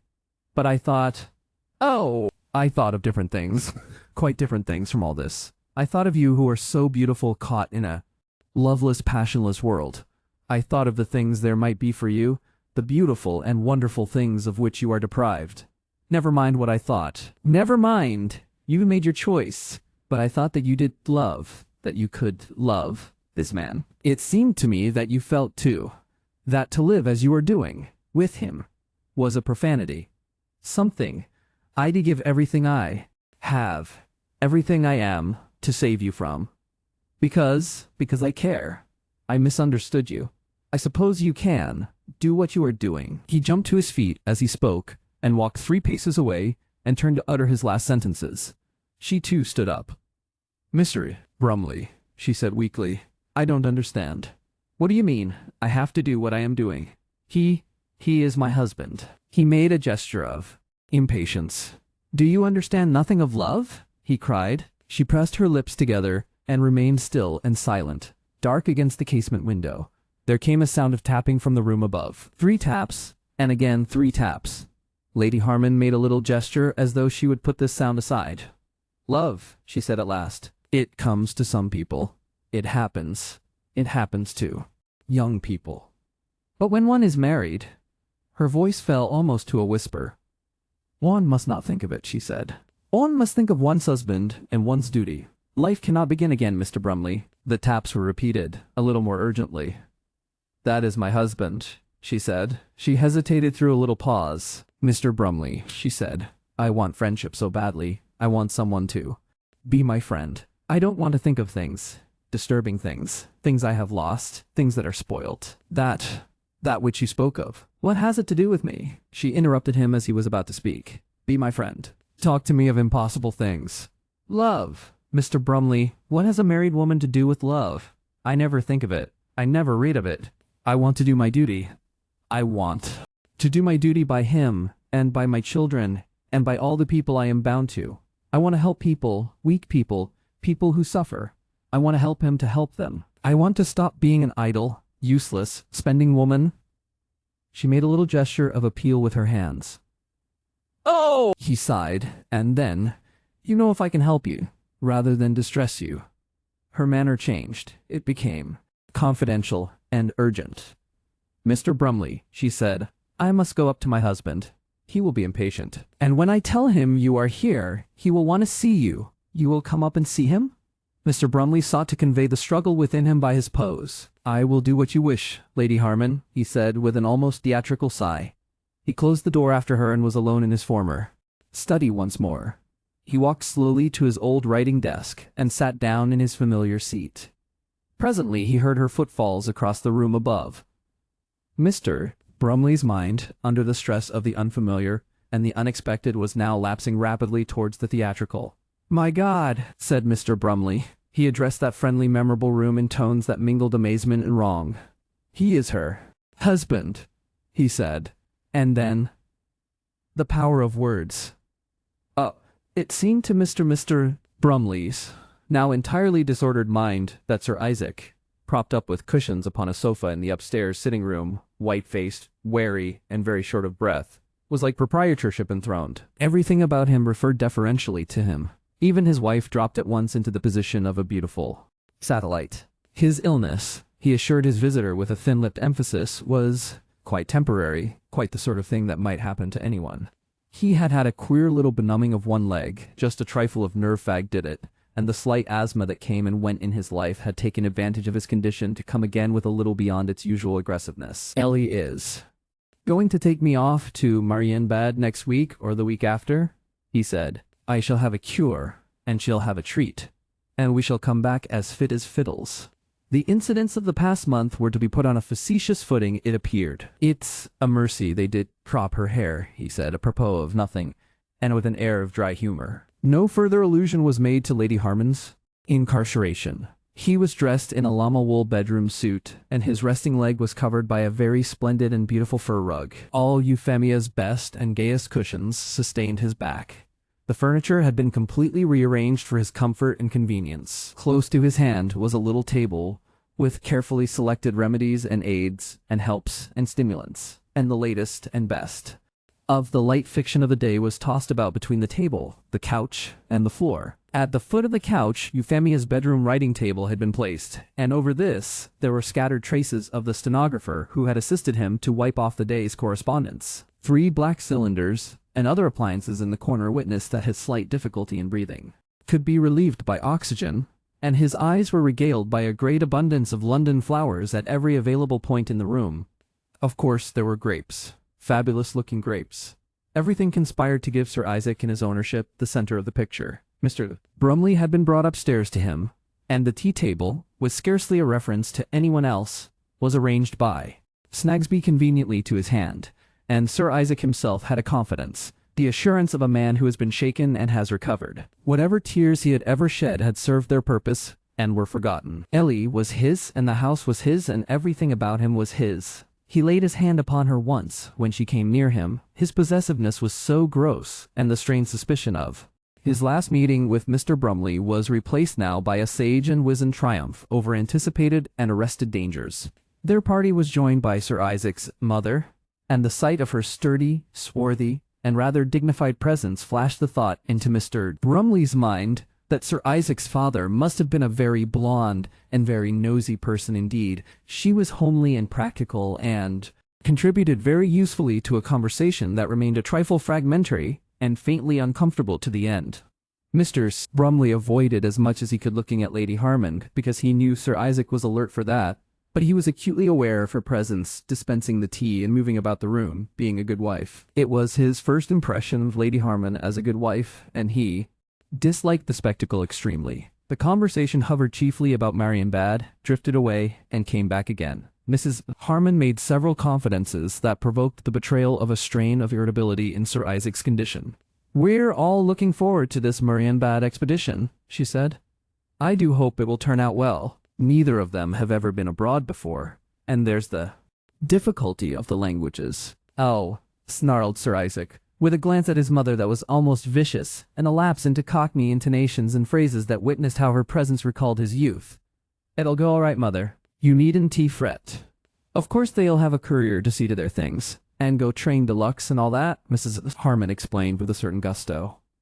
"But still it's an adventure, with him not well. And both, as I say, more like children than grown-up people." Sir Isaac intervened with a crushing clumsiness to divert this strain of explanation, with questions about the quality of the soil in the wood where the ground was to be cleared and leveled for his tennis lawns. Mr. Brumley did his best to behave as a man of the world should. He made intelligent replies about the sand, he threw out obvious but serviceable advice upon travel upon the continent of Europe, and he tried not to think that this was the way of living into which the sweetest, tenderest, most beautiful woman in the world had been trapped. He avoided looking at her until he felt it was becoming conspicuous. A negative stare. Why had she come back again? Fragmentary phrases she had used downstairs came drifting through his mind. I never think of it. I never read of it. And she's so made for beautiful love and a beautiful life. He recalled Lady Beach Mandarin's absurdly apt, absurdly inept, like Godiva, and was suddenly impelled to raise the question of those strikers. Your trouble with your waitresses is over, Sir Isaac? Sir Isaac finished a cup of tea, audibly, and glanced at his wife. I never meant to be hard on them, he said, putting down his cup. Never. The trouble blew up suddenly. One can be all over a big business everywhere all at once, more particularly if one is worried about other things. As soon as I had time to look into it, I put things right. There was misunderstandings on both sides. He glanced up again at Lady Harman. She was standing behind Mr. Brumley so that he could not see her, but did their eyes meet? As soon as we are back from Marienbad, Sir Isaac volunteered, Lady Harman and I are going into all that business thoroughly. Mr. Brumley concealed his intense aversion for this association under a tone of intelligent interest. I don't quite understand. What business? Women employees in London, hostels, all that kind of thing. Bit more sensible than suffragetting, eh, Ellie? Very interesting, said Mr. Brumley with a hollow cordiality. Very. Don't on business lines, mind you, said Sir Isaac, looking suddenly very sharp and keen. You don't on proper business lines, there's no end of a change possible, and it's a perfectly legitimate outgrowth from such popular catering as ours. It interests me. He made a little whistling noise with his teeth at the end of this speech. I did know Lady Harman was disposed to take up such things, he said, or I'd have gone into them before. He's going into them now, said Mrs. Harman, heart and soul. Why? We have to take his temperature over it, to see he doesn't work himself up into a fever. Her manner became reasonable and confidential. She spoke to Mr. Brumley as if her son was slightly deaf. It's better than his fretting, she said. Mr. Brumley returned to London in a state of extreme mental and emotional unrest. The sight of Lady Harman had restored all his passion for her. The all too manifest fact that she was receding beyond his reach stirred him with unavailing impulses towards some impossible extremity of effort. She had filled his mind so much that he could not endure the thought of living without hope of her. But what hope was there of her? And he was jealous, detestably jealous, so jealous that in that direction he did not dare to let his mind go. He sawed at the bit and brought it back, or he would have had to writhe about the carriage. His thoughts ran furiously all over the place to avoid that pit. And now he found himself flashing at moments into wild and hopeless rebellion against the institution of marriage, of which he had hitherto sought always to be the dignified and smiling champion against the innovator, the overcritical and the young. He had never rebelled before. He was so astonished at the violence of his own objection that he lapsed from defiance to an incredulous examination of his own novel attitude. It's not true marriage I object to, he told himself. It's this marriage like a rat trap, alluring and scarcely unavoidable, so that in we all go, and then with no escape, unless you tear yourself to rags. No escape. It came to him that there was at least one way out for Lady Harman. Sir Isaac might die. He pulled himself up presently, astonished and dismayed at the activities of his own imagination. Among other things, he had wondered if, by any chance, Lady Harman had ever allowed her mind to travel in this same post-mortem direction. At times, surely the thing must have shone upon her as a possibility, a hope. From that, he had branched off to a more general speculation. How many people were there in the world? Nice people, kind people, moral and delicate-minded people, to whom the death of another person means release from that inflexible barrier, possibilities of secretly desired happiness, the realization of crushed and forbidden dreams. He had a vision of human society, like the vision of a night landscape seen suddenly in a lightning flash, as of people caught by couples in traps and quietly hoping for one another's deaths. Good heavens, said Mr. Brumley. What are we coming to? And got up in his railway compartment. He had it to himself, and walked up and down its narrow limits until a jolt over a point made him suddenly sit down again. Most marriages are happy, said Mr. Brumley, like a man who has fallen into a river and scrambles back to safety. One mustn't judge by the exceptional cases, though. Of course there are a good many exceptional cases. He folded his arms, crossed his legs, frowned and reasoned with himself, resolved to dismiss post-mortem speculations. Absolutely. He was not going to quarrel with the institution of marriage. That was going too far. He had never been able to see the beginnings of reason in sexual anarchy. Never. It is against the very order of things. Man is a marrying animal just as much as he was a fire-making animal.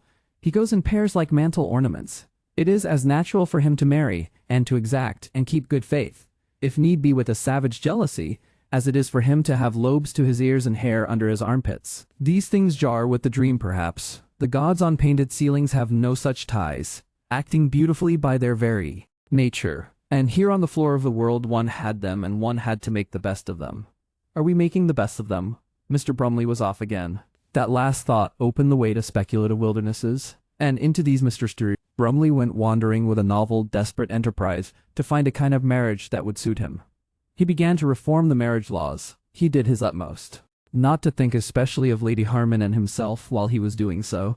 He would just take up the whole question and deal with it in a temperate, reasonable way. It was so necessary to be reasonable and temperate in these questions, and not to think of death as a solution. Marriages, to begin with, were too easy to make and too difficult to break. Countless girls, Lady Harman was only a type, were married long before they could know the beginnings of their own minds. We wanted to delay marriage until the middle 20s, say. Why not? Or, if by the infirmities of humanity one must have marriage before then, there ought to be some especial opportunity of rescinding it later. Lady Harman ought to have been able to rescind her marriage. What ought to be the marriageable age in a civilized community? When the mind was settled into its general system of opinions, Mr. Brumley thought, and then lapsed into a speculation whether the mind did keep changing and developing all through life. Lady Harman's was certainly still doing so. This pointed to logical consequences of an undesirable sort. Some little mind-slide occurred just at this point, and he found himself thinking that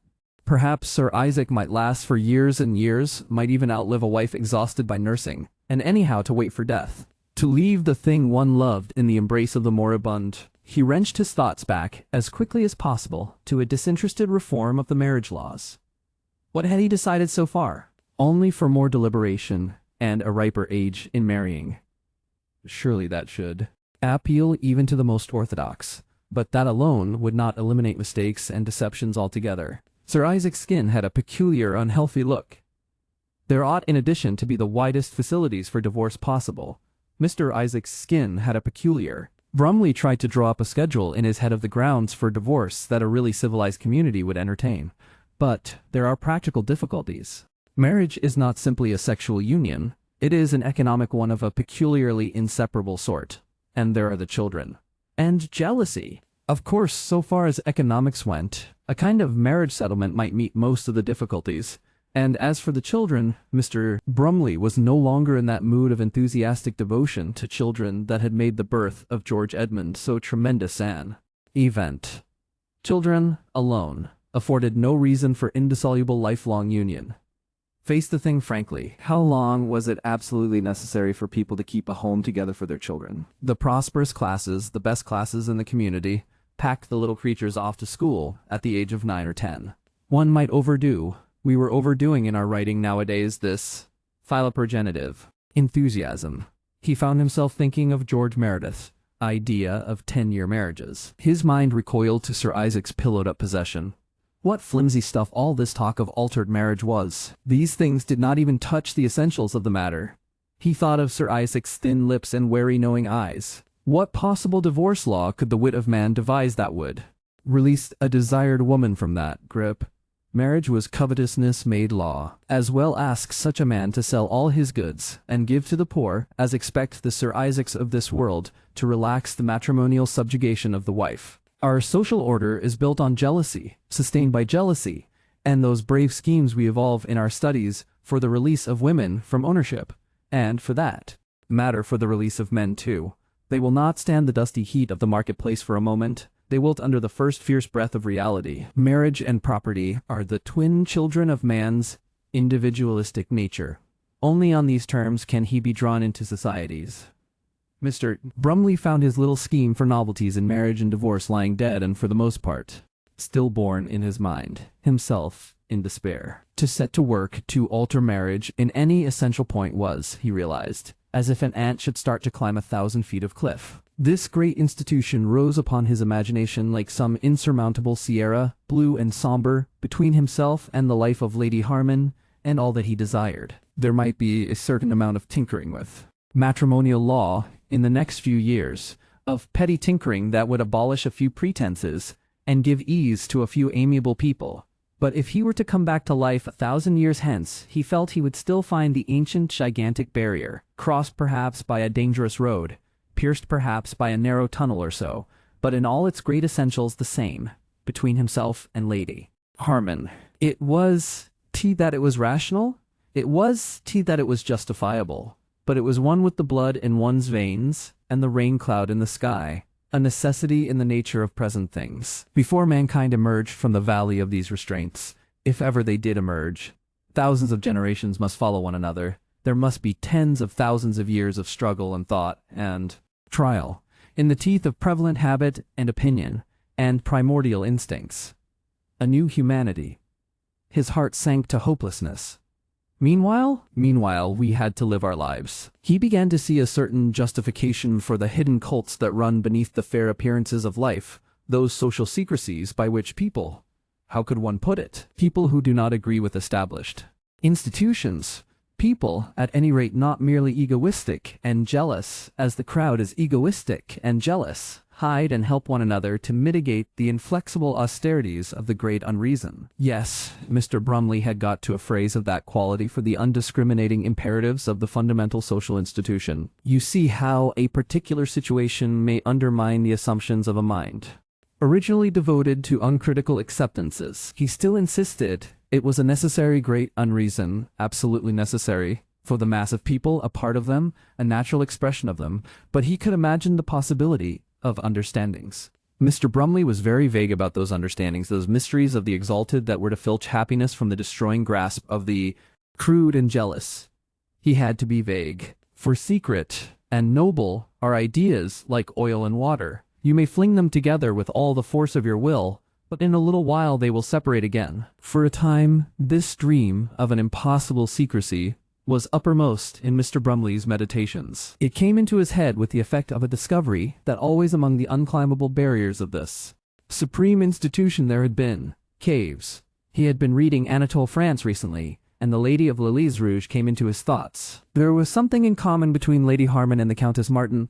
They were tall and dark and dignified, and Lady Harman was one of those rare women who could have carried the magnificent name of Thérèse. And there, in the setting of Paris and Florence, was a whole microcosm of love, real but illicit, carried out as it were secretly and tactfully, beneath the great shadow of the cliff. But he found it difficult to imagine Lady Harman in that, or Sir Isaac playing Count Martin's part. How different were those French women, with their afternoons vacant, except for love, their detachment, their lovers, those secret, convenient, romantically furnished flats, that compact, explicit business of l'amour. He had indeed some moments of regret that Lady Harman wouldn't go into that picture. She was different, if only in her simplicity. There was something about these others that put them whole worlds apart from her, who was held so tethered from all furtive adventure by her filmy tentacles of responsibility, her ties and strands of relationship, her essential delicacy.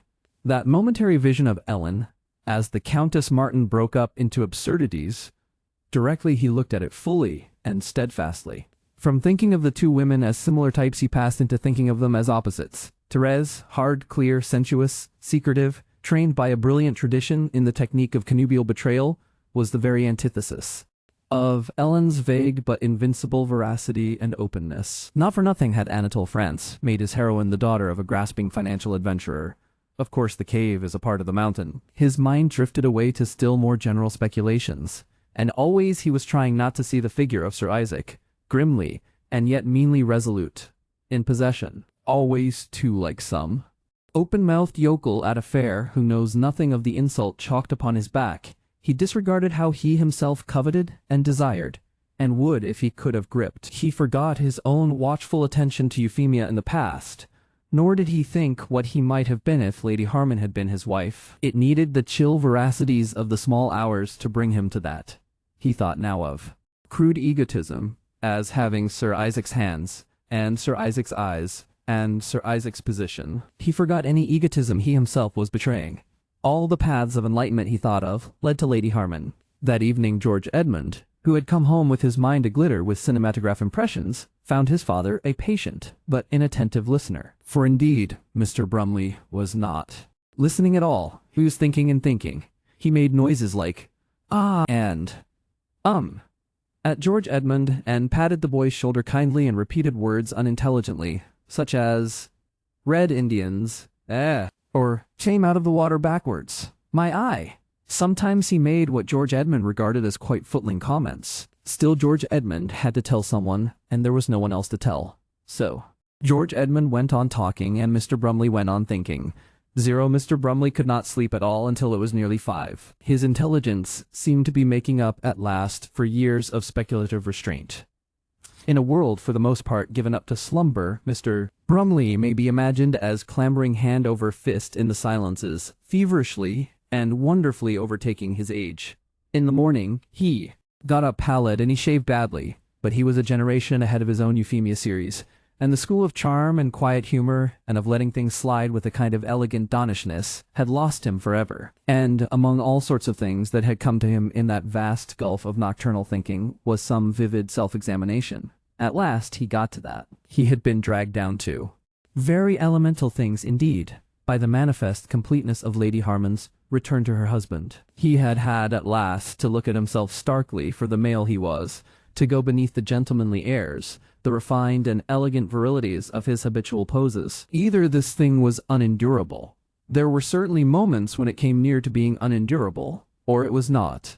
On the whole, and, excepting mere momentary paroxysms, it was not. And so he had to recognize, and he did recognize, with the greatest amazement, that there could be something else besides sexual attraction and maneuvering and possession between a beautiful woman and a man like himself. He loved Lady Harman, he loved her, he now began to realize just how much, and she could defeat him and reject him as a conceivable lover, turn that aside as a thing impossible, shame him as the romantic school would count shame, and still command him with her confident eyes and her friendly extended hands. He admitted he suffered. Let us rather say he claimed to suffer the heated torments of a passionate nature. But he perceived, like fresh air and sunrise coming by blind updrawn and open window into a fetid chamber, that, also, he loved her with a clean and bodiless love, was anxious to help her, was anxious now. It was a new thing. To understand her, to reassure her, to give unrequited, what once he had sought rather to seem to give in view of an imagined exchange. He perceived too in these still hours how little he had understood her hitherto. He had been blinded, obsessed. He had been seeing her and himself and the whole world far too much as a display of the eternal dualism of sex, the incessant pursuit. Now with his sexual imaginings newly humbled and hopeless, with a realization of her own tremendous minimization of that fundamental of romance, he began to see all that there was in her personality and their possible relations outside that. He saw how gravely and deeply serious was her fine philanthropy, how honest and simple and impersonal her desire for knowledge and understandings. There is the brain of her at least, he thought, far out of Sir Isaac's reach. She was abased by her surrenders. Their simplicity exalted her, showed her innocent, and himself a flushed and congested soul. He perceived now, with the astonishment of a man newly awakened, just how the great obsession of sex had dominated him. For how many years? Since his early undergraduate days. Had he anything to put beside her own fine detachment? Had he ever since his manhood touched philosophy, touched a social question, thought of anything human, thought of art, or literature, or belief, without a glancing reference of the whole question to the uses of this eternal hunt? During that time, had he ever talked to a girl, or woman, with an unembarrassed sincerity? He stripped his pretenses bare. The answer was no. His very refinements had been no more than indicative fig leaves. His conservatism and morality had been a mere dalliance with interests that too brutal a simplicity might have exhausted prematurely. And indeed hadn't the whole period of literature that had produced him been, in its straining purity and refinement, as it were one glowing, one illuminated fig leaf, a vast conspiracy to keep certain matters always in mind by conspicuously covering them away? But this wonderful woman, It seemed she hadn't them in mind. She shamed him, if only by her trustful unsuspiciousness of the ancient selfish game of him and her that he had been so ardently playing. He idealized and worshipped this clean lameness. He abased himself before it. "No," cried Mr. Brumley suddenly in the silence of the night. "I will rise again. I will rise again, by love, out of these morasses. She shall be my goddess, and by virtue of her I will end this incessant irrational craving for women. I will be her friend and her faithful friend." He lay still for a time, and then he said in a whisper very humbly, "God, help me." He set himself in those still hours which are so endless and so profitable to men in their middle years, to think how he might make himself the perfect lover instead of a mere plodder for desire, and how he might purge himself from covetousness and possessiveness and learn to serve. And if very speedily his initial sincerity was tinged again with egotism, and if he drowsed at last into a portrait of himself as beautifully and admirably self-sacrificial, you must not sneer too readily at him, for so God has made the soul of Mr. Brumley, and otherwise it could not do. Chapter the 10th. Lady Harman comes out. The treaty between Lady Harman and her husband, which was to be her great charter, the constitutional basis of her freedoms throughout the rest of her married life, had many practical defects. The chief of these was that it was largely undocumented. It had been made piecemeal, in various ways, at different times, and for the most part indirectly through diverse intermediaries. Charterson had introduced large vaguenesses by simply displaying more of his teeth at crucial moments. Mrs. Harman had conveyed things by hugging and weeping that were afterwards discovered to be indistinct. Sir Isaac, writing from a bed of sickness, had frequently been totally illegible. One cannot therefore detail the clauses of this agreement or give its provisions with any great precision. One can simply intimate the kind of understanding that had had an air of being arrived at. The working interpretations were still to come. Before anything else, it was manifestly conceded by Lady Harman that she would not run away again, and still more manifest that she undertook to break no more windows or do anything that might lead to a second police court scandal. And she was to be a true and faithful wife and comfort, as a wife should be, to Sir Isaac. In return for that consideration, and to ensure its continuance, Sir Isaac came great distances from his former assumption of a matrimonial absolutism. She was to be granted all sorts of small autonomies. The word autonomy was carefully avoided throughout, but its spirit was omnipresent. She was in particular to have a banking account for her dress and personal expenditure, into which Sir Isaac would cause to be paid £100 monthly, and it was to be private to herself alone, until he chose to go through the cashed checks and counterfoils. She was to be free to come and go as she saw fit, subject to a punctual appearance at meals, the comfort and dignity of Sir Isaac, and such specific engagements as she might make with him. She might have her own friends, but there the contract became a little misty. A time was to come when Sir Isaac was to betray a conviction that the only proper friends that a woman can have are women.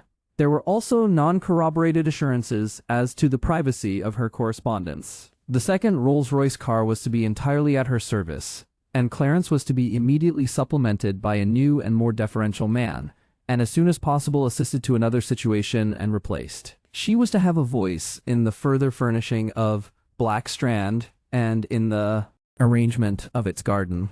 She was to read what she chose and think what she liked within her head without too-minute or suspicious an examination by Sir Isaac, and short of flat contradiction at his own table, she was to be free to express her own opinions in any manner becoming a lady. But more particularly if she found her ideas infringing upon the management or influence of the international bread and cake stores, she was to convey her objections and ideas in the first instance privately and confidentially to Sir Isaac. Upon this point, he displayed a remarkable and creditable sensitiveness. His pride in that organization was, if possible, greater than his original pride in his wife, and probably nothing in all the jarring of their relationship had hurt him more than her accessibility to hostile criticism and the dinner-table conversation with Charterson and Blenker that had betrayed this fact. He began to talk about it directly she returned to him. His protestations and explanations were copious and heartfelt. It was perhaps the chief discovery made by Lady Harman at this period of reconstruction that her husband's business side was not to be explained completely as a highly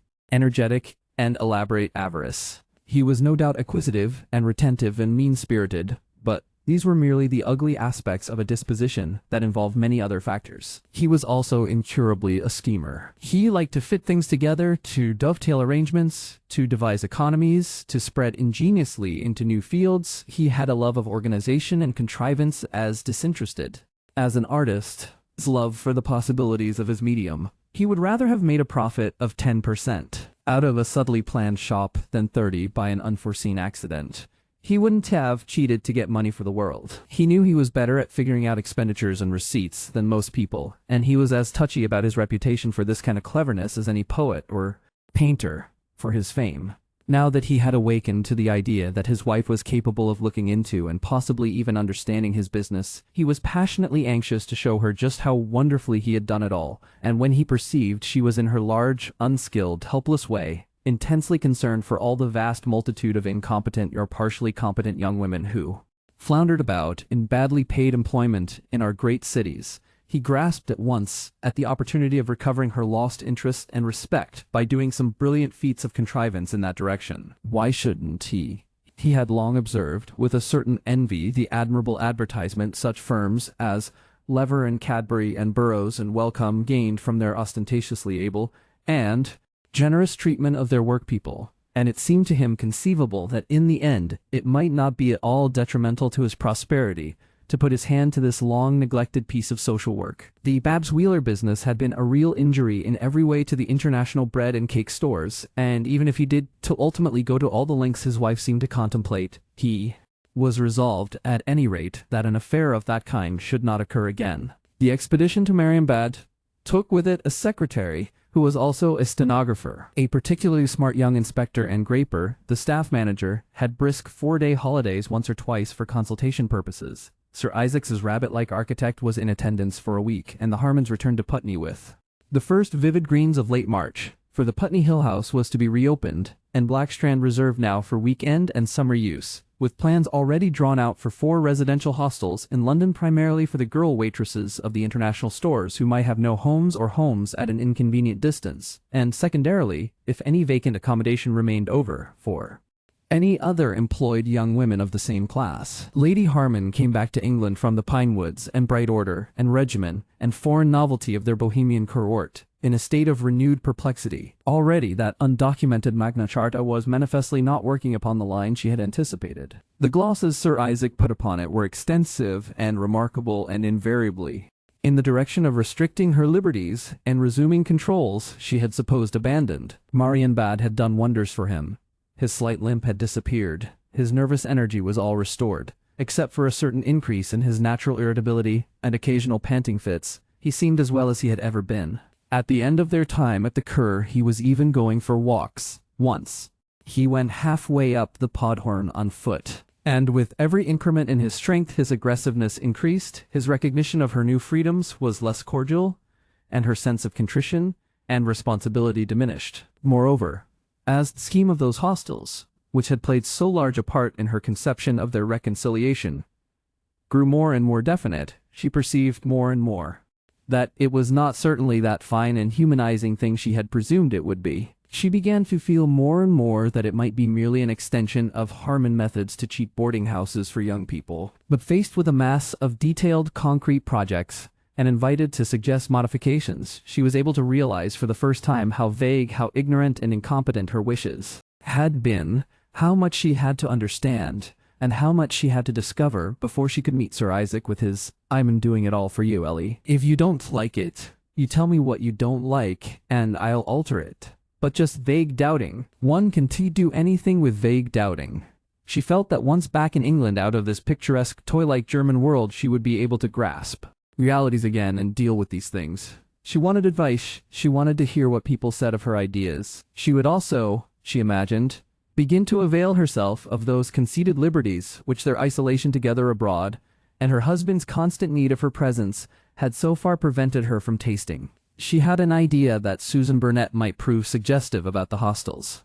And, moreover, if now and then she could have a good talk with someone understanding and intelligent, someone she could trust, someone who cared enough for her to think with her and for her. We have traced thus far the emergence of Lady Harman from that state of dutiful subjection and social irresponsibility which was the lot of woman in the past to that limited, ill-defined, and quite unsecured freedom, which is her present condition. And now we have to give an outline of the ideas of herself and her uses and what she had to do, which were forming themselves in her mind. She had made a determination of herself, which carried her along the lines of her natural predisposition to duty, to service. There she displayed that acceptance of responsibility, which is so much more often a feminine than a masculine habit of thinking. But she brought to the achievement of this determination a discriminating integrity of mind that is more frequently masculine than feminine. She wanted to know clearly what she was undertaking and how far its consequences would reach, and how it was related to other things. Her confused reading during the last few years, and her own observation and such leakages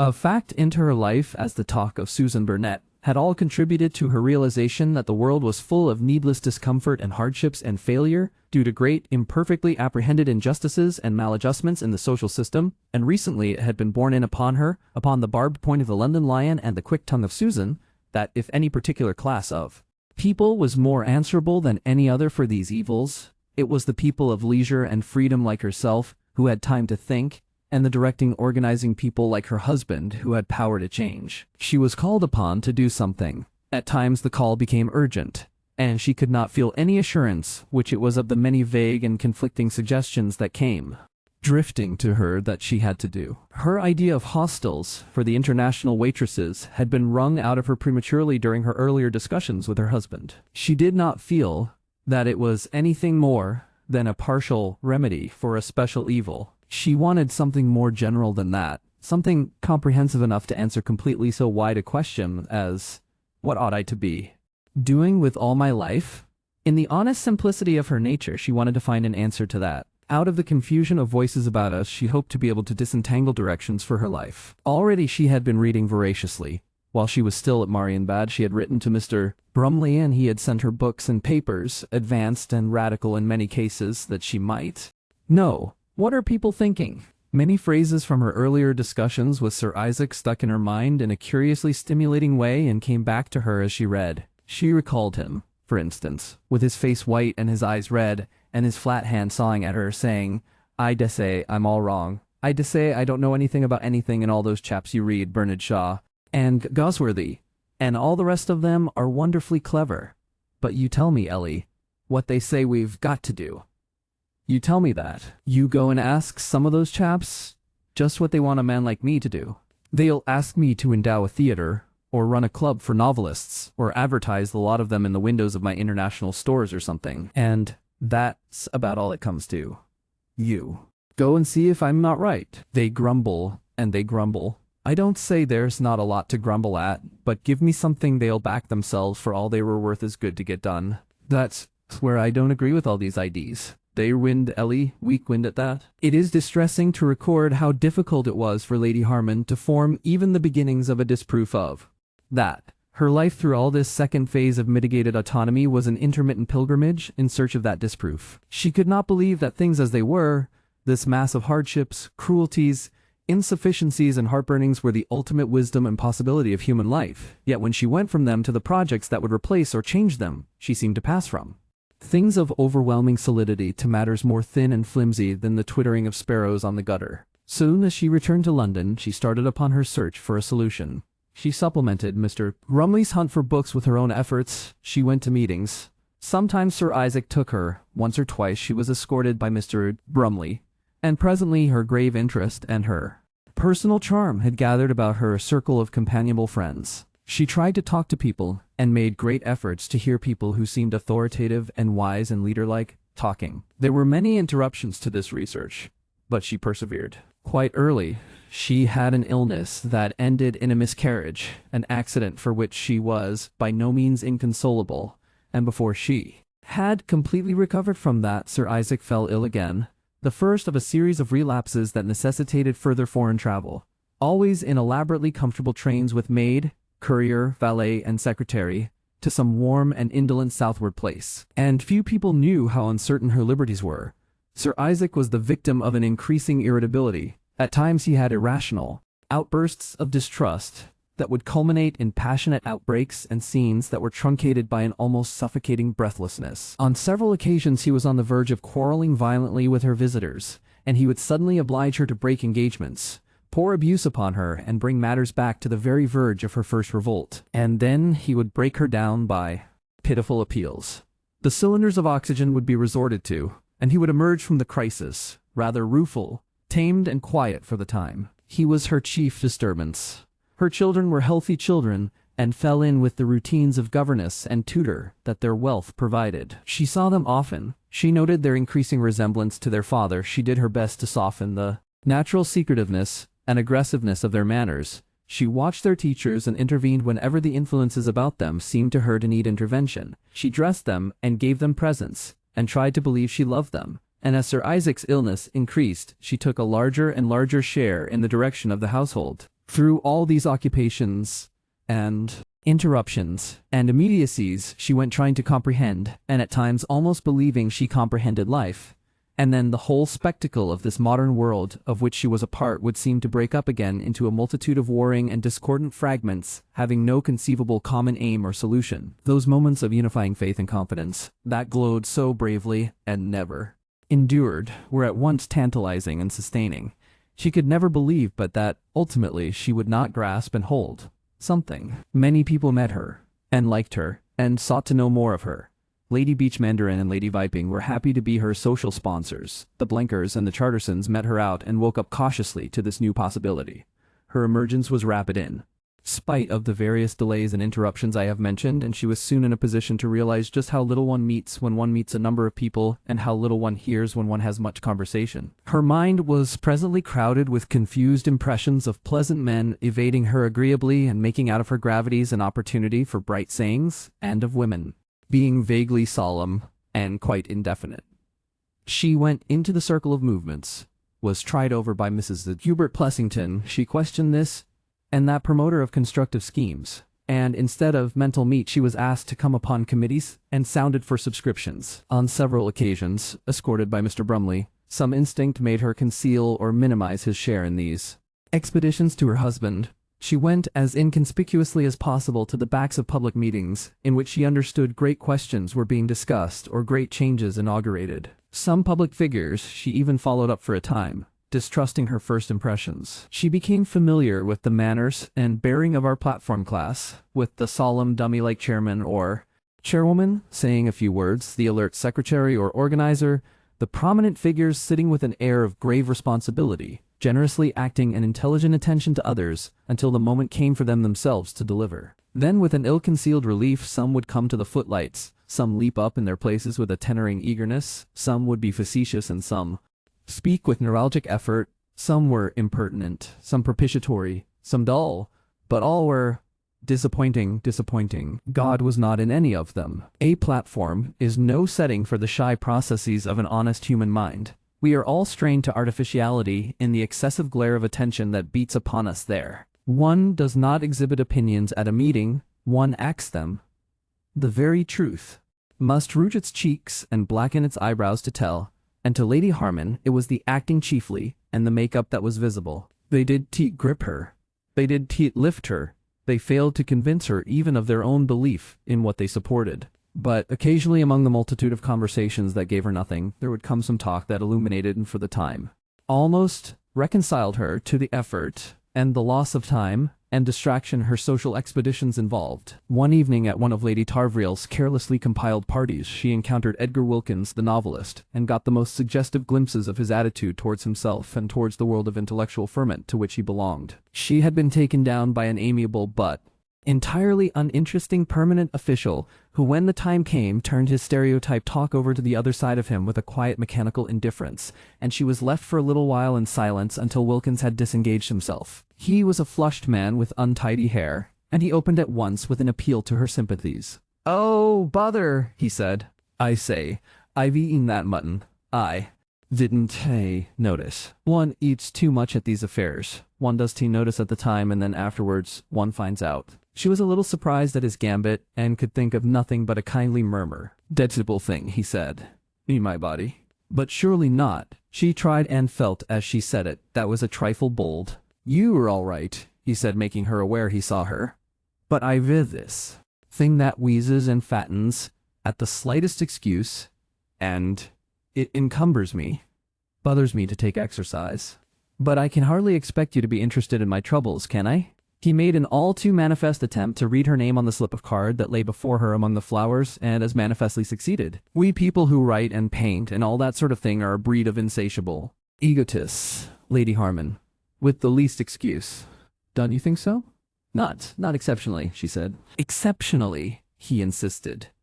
It is my impression, she said. You're franker, but someone was telling me. You've been taking impressions of us lately. I mean, all of us people who go flapping ideas about in the air. Somebody, was it Lady Beach Mandarin, was saying you'd come out looking for intellectual heroes, and found Bernard Shaw. Well, what could you have expected? I've been trying to find out and understand what people are thinking. I want ideas. It's disheartening, you go to meetings and try to get to the bottom of movements, and you want to meet and know the people who write the wonderful things, get at the wonderful core of it. One feels there are things going on. Great illuminating things. Well, yes. And when you see those great thinkers and teachers and guides and brave spirits and highbrows, generally, he laughed and stopped just in time on the very verge of taking pheasant. Oh, take it away, he cried sharply. We've all been through that illusion, Lady Harman, he went on. But I don't like to think. Aren't great men, after all, great? In their ways, in their places. Yes, but not if you go up to them and look at them. Not at the dinner table, not in their beds. What a time of disillusionment you must have had. You see, Lady Harman, he said, leaning back from his empty plate, inclining himself confidentially to her ear and speaking in a privy tone. It's in the very nature of things that we, if I may put myself into the list, we ideologists, should be rather exceptionally loose and untrustworthy and disappointing men. Rotters, to speak plain contemporary English. If you come to think of it, it has to be so. But, she protested. He met her eye firmly. It has to be. Why? The very qualities that make literature entertaining, vigorous, inspiring, revealing, wonderful, beautiful, and all that sort of thing, make its producers, if you will forgive the word again, rotters. She smiled and lifted her eyebrows protestingly. Sensitive nervous tissue, he said with the finger up to emphasize his words. Quick responsiveness to stimulus. A vivid, almost uncontrollable expressiveness. That's what you want in your literary man. Yes, said Lady Harman, following cautiously. Yes, I suppose it is. Can you suppose for a moment that these things conduce to self-control, to reserve, to consistency, to any of the qualities of a trustworthy man? Of course you can, T. And so we aren't too trustworthy, we aren't consistent. Our virtues are our vices. My life, said Mr. Wilkins still more confidentially. One bare examination, but that's by the way. It need not concern us now. But Mr. Brumley? She asked on the spur of the moment. I'm not talking of him, said Wilkins with careless cruelty. He's restrained. I mean, the really imaginative people, the people with vision, the people who let themselves go. You see now why they are rotten, why they must be rotten. No, take it away. I'm talking.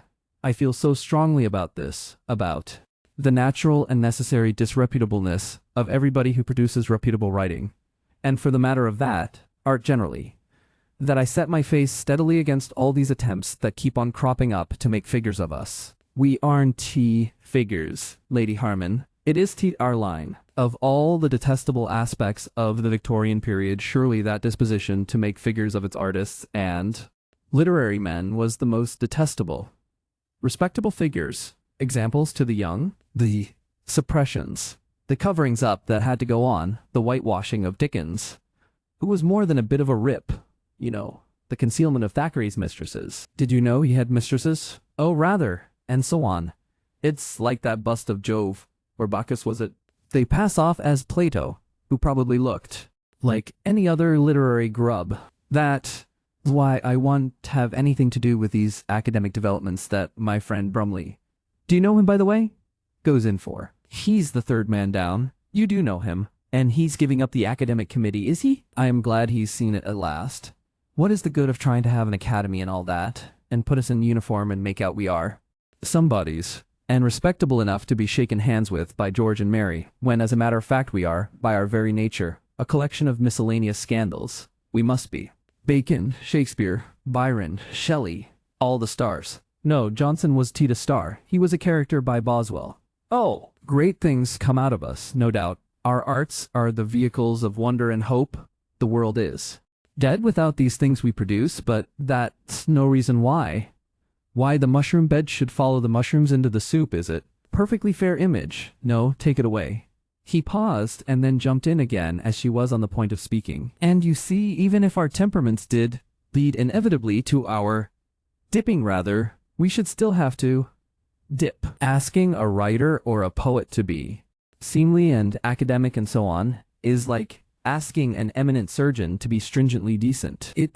You see, it's incompatible. Now, a king or a butler or a family solicitor, if you like. He paused again. Lady Harman had been following him with an attentive reluctance. But what are we to do? She asked. We people who are puzzled by life, who want guidance and ideas and help, if all the people we look to for ideas are bad characters. Well, it's your theory, you know.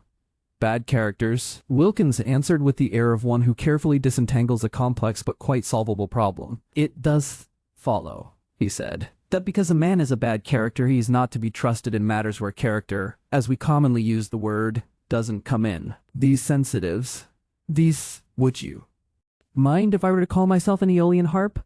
These Aeolian harps, they can help responding to the winds of heaven. Well, listen to them. Don't follow them. Don't worship them. Don't even honor them, but listen to them. Don't let anyone stop them from saying and painting and writing and singing what they want to. Freedom, canvas and attention.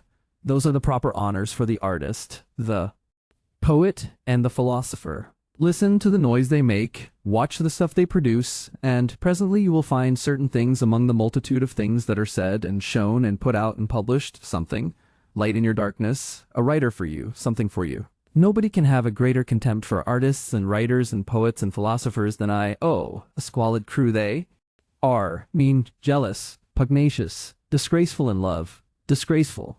But out of it all comes the greatest, serenest thing, the mind of the world, literature. Nasty little midges, yes, but fireflies, carrying light for the darkness. His face was suddenly lit by enthusiasm, and she wondered that she could have thought it rather heavy and commonplace. He stopped abruptly and glanced beyond her at her other neighbor, who seemed on the verge of turning to them again. If I go on, he said with a voice suddenly dropped, I shall talk loud. You know, said Lady Harman in a halty undertone, you are too hard upon clever people, but it is true. I mean, it is true in a way. Go on. I understand exactly what you are saying. I mean, there are ideas. It's just that is so, I mean they seem never to be just there and always to be present. Like God, never in the flesh. Now, a spirit everywhere. You think exactly as I do, Lady Harman. It is just that. This is a great time, so great that there is no chance for great men. Every chance for great work. And we were doing it. There is a wind blowing out of heaven, and when beautiful people like yourself come into things. Try to understand, she said. I want to understand. I want not to miss life. He was on the verge of saying something further, and then his eyes wandered down the table, and he stopped short. He ended his talk as he had begun it with, Bother! Lady Tarvrille, Lady Harman, is trying to catch your eye.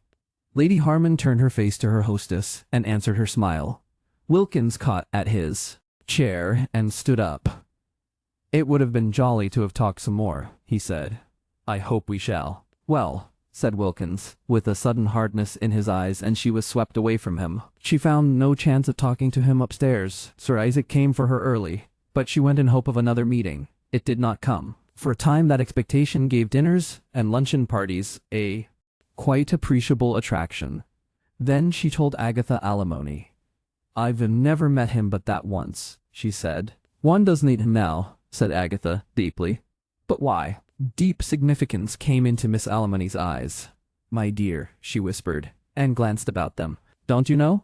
Lady Harman was a radiant innocence. And then Miss Alimony began in impressive undertones, with awful omissions, like pits of darkness, and with such richly embroidered details as serious spinsters enjoy, adding, indeed, two quite new things that came to her mind as the tale unfolded, and, naming no names and giving no chances of verification or reply, handed on the fearful and at that time extremely popular story of the awful wickedness of Wilkins the author. Upon reflection, Lady Harman perceived that this explained all sorts of things in their conversation, and particularly the flash of hardness at the end.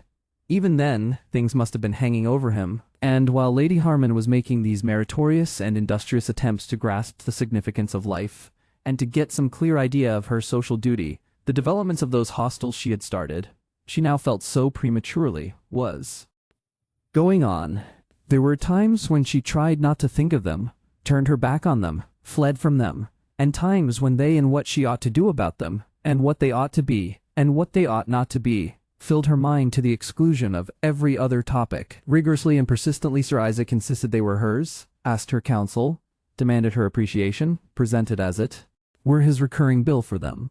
5 of them were being built, not 4 but 5. There was to be one, the largest, in a conspicuous position in Bloomsbury near the British Museum, one in a conspicuous position looking out upon Parliament Hill, one conspicuously placed upon the Waterloo Road near St. George's Circus, one at Sydenham, and one in the Kensington Road, which was designed to catch the eye of people going to and fro to the various exhibitions at Olympia. In Sir Isaac's study at Putney, there was a huge and rather splendid-looking Morocco portfolio on a stand, and this portfolio bore in excellent gold lettering the words, International Bread and Cake Hostels. It was her husband's peculiar pleasure after dinner to take her to turn over this with him. He would sit pencil in hand, while she, poised at his request upon the arm of his chair, would endorse a multitude of admirable modifications and suggestions. These hostels were to be done, indeed they were being done, by Sir Isaac's tame architect, and the interlacing yellow and mauve tiles, and the Doulton ware moldings that were already familiar to the public as the uniform of the stores, were to be used upon the facades of the new institutions. They were to be boldly labeled International Hostels right across the front. The plans revealed in every case a site depth as great as the frontage, and the utmost ingenuity had been used to utilize as much space as possible. Every room we get in, said Sir Isaac, adds 1 to the denominator in the cost, and carried his wife back to her school days. At last, she had found sense in fractions. There was to be a series of convenient and spacious rooms on the ground floor, a refectory, which might be cleared and used for meetings, dances, said Lady Harman. Hardly the sort of thing we want to get up to, said Sir Isaac. Various offices, the matron's apartments. We ought to begin thinking about matrons, said Sir Isaac. A bureau, a reading room, and a library. We can pick good, serious stuff for them, said Sir Isaac. Instead of their filling their heads with trash, 1 or 2 workrooms with tables for cutting out and sewing. This last was an idea of Susan Burnett's. Upstairs there was to be a beehive of bedrooms, floor above floor, and each floor as low as the building regulations permitted. There were to be long dormitories with cubicles at 3 and 6 a week, make your own beds, and separate rooms at prices ranging from 4 and 6 to 7 and 6. Every 3 cubicles, and every bedroom had lavatory basins with hot and cold water. There were pull-out drawers under the beds, and a built-in chest of drawers, a hanging cupboard, a looking-glass, and a radiator in each cubicle, and each floor had a box room. It was ship-shape. A girl can get this cubicle for 3 and 6 a week, said Sir Isaac, tapping the drawing before him with his pencil. She can get her breakfast with a bit of bacon or a sausage for 2 shillings a week, and she can get her high tea, with cold meat, good potted salmon, shrimp paste, jam, etc., for 3 and 6 a week. Say her bus fares and lunch out mean another 4 shillings. That means she can get along on about 12 and 6 a week, comfortable, read the papers, have a book out of the library. There's nothing like it to be got now for twice the money. The sort of thing they have now is 1 room, dingy, badly fitted, extra for coals. That's the answer to your problem, Ellie, he said. There we are. Every girl who does tea live at home can live here, with a matron to keep her eye on her, and properly run, Ellie, properly run the things going to pay 2 or 3%, let alone the advertisement for the stores. We can easily make these hostels obligatory on all our girls who don't live at their own homes, he said. That ought to keep them off the streets, if anything can. I don't see how even Miss Babs Wheeler can have the face to strike against that. And then we can arrange with some of the big firms, drapers, shops, and all that sort of thing near each hostel to take over most of our other cubicle space. A lot of them. Overflow. Of course, we'll have to make sure the girls get in at night. He reached out for a ground floor plan of the Bloomsbury establishment, which was to be the first built. He said, we were to have a sort of porter's lodge with a book, and make him ring a bell after 11, say, just here. He took out a silver pencil case and got to work. Lady Harman's expression as she leant over him became thoughtful. There were points about this project that gave her the greatest misgivings. That matron keeping her eye on the girls, that carefully selected library, the porter's bell, these casual allusions to discipline that set her thinking of scraps of the Babs Wheeler controversy. There was a regularity, an austerity about this project that chilled her. She hardly knew why. Her own vague intentions had been an amiable, hospitable, agreeably cheap establishment to which the homeless feminine employees in London could resort freely and cheerfully, and it was only very slowly that she perceived that her husband was by no means convinced of the spontaneity of their coming. He seemed always glancing at methods for compelling them to come in and oppressions when that compulsion had succeeded. There had already hovered over several of these anticipatory evenings his very manifest intention to have very carefully planned rules. She felt there lay ahead of them much possibility for divergence of opinion about these rules. She foresaw a certain narrowness and hardness. She herself had made her fight against the characteristics of Sir Isaac, and perhaps she was lacking in that aristocratic feeling which comes so naturally to most successful middle-class people in England. She could not believe that what she had found bad and suffocating for herself could be agreeable and helpful for her poorer sisters. It occurred to her to try the effect of the scheme upon Susan Burnett. Susan had such a knack of seeing things from unexpected angles. She contrived certain operations upon the study blinds, and then broached the business to Susan casually in the course of an inquiry into the welfare of the Burnett family. Susan was evidently prejudiced against the idea. Yes, said Susan after various explanations and exhibitions, but where's the home in it? The whole thing is a home. Barracks, I call it, said Susan. Nobody ever felt at home in a room colored up like that, and no curtains, nor valances, nor toilet covers, nor anywhere where a girl can hang a photograph or anything. What girl's going to feel at home in a strange place like that? They ought to be able to hang up photographs, said Lady Harman, making a mental note of it. And, of course, there'll be all sorts of rules. Some rules. Homes. Real homes don't have rules. And I dare say, fines. No, there shan't be any fines, said Lady Harman quickly. I'll see to that. You got to back up rules somehow, once you got them, said Susan. And when you get a crowd, and no father and mother, and no proper family feeling, I suppose there's got to be rules. Lady Harman pointed out various advantages of the project. I'm not saying it is cheap and healthy and social, said Susan. And if it is that too strict, I expect you'll get plenty of girls to come to it. But at the best, it's an institution, Lady Harman. It's going to be an institution. That's what it's going to be. She held the front elevation of the Bloomsbury Hostel in her hand and reflected. Of course, for my part, I'd rather lodge with nice, struggling, believing Christian people anywhere than go into a place like that. It's the feeling of freedom, of being yourself, and on your own. Even if the water was laid on, and I had to fetch it myself. If girls were paid properly, there wouldn't be any need of such places, none at all. It's the poverty makes them what they are. And after all, somebody's got to lose the lodgers if this place gets them. Suppose this sort of thing grows up all over the place. It'll just be the story of the little bakers and little grocers and all those people over again. Why in London there are thousands of people just keep a home together by letting 2 or 3 rooms or boarding someone, and it stands to reason they'll have to take less or lose the lodgers if this kind of thing's going to be done. Nobody is going to build a hostel for them. No, said Lady Harman. I never thought of them. Lots of them haven't anything in the world but their bits of furniture and their lease, and there they are stuck and tied. There's Aunt Hannah, father's sister, she's like that. Sleeps in the basement and works and slaves, and often Ivy had to lend her 10 shillings to pay the rent with, through her not being full. This sort of place is gonna do much good to her. Lady Harman surveyed the plan rather blankly. I suppose it is, And then if you manage this sort of place easy and attractive, it's going to draw girls away from their homes. There's girls like Alice who do anything to get a bit of extra money to put on their backs and seem to think of nothing but chattering and laughing and going about. Such a place like this would be fine fun for Alice, in when she liked and out when she liked, and none of us to ask her questions. She'd be just the sort to go, and Mother, who's had the upbringing of her, how's she to make up? For Alice, 10 shillings what she pays in every week? There's lots like Alice. She's not bad, is Alice. She's a good girl and a good-hearted girl. I will say that for her.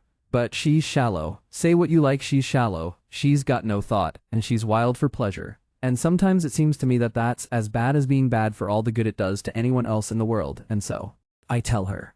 But of course she hasn't seen things as I've seen them, and does feel as I do about all these things. Thus Susan.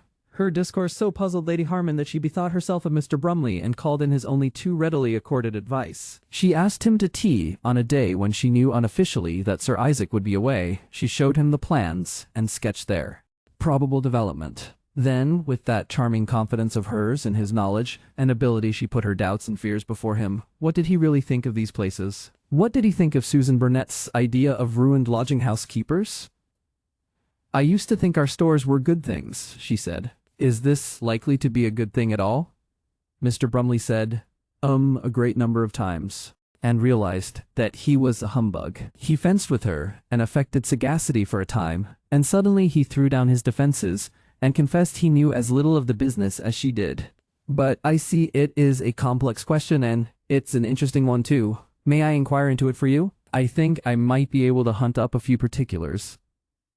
He went away in a glow of resolution. Georgina was about the only intimate who regarded the new development without misgiving. You think you were going to do all sorts of things with these hostels, Ella, she said, but as a matter of fact they're bound to become just exactly what we've always wanted. And what may that be? Asked Mrs. Sawbridge over her macrame work. Strongholds for a garrison of suffragettes, said Georgina with the light of the great insane movement in her eyes and a ringing note in her voice. Fort Chabrolles for women. For some months, in a negative and occasionally almost negligent fashion, Mr. Brumley had been living up to his impassioned resolve to be an unselfish lover of Lady Harman. He had been rather at loose ends intellectually, deprived of his old assumptions and habitual attitudes, and rather chaotic in the matter of his new convictions. He had given most of his productive hours to the writing of a novel, which was to be an entire departure from the Euphemia tradition. The more he got on with this, the more clearly he realized that it was essentially insignificant. When he re-read what he had written, he was surprised by crudities where he had intended sincerities, and rhetoric where the scheme had demanded passion. What was the matter with him? He was stirred that Lady Harman should send for him, and his inability to deal with her perplexities deepened his realization of the ignorance and superficiality he had so long masked even from himself beneath the tricks and pretensions of a gay skepticism. He went away fully resolved to grapple with the entire hostel question, and he put the patched and tortured manuscript of the new novel aside with a certain satisfaction to do this. The more he reflected upon the nature of this study he proposed for himself, the more it attracted him. It was some such reality as this he had been wanting. He could presently doubt whether he would ever go back to his novel writing again, or at least to the sort of novel writing he had been doing hitherto. Invent stories to save middle-aged, prosperous middle-class people from the distresses of thinking is surely no work for a self-respecting man. Stevenson, in the very deeps of that dishonorable traffic, had realized as much, and likened himself to a Phil de Joy, and Haggard, of the same school and period, had abandoned blood and thunder at the climax of his success for the honest study of agricultural conditions. The newer successes were turning out work, less and less conventional and agreeable and more stiffened with facts and sincerities. He would show Lady Harman that a certain debonair quality he had always affected was incompatible with a powerful grasp of general conditions, and she wanted this done. Suppose he did it in a way that made him necessary to her. Suppose he did it very well. He set to work, and understanding as you do a certain quality of the chameleon in Mr.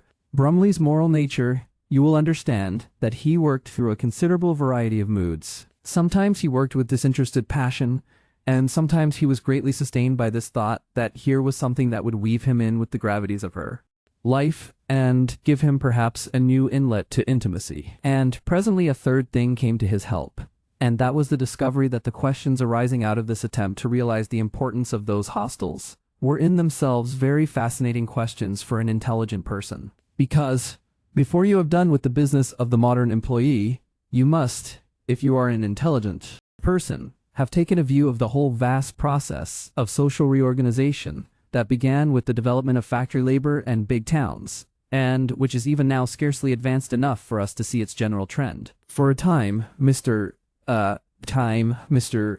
Brumley did not realize the magnitude of the thing he was looking at. When he did, theories sprouted in his mind like mushrooms, and he babbled with mental excitement. He came in a state of the utmost lucidity to explain his theories to Lady Harman, and they struck that lady at the time as being the most illuminating suggestions she had ever encountered. They threw an appearance of order, of process, over a world of trade and employment and competition that had hitherto seemed too complex and mysterious for any understanding. "You see," said Mr. Brumley. They had met that day in Kensington Gardens, and they were sitting side by side upon green chairs near the frozen writings of physical energy. "You see, if I may lecture a little, putting the thing as simply as possible, the world has been filling up new spaces ever since the discovery of America. All the period from then to about 18 population in response to new opportunities of living and new fullnesses of life in every direction. During that time, 400 years of it roughly, there was a huge development of family life. To marry and rear a quite considerable family became the chief business of everybody. Celibacy grew rare, monasteries and nunneries which had abounded vanished like things dissolving in a flood, and even the priests became Protestant against celibacy and took unto themselves wives, and had huge families. The natural checks upon increase, famine and pestilence, were lifted by more systematized communication and by scientific discovery, and altogether and as a consequence, the world now has probably 3 or 4 times the human population it ever carried before. Everywhere, in that period, the family prevailed again, the prospering, multiplying household. It was a return to the family, to the reproductive social grouping of early barbaric life, and naturally all the thought of the modern world which has emerged since the 15th century falls into this form. So I see it, Lady Harman. The generation of our grandfathers in the opening 19th century had 2 shaping ideas, 2 forms of thought. The family in progress, not realizing that that very progress which had suddenly reopened the doors of opportunity for the family that had revived the ancient injunction to increase and multiply and replenish the earth, might presently close that door again and declare the world was filled. But that is what is happening now. The doors close. That immense swarming and multiplying of little people is over, and the forces of social organization have been coming into play now, more and more for a century and a half, to produce new wholesale ways of doing things, new great organizations that invade the autonomous family more and more, and are perhaps destined ultimately to destroy it altogether and supersede it. At least, it is so I make my reading of history in these matters. Yes, said Lady Harman, with knitted brows, yes, and wondered privately whether it would be possible to get from that opening to the matter of her hostels before it was time for her to return for Sir Isaac's tea. Mr. Brumley continued to talk with his eyes fixed as it were upon his thoughts. These things, Lady Harman, go on at different paces in different regions. I will not trouble you with a discussion of that, or of emigration, of any of the details of the vast proliferation that preceded the present phase. Suffice it, that now all the tendency is back towards restraints upon increase, to an increasing celibacy, to a fall in the birth rate and in the average size of families, to a release of women from an entire devotion to a numerous offspring, and so at last, to the supersession of those little family units that for 4 centuries have made up the substance of social life and determined nearly all our moral and sentimental attitudes. The autonomy of the family is being steadily destroyed, and it is being replaced by the autonomy of the individual in relation to some syndicated economic effort. I think, said Lady Harman slowly, arresting him by a gesture, if you could make that about autonomy a little clearer. Mr. Brumley did. He went on to point out with the lucidity of a university extension lecturer what he meant by these singular phrases. She listened intelligently, but with effort. He was much too intent upon getting the thing expressed to his own satisfaction to notice any absurdity in his preoccupation with these theories about the population of the world in the face of her immediate practical difficulties. He declared that the onset of this new phase in human life, the modern phase, wherein there was apparently to be no more proliferating, but instead a settling down of population towards a stable equilibrium, became apparent first with the expropriation of the English peasantry and the birth of the factory system and machine production. Since that time one can trace a steady substitution of wholesale and collective methods for household and family methods. It has gone far with us now. Instead of the woman drawing water from a well, the pipes and taps of the water company. Instead of the homemade rushlight, the electric lamp. Instead of homespun, ready-made clothes. Instead of home-brewed, the brewer's cask. Instead of home-baked, first the little baker and then, clean and punctual, the international bread and cake stores. Instead of the child learning at its mother's knee, the compulsory elementary school. Flats take the place of separate houses. Instead of the little holding, the big farm. And instead of the children working at home, the factory. Everywhere synthesis, everywhere the little independent proprietor gives place to the company, and the company to the trust. You follow all this, Lady Harman? Go on, she said, encouraged by that transitory glimpse of the stores in his discourse. Now London, and England generally, had its period of expansion, and got on to the beginnings at least of this period of synthesis that is following it, sooner than any other country in the world. And because it was the first to reach the new stage, it developed the characteristics of the new stage with a stronger flavor of the old than did such later growths of civilization as New York or Bombay or Berlin. That is why London and our British big cities generally are congestions of little houses, little homes, while the newer great cities run to apartments and flats. We hadn't grasped the logical consequences of what we were in for so completely as the people abroad did who caught it later. And that is why, as we began to develop our new floating population of mainly celibate employees and childless people, they had mostly to go into lodgings. They went into the homes that were intended for families as accessories to the family, and they were able to go in because the families were no longer so numerous as they used to be. London is still largely a city of landladies and lodgings, and in no other part of the world is there so big a population of lodgers. And this business of your hostels is nothing more nor less than the beginning of the end of that. Just as the great refreshment caterers have mopped up the ancient multitude of coffee houses and squalid little special feeding arrangements of the days of Tittlebat Titmouse and Dick Swiveller, so now your hostels are going to mop up the lodging house system of London. Of course there are other and kindred movements. Naturally. The YWCA, the YMCA, the London Girls' Club Union, and so forth are all doing kindred work. But what, Mr. Brumley? What is to become of the landladies? Asked Lady Harman. Mr. Brumley was checked in mid-theory. I hadn't thought of the landladies, he said, after a short pause. They worry me, said Lady Harman. Said Mr. Brumley, thrown out. Do you know the other day I went into Chelsea, where there are whole streets of lodgings, and I suppose it was wrong of me, but I went and pretended to be looking for rooms for a girl clerk I knew, and I saw, no end of rooms. And such poor old women, such dingy, worked-out, broken old women, with a kind of fearful sharpness, so eager, so dreadfully eager to get that girl clerk who did exist. She looked at him with an expression of pained inquiry. That, said Mr. Sturge Brumley, that I think is a question, so to speak, for the social ambulance. If perhaps I might go on, that particular difficulty we might consider later. I think I was talking of the general synthesis. Yes, said Lady Harman. And what is it exactly that is to take the place of these isolated little homes and these dreary little lodgings? Here are we, my husband and I, rushing in with this new thing, just as he rushed in with his stores 30 years ago, and overset little bakers and confectioners and refreshment dealers by the hundred. Some of them, poor dears. I don't like to think. And it was indeed a good thing he made after all. Only a hard sort of thing. He made all those shops of his, with the girls who strike and say they are sweated and driven. And now here we are making a kind of barrack place for people to live in. She expressed the rest of her ideas with a gesture of the hands. I admit the process has its dangers, said Mr. Brumley. It's like the supersession of the small holdings by the latifundia in Italy. But that is just where our great opportunity comes in.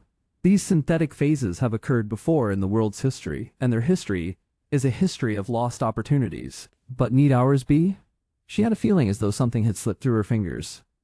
I feel, she said, that it is more important to me than anything else in life, that these hostels, anyhow, which are springing so rapidly from a chance suggestion of mine, shouldn't be lost opportunities. Exactly, said Mr. Brumley, with the gesture of one who recovers a thread. That is just what I am driving at. The fingers of his extended hand felt in the warm afternoon air for a moment, and then he said, in a tone of recovery, while she waited respectfully for the resumed thread. You see, he said, I regard this process of synthesis, this substitution of wholesale and collective methods for homely and individual ones as, under existing conditions, inevitable. It's the phase we live in, it's to this we have to adapt ourselves. It is as little under your control or mine as the movement of the sun through the zodiac. Practically, that is. And what we have to do is not, I think, to sigh for lost homes and the age of gold and spade husbandry, and pigs and hens in the home, and so on, but to make this new synthetic life tolerable for the mass of men and women, hopeful for the mass of men and women, a thing developing and ascending. That's where your hostels come in, Lady Harman. That's where they were so important. They were a pioneer movement. If they succeed, and things in Sir Isaac's hands have a way of succeeding at any rate to the paying point, then there'll be a headlong rush of imitations, imitating your good features, imitating your bad features, deepening a groove. You see my point? Yes, she said. It makes me more afraid than ever. But hopeful, said Mr. Brumley, presuming to lay his hand for an instant on her arm. It's big enough to be inspiring, but I'm afraid, she said.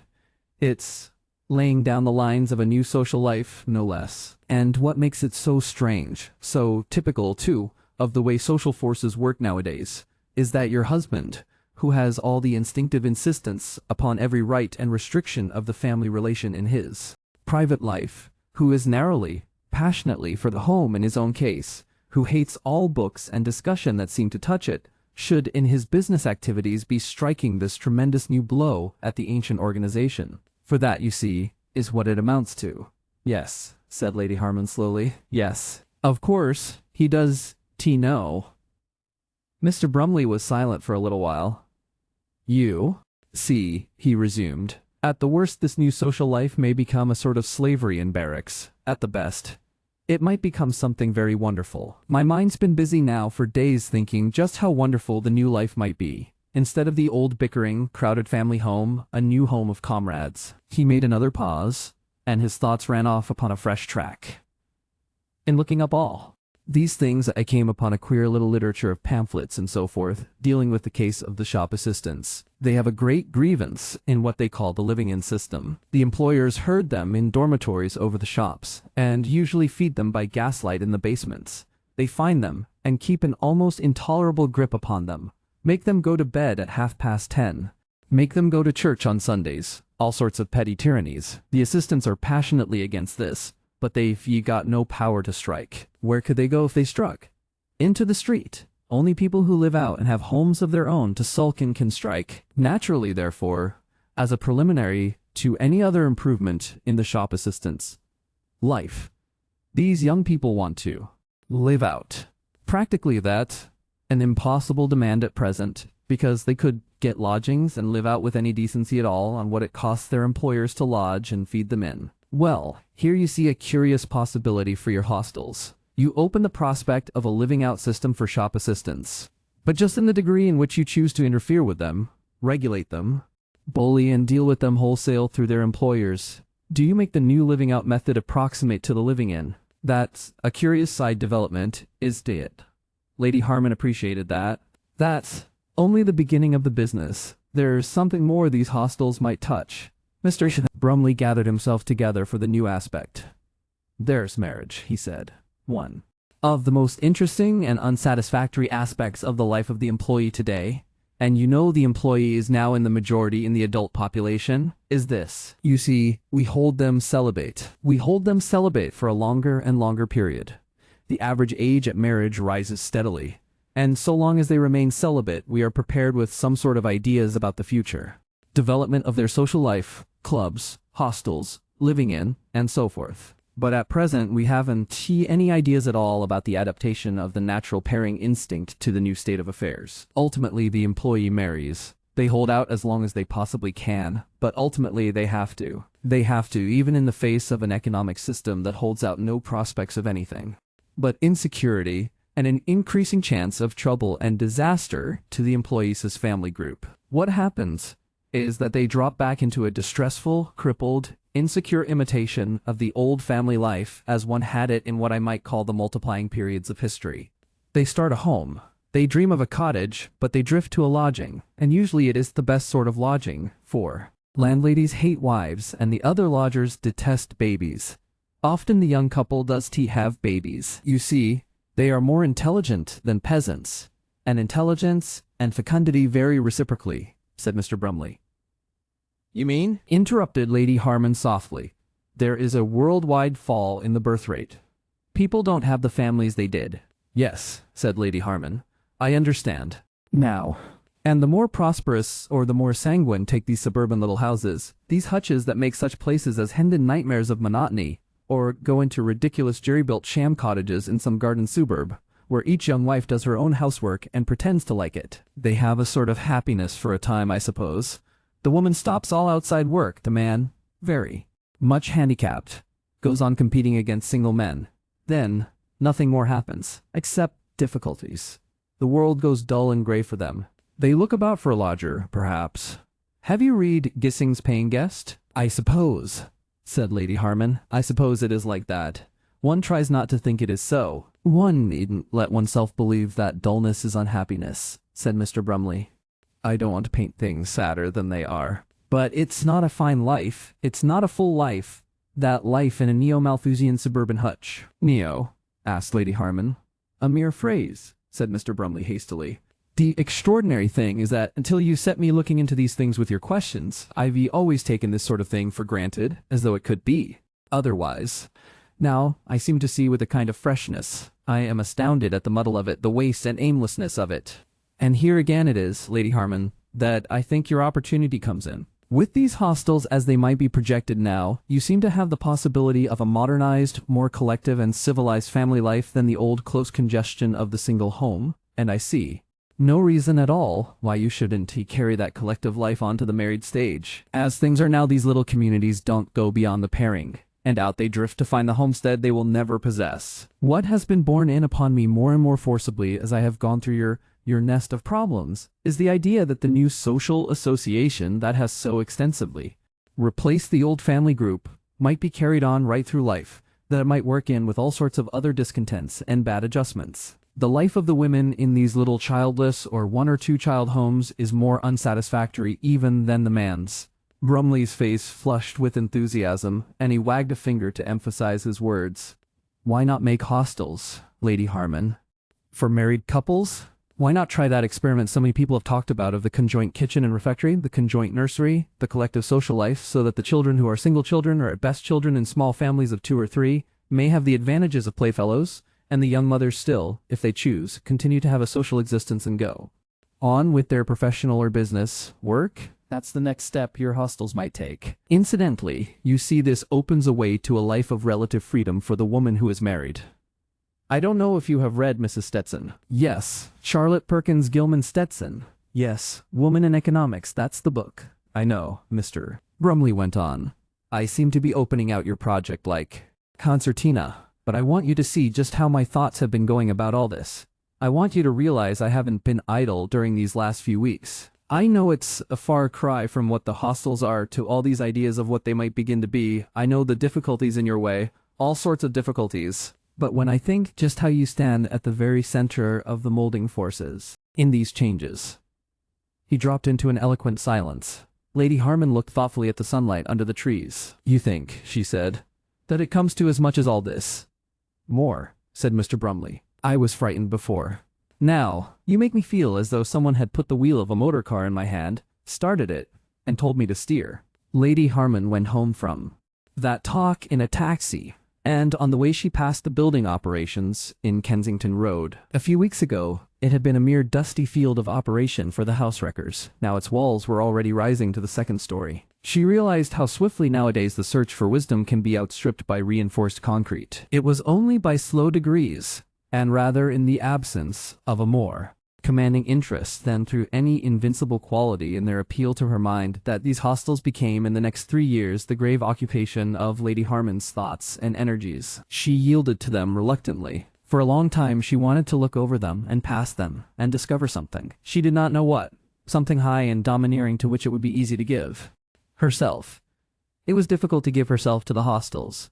In that Mr. Sells, Brumley, actuated by a mixture of more or less admirable motives, did his best to assist her. These hostels alone, he thought, could give them something upon which they could meet, give them a common interest, and him a method of service and companionship. It threw the qualities of duty and justification over their more or less furtive meetings, their little expeditions together, their quiet, frequent association. Together they made studies of the girls' clubs which are scattered about London, supplementary homes that have in such places as Walworth and Soho worked small miracles of civilization. These institutions appealed to a lower social level than the one their hostels were to touch, but they had been organized by capable and understanding minds, and Lady Harman found in 1 or 2 of their evening dances, and in the lunch she shared one morning with a row of cheerful young factory girls from Soho, just that quality of concrete realization for which her mind hungered. Then Mr. Brumley took her once or twice for evening walks, just when the stream of workers is going home. He battled his way with her along the footpath of Charing Cross Railway Bridge from the Waterloo side. They swam in the mild evening sunshine of September against a trampling torrent of bobbing heads, and afterwards they had tea together in one of the international stores near the Strand, where Mr. Brumley made an unsuccessful attempt to draw out the waitress on the subject of Babs Wheeler and the recent strike.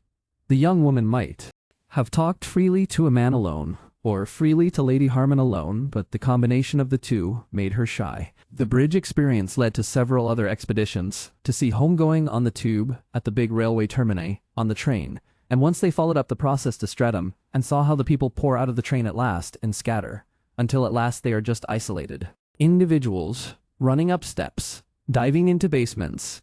And then it occurred to Mr. Brumley that he knew someone who would take them over, Gerard, that huge telephone exchange. And there Lady Harman saw how the National Telephone Company, as it was in those days, had to care for its staff, the pleasant clubrooms, the restroom, and stood in that queer rendezvous of messages, where the hello girl sits all day, wearing a strange metallic apparatus over ear and mouth, watching small lights that wink significantly at her and perpetually pulling out and slipping in and releasing little flexible strings that seem to have a resilient volition of their own. They hunted out Mrs. Barnett and heard her ideas about conjoined homes for spinsters in the garden suburb, and then they went over a training college for elementary teachers and visited the post office, and then came back to more unobtrusive contemplation from the customer's little table of the ministering personalities of the international stores. There were times when all these things seemed to fall into an entirely explicable system under Mr. Brumley's exposition, when they seemed to be giving, and most generously giving, the clearest indications of what kind of thing the hostels had to be, and times when this all vanished again and her mind became confused and perplexed. She tried to express just what it was she missed to Mr. Brumley. One does, she said, see all of them, and what one sees is what we have to do with. I mean, we see them dressed up and respectable and busy, and then they go home and the door shuts. It's the home that we are going to alter and replace. And what is it like? Mr. Brumley took her for walks in Highbury and the newer parts of Hendon and over to Clapham. I want to go inside those doors, she said. That's just what they won't let you do, said Mr. Brumley. Nobody visits but relations, and prospective relations, and the only other social intercourse is over the garden wall. Perhaps I can find books. He got her novels by Edwin Pugh and Pett Ridge, and Frank Swinnerton and George Gissing. They did seem to be attractive homes, and it seemed remarkable to her that no woman had ever given the woman's view of the small London home from the inside. She overcame her own finer scruples, and invaded the Burnett household, apart from fresh aspects of Susan's character. In the capacity of a hostess, she gained little light from that. She had never felt so completely outside a home in her life as she did when she was in the Burnett's parlor. The very tablecloth on which the tea was spread had an air of being new and protective of familiar things. The tea was manifestly quite unlike their customary tea. It was no more intimate than the confectioner's shop window, from which it mostly came. The whole room was full of the muffled cries of things hastily covered up and specially put away. Vivid oblongs on the faded wallpaper betrayed even a rearrangement of the pictures. Susan's mother was a little dingy woman, wearing a very smart new cap to the best of her ability. She had an air of having been severely shaken up and admonished, and her general bearing confessed only too plainly how shattered those preparations had left her. She watched her capable daughter for cues. Susan's sisters displayed a disposition to keep their backs against something, and, at the earliest opportunity, to get into the passage and leave Susan and her tremendous visitor alone, but within earshot. They started convulsively when they were addressed, and insisted on your ladyship. Susan had told them not to, but they would. When they supposed themselves to be unobserved, they gave themselves up to the impassioned inspection of Lady Harman's costume. Luke had fled into the street, and in spite of various messages conveyed to him by the youngest sister, he refused to enter until Lady Harman had gone again and was well out of the way. And Susan was no longer garrulous and at her ease. She had no pins in her mouth, and that perhaps hampered her speech. She presided flushed and bright-eyed in a state of infectious nervous tension. Her politeness was awful. Never in all her life had Lady Harman felt her own lack of real conversational power so acutely. She could to think of a thing that mightn't be construed as an impertinence, and that did to remind her of district visiting. Yet perhaps she succeeded better than she supposed. "What a family you have had," she said to Mrs. Burnett. "I have 4 little girls, and I find them as much as we can manage. You were young yet my ladyship, said Mrs. Burnett. And they aren't always the blessings they seem to be. It's the rearing's the difficulty. They were all such healthy-looking people.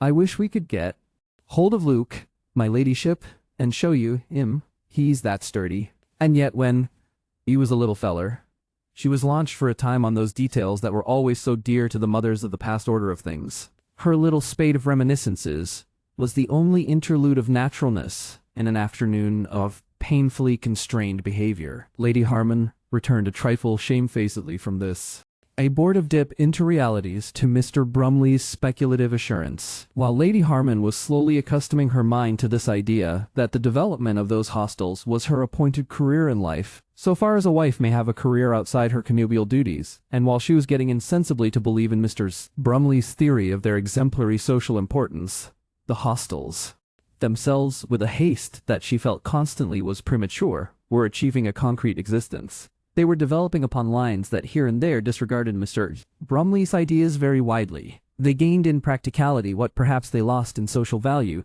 through the entirely indirect relations between Mr. Brumley on the one hand and Sir Isaac on the other, for Sir Isaac manifestly did not consider, and would have been altogether indisposed to consider Miss Brumley as entitled to plan or suggest anything of the slightest importance in this affair, and whatever of Mr. Brumley reached that gentleman reached him in a very carefully transmitted form as Lady Harman's own unaided idea. Sir Isaac had sound Victorian ideas about the place of literature in life. If anyone had suggested to him that literature could supply ideas to practical men, he would have had a choking fit. And he regarded Mr. Brumley's sedulous attentions to these hostile schemes with feelings, the kindlier elements of whose admixture was a belief that ultimately he would write some elegant and respectful approval of the established undertaking. The entire admixture of Sir Isaac's feelings towards Mr. Brumley was by no means kindly. He disliked any man to come near Lady Harman, any man at all. He had a faint uneasiness even about waiters and hotel porters and the clergy. Of course, he had agreed she should have friends of her own, and he could very well rescind that without something definite to go upon. But still this persistent follower kept him uneasy. He kept this uneasiness within bounds by reassuring himself upon the point of Lady Harman's virtuous obedience, and so reassured he was able to temper his distrust with a certain contempt. The man was in love with his wife. That was manifest enough, and dangled after her. Let him dangle. What after all did he get for it? But occasionally he broke through this complacency, betrayed a fitful ingenious jealousy, interfered so that she missed appointments, and had to break engagements. He was now more and more a being of pathological moods. The subtle changes of secretion that were hardening his arteries, tightening his breath, and poisoning his blood, reflected themselves upon his spirit in an uncertainty of temper and exasperating fatigues, and led to startling outbreaks. Then for a time he would readjust himself, become in his manner reasonable again, become accessible. He was the medium through which this vision that was growing up in her mind of a reorganized social life had to translate itself, as much as it could ever translate itself, into reality. He called these hostels her hostels, made her the approver of all he did, but he kept every particle of control in his own hands. All her ideas and desires had to be realized by him, and his attitudes varied with his moods. Sometimes he was keenly interested in the work of organization, and then he terrified her by his bias towards acute economies. Sometimes he was resentful at the burthen of the whole thing. Sometimes he seemed to scent Brumley, or at least some moral influence behind her mind, and met her suggestions with a bitter resentment, as though any suggestion must needs be a disloyalty to him. There was a remarkable outbreak upon her first tentative proposal that the hostel system might ultimately be extended to married couples. He heard her with his lips pressing tighter and tighter together until they were yellow-white and creased with 100 wicked little horizontal creases. Then he interrupted her with silent gesticulations. Then words came. "I never did, Ellie," he said. "I never did. Really. There are times when you ain't rational." Married couples who were assistants in shops and places. For a little while he sought some adequate expression of his point of view. "Nice thing to go keeping a place for these chaps to have their cheap bits of skirt in," he said at last. Then further, "If a man wants a girl, let him work himself up until he can keep her." Married couples indeed! He began to expand the possibilities of the case with a quite unusual vividness. "Double beds in each cubicle, I suppose," he said, and played for a time about this fancy. "Well, to hear such an idea from you of all people, Ellie, I never did." He could leave it alone. He had to go on to the bitter end with the vision she had evoked in his mind. He was jealous, passionately jealous. It was only too manifest of the possible happinesses of these young people. He was possessed by that instinctive hatred for the realized love of others, which lies at the base of so much of our moral legislation. The bare thought, whole corridors of bridal chambers, made his face white and his hand quiver. His young men and young women, the fires of 100 vigilance committees blazed suddenly in his reddened eyes. He might have been a concentrated society for preventing the rapid multiplication of the unfit. The idea of facilitating early marriages was manifestly shameful to him, a disgraceful service to render, a job for Pandarus. What was she thinking of? Ellie of all people. Ellie, who had been as innocent as driven snow before Georgina, came interfering. It ended in a fit of abuse and a panting seizure, and for a day or so he was too ill to resume the discussion, to do more than indicate a disgusted aloofness. And then it may be the obscure chemicals at work within him changed their phase of reaction. At any rate he mended, became gentler, was more loving to his wife than he had been for some time, and astonished her by saying that if she wanted hostels for married couples, it was perhaps so entirely unreasonable. Selected cases, he stipulated, it would have to be in above a certain age limit sober people. It might even be a check on immorality, he said, properly managed. But that was as far as his acquiescence went, and Lady Harman was destined to be a widow before she saw the foundation of any hostel for young married couples in London. 0. The reinforced concrete rose steadily amidst Lady Harman's questionings and Mr. Brumley's speculations. The Harmans returned from a recuperative visit to Kissingen, to which Sir Isaac had gone because of a suspicion that his Marienbad specialist had failed to cure him completely in order to get him back again, to find the first of the 5 hostels nearly ripe for its opening. There had to be a manageress and a staff organized, and neither Lady Harman nor Mr. Brumley were prepared for that sort of business. A number of abler people, however, had become aware of the opportunities of the new development, and Mrs. Hubert Plessington, that busy publicist, got the Harmans to a helpful little dinner, before Lady Harman had the slightest suspicion of the needs that were now so urgent. There shone a neat compact widow, a Mrs. Pembrose, who had buried her husband some 18 months ago after studying social questions with him with great éclat for 10 happy years. And she had done settlement work and girls' club work, and had perhaps more power of organization. Given a suitable director to provide for her lack of creativeness, Mrs. Plessington told Sir Isaac, than any other woman in London. Afterwards, Sir Isaac had an opportunity of talking to her. He discussed the suffrage movement with her, and was pleased to find her views remarkably sympathetic with his own. She was, he declared, a sensible woman, anxious to hear a man out and capable, it was evident, of a detachment from feminist particularism rare in her sex at the present time. Lady Harman had seen less of the lady that evening. She was chiefly struck by her pallor, by a kind of animated silence about her, and by the deep impression her capabilities had made on Mr. Plessington, who had hitherto seemed to her to be altogether too overworked in admiring his wife to perceive the points of any other human being. Afterwards, Lady Harman was surprised to hear from one or two quite separate people that Mrs. Pembrose was the only possible person to act as general director of the new hostels. Lady Beach Mandarin was so enthusiastic in the matter that she made a special call. "You've known her a long time?" said Lady Harman. "Long enough to see what a chance she is," said Lady Beach Mandarin. Lady Harman perceived equivocation. "Now how long is that really?" she said. "Count not in years, nor yet in moments on a dial," said Lady Beach Mandarin with a fine air of quotation. "I'm thinking of her quiet strength of character. Mrs. Plessington brought her round to see me the other afternoon." "Did she talk to you?" "I saw, my dear. I saw, my dear. I saw." A vague aversion from Mrs. Pembrose was in some mysterious way strengthened in Lady Harman by this extraordinary convergence of testimony. When Sir Isaac mentioned the lady with a kind of forced casualness at breakfast as the only conceivable person for the work of initiation and organization that lay before them, Lady Harman determined to see more of her. With a quickened subtlety she asked her to tea. "I have heard so much of your knowledge of social questions, and I want you to advise me about my work," she wrote, and then scribbled a note to Mr. Brumley to call and help her judgments. Mrs. Pembrose appeared dressed in dove color, with a near bonnet-esque straw hat to match. She had a pale, slightly freckled complexion, little hard blue-gray eyes, with that sort of nose which redeems a squarish shape by a certain delicacy of structure. Her chin was long and protruding, and her voice had a wooden resonance and a ghost of a lisp. Her talk had a false consecutiveness due to the frequent use of the word yes. Her bearing was erect, and her manner guardedly alert. From the first she betrayed a conviction that Mr. Brumley was incidental and unnecessary, and that her real interest lay with Sir Isaac. She might almost have been in possession of special information upon that point. "Yes," she said.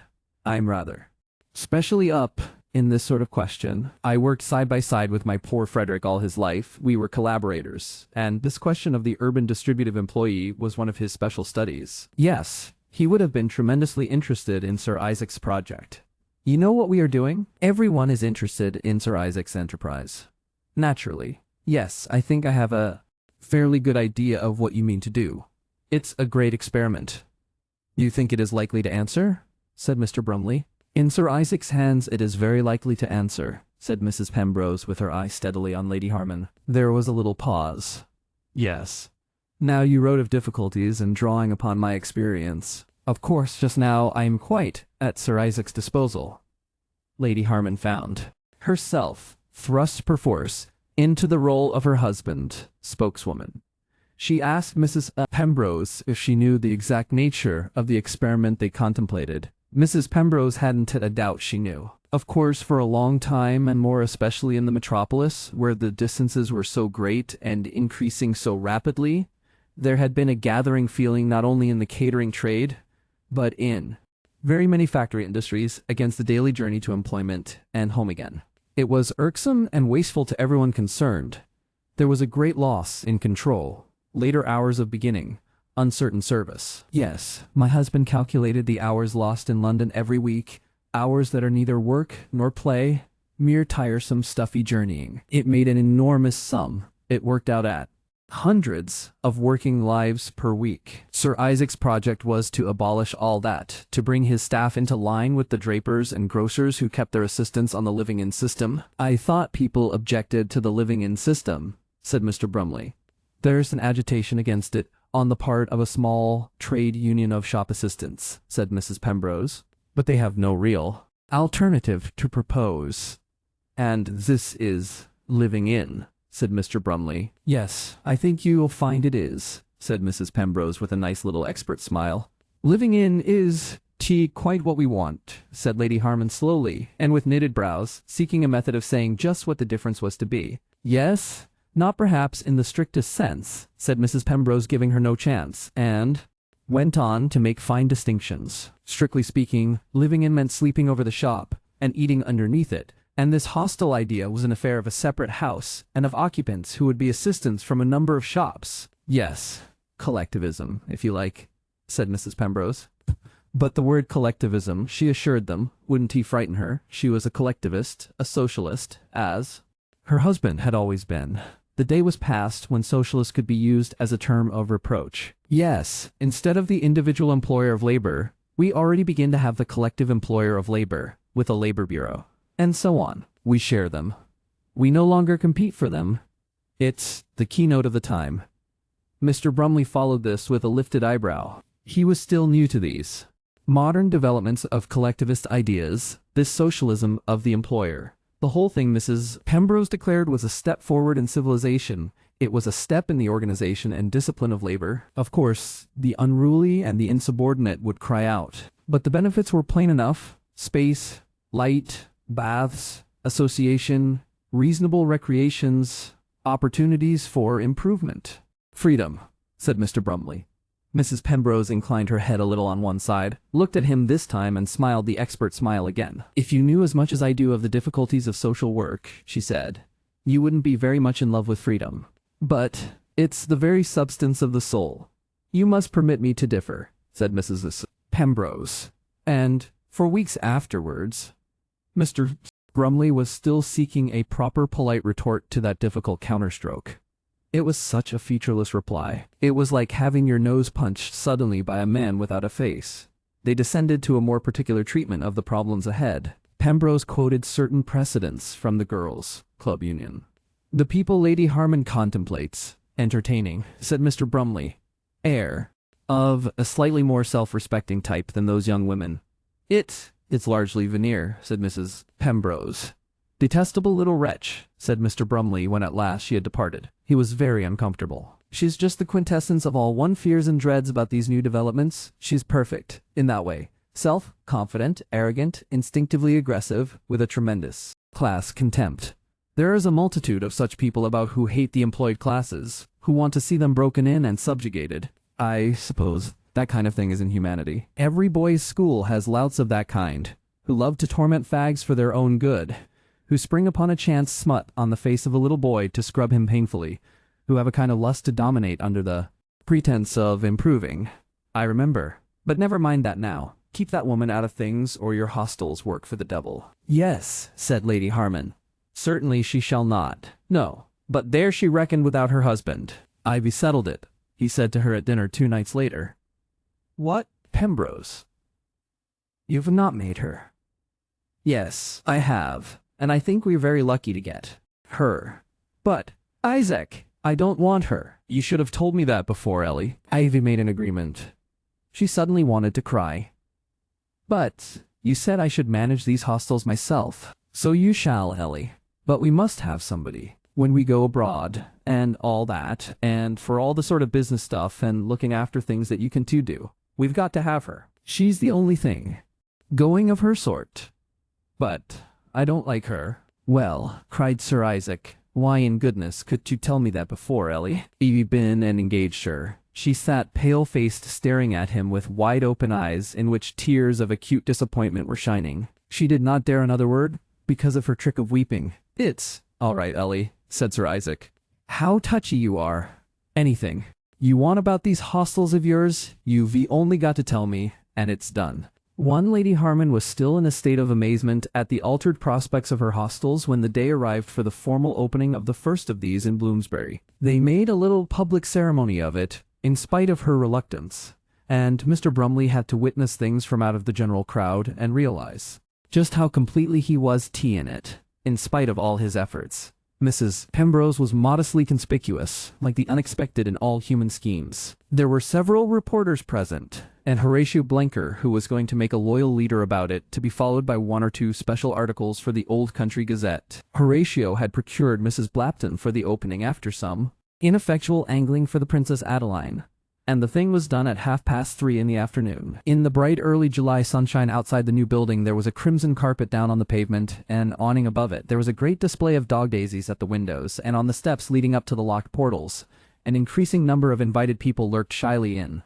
the ground-floor rooms, ready to come out by the back way and cluster expectantly when Mrs. Blapton arrived. Graper, the staff manager, and 2 assistants in dazzling silk hats seemed everywhere. The rabbit-like architect had tried to look doggish in a huge black silk tie, and only looked more like a rabbit than ever, and there was a steady driftage of small boys and girls, nurses with perambulators, cab touts, erring grandfathers, and similar unemployed people towards the promise of the awning, the carpet, and the flowers. The square building in all its bravery of Doulton ware and yellow and mauve tiles, and its great gilt inscription, International Hostels, above the windows of the 2nd story seemed typical of all those modern forces that are now invading and dispelling the ancient residential peace of Bloomsbury.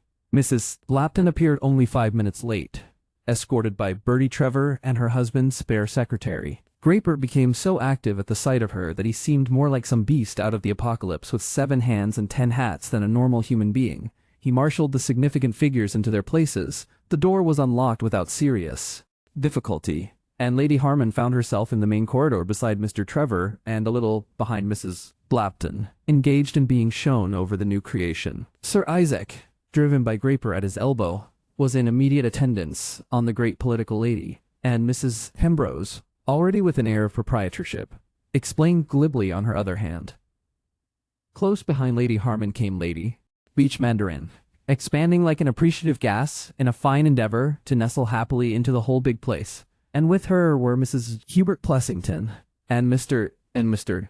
Pope, one of those odd people who are called publicists, because one must call them something, and who take chairs in political sides, and are vice presidents of everything, and organize philanthropies, write letters to the papers, and cannot let the occasion pass without saying a few words, and generally prevent the institutions of this country from falling out of human attention. He was a little abstracted in his manner. Every now and then his lips moved as he imagined a fresh turn to some classic platitude. Anyone who knew him might have foretold the speech into which he presently broke. He did this in the refectory where, There was a convenient step up at the end, beginning with the customary confession of incontinence.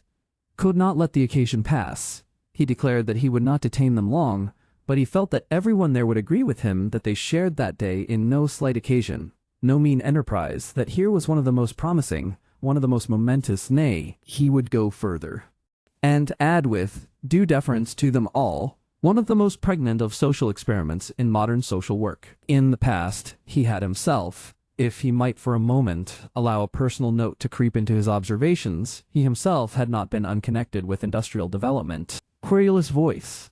Who the devil is that? And whispered explanations on the part of Horatio Blenker. Pope. Very good. Man. East Purblo experiment. Payment in kind, instead of wages. Yes. Lady Harman ceased to listen to Mr. Pope's strained but not unhappy tenor. She had heard him before, and she had heard his like endlessly. He was the larger moiety of every public meeting she had ever attended. She had ceased even to marvel at the dull self-satisfaction that possessed him. Today her capacity for marveling was entirely taken up by the details of this extraordinary reality which had sprung from her dream of simple, kindly, beautiful homes for distressed and overworked young women. Nothing in the whole of life had been so amazing since that lurid occasion when she had been the agonized vehicle for the entry of Miss Millicent Harman upon this terrestrial scene. It was all so entirely what she could never have thought possible.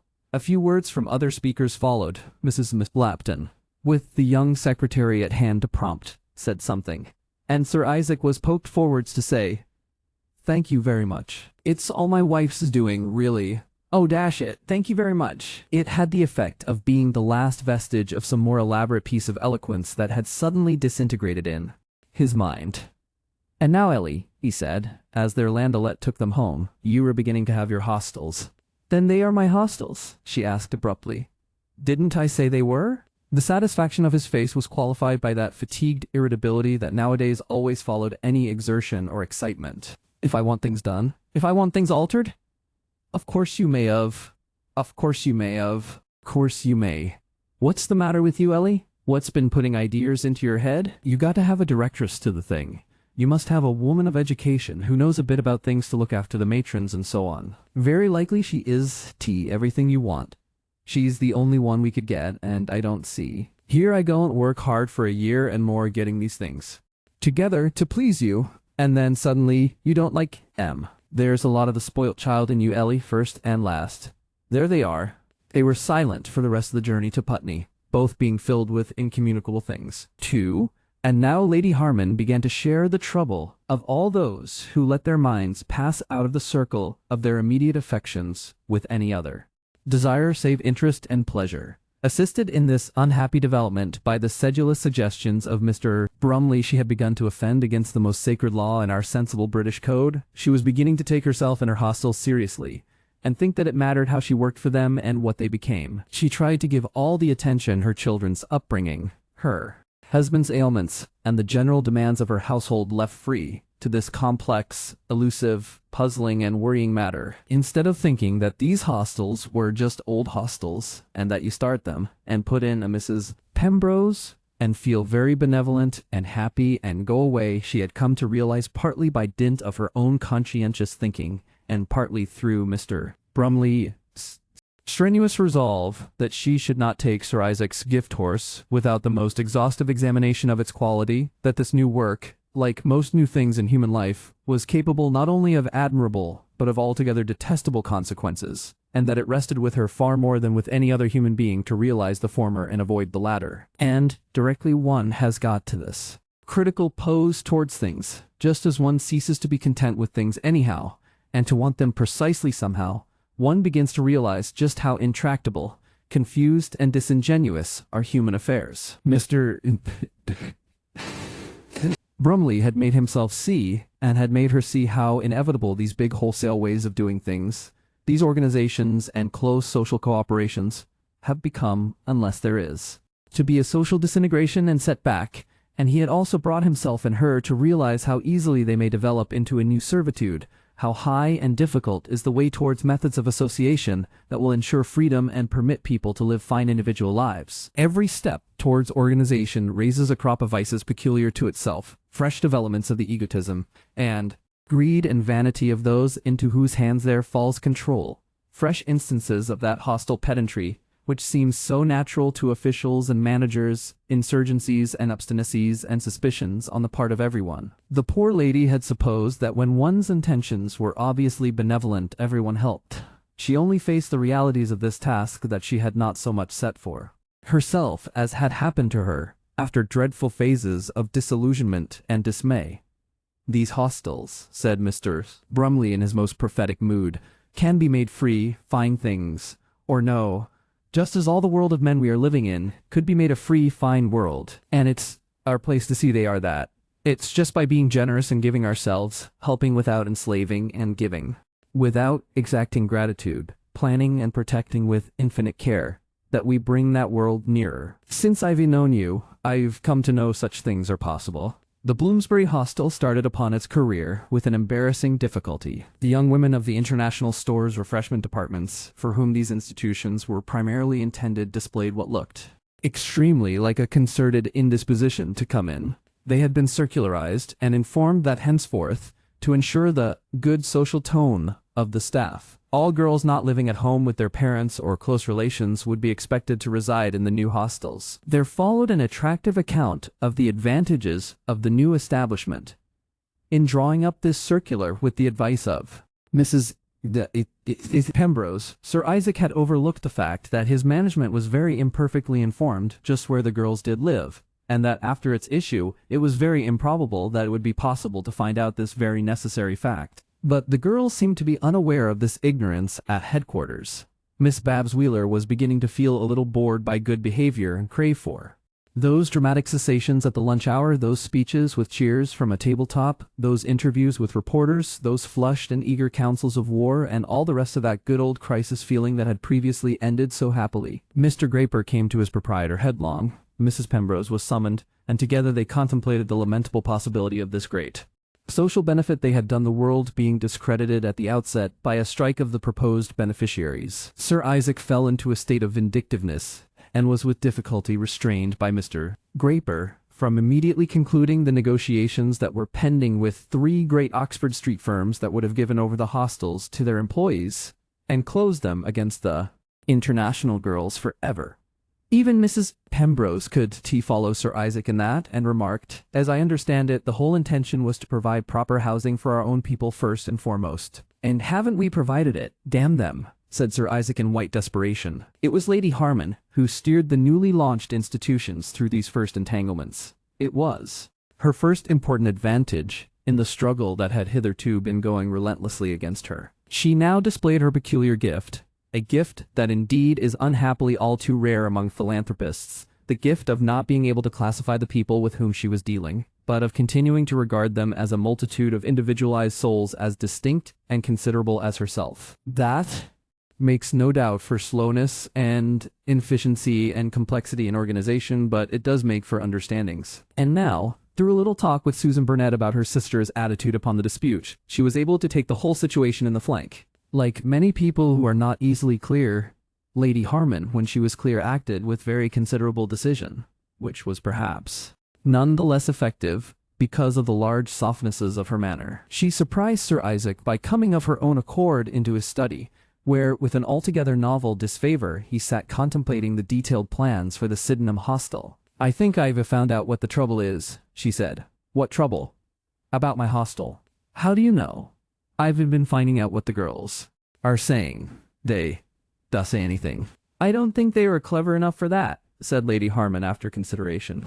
She recovered her thread. "You see, Isaac, they've been frightened by the rules.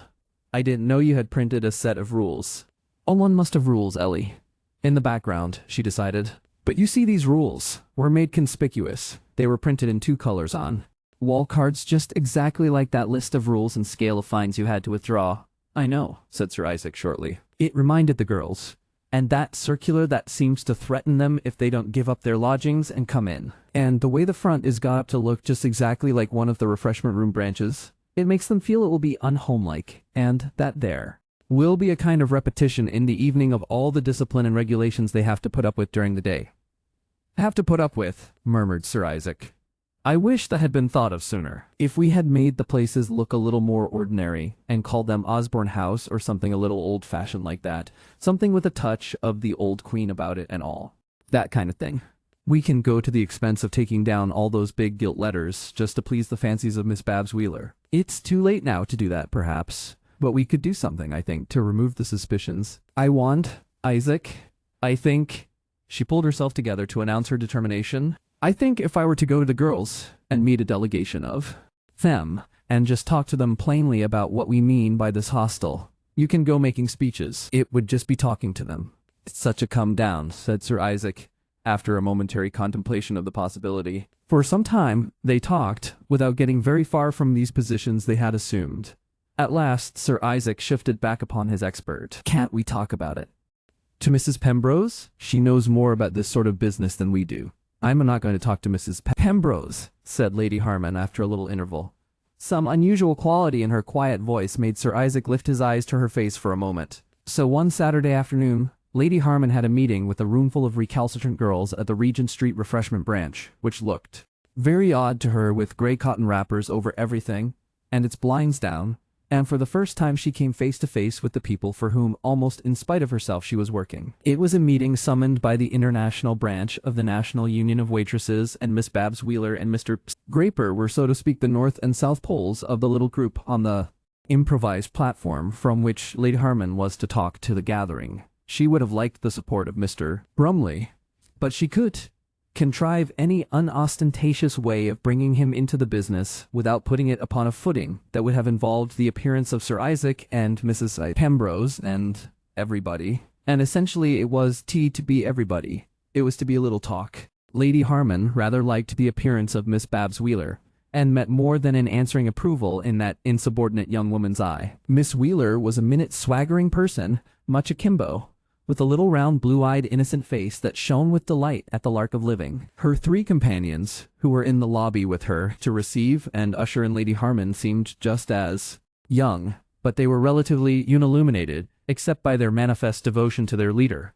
They displayed rather than concealed their opinion of her as a dear and a fair wonder. And the meeting generally, it seemed to her, was a gathering of very human young women, rather restless, then agog to see her in her clothes, and then somehow allayed by her appearance and quite amiably attentive to what she had to say. A majority were young girls dressed with the cheap smartness of the suburbs. The rest were for the most part older and dingier, and here and there were dotted young ladies of a remarkable and questionable smartness. In the front row, full of shy recognitions, and a little disguised by an unfamiliar hat, was Susan's sister Alice. As Lady Harman had made up her mind that she was not going to deliver a speech, she felt no diffidence in speaking. She was far too intent on her message to be embarrassed by any thought of the effect she was producing. She talked as she might have talked, in one of her easier moods, to Mr. Brumley. And as she talked, it happened that Miss Babs Wheeler and quite a number of the other girls present watched her face and fell in love with her.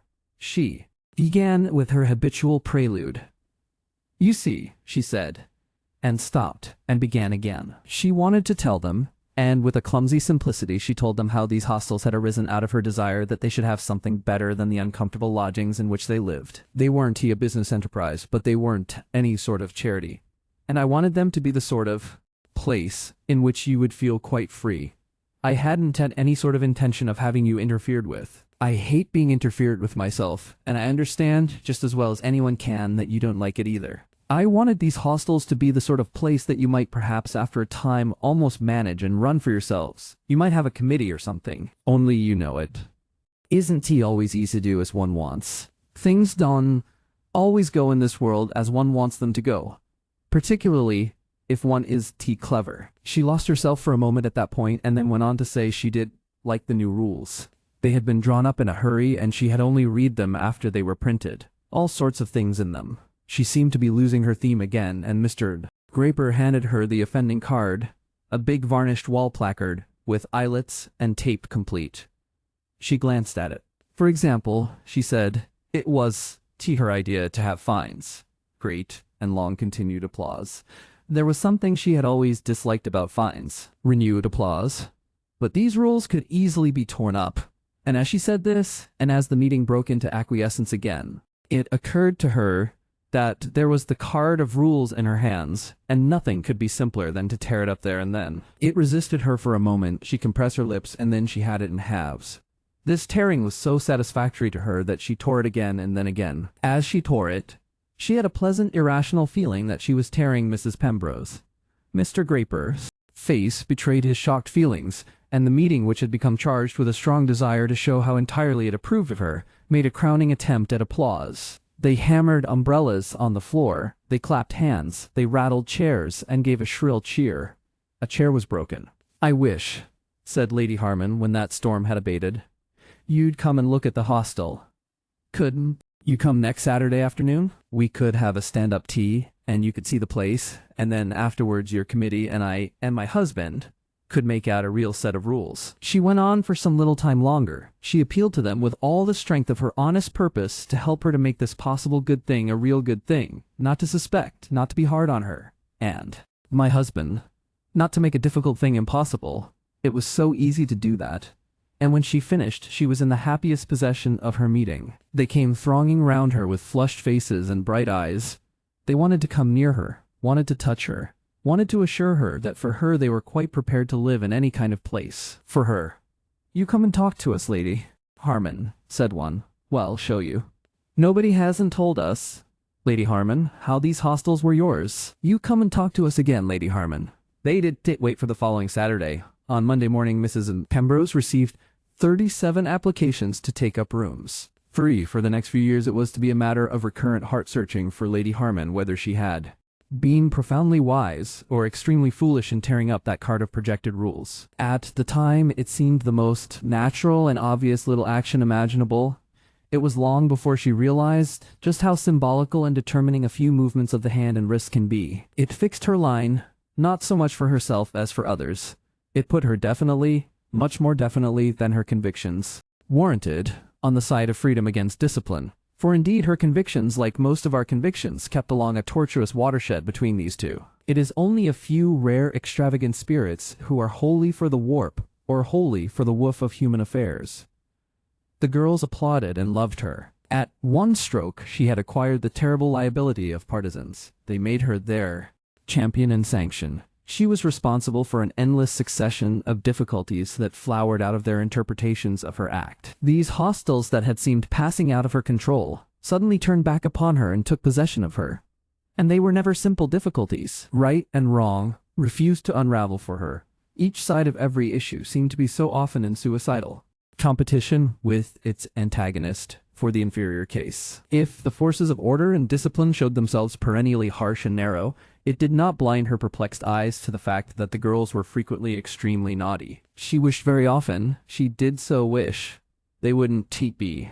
They set out with a kind of eagerness for conflict. Their very loyalty to her expressed itself not so much in any sustained attempt to make the hostels successful as in cheering inconveniently, in embarrassing declarations of a preference, in an ingenious and systematic rudeness to anyone suspected of imperfect devotion to her. The first comers into the hostels were much more like the swelling inrush of a tide than, as Mrs. Pembrose would have preferred, like something laid on through a pipe. And when this lady wanted to go on with the old rules until Sir Isaac had approved of the new arrivals went into the cutting-out room and manifested. Lady Harman had to be telephoned for to allay the manifestation. And then arose questions of deportment, trivial in themselves, but of the gravest moment for the welfare of the hostels. There was a phrase about noisy or improper conduct in the revised rules. Few people would suspect a corridor 10 feet wide and 200 feet long as a temptation to impropriety, but Mrs. Pembrose found it was so. The effect of the corridors upon undisciplined girls quite unaccustomed to corridors was for a time most undesirable. For example, they were moved to run along them violently. They ran races along them. When they overtook, they jostled. When they were overtaken, they squealed. The average velocity in the corridors of the lady occupants of the Bloomsbury Hostel during the first fortnight of its existence was 7 miles an hour. Was that violence? Was that impropriety? The building was all steel construction, but one heard even in the head matron's room. And then there was the effect of the rows and rows of windows opening out upon the square. The square had some pleasant old trees, and it was attractive to look down into their upper branches, where the sparrows mobbed and chattered perpetually, and over them at the chimneys and turrets and sky signs of the London world. The girls looked. So far, they were certainly within their rights, but they did not look modestly, they did not look discreetly. They looked out of wide open windows. They even sat perilously and protrudingly on the windowsills, conversing across the facade from window to window, attracting attention. And once, to Mrs. Pembroke's certain knowledge, a man in the street joined in. It was on a Sunday morning too, a Bloomsbury Sunday morning. But graver things were to rouse the preventive prohibitionist in the soul of Mrs. Pembroke. There was the visiting of one another's rooms and cubicles. Most of these young people had never possessed or dreamt of possessing a pretty and presentable apartment to themselves, and the first effect of this was to produce a decorative outbreak, a vigorous framing of photographs and hammering of nails, dust-gathering litter. Mrs. Pembroke, and then, visiting. They visited at all hours and in all costumes. They sat in groups of 3 or 4, one on the chair and the rest on the bed, conversing into late hours. Entirely uncensored conversations, too often accompanied by laughter. When Mrs. Pembroke took this to Lady Harman, she found her extraordinarily blind to the conceivable evils of this free intercourse. "But, Lady Harman," said Mrs. Pembroke, with a note of horror, "some of them kiss each other. But if they were fond of each other," said Lady Harman, "I'm sure I don't see." And when the floor matrons were instructed to make little surprise visits up and down the corridors, the girls who occupied rooms took to locking their doors, and Lady Harman seemed inclined to sustain their right to do that. The floor matrons did what they could to exercise authority. 1 or 2 were former department manageresses, 2 were ex-elementary teachers, crowded out by younger and more certificated rivals. 1, and the most trustworthy one, Mrs. Pembroke found, was an ex-wardress from Holloway. The natural result of these secret talkings and conferrings in the rooms became apparent presently in some mild ragging, and in the concoction of petty campaigns of annoyance designed to soften the manners of the more authoritative floor matrons. Here again were perplexing difficulties. If a particular floor matron has a clear commanding note in her voice, is it, or is it not, violent and improper to say "ha" in clear commanding tones whenever you suppose her to be within earshot? As for the door-locking, Mrs. Pembroke settled that by carrying off all the keys. Complaints and incidents drifted towards definite scenes and situations. Both sides in this continuing conflict of dispositions were so definite, so intolerant to the mind of the lady with the perplexed dark eyes who mediated. Her reason was so much with the matrons, her sympathies so much with the girls. She did not like the assured brevity of Mrs. Pembroke's judgments and decisions. She had an instinctive perception of the truth that all compact judgments upon human beings are unjust judgments. The human spirit is but poorly adapted either to rule or to be ruled, and the honesty of all the efforts of Mrs. Pembroke and her staffs, for soon the hostels at Sydenham and West Kensington were open, were marred not merely by arrogance but by an irritability, a real hostility to complexities and difficulties and resistors, and troublesome characters. And it did not help the staff to a triumphant achievement of its duties that the girls had an exaggerated perception that Lady Harman's heart was on their side. And presently the phrase "weeding out" crept into the talk of Mrs. Pembroke. Some of the girls were being marked as ringleaders, foci of mischief, characters it was desirable to get rid of. Confronted with it, Lady Harman perceived she was absolutely opposed to this idea of getting rid of anyone, unless it was Mrs. Pembroke. She liked her various people. She had no desire for a whittled success, with a picked remnant of subdued and deferential employees. She put that to Mr. Brumley, and Mr. Brumley was indignant and eloquent in his concurrence. A certain Mary Trunk, a dark young woman with a belief that it became her to have a sweet disorder in her hair, and a large blonde girl named Lucy Baxendale seemed to be the chief among the bad influences of the Bloomsbury hostel, and they took it upon themselves to appeal to Lady Harman against Mrs. Pembroke. They they complained, do a thing right for her. So the tangle grew. Presently Lady Harman had to go to the Riviera with Sir Isaac, and when she came back, Mary Trunk and Lucy Baxendale had vanished from both the International Hostel and the International Stores. She tried to find out why, and she was confronted by inadequate replies and enigmatical silences. They decided to go, said Mrs. Pembroke, and dropped fortunately after that statement. She disavowed any exact knowledge of their motives, but she feared the worst.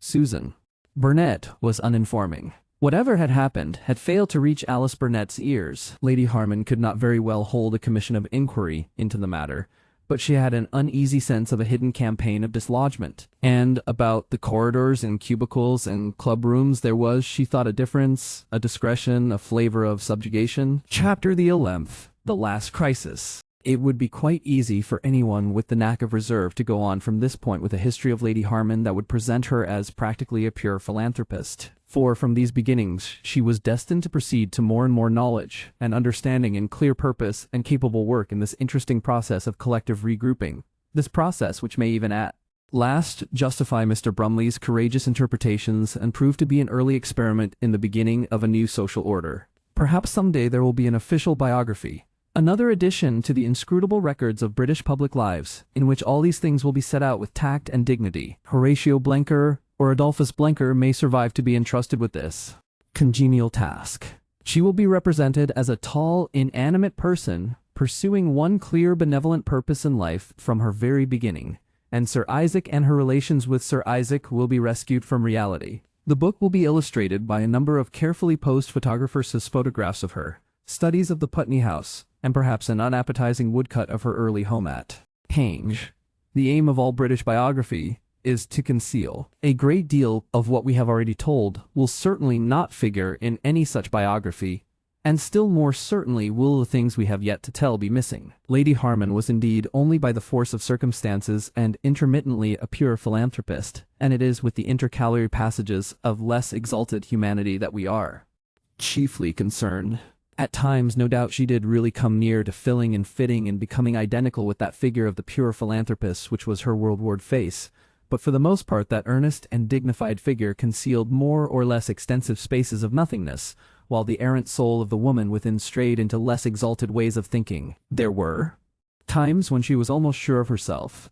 Mrs. Hubert Plessington could scarcely have been surer of herself, and times when the whole magnificent project of constructing a new urban social life out of those difficult hostels, a collective urban life that should be liberal and free, broke into grimacing pieces and was the most foolish of experiments. Her struggles with Mrs. Penrose thereupon assumed a quality of mere bickering, and she could even doubt whether Mrs. Penrose was justified in her attitude and wiser by her very want of generosity. She felt then something childish in the whole undertaking that otherwise escaped her. She was convicted of an absurd self-importance.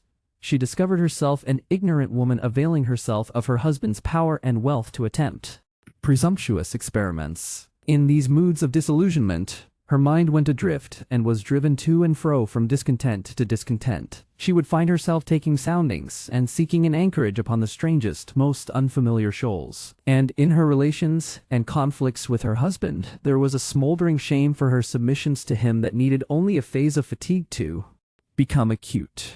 So long as she believed in her hostels and her mission that might be endured, but forced back upon her more personal life its hideousness stood unclothed. Mr. Brumley could sometimes reassure her by a rhetorical effort upon the score of her hostels, but most of her more intimate and inner life was not, for very plain reasons, to be shown to him. He was full of the intention of generous self-denials, but she had long since come to measure the limits of his self-denial. Mr. Brumley was a friend in whom smoldered a love, capable she knew quite clearly of tormented and tormenting jealousies. It would be difficult to tell, and she certainly could never have told how far she knew of this by instinct, how far it came out of rapid intuitions from things seen and heard. But she understood that she dared not let a single breath of encouragement, a hint of physical confidence, reach that banked-up glow. A sentinel discretion in her brain was always on the watch for that danger, and that restraint, that added deliberate inexpressiveness, kept them most apart, when most her spirit cried out for companionship. The common quality of all these moods of lassitude was a desolating loneliness. She had at times a need that almost overwhelmed her to be intimate, to be comforted and taken up out of the bleak harsh disappointments and stresses of her customary life. At times after Sir Isaac had either been too unloving or too loving, or when the girls or the matrons had achieved some new tangle of mutual unreasonableness, or when her faith failed, she would lie in the darkness of her own room with her soul crying out for, how can one put it, the touch of other soul stuff. And perhaps it was the constant drift of Mr. Brumley's talk, the little suggestions that fell drop by drop into her mind from his, that disposed her to believe that this aching sense of solitude in the void was to be assuaged by love, by some marvel of close exaltation that one might reach through a lover. She had told Mr. She had told Mr. Brumley long ago that she would never let herself think of love. She still maintained to him that attitude of resolute aloofness, but almost without noting what she did, she was tampering now in her solitude with the seals of that locked chamber. She became secretly curious about love. Perhaps there was something in it of which she knew nothing. She found herself drawn towards poetry, found a new attraction in romance.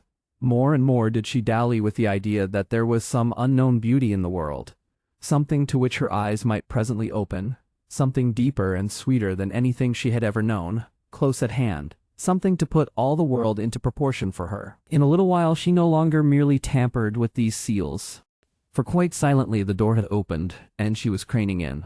This love, it seemed to her, might after all be so strange a thing that it goes unsuspected and yet fills the whole world of a human soul. An odd grotesque passage in a novel by Wilkins gave her that idea. He compared love to electricity, of all things in the world, that throbbing life amidst the atoms that we now draw upon for light. Warmth, connection, the satisfaction of 1,000 wants, and the cure of 1,000 ills. There it is, and always has been in the life of man.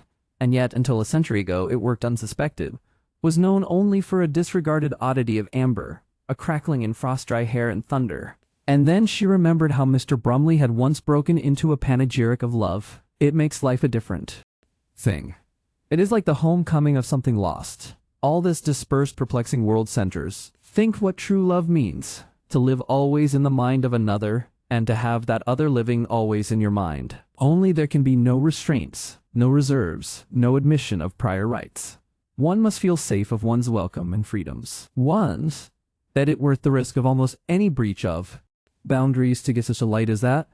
She hid these musings from every human being. She was so shy with them, she hid them almost from herself. Rarely did they have their way with her, and when they did, presently she would accuse herself of slackness and dismiss them, and urge herself to fresh practicalities in her work. But her work was not always at hand. Sir Isaac's frequent relapses took her abroad to places where she found herself in the midst of beautiful scenery with little to do and little to distract her from these questionings. Then such thoughts would inundate her. This feeling of the unsatisfactoriness of life, of incompleteness and solitariness, was not of that fixed sort that definitely indicates its demand.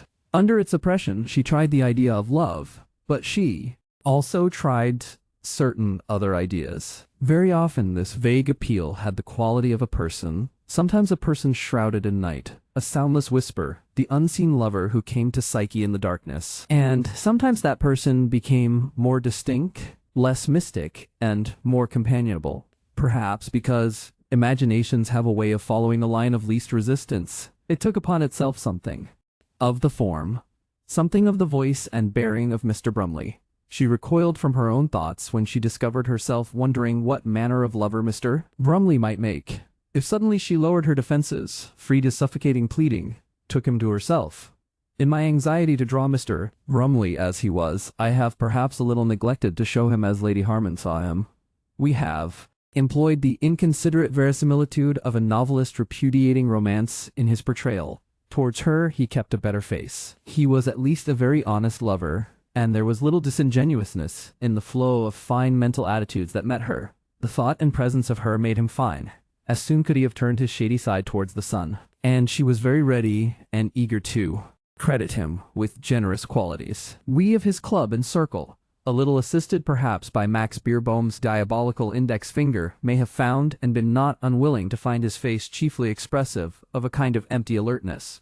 But when it was turned to her, its quite pleasantly modeled features glowed, and it was transfigured. So far as she was concerned, with Sir Isaac as foil, he was real enough and good enough for her, and by the virtue of that unlovely contrast even a certain ineffectiveness became infinite delicacy. The thought of Mr. Brumley in that relation, and to that extent of clearness, came but rarely into her consciousness. And when it did, it was almost immediately dismissed again. It was the most fugitive of proffered consolations, and it is to be remarked that it made its most successful apparitions when Mr. Brumley was far away, and by some weeks or months of separation, a little blurred and forgotten. And sometimes this unrest of her spirit, this unhappiness, turned her in quite another direction, as it seemed, and she had thoughts of religion. With a deepened shame, she would go seeking into that other, that greater indelicacy, from which her upbringing had divorced her mind. She would even secretly pray. Greatly daring, she fled on several occasions from her visitation of the hostels or slipped out of her home, and evading Mr. Brumley, went once to the Brompton Oratory, once or twice to the Westminster Cathedral, and then having discovered St. Paul's, to St. Paul, in search of this nameless need. It was a need that no plain and oogly little place of worship would satisfy. It was a need that demanded choir and organ. She went to St. Paul's haphazard when her mood and opportunity chanced together, and there in the afternoon she found a wonder of great music and chanting voices, and she would kneel looking up into those divine shadows and perfect archings and feel for a time assuaged, wonderfully assuaged. Sometimes, there, she seemed to be upon the very verge of grasping that hidden reality which makes all things plain. Sometimes it seemed to her that this very indulgence was the hidden reality. She could never be sure in her mind whether these secret worshippings helped or hampered her in her daily living. They helped her to a certain disregard of annoyances and indignities, and so far they were good, but they also helped towards a more general indifference. She might have told these last experiences to Mr. Brumley if she had not felt them to be indescribable. They could not be half told. They had to be told completely, or they were altogether untellable. So she had them hid, and at once accepted and distrusted the consolation they brought her, and went on with the duties and philanthropies that she had chosen as her task in the world. One day in Lent, it was nearly 3 years after the opening of the first hostel, she went to St. Paul's. She was in a mood of great discouragement. The struggle between Mrs. Pembrose and the Bloomsbury girls had suddenly reopened in an acute form, and Sir Isaac, who was sickening again after a period of better health, had become strangely restless and irritable and hostile to her. He had thwarted her unusually, and taken the side of the matrons in a conflict in which Susan Burnett's sister Alice was now distinguished as the chief of the malcontents. The new trouble seemed to Lady Harman to be traceable in one direction to that ardent unionist, Miss Babs Wheeler, under the spell of whose round-faced, blue-eyed, distraught personality Alice had altogether fallen. Miss Babs Wheeler was fighting for the Union. She herself lived at Highbury with her mother, and Alice was her chosen instrument in the hostels. The Union had always been a little against the ladylike instincts of many of the waitresses. They felt strikes were vulgar and impaired their social standing, and this feeling had been greatly strengthened by irruptions of large contingents of shop assistants from various department stores. The Bloomsbury hostel in particular now accommodated 100 refined and elegant hands.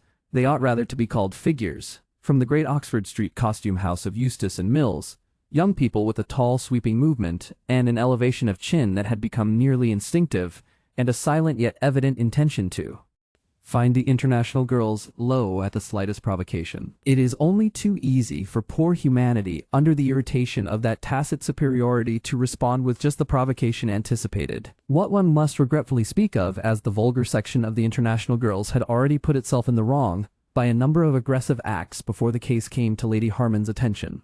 Mrs.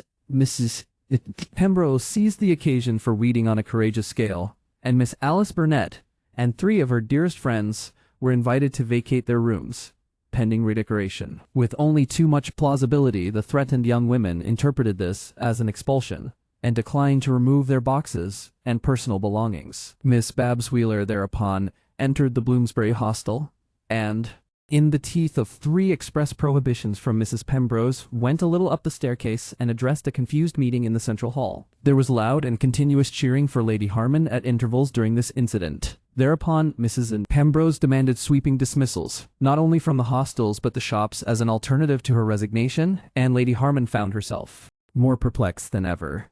Georgina Sawbridge had contrived to mingle herself in an entirely characteristic way in these troubles by listening for a brief period to an abstract of her sister's perplexities, then demanding to be made Director General of the whole affair, refusing to believe this simple step impossible, and retiring in great dudgeon to begin a series of letters of even more than sisterly bitterness. And Mr. Brumley, when consulted, had become dangerously sentimental. Under these circumstances, Lady Harman's visit to St. Paul's had much of the quality of a flight. It was with an unwonted sense of refuge that she came from the sombre stress and roar of London without into the large hushed spaces of the cathedral. The door closed behind her, and all things changed. Here was meaning, coherence, unity. Here, instead of a pelting confusion of movements and motives, was a quiet concentration upon the little focus of light about the choir, the gentle, complete dominance of a voice intoning. She slipped along the aisle and into the nave and made her way to a seat. How good this was. Outside, she had felt large, awkwardly responsible, accessible to missiles, a distressed, conspicuous thing. Within this living peace, she suddenly became no more than one of a tranquil, hushed community of small black-clad Lenten people. She found a chair and knelt, and felt she vanished even from her own consciousness. How beautiful was this place! She looked up presently at the great shadowy arcs far above her, so easy, so gracious that it seemed they had not so much been built by men as shaped by circling flights of angels. The service, a little clustering advance of voices unsustained by any organ, mingled in her mind with the many-pointed glow of candles. And then into this great dome of worship and beauty, like a bed of voices breaking into flower, like a springtime breeze of sound, came Allegria's miserere. Her spirit clung to this mood of refuge. It seemed as though the disorderly, pugnacious, misunderstanding universe had opened and shown her luminous mysteries. She had a sense of penetration. All that conflict, that jar of purposes and motives, was merely superficial. She had left it behind her. For a time she had no sense of effort in keeping hold of this, only of attainment. She drifted happily upon the sweet sustaining sounds, and then the music ceased. She came back into herself. Close to her a seated man stirred and sighed. She tried to get back her hold upon that revelation, but it had gone. Inexorably opaque, impenetrable doors closed softly on her moment of vision. All about her was the stir of departure. She walked out slowly into the cold March daylight, to the leaden greys, the hurrying black shapes, the chaotic afternoon traffic of London.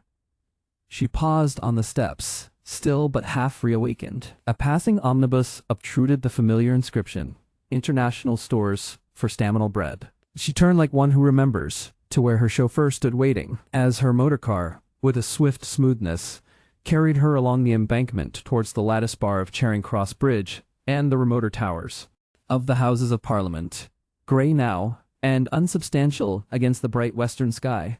Her mind came back slowly to her particular issues in life. But they were no longer the big, exasperatingly important things that had seemed to hold her life by 100 painful hooks before she went into the cathedral. They were small still under this dome of evening, small even by the measure of the grey. Buildings to the right of her and the warm-lit river to her left, by the measure of the clustering dark barges, the teeming trams, the streaming crowds of people, the note of the human process that sounds so loud there. She felt small even to herself, for the touch of beauty saves us from our own personalities, makes gods of us to our own littleness. She passed under the railway bridge at Charing Cross, watched the square cluster of Westminster's pinnacles rise above her until they were out of sight overhead, ran up the little incline and round into Parliament Square, and was presently out on the riverside embankment again with the great chimneys of Chelsea smoking athwart the evening gold. And thence, with a sudden effect of skies shut and curtains drawn, she came by devious ways to the Fulham Road and the crowding traffic of Putney Bridge and Putney High Street, and so home. Snagsby, assisted by a new under-butler, a lean, white-faced young man with red hair, received her ceremoniously and hovered serviceably about her. On the hall table lay 3 or 4 visiting cards of no importance, some circulars, and 2 letters. She threw the circulars into the basket placed for them, and opened her first letter. It was from Georgina. It was on several sheets, and it began, "I still cannot believe that you refuse to give me the opportunity the Director Generalship of your hostels means to me. It is not as if you yourself had either the time or the abilities necessary for them yourself. You haven't, and there is something almost dog-in-the-manger-ish to my mind in the way in which you will not give me my chance, the chance I have always been longing for." At this point, Lady Harman put down this letter for subsequent perusal and took its companion, which was addressed in an unfamiliar hand. It was from Alice Burnett, and it was written in that sprawling hand and diffuse style natural to a not very well-educated person with a complicated story to tell in a state of unusual emotion. But the gist was in the first few sentences, which announced that Alice had been evicted from the hostel. "I found my things on the pavement," wrote Alice. Lady Harman became aware of Snagsby still hovering at hand. "Mrs. Pembrose, my lady, came here this afternoon," he said, when he had secured her attention. "Came here. She asked for you, my lady, and when I told her you were not at home, she asked if she might see Sir Isaac." "And did she?" "Sir Isaac saw her, my lady. They had tea in the study." "I wish I had been at home to see her," said Lady Harman after a brief interval of reflection. She took her 2 letters and turned to the staircase. They were still in her hand when presently she came into her husband's study. I don't want a light, he said as she put out her hand to the electric switch. His voice had a note of discontent, but he was sitting in the armchair against the window so that she could not see his features. How are you feeling this afternoon? She asked. I'm feeling all right, he answered testily. He seemed to dislike inquiries after his health almost as much as he disliked neglect. She came and stood by him and looked out from the dusk of the room into the garden, darkening under a red-barred sky. There is fresh trouble between Mrs. Pembrose and the girls, she said. She's been telling me about it. She's been here? Pretty nearly an hour, said Sir Isaac. Lady Harman tried to imagine that hour's interview on the spur of the moment, and failed. She came to her immediate business. I think, she said, that she has been high-handed. You would, said Sir Isaac after an interval. His tone was hostile, so hostile that it startled her. Don't you? He shook his head. My IDs and your IDs, or anyhow the IDs you've got hold of. Somewhere, somehow. I don't know where you get your IDs. We haven't got the same IDs anyhow. You gotta keep order in these places. Anyhow. She perceived that she was in face of a prepared position. I don't think, she threw out, that she does keep order. She represses and irritates. She gets an idea that certain girls are against her, and you get an idea she's against certain girls. Practically she expels them. She has in fact just turned one out into the street. You got to expel them, you got to. You can run these places on sugar and water. There's a sort of girl, a sort of man, who makes trouble. There's a sort makes strikes, makes mischief, gets up grievances. You got to get rid of them somehow. You got to be practical somewhere. You can go running these places on a lot of literary IDs and all that. It's no good. The phrase literary IDs held Lady Harman's attention for a moment, but she could not follow it up to its implications, because she wanted to get on with the issue she had in hand. I want to be consulted about these expulsions. Girl after girl has been sent away. Sir Isaac's silhouette was obstinate. She knows her business, he said. He seemed to feel the need of a justification. They shouldn't make trouble. On that, they rested for a little while in silence. She began to realize with a gathering emotion that this matter was far more crucial than she had supposed. She had been thinking only of the reinstatement of Alice Burnett. She hadn't yet estimated just what that overriding of Mrs. Pembrose might involve. I don't want to have any girl go until I have looked into her case. It's vital. She says she can't run the show unless she has some power. Neither spoke for some seconds. She had the feeling of hopeless vexation that might come to a child that has wandered into a trap. I thought, she began, these hostels. She stopped short. Sir Isaac's hand tightened on the arm of his chair. I started to please you, he said. I didn't start to please your friends. She turned her eyes quickly to his grey up-looking face. I didn't start them for you? And that chap Brumley to play about with, he amplified. And now you know about it, Ellie. The thing had found her unprepared. As if, she said at last. As if, he mocked. She stood quite still, staring blankly at this unmanageable situation. He was the first to break silence. He lifted one hand and dropped it again with a dead impact on the arm of his chair. I got the things, he said. And there they are. Anyhow, they got to be run in a proper way. She made no immediate answer. She was seeking desperately for phrases that escaped her. Do you think, she began at last.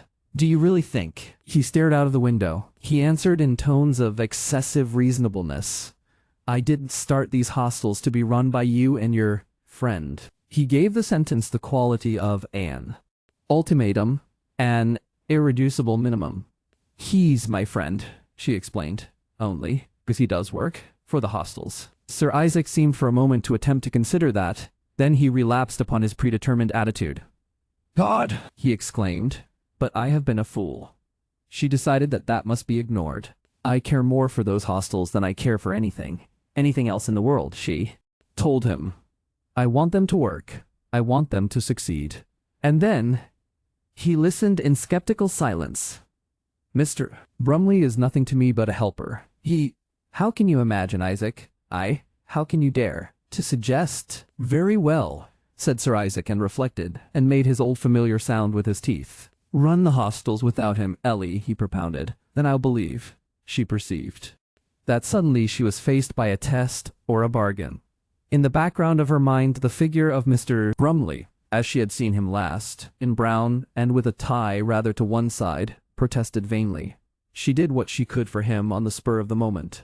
But, she said, he's so helpful. He's so harmless. That's as may be, said Sir Isaac and breathed heavily. How can one suddenly turn on a friend?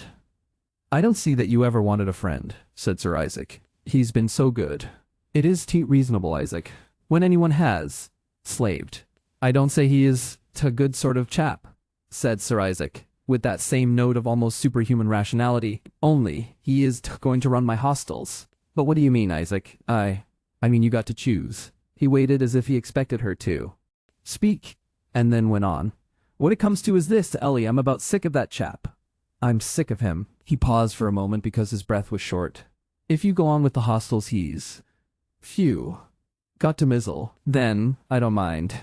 If you want that girl Burnett brought back in triumph. It'll make Mrs. de Pembroke chuck the whole blessed show, you know, but I say I don't mind. Only in that case, I don't too want to see or hear about or hear about your Mr. Brumley again, and I don't want you to either. I am being pretty reasonable and pretty patient over this, with people talking right and left. Still, there's a limit. You have been going on. If I didn't know you were an innocent, in a way, I don't want to talk about that. There you are, Ellie. It seemed to her that she had always expected this to happen. But however much she had expected it to happen, she was still quite unprepared with any course of action. She wanted, with an equal want of limitation, to keep both Mr. Brumley and her hostels. But Isaac, she said, what do you suspect? What do you think? This friendship has been going on. How can I end it suddenly? Don't you be too innocent, Ellie. You know, and I know perfectly well what there is between men and women. I don't make out I know anything I don't know. I don't pretend you are anything but straight. Only, he suddenly gave way to his irritation. His self-control vanished. Damn it, he cried, and his panting breath quickened. The thing's got to end. As if I did understand. As if I did understand, she would have protested. Again, but his voice held her. It's got to end. It's got to end. It's got to end. Of course you haven't done anything. Of course you don't know anything or think of anything. Only here I am ill. You wouldn't be sorry if I got worse. You can wait. You can. All right. And there you stand, irritating me, arguing. You know, it chokes me. Got to end, I tell you. Got to end. He beat at the arms of his chair, and then put a hand to his throat. Go away, he cried to her.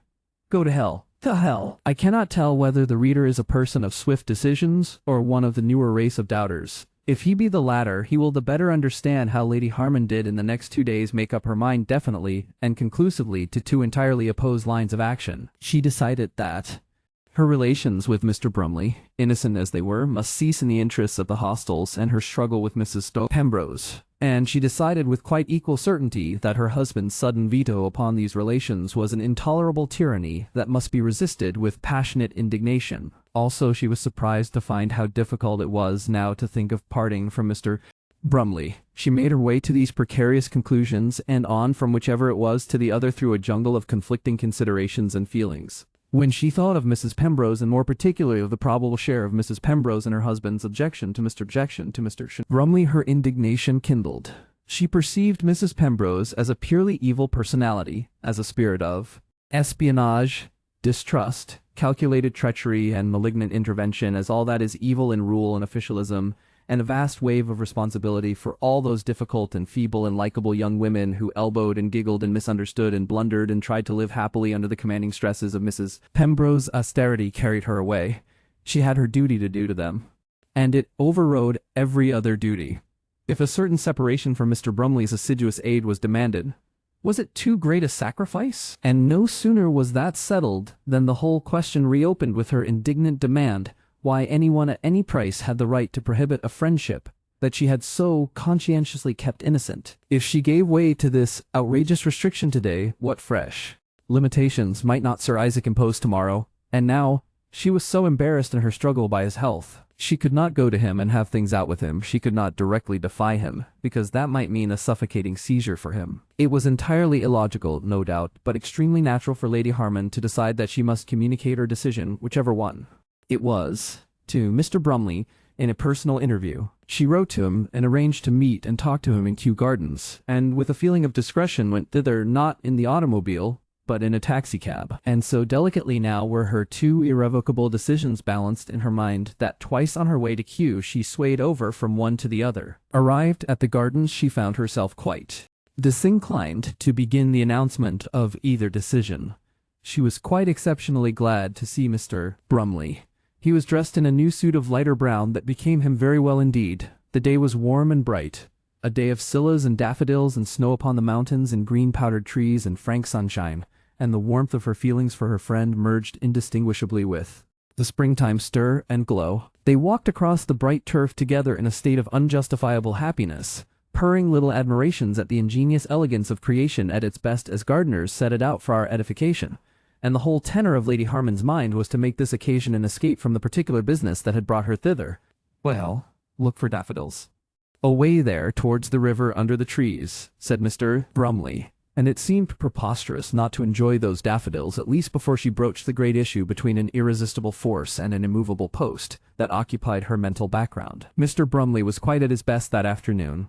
He was happy, gay, and deferential. He made her realize by his every tone and movement that, if he had his choice of the whole world that afternoon and all its inhabitants and everything, there was no other place in which he would be, no other companion, no other occupation than this he had. He talked of spring and flowers, quoted poets, and added the treasures of a well-stored mind to the amenities of the day. It's good to take a holiday at times, he said, and after that it was more difficult than ever to talk about the trouble of the hostels. She was able to do this at last while they were having tea in the little pavilion near the pagoda. It was the old pavilion, the one that Miss Alamany's suffragettes were afterwards to burn down in order to demonstrate the relentless logic of women. They did it in the same eventful week when Miss Alamany was, she declared, so nearly carried off by white slave traders, disguised as nurses but, fortunately for her, smelling of brandy, from the Brixton Temperance Bazaar. But in those simpler days the pavilion still existed. It was tended by agreeable waiters whose evening dress was mitigated by cheerful little straw hats, and an enormous multitude of valiant and smutty cockney sparrows chirped and squeaked and begged and fluttered and fought, venturing to the very tables and feet of the visitors. And here, a little sobered from their first elation by much walking about and the presence of jam and watercress, Mr. Brumley and Lady Harman could think again of the work they were doing for the reconstitution of society upon collective lines. She began to tell him of the conflict between Mrs. Pembrose and Alice Burnett, that threatened the latter with extinction. She found it more convenient to talk at first as though the strands of decision were still all in her hands. Afterwards, she could go on to the peculiar complication of the situation through the unexpected weakening of her position in relation to Mrs. Pembrose. She described the particular of the new trouble, the perplexing issue between the ladylike, for which as a feminine ideal there was so much to be said on the one hand, and the genial, which was also an admirable quality, on the other. You see, she said, it's very rude to cough at people and make noises, but then it's so difficult to explain to the others that it's equally rude to go past people and pretend not to see or hear them. Girls of that sort always seem so much more underbred when they are trying to be superior than when they are not. They get so stiff and exasperating. And this keeping out of the union because it is too genteel. It's the very essence of the trouble with all these employees. We've discussed that so often. Those drapers, girls seem full of such cold, selfish, base, pretentious notions, much more full even than our refreshment girls. And then, as if it was at all difficult enough, comes Mrs. Pembrose and her wardresses, doing all sorts of hard, clumsy things, and one can tell them just how little they are qualified to judge good behavior. Their one idea of discipline is to speak to people as if they were servants, and to be distant and crushing. And long before one can do anything come trouble and tart replies and reports of gross impertinence and expulsion. We keep on expelling girls. This is the 4th time girls have had to go. What is to become of them? I know this Burnett girl quite well, as you know. She's just a human, kindly little woman. She'll feel disgraced. How can I let a thing like that occur? She spread her hands apart over the tea things. Mr. Brumley held his chin in his hand and said, and looked judicial, and admired Lady Harman very much. and tried to grasp the whole trouble and wring out a solution. He made some admirable generalizations about the development of a new social feeling in response to changed conditions. But apart from a remark that Mrs. Pembrose was all organization and no psychology, and quite the wrong person for her position, he said nothing in the slightest degree contributory to the particular drama under consideration. From that utterance, however, Lady Harman would no doubt have gone on to the slow, tentative, but finally conclusive statement of the new difficulty that had arisen out of her husband's jealousy, and to the discussion of the more fundamental decisions it forced upon her, if a peculiar blight had not fallen upon their conversation, and robbed it at last of even an appearance of ease. This blight crept upon their minds. It began first with Mr. Brumley. Mr. Brumley was rarely free from self-consciousness. Whenever he was in a restaurant or any such place of assembly, then whatever he did or whatever he said, he had a kind of surplus attention, a quickening of the ears, a wandering of the eyes to the groups and individuals round about him. And, while he had seemed entirely occupied with Lady Harman, he had nevertheless been aware from the outset that a dingy and inappropriate-looking man in a bowler hat and a ready-made suit of grey was listening to their conversation from an adjacent table. This man had entered the pavilion oddly. He had seemed to dodge in and hesitate. Then he had chosen his table rather deliberately, and he kept looking, and trying not to seem to look. That was not all. Mr. Brumley's expression was overcast by the effort to recall something. He sat elbows on table, and leant forward towards Lady Harman, and at the blossom-laden trees outside the pavilion, and trifled with 2 fingers on his lips, and spoke between them in a voice that was speculative and confidential, and muffled and mysterious. "Where have I seen our friend to the left before?" She had been aware of his distraction for some time. She glanced at the man and found nothing remarkable in him. She tried to go on with her explanations. Mr. Brumley appeared attentive, and then he said again, "But where have I seen him?" And from that point their talk was blighted. The heart seemed to go out of her. Mr. Brumley, she felt, was no longer taking in what she was saying. At the time she could in any way share his preoccupation. But what had been difficult before became hopeless, and she could no longer feel that even presently she would be able to make him understand the peculiar alternatives before her. They drifted back by the great conservatory and the ornamental water arable with ducks and swans to the gates where his taxi waited. Even then it occurred to her that she ought to tell him something of the new situation. But now their time was running out. She would have to be concise. And what wife could ever say abruptly and offhand that frequent fact? "Oh, by the by, my husband is jealous of you." Then she had an impulse to tell him simply, without any explanation at all, that for a time he must not meet her. And, while she gathered herself together for that, his preoccupations intervened again. He stood up in the open taxicab and looked back. "That chap," he said, "is following us." The effect of this futile interview upon Lady Harman was remarkable. She took to herself an absurd conviction that this inconclusiveness had been an achievement. Confronted by a dilemma, she had chosen neither horn and assumed an attitude of inoffensive defiance. Springs in England vary greatly in their character. Some are easterly and quarrelsome, some are northwesterly and wetly disastrous, a bleak invasion from the ocean. Some are but the broken beginnings of what are not so much years as stretches of meteorological indecision. This particular spring was essentially a southwesterly spring, good and friendly, showery, but in the lightest way, and so softly reassuring as to be gently hilarious. It was a spring to get into the blood of anyone. It gave Lady Harman the feeling that Mrs. Pembrose would certainly be dealt with properly, and without unreasonable delay by heaven, and that meanwhile it was well to take the good things of existence as cheerfully as possible. The good things she took were very innocent things. Feeling unusually well and enjoying great draughts of spring air and sunshine were the chief, and she took them only for 3 brief days. She carried the children down to Blackstrand to see her daffodils, and her daffodils surpassed expectation. There was a delirium of blackthorn in the new wild garden she had annexed from the woods, and a close carpet of encouraged wild primroses. Even the Putney garden was full of happy surprises. The afternoon following her visit to Blackstrand was so warm that she had tea with her family in great gaiety on the lawn under the cedar. Her offspring were unusually sweet that day. They had new blue cotton sunbonnets, and Baby and Annette at least succeeded in being pretty. And Millicent, under the new Swiss governess, had acquired, it seemed quite suddenly, a glib colloquial French that somehow reconciled one to the extreme thinness and shapelessness of her legs. Then an amazing new fact broke into this gleam of irrational contentment, a shattering new fact. She found she was being watched. She discovered that dingy man in the gray suit following her.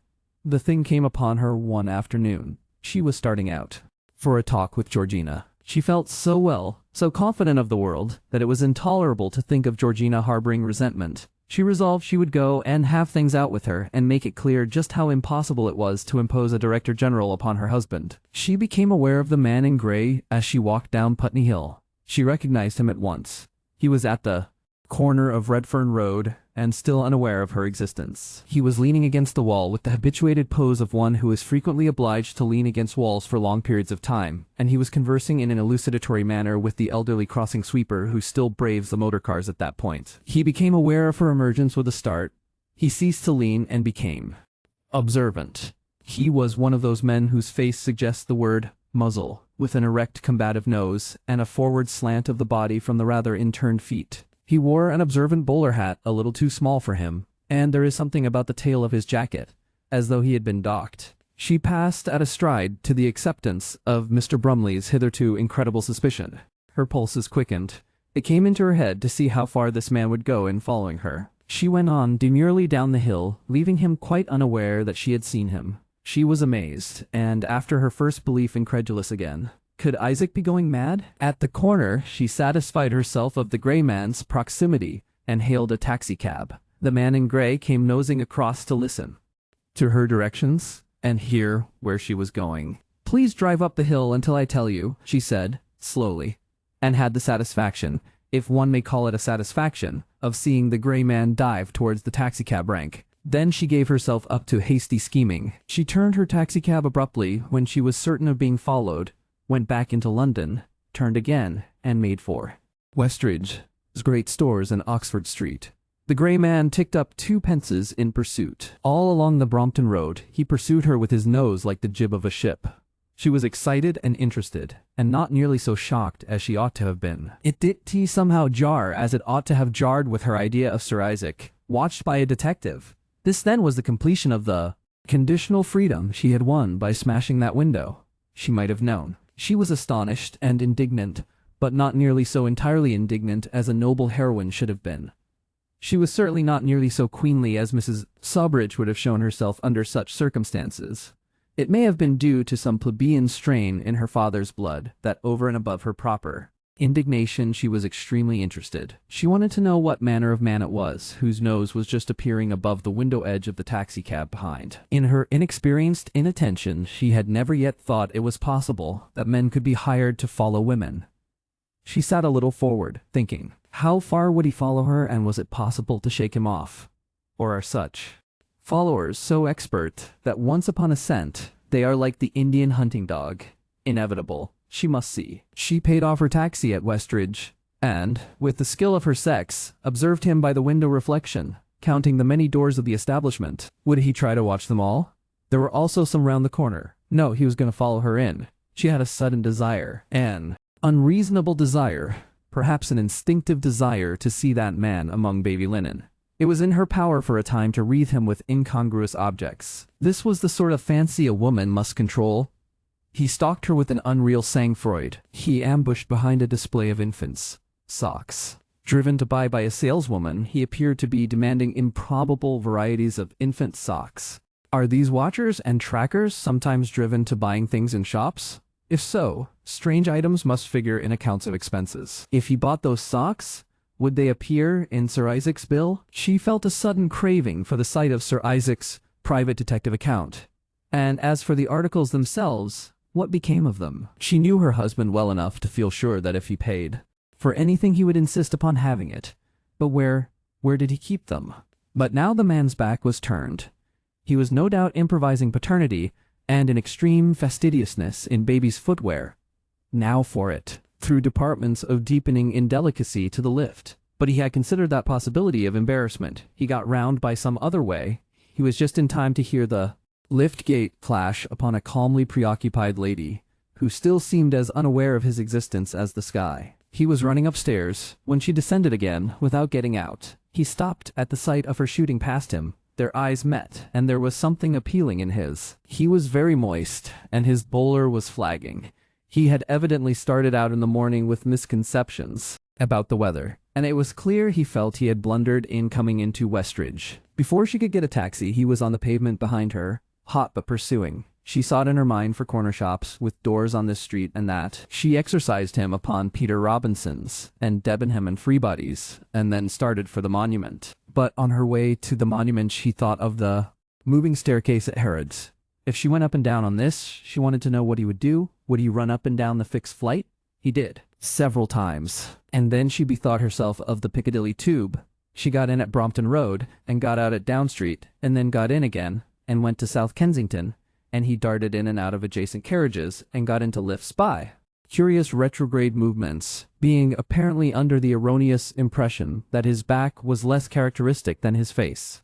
By this time, he was evidently no longer unaware of her intelligent interest in his movements. It was clear, too, that he had received a false impression that she wanted to shake him off, and that all the sleuth in him was aroused. He was disheveled and breathing hard, and getting a little close and coarse in his pursuit. But he was sticking to it with a puckered, intensified resolution. He came up into the South Kensington air open-mouthed and sniffing curiously, but invincible. She discovered suddenly that she did not like him at all, and that she wanted to go home. She took a taxi, and then, away in the wilds of the Fulham Road, she had her crowning idea. She stopped the cab at a dingy little furniture shop, paid the driver exorbitantly, and instructed him to go right back to South Kensington Station, buy her an evening paper, and return for her. The pursuer drew up 30 yards away, fell into her trap, paid off his cab, and feigned to be interested by a small window full of penny toys, cheap chocolate, and coconut ice. She bought herself a brass door. Paid for it hastily, and posted herself just within the furniture shop door. Then you see her cab return suddenly, and she got in at once and left him stranded. He made a desperate effort to get a motor omnibus. She saw him rushing across the traffic gesticulating. Then he collided with a boy with a basket on a bicycle. Not so far as she could see injuriously. They seemed to leap at once into a crowd and an argument. And then he was hidden from her by a bend in the road. For a little while her mind was full of fragments of speculation about this man. Was he a married man? Was he very much away from home? What did he earn? Were there ever disputes about his expenses? She must ask Isaac, for she was determined to go home and challenge her husband. She felt buoyed up by indignation and the consciousness of innocence. And then she felt an odd little doubt whether her innocence was quite so manifest as she supposed. That doubt grew to uncomfortable proportions. For 2 years she had been meeting Mr. Brumley as confidently as though they had been invisible beings, and now she had to rack her brains for just what might be mistaken, what might be misconstrued. There was nothing, she told herself. Nothing. It was all as open as the day, and still her mind groped about for some forgotten circumstance. Something gone almost out of memory that would bear misinterpretation. How should she begin? Isaac, she would say, I am being followed about London. Suppose he denied his complicity. How could he deny his complicity? The cab ran in through the gates of her home and stopped at the door. Snagsby came hurrying down the steps with a face of consternation. Sir Isaac, my lady, has come home in a very sad state indeed. Beyond Snagsby in the hall, she came upon a lost-looking round-eyed Florence. Daddy's ill again, said Florence. You run to the nursery, said Lady Harman. I thought I might help, said Florence. I don't want to play with the others. No, run away to the nursery. I want to see the oxygen let out, said Florence petulantly to her mother's unsympathetic back. I never see the oxygen let out, Mum, my. Lady Harman found her husband on the couch in his bedroom. He was propped up in a sitting position with every available cushion and pillow. His coat and waistcoat and collar had been taken off, and his shirt and vest torn open. The nearest doctor, Almsworth, was in attendance, but oxygen had not arrived, and Sir Isaac, with an expression of bitter malignity upon his face, was fighting desperately for breath. If anything, his malignity deepened at the sight of his wife. Damned climate, he gasped. Wouldn't have come back, except for your foolery. It seemed to help him to say that.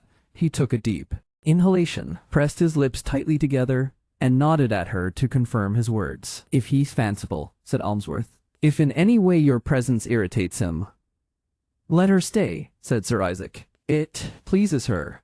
Almsworth's colleague entered with the long-desired oxygen cylinder, and now every other interest in life was dominated, and every other issue postponed by the immense urgencies of Sir Isaac's illness. It had entered upon a new phase. It was manifest that he could no longer live in England, that he must go to some warm and kindly climate. There, and with due precautions and observances, Almsworth assured Lady Harman he might survive for many years. An invalid, of course, but a capable one. For some time, the business of the international stores had been preparing itself for this withdrawal. Sir Isaac had been entrusting his managers with increased responsibility and making things ready for the flotation of a company that would take the whole network of enterprises off his hands. Charterson was associated with him in this, and everything was sufficiently definite to be managed from any continental resort to which his doctors chose to send him. They chose to send him to Santa Margherita on the Ligurian coast near Rapallo and Portofino. It was old Bergener of Marienbad who chose this place. Sir Isaac had wanted to go to Marienbad, his first resort abroad. He had a lively and indeed an exaggerated memory of his cure there. His growing disposition to distrust had turned him against his London specialist, and he had caused Lady Harman to send gigantic telegrams of inquiry to old Bergener before he would be content. But Bergener would not have him at Marienbad. It was the place, it was the wrong time of year. There was the very thing for them at the Regency Hotel at Santa Margherita, an entire dependance in a beautiful garden right on the sea, admirably furnished and adapted in every way to Sir Isaac's peculiar needs. There, declared Dr. Bergener, with a proper attendant, due precaution, occasional oxygen, and no excitement, he would live indefinitely, that is to say 8 or 10 years. And attracted by the 8 or 10 years, which was 3 more than the London specialist offered, Sir Isaac finally gave in and consented to be taken to Santa Margherita. He was to go as soon as possible, and he went in a special train, and with an immense elaboration of attendants and comforts. They took with them a young doctor their specialist at Marienbad had recommended, a bright young Bavarian with a perfectly square blonde head, an incurable frock coat, the manners of the less kindly type of hotel porter, and luggage, which apparently consisted entirely of apparatus, an arsenal of strange-shaped shining black cases. He joined them in London, and went right through with them. From Genoa, at his request, they obtained the services of a trained nurse, an amiable, fluent-shaped woman, who knew only Italian and German, for reasons that he declined to give, but which apparently had something to do with the suffrage agitation. He would have nothing to do with an English-trained nurse. They had also a stenographer and typist for Sir Isaac's correspondence, and Lady Harman had a secretary, a young lady with glasses named Summersley Satchel, who obviously reserved opinions of a harshly intellectual kind and had previously been in the service of the late Lady Mary Justin. She established unfriendly relations with the young doctor at an early date by attempting, he said, to learn German from him. Then there was a maid for Lady Harman, an assistant maid, and a valet attendant for Sir Isaac. The rest of the service in the dependance was supplied by the hotel management. It took some weeks to assemble this expedition and transport it to its place of exile. Arrangements had to be made for closing the Putney house and establishing the children with Mrs. Harman at Blackstrand. There was an exceptional amount of packing up to do. For this time, Lady Harman felt she was not coming back. It might be for years. They were going out to warmth and sunlight for the rest of Sir Isaac's life. He was entering upon the last phase in the slow disorganization of his secretions and the progressive hardening of his arterial tissues that had become his essential history. His appearance had altered much in the last few months.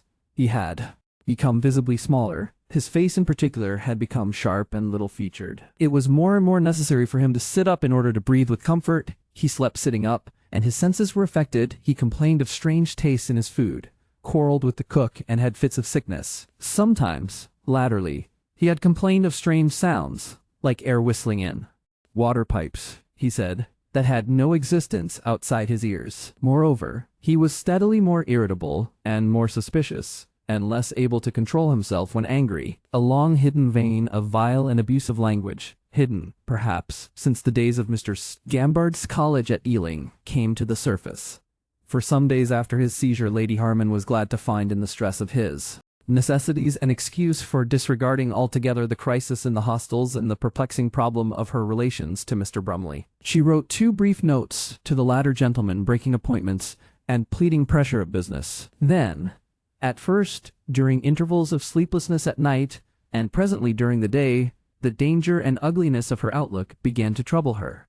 She was still, she perceived, being watched, but whether that was because her husband had failed to change whatever orders he had given, or because he was still keeping himself minutely informed of her movements, she could not tell. She was now constantly with him, and except for small spiteful outbreaks and occasional intervals of still and silent malignity, he tolerated and utilized her attentions. It was clear his jealousy of her rankled, a jealousy that made him even resentful at her health, and ready to complain of any brightness of eye or vigor of movement. They had drifted far apart from the possibility of any real discussion of the hostels since that talk in the twilight study. To reopen that now, or to complain of the shadowing pursuer who dogged her steps abroad, would have been to precipitate Mr. Brumley's dismissal. Even at the cost of letting things drift at the hostels for a time, she wished to avoid that question. She would not see him, but she would not shut the door upon him. So far as the detective was concerned, she could avoid discussion by pretending to be unaware of his existence. And as for the hostels each day were left until the morrow. She had learnt many things since the days of her first rebellion, and she knew now that this matter of the man friend and nothing else in the world is the central issue in the emancipation of women. The difficulty of him is latent in every other restriction of which women complain. The complete emancipation of women will come with complete emancipation of humanity from jealousy, and no sooner. All other emancipations are shams until a woman may go about as freely with this man as with that, and nothing remains for emancipation when she can. In the innocence of her first revolt, this question of friendship had seemed to Lady Harman the simplest, most reasonable of minor concessions, but that was simply because Mr. Brumley hadn't he in those days been talking of love to her, nor she been peeping through that once locked door. Now she perceived how entirely Sir Isaac was by his standards justified, and after all that was recognized, she remained indisposed to give up Mr. Brumley. Yet her sense of evil things happening in the hostels was a deepening distress. It troubled her so much that she took the disagreeable step of asking Mrs. Pembrose to meet her at the Bloomsbury hostel and talk out the expulsions. She found that lady alertly defensive, entrenched behind expert knowledge and pretension generally. Her little blue eyes seemed harder than ever, the metallic resonance in her voice more marked, the lisp stronger. Of course, Lady Harman, if you were to have some practical experience of control. And 3 times I have given these girls every opportunity. It seems so hard to drive these girls out, repeated Lady Harman. They were such human creatures. You have to think of the ones who remain. You must think of the institution as a whole. I wonder, said Lady Harman, peering down into profundities for a moment. Below the great truth glimmered and vanished, that institutions were made for man and not man for institutions. You see, she went on, rather to herself than to Mrs. Pembrose, we shall be away now for a long time. Mrs. Pembrose betrayed no excesses of grief. It's no good for me to interfere and then leave everything. That way spells utter disorganization, said Mrs. Pembrose. But I wish something could be done to lessen the harshness, to save the pride of such a girl as Alice Burnett. Practically, you tell her she isn't fit to associate with the other girls. She's had her choice, and warning after warning. I dare say she's stiff. Oh, she's difficult. But being expelled is bitter. I've not expelled her, technically. She thinks she's expelled. You'd rather, perhaps, Lady Harman, that I was expelled. The dark lady lifted her eyes to the little bridling figure in front of her for a moment and dropped them again. She had had an unspeakable thought that Mrs. Pembrose was a gentlewoman, and that this sort of thing was a business for the gentle and for nobody else in the world. I'm only anxious not to hurt anyone if I can help it, said Lady Harman. She went on with her attempt to find some way of compromise with Mrs. Pembrose that should save the spirit of the new malcontents. She was much too concerned on account of the things that lay ahead of them to care for her own pride with Mrs. Pembrose. But that good lady had all the meager inflexibilities of her class, and at last Lady Harman ceased. She came out into the great hall of the handsome staircase, ushered by Mrs. Pembrose as a guest is ushered by a host. She looked at the spacious proportion of the architecture and thought of the hopes and imaginations she had allowed to center upon this place. It was to have been a glowing home of happy people, and over it all brooded the chill stillness of rules and regulations and methodical suppressions and tactful discouragement. It was an institution. It had the empty orderliness of an institution. Mrs. Pembrose had just called it an institution, and so Susan Burnett had prophesied it would become 5 years or more ago. It was a dream subjugated to reality. So it seemed to Lady Harman must all dreams be subjugated to reality, and the tossing spring greenery of the square, the sunshine, the tumult of sparrows, and the confused sound of distant traffic framed as it was in the hard dark outline of the entrance door, was as near as the promise of joy could ever come to her. Caught and spoilt, that seemed to be the very essential of her life. Just as it was, of these hostels, all the hopes, the imaginings, the sweet large anticipations, the generosities, and stirring warm desires. Perhaps Lady Harman had been a little overworking with her preparations for exile, because as these unhappy thoughts passed through her mind she realized that she was likely to weep. It was extremely undesirable that Mrs. Pembrose should see her weeping, but Mrs. Pembrose did see her weeping, saw her dark eyes swimming with uncontrollable tears, watched her walk past her and out, without a word or a gesture of farewell. Kind of perplexity came upon the soul of Mrs. Pembrose. She watched the tall figure descend to her car, and enter it, and dispose itself gracefully and depart. Hysterical, whispered Mrs. Pembrose at last, and was greatly comforted. Childish, said Mrs. Pembrose, sipping further consolation for an unwanted spiritual discomfort. Besides, said Mrs. Pembrose, what else can one do? Sir Isaac was greatly fatigued by his long journey to Santa Margherita in spite of every expensive precaution to relieve him, but as soon as the effect of that wore off, his recovery under the system Bergener had prescribed was for a time remarkable. In a little while he was out of bed again, and in an armchair. Then the young doctor began to talk of drives. They had no car with them, so he went into Genoa, and spent an energetic day securing the sweetest running automobile he could find, and having it refitted for Sir Isaac's peculiar needs. In this they made a number of excursions through the hot beauty of the Italian afternoons, eastward to Genoa, westward to Sestri, and northward towards Montalegro. Then they went up to the summit of the Monte de Portofino, and Sir Isaac descended, and walked about and looked at the view and praised Bergener. After that he was encouraged to visit the gracious old monastery that overhangs the road to Portofino.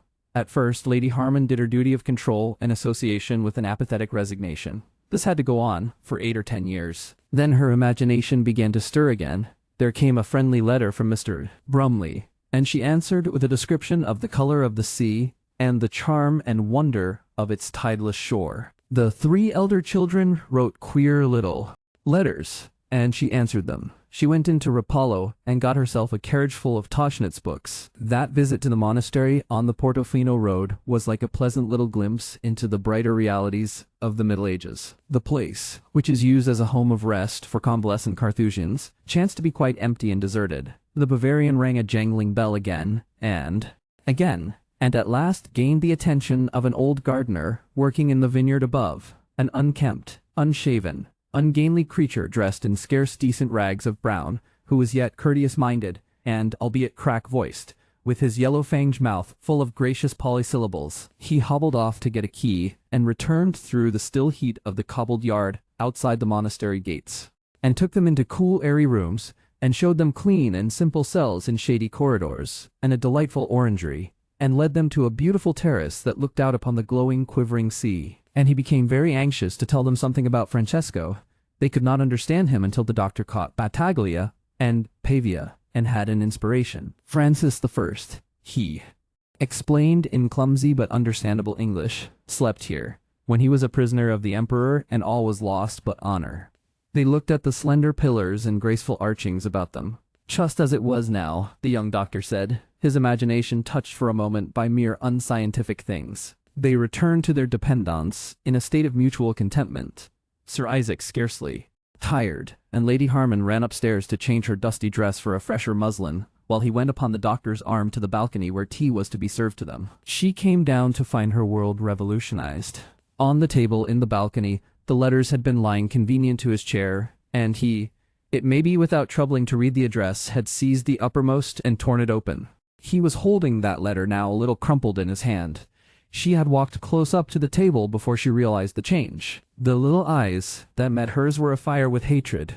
His lips were white and pressed together tightly. His nostrils were dilated in his struggle for breath. "I knew it," he gasped. She clung to her dignity, though she felt suddenly weak within. "That letter," she said, "was addressed to me." There was a gleam of derision in his eyes. "Look at it," he said, and flung it towards her. "My private letter." "Look at it," he repeated. "What right have you to open my letter?" "Friendship," he said. "Harmless friendship. Look what your friend says. Whatever there was in my letter—" "Oh!" cried Sir Isaac. Don't come that over me. Don't you try it. Ooh! Phew. He struggled for breath for a time. He's so harmless. He's so helpful. Read it, you. He hesitated and then hurled a strange word at her. She glanced at the letter on the table, but made no movement to touch it. Then she saw that her husband's face was reddening, and that his arm waved helplessly. His eyes, deprived abruptly of all the fury of conflict, implored assistance. She darted to the French window that opened into the dining room from the balcony. "Dr. Grieve!" she cried. "Dr. Grieve!" Behind her the patient was making distressful sounds. "Dr. Grieve!" she screamed, and from above she heard the Bavarian shouting and then the noise of his coming down the stairs. He shouted some direction in German as he ran past her. By an inspiration she guessed he wanted the nurse. Miss Summersley's satchel appeared in the doorway and became helpful. Then everyone in the house seemed to be converging upon the balcony. It was an hour before Sir Isaac was in bed and sufficiently allayed for her to go to her own room. Then she thought of Mr. Brumley's letter and recovered it from the table on the balcony, where it had been left in the tumult of her husband's seizure. It was twilight, and the lights were on. She stood under one of them and read with 2 moths circling about her. Mr. Brumley had had a mood of impassioned declaration. He had alluded to his last moments of happiness at Kew. He said he would rather kiss the hem of her garment than be the lord of any other woman's life. It was all so understandable. Looked at in the proper light, it was all so impossible to explain. And why had she let it happen? Why had she let it happen? The young doctor was a little puzzled and rather offended by Sir Isaac's relapse. He seemed to consider it incorrect and was on the whole disposed to blame Lady Harman. He might have had such a seizure, the young doctor said later, but not now. He would be thrown back for some weeks, then he would begin to mend again, and then whatever he said, whatever he did, Lady Harman must do nothing to contradict him. For a whole day Sir Isaac lay inert, in a cold sweat. He consented once to attempt eating, but sickness overcame him. He seemed so ill that all the young doctor's reassurances could not convince Lady Harman that he would recover. Then suddenly towards evening his arrested vitality was flowing again. The young doctor ceased to be anxious for his own assertions. The patient could sit up against a pile of pillows and breathe and attend to affairs. There was only one affair he really seemed anxious to attend to. His first thought when he realized his returning strength was of his wife. But the young doctor would not let him talk that night. Next morning he seemed still stronger. He was restless and at last demanded Lady Harman again. This time the young doctor transmitted the message. She came to him forthwith and found him, white-faced and unfamiliar looking, his hands gripping the quilt and his eyes burning with hatred. "You thought I'd forgotten," was his greeting. "Don't argue," signaled the doctor from the end of Sir Isaac's bed. "I've been thinking it out," said Sir Isaac. "When you were thinking, I was too ill to think. I know better now." He sucked in his lips and then went on. "You've got to send for old Crappen," he said. "I'm going to alter things. I had a plan, but that would have been letting you off too easy. See? So, you send for old Crappen. What do you mean to do?" "Let me mind, my lady. Never you mind. You send for old Crappen." She waited for a moment. "Is that all you want me to do?" "I'm going to make it all right about those hostels." "Don't you fear. You and your hostels. You shan't touch those hostels ever again. Ever. Mrs. Pembrose, go." "Why?" "You ain't worthy to touch the heel of her shoe." "Mrs. Pembrose?" He gathered together all his forces and suddenly expelled with rousing force the word he had already applied to her on the day of the intercepted letter. He found it seemed great satisfaction in the sound and taste of it. He repeated it thrice. "Zut," cried the doctor. "Sish." Then Sir Isaac intimated his sense that calm was imperative. "You send for Crappen," he said with a quiet earnestness. She had become now so used to terms of infamy during the last year or so accustomed to forgive them as part of his suffering, that she seemed not to hear the insult. "Do you want him at once?" she asked. "Shall I telegraph?" "Want him at once."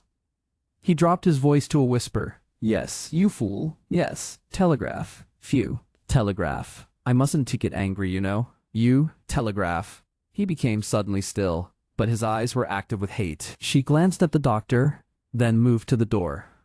"I will send a telegram," she said, and left him still malignant. She closed the door softly and walked down the long, cool passage towards her own room. Zio. She had to be patient. She had to be patient. This sort of thing had to go on from crisis to crisis. It might go on for years. She could see no remedy and no escape. What else was there to do but be patient? It was all amazing unjust, but to be a married woman, she was beginning to understand, is to be outside justice. It is autocracy. She had once imagined otherwise, and most of her life had been the slow unlearning of that initial error. She had imagined that the hostels were hers simply because he had put it in that way. They had never been anything but his, and now it was manifest he would do what he liked with his own.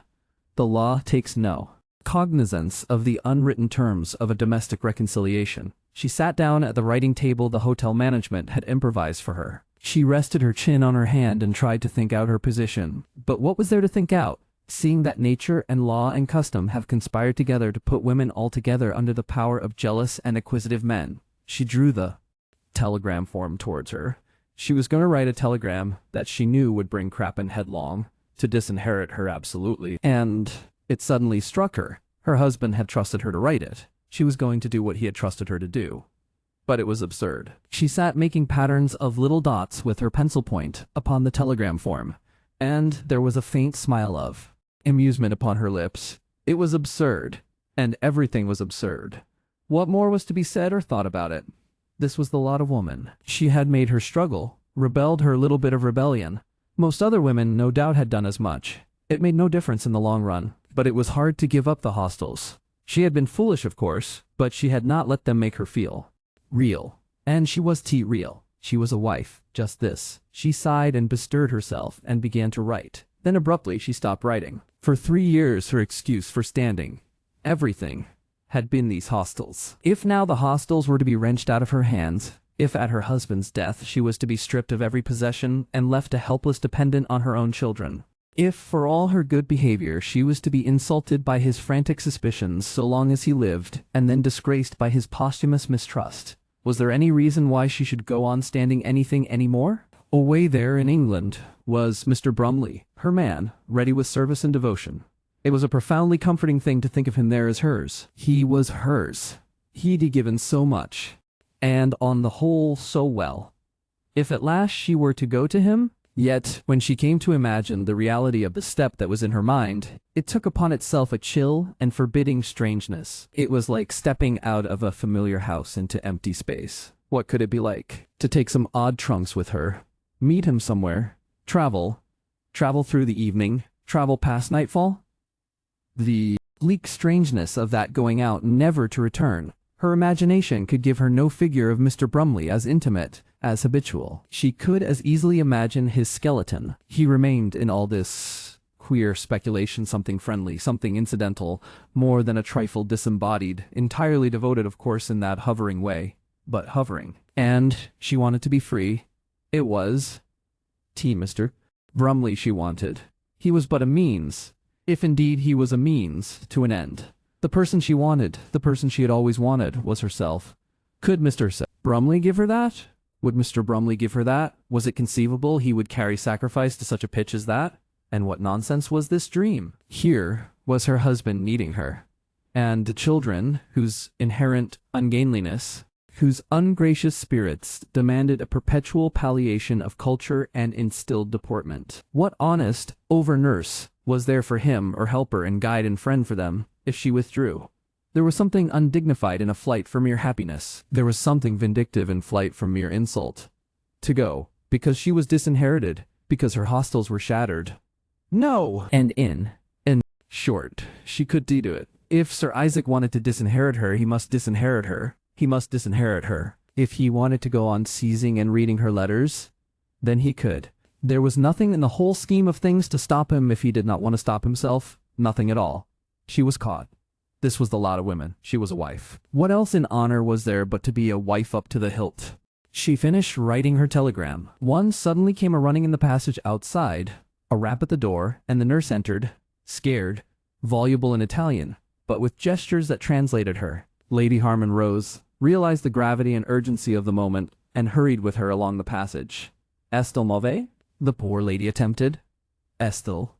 Oh, what words are there for taken worse? The woman attempted English and failed. She resorted to her native Italian and exclaimed about the povero signor. She conveyed a sense of pitiful extremities. Could it be he was in pain again? What was it? What was it? What was it?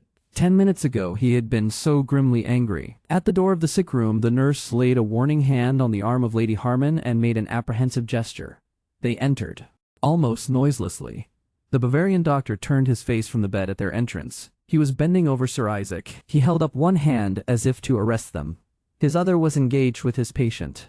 No, he said. His attention went back to the sick man, and he remained very still in that position, leaving Lady Harman to note for the first time how broad and flat he was both between his shoulders and between his ears. Then his face came round slowly, he relinquished something heavy, stood up, held up a hand. "Zuspet," he whispered, as though he too was surprised. He sought in his mind for English and then found his phrase. "He has gone." Gone? Dead?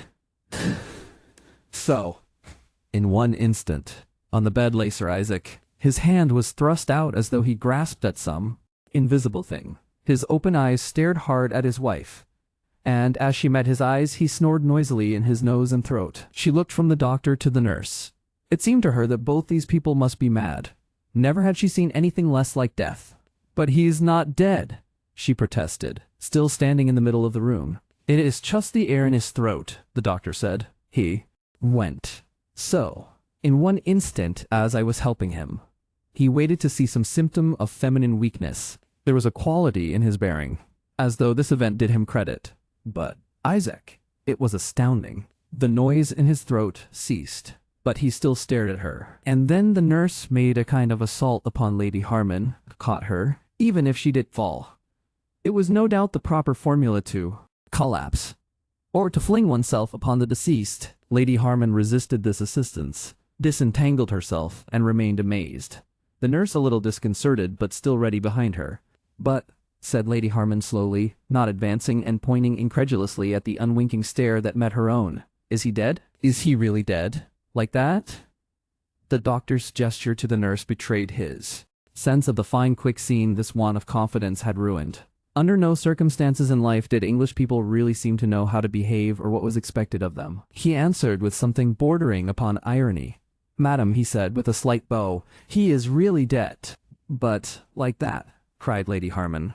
"Like that," repeated the doctor. She went 3 steps nearer and stopped, open-eyed, wonder-struck, her lips compressed. 2. For a time astonishment overwhelmed her mind. She did not think of Sir Isaac, she did not think of herself. Her whole being was filled by this marvel of death and cessation. Like that, death! Never before had she seen it. She had expected an extreme dignity, an almost ceremonial sinking back, a slow ebbing, but this was like a shot from a bow. It stunned her, and for some time she remained stunned, while the doctor and her secretary and the hotel people did all that they deemed seemly on this great occasion. She let them send her into another room. She watched with detached indifference a post-mortem consultation in whispers with a doctor from Rapallo. Then came a great closing of shutters. The nurse and her maid hovered about her, ready to assist her when the sorrowing began. But she had no sorrow. The long moments lengthened out, and he was still dead, and she was still only amazement. It seemed part of the extraordinary, the perennial surprisingness of Sir Isaac that he should end in this way. Dead! She did feel for some hours that he had in any way ended. He had died with such emphasis that she felt now that he was capable of anything. What mightn't he do next? When she heard movements in the chamber of death, it seemed to her that, of all the people there, most probably it was he who made them. She would not have been amazed if he had suddenly appeared in the doorway of her room, anger white and his hand quiveringly extended, spluttering some complaint. He might have cried, "Here I am dead. And it's you, damn. It's you." It was after distinct efforts, after repeated visits to the room in which he lay, that she began to realize that death was death, that death goes on, that there was no more any Sir Isaac, but only a still body he had left behind. That was being molded now into a stiff image of peace. Then for a time she roused herself to some control of their proceedings. The doctor came to Lady Harman to ask her about the meals for the day. The hotel manager was in entanglements of tactful consideration, and then the nurse came for instructions upon some trivial matter. They had done what usage prescribes, and now, in the absence of other direction, they appealed to her wishes. She remarked that everyone was going on tiptoe and speaking in undertones. She realized duties. What does one have to do when one's husband is dead? People would have to be told. She would begin by sending off telegrams to various people, to his mother, to her own, to his lawyer. She remembered she had already written a telegram that very morning to Krappen. Should she still let the lawyer come out? He was her lawyer now. Perhaps he had better come. But instead of that telegram, which still lay upon the desk, she would wire the news of the death to him. Does one send to the papers? How does one send to the papers? She took Miss Summersley Satchel, who was hovering outside in the sunshine on the balcony, into her room, and sat pale and businesslike and very careful about details, while Miss Summersley Satchel offered practical advice, and took notes, and wrote telegrams and letters. There came a hush over everything as the day crept towards noon, and the widowed woman sat in her own room, with an inactive mind, watching thin bars of sunlight burn their slow way across the floor. He was dead. It was going on now more steadfastly than ever. He was keeping dead. He was dead at last for good, and her married life was over, that life that had always seemed the only possible life. And this stunning incident, this thing that was like the blinding of eyes or the bursting of eardrums, was to be the beginning of strange new experiences. She was afraid at first at their possible strangeness.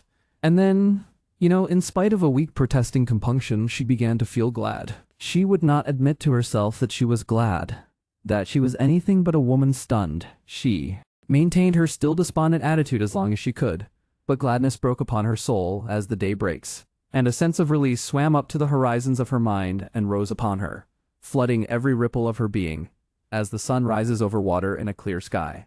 Presently she could sit there no longer. She had to stand up. She walked to the closed Venetians to look out upon the world, and checked herself upon the very verge of flinging them open. He was dead, and it was all over forever. Of course, it was all over. Her marriage was finished and done. Miss Satchel came to summon her to lunch. Throughout that meal, Lady Harman maintained a somber bearing, and listened with attention to the young doctor's comments on the manner of Sir Isaac's going. And then, it was impossible to go back to her room. "My head aches," she said. "I must go down and sit by the sea." And her maid, a little shocked, brought her not only her sunshade, but needless wraps, as though a new-made widow must necessarily be very sensitive to the air. She would not let her maid come with her. She went down to the beach alone. She sat on some rocks near the very edge of the transparent water and fought her gladness for a time, and presently yielded to it. He was dead. One thought filled her mind. For a while so filled her mind, that no other thought it seemed could follow it. It had an effect of being final. It so filled her mind that it filled the whole world. The broad sapphire distances of the sea, the lapping waves amidst the rocks at her feet, the blazing sun, the dark headland of Portofino, and a small sailing boat that hung beyond came all within it like things enclosed within a golden globe. She forgot all the days of nursing and discomfort and pity behind her, all the duties and ceremonies before her, forgot all the details and circumstances of life in this one luminous realization. She was free at last. She was a free woman. Never more would he make a sound or lift a finger against her life. Never more would he contradict her or flout her. Never more would he come peeping through that papered panel between his room and hers. Never more could hateful and humiliating demands be made upon her as his right. No more strange distresses of the body nor raw discomfort of the nerves could trouble her, forever. And no more detectives, no more suspicions, no more accusations. That last blow he had meant to aim was frozen before it could strike her. And she would have the hostels in her hands, secure and undisputed. She could deal as she liked with Mrs. Pembrose, take such advisers as she pleased. She was free. She found herself planning the regeneration of those difficult and disputed hostels, plans that were all colored by the sun and sky of Italy. The manacles had gone. Her hands were free.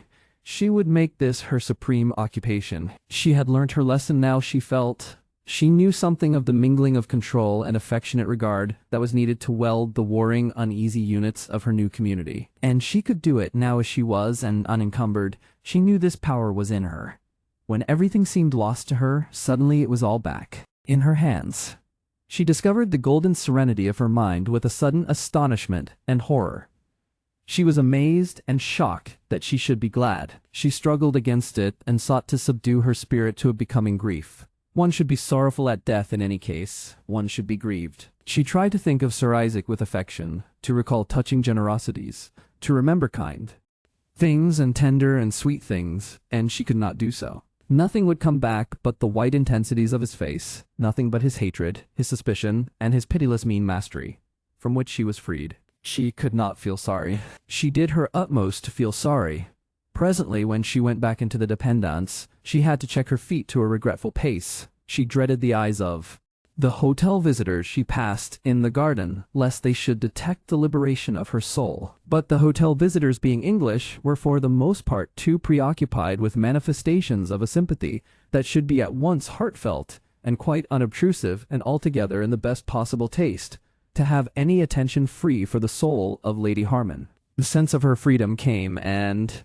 went like the sunlight of a day in spring, though she attempted her utmost to remain overcast. After dinner that night, she was invaded by a vision of the great open years before her, at first hopeful but growing at last to fear and a wild restlessness, so that in defiance of possible hotel opinion, she wandered out into the moonlight and remained for a long time standing by the boat landing, dreaming, recovering, drinking in the white serenities of sea and sky. There was no hurry now. She might stay there as long as she chose. She need account for herself to no one. She was free. She might go where she pleased, do what she pleased. There was no urgency anymore. There was Mr. Brumley. Mr. Brumley. Brumley made a very little figure at first in the great prospect before her. Then he grew larger in her thoughts.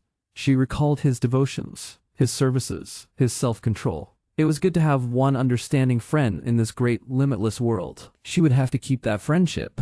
But the glorious thing was freedom, to live untrammeled. Through the stillness a little breeze came stirring, and she awoke out of her dream and turned and faced the shuttered dependance. A solitary dim light was showing on the veranda.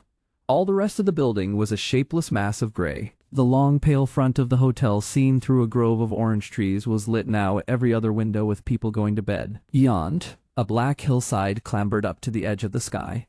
Far away out of the darknesses, a man with a clear, strong voice was singing to a tinkling accompaniment. In the black orange trees swam and drifted a score of fireflies, and there was a distant clamor of nightingales when presently the unseen voice had done. 3. When she was in her room again, she began to think of Sir Isaac, and more particularly of that last fixed stare of his. She was impelled to go and see him, to see for herself that he was peaceful and no longer a figure of astonishment. She went slowly along the corridor, and very softly into his room. It remained, she felt, his room. They had put candles about him, and the outline of his face, showing dimly through the linen that veiled it, was like the face of one who sleeps very peacefully. Very gently she uncovered it. He was not simply still, he was immensely still. He was more still and white than the moonlight. Outside, remoter than moon or stars, she stood surveying him. He looked small and pinched, and as though he had been very tired. Life was over for him, altogether over. Never had she seen anything that seemed so finished. Once, when she was a girl, she had thought that death might be but the opening of a door upon a more generous feast of living than this cramped world could give. But now she knew, she saw, that death can be death. Life was over.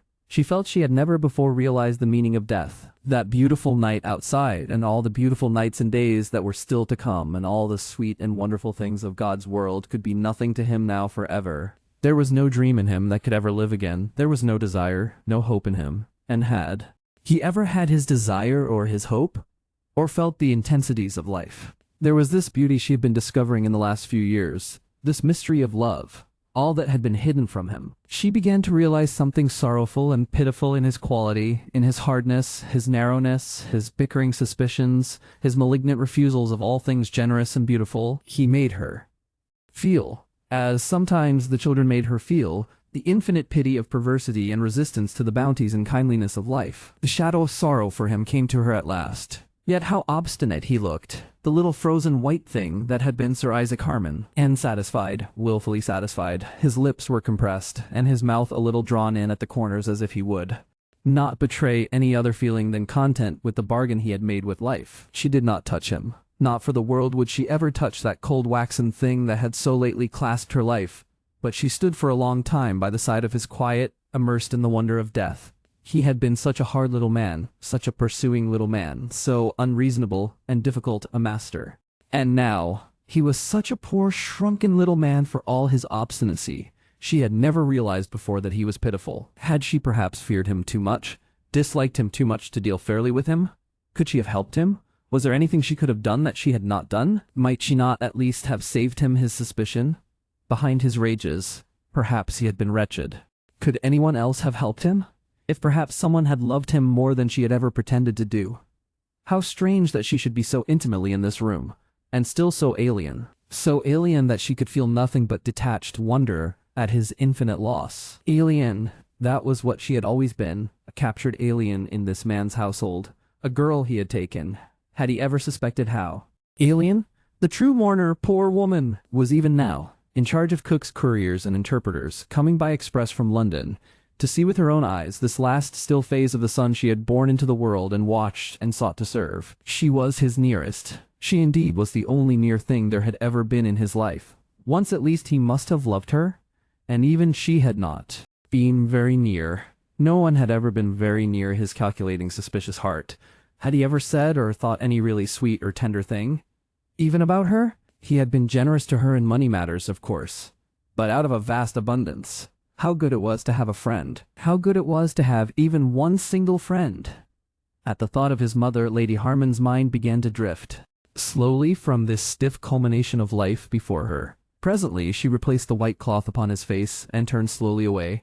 Her imagination had taken up the question of how that poor old lady was to be met, how she was to be consoled, what was to be said to her. She began to plan arrangements. The room ought to be filled with flowers. Mrs. Harman would expect flowers, large, heavy white. Flowers in great abundance. That would have to be seen to soon. One might get them in Rapallo. And afterwards, they would have to take him to England and have a fine great funeral, with every black circumstance his wealth and his position demanded. Mrs. Harman would need that, and so it must be done. Cabinet ministers must follow him, members of Parliament, all Blenkerham feeling. Self-consciously, and, as far as possible, deeply, the Chartersons by way of friends, unfamiliar blood relations, a vast retinue of employees. How could one take him? Would he have to be embalmed? Embalming! What a strange complement of death. She averted herself a little more from the quiet figure on the bed, and could not turn to it again. They might come here and do all sorts of things too. Mysterious, evil-seeming things with knives and drugs. She must not think of that. She must learn exactly what Mrs. Harman thought and desired. Her own apathy with regard to her husband had given way completely now to a desire to anticipate and meet Mrs. Harman's every conceivable wish. Chapter the 12th. Love and a serious lady. The news of Sir Isaac's death came quite unexpectedly to Mr. Brumley. He was at the Climax Club and rather bored. He had had some tea and dry toast in the magazine room and had been through the weeklies, and it was a particularly uninteresting week. Then he came down into the hall, looked idly at the latest bulletins upon the board, and read that Sir Isaac Harman died suddenly this morning at Sta Margherita, in Ligure, whither he had gone for rest and change. He went on mechanically reading down the bulletin, leaving something of himself behind him that did not read on. Then he returned to that remarkable item and reread it, and picked up that lost element of his being again. He had awaited this event for so long, thought of it so often in such a great variety of relationships, dreamt of it, hoped for it, prayed for it, and tried not to think of it, that now it came to him in reality it seemed to have no substance or significance whatever. He had exhausted the fact before it happened. Since first he had thought of it, there had passed 4 long years, and in that time he had seen it from every aspect, exhausted every possibility. It had become a theoretical possibility, the basis of continually less confident, continually more unsubstantial daydreams. Constantly he had tried not to think of it, tried to assure himself of Sir Isaac's invalid immortality. And here it was. The line above it concerned an overdue ship. The line below resumed a speech by Mr. Lloyd George. He would challenge the honourable member to repeat his accusations.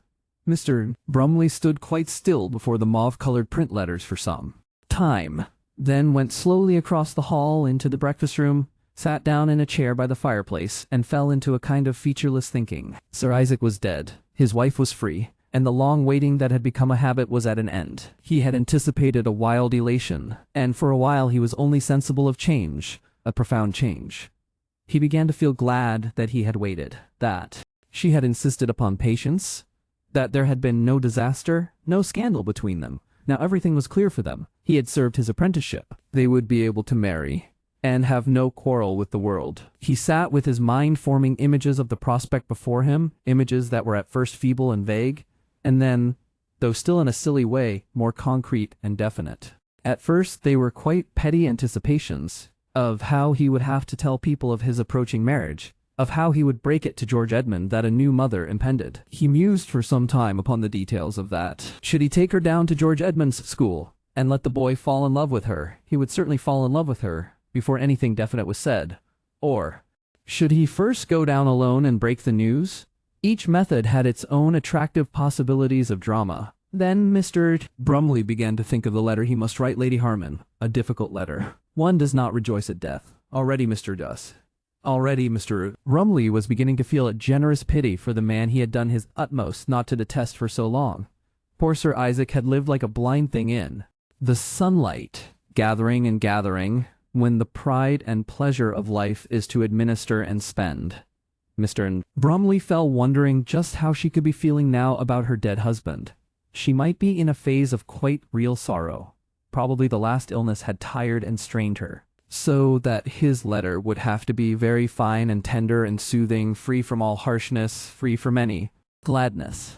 Yet it would be hard not to let a little of his vast relief peep out, always hitherto, except for one or two such passionate lapses as that which had precipitated the situation at Santa Margarita. His epistolary manner had been formal, his matter intellectual and philanthropic, for he had always known that no letter was absolutely safe from Sir Isaac's insatiable research. Should he still be formal, still write to "Dear Lady Harman," or suddenly break into a new warmth? Half an hour later he was sitting in the writing room with some few flakes of torn paper on the carpet between his feet and the partially filled wastepaper basket, still meditating upon this difficult issue of the address. The letter he achieved at last began, "My dear lady," and went on to, "I do not know how to begin this letter. Perhaps you will find it almost as difficult to receive." In the small hours he woke to one of his habitual revulsions. Was that, he asked himself, the sort of letter a lover should write to the beloved on her release, on the sudden long prayed-for opening of a way to her, on the end of her shameful servitude and his humiliations? He began to recall the cold and stilted sentences of that difficult composition, the gentility of it. All his life he had been a prey to gentility, had cast himself free from it, only to relapse again in such fashion as this. Would he never be human and passionate and sincere? Of course he was glad, and she ought to be glad, that Sir Isaac, their enemy and their prison, was dead. It was for them to rejoice together. He turned out of bed at last, when he could lie still under these self-accusations no longer, and wrapped himself in his warm dressing gown and began to write. He wrote in pencil. His fountain pen was as usual on his night table, but pencil seemed the better medium, and he wrote a warm and glowing love letter that was brought to an end at last by an almost passionate fit of sneezing. He could find no envelopes in his bedroom davenport, and so he left that honest scrawl under a paper weight, and went back to bed greatly comforted. He reread it in the morning with emotion, and some slight misgivings that grew after he had dispatched it. He went to lunch at his club contemplating a third letter that should be sane and fine and sweet, and that should rectify the confusing effect of those two previous efforts. He wrote this letter later in the afternoon. The days seemed very long before the answer to his first letter came to him, and in that interval two more aspects went to her. Her reply was very brief, and written in the large, firm, still girlishly clear hand that distinguished her.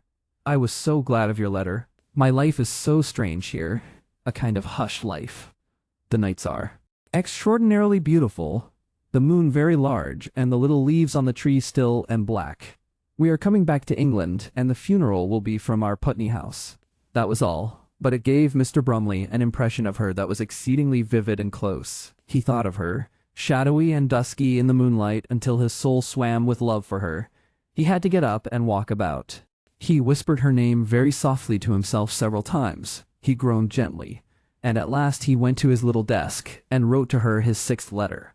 Quite a beautiful letter. He told her that he loved her, that he had always loved her since their first moment of meeting, and he tried to express just the wave of tenderness that inundated him at the thought of her away there in Italy. Once, he said, he had dreamt that he would be the first to take her to Italy. Perhaps some day they would yet be in Italy together. It was only by insensible degrees that doubt crept into Mr. Brumley's assurances. He did not observe at once that none of the brief letters she wrote him responded to his second, the impassioned outbreak in pencil, and it seemed only in keeping with the modest reserves of womanhood that she should be restrained. She always had been restrained. She asked him not to see her at once when she returned to England. She wanted, she said, to see how things are, and that fell in very well with a certain delicacy in himself. The unburied body of Sir Isaac, it was now provisionally embalmed, was, through some inexplicable subtlety in his mind, a far greater barrier than the living man had ever been, and he wanted it out of the way, and everything settled. Then, indeed, they might meet. Meanwhile, he had a curious little private conflict of his own. He was trying not to think. Day and night he was trying not to think that Lady Harman was now a very rich woman. Yet some portions of his brain, and he had never suspected himself of such lawless regions, persisted in the most vulgar and outrageous suggestions that made his soul blush. Schemes, for example, of splendid foreign travel, of hotel staffs bowing, of a yacht in the Mediterranean, of motor cars, of a palatial flat in London, of a box at the opera, of artists patronized, of, most horrible, a baronetcy. The more authentic parts of Mr. Brumley cowered from and sought to escape these squalid dreams of magnificences. It shocked and terrified him to find such things could come out in him. He was like some pest-stricken patient, amazedly contemplating his first symptom. His better part denied, repudiated. Of course, he would never touch, never even propose, or hint. It was an aspect he had never once contemplated before Sir Isaac died. He could, on his honor, and after searching his heart, say that. Yet in Pall Mall one afternoon, suddenly, he caught himself with a thought in his head so gross, so smug, that he uttered a faint cry and quickened his steps. Benevolent stepfather. These distresses begot a hope. Perhaps, after all, probably, there would be some settlement. She might not be rich, not so very rich. She might be tied up. He perceived in that lay his hope of salvation. Otherwise, oh, pitiful soul! Things were possible in him. He saw only too clearly what dreadful things were possible. If only she were disinherited, if only he might take her, stripped of all these possessions that even in such glancing anticipations begot this horrid indigestion of the imagination. But then, the hostels? There he stumbled against an invincible riddle.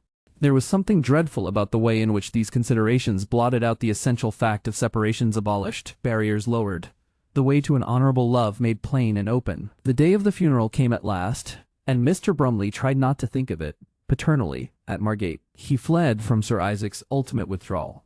Blenker's obituary notice in the old country Gazette was a masterpiece of tactful eulogy, ostentatiously loyal, yet extremely not unmindful of the widowed proprietor, and of all the possible changes of ownership looming ahead. Mr. Brumley, reading it in the Londonward train, was greatly reminded of the hostels. That was a riddle he did begin to solve. Of course, it was imperative the hostels should continue. Imperative. Now they might run them together, openly, side by side. But then, with such temptations to hitherto inconceivable vulgarities, and again insidiously, those visions returned of two figures, manifestly opulent, grouped about a big motor car, or standing together under a large subservient archway. There was a long letter from her at his flat, a long and amazing letter. It was so folded that his eye first caught the writing on the third page.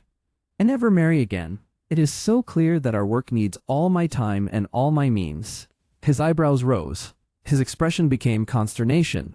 His hands trembled a little as he turned the letter over to read it through. It was a deliberate letter. It began, "Dear Mr. Brumley, I could never have imagined how much there is to do after we are dead, and before we can be buried." "Yes," said Mr. Brumley. "But what does this mean? There are so many surprises."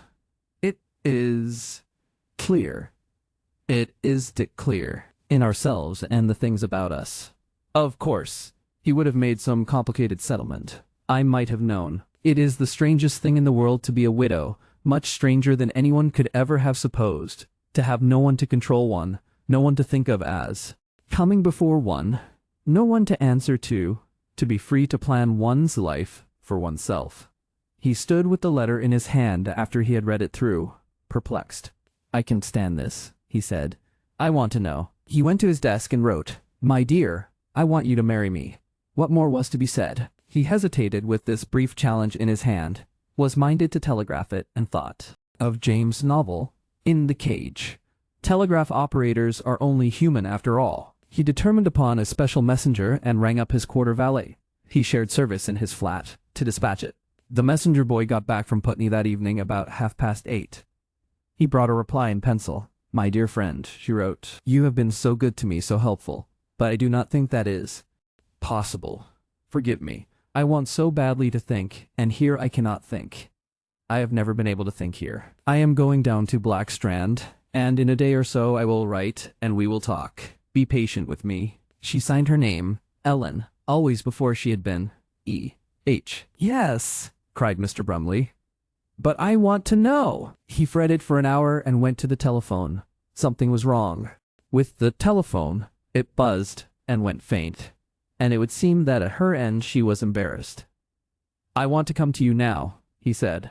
"Impossible," was the clearest word in her reply. Should he go in a state of virile resolution, force her hesitation as a man should? She might be involved there with Mrs. Harman, with all sorts of relatives and strange people. In the end, he did not go.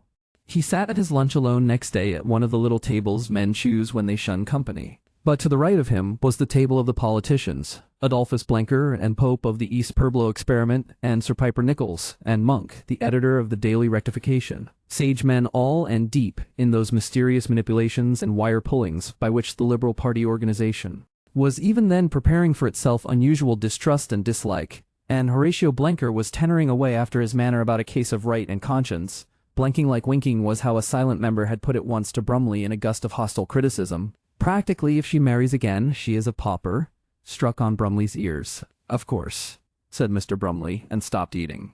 "I don't know if you remember the particulars of the Astor case," began Monk. Never had Mr. Brumley come so frankly to eavesdropping. But he heard no more of Lady Harman. Monk had to quote the rights and wrongs of various American wills, and then Mr. Pope seized his opportunity. "At East Purblo," he went on, "in quite a number of instances we had to envisage this problem of the widow." Mr. Brumley pushed back his plate and strolled towards the desk. It was exactly what he might have expected, what indeed had been at the back of his mind all along, and on the whole he was glad. Naturally she hesitated. Naturally she wanted time to think, and as naturally it was impossible for her to tell him what it was she was thinking about. They would marry. They must marry. Love has claims supreme over all other claims, and he felt no doubt that for her his comparative poverty of $2,000 a year would mean infinitely more happiness than she had ever known or could know with Sir Isaac's wealth. She was reluctant, of course, to become dependent upon him until he made it clear to her what infinite pleasure it would be for him to supply her needs. Should he write to her forthwith? He outlined a letter in his mind, a very fine and generous letter. Good phrases came, and then he reflected that it would be difficult to explain to her just how he had learnt of her peculiar situation. It would be far more seemly to wait either for a public announcement or for some intimation from her. And then he began to realize that this meant the end of all their work at the hostels. In his first satisfaction at escaping that possible great motor car and all the superfluities of Sir Isaac's accumulation, he had forgotten that side of the business. When one came to think it over, the hostels did complicate the problem. It was ingenious of Sir Isaac. It was infernally ingenious of Sir Isaac. He could not remain in the club for fear that somebody might presently come talking to him and interrupt his train of thought. He went out into the streets. These hostels upset everything. What he had supposed to be a way of escape was really the mouth of a net. Whichever way they turned, Sir Isaac crippled them. Brumley grew so angry that presently even the strangers in the street annoyed him. He turned his face homeward. He hated dilemmas. He wanted always to deny them, to thrust them aside, to take impossible third courses. "For 3 years," shouted Mr. Brumley, free at last in his study to give way to his rage, "for 3 years I've been making her care for these things. And then, they turn against me." A violent, incredibly undignified wrath against the dead man seized him. He threw books about the room. He cried out vile insults and mingled words of an unfortunate commonness with others of extreme rarity. He wanted to go off to Kensal Green and hammer at the grave there and tell the departed knight exactly what he thought of him. Then presently he became calmer. He lit a pipe, picked up the books from the floor, and meditated revenges upon Sir Isaac's memory. I deplore my task of recording these ungracious moments in Mr. Brumley's love history. I deplore the ease with which men pass from loving and serving women to an almost canine fight for them. It is the ugliest essential of romance. There is indeed much in the human heart that I deplore. But Mr. Brumley was exasperated by disappointment. He was sore. He was raw, driven by an intolerable desire to explore every possibility of the situation, full indeed of an unholy vindictiveness. He went off next morning with strange questions to Maxwell Hartington. He put the case as a general case. "Lady Harman?" said Maxwell Hartington. "No, not particularly, Lady Harman. A general principle. What are people, what are women tied up in such a way to do?" Precedents were quoted and possibilities weighed. Mr. Brumley was flushed, vague but persistent. "Suppose," he said, "that they love each other passionately, and their work, whatever it may be, almost as passionately. Is there no way?" "I'll have a dumb casta clause right enough," said Maxwell Hartington. Dumb casta. But, anyhow, that's out of the question." "Absolutely," said Mr. Brumley. "Of course," said Maxwell Hartington, leaning back in his chair and rubbing the ball of his thumb into one eye. "Of course. Nobody ever enforces these dumb casta clauses. There isn't anyone to enforce them. Ever." He paused and then went on, speaking apparently to the array of black tin boxes in the dingy fixtures before him. "Who's going to watch you? That's what I always ask in these cases. Unless the lady goes and does things right under the noses of these trustees, they aren't going to bother. Even Sir Isaac, I suppose, hasn't he provided funds for a private detective?" "Eh? You said something?" "Nothing," said Mr. Brumley. "Well, why should they start a perfectly rotten action like that?"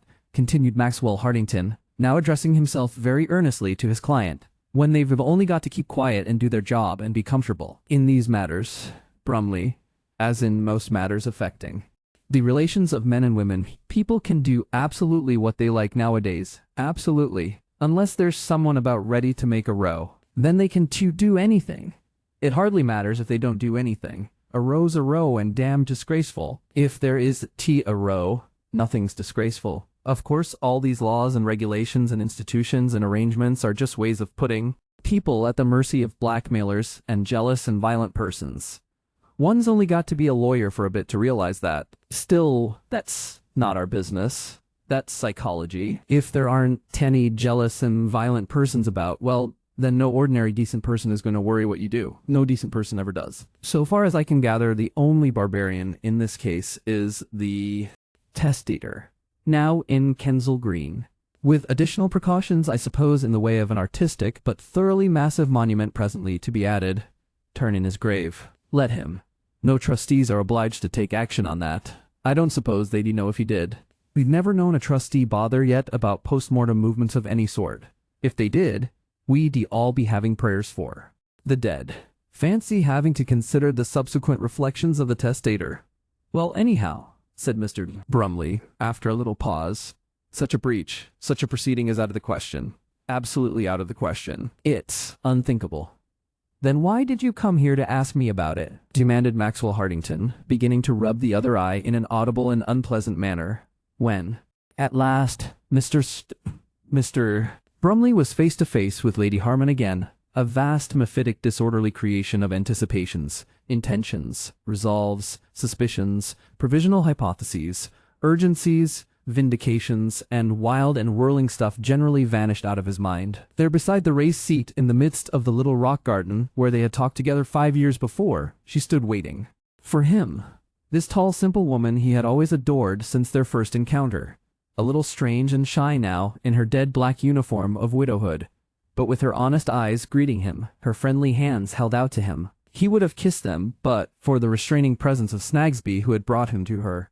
As it was, it seemed to him that the phantom of a kiss passed like a breath between them. He held her hands for a moment and relinquished them. "It is so good to see you," he said, and they sat down side by side. "I am very glad to see you again." Then for a little while they sat in silence.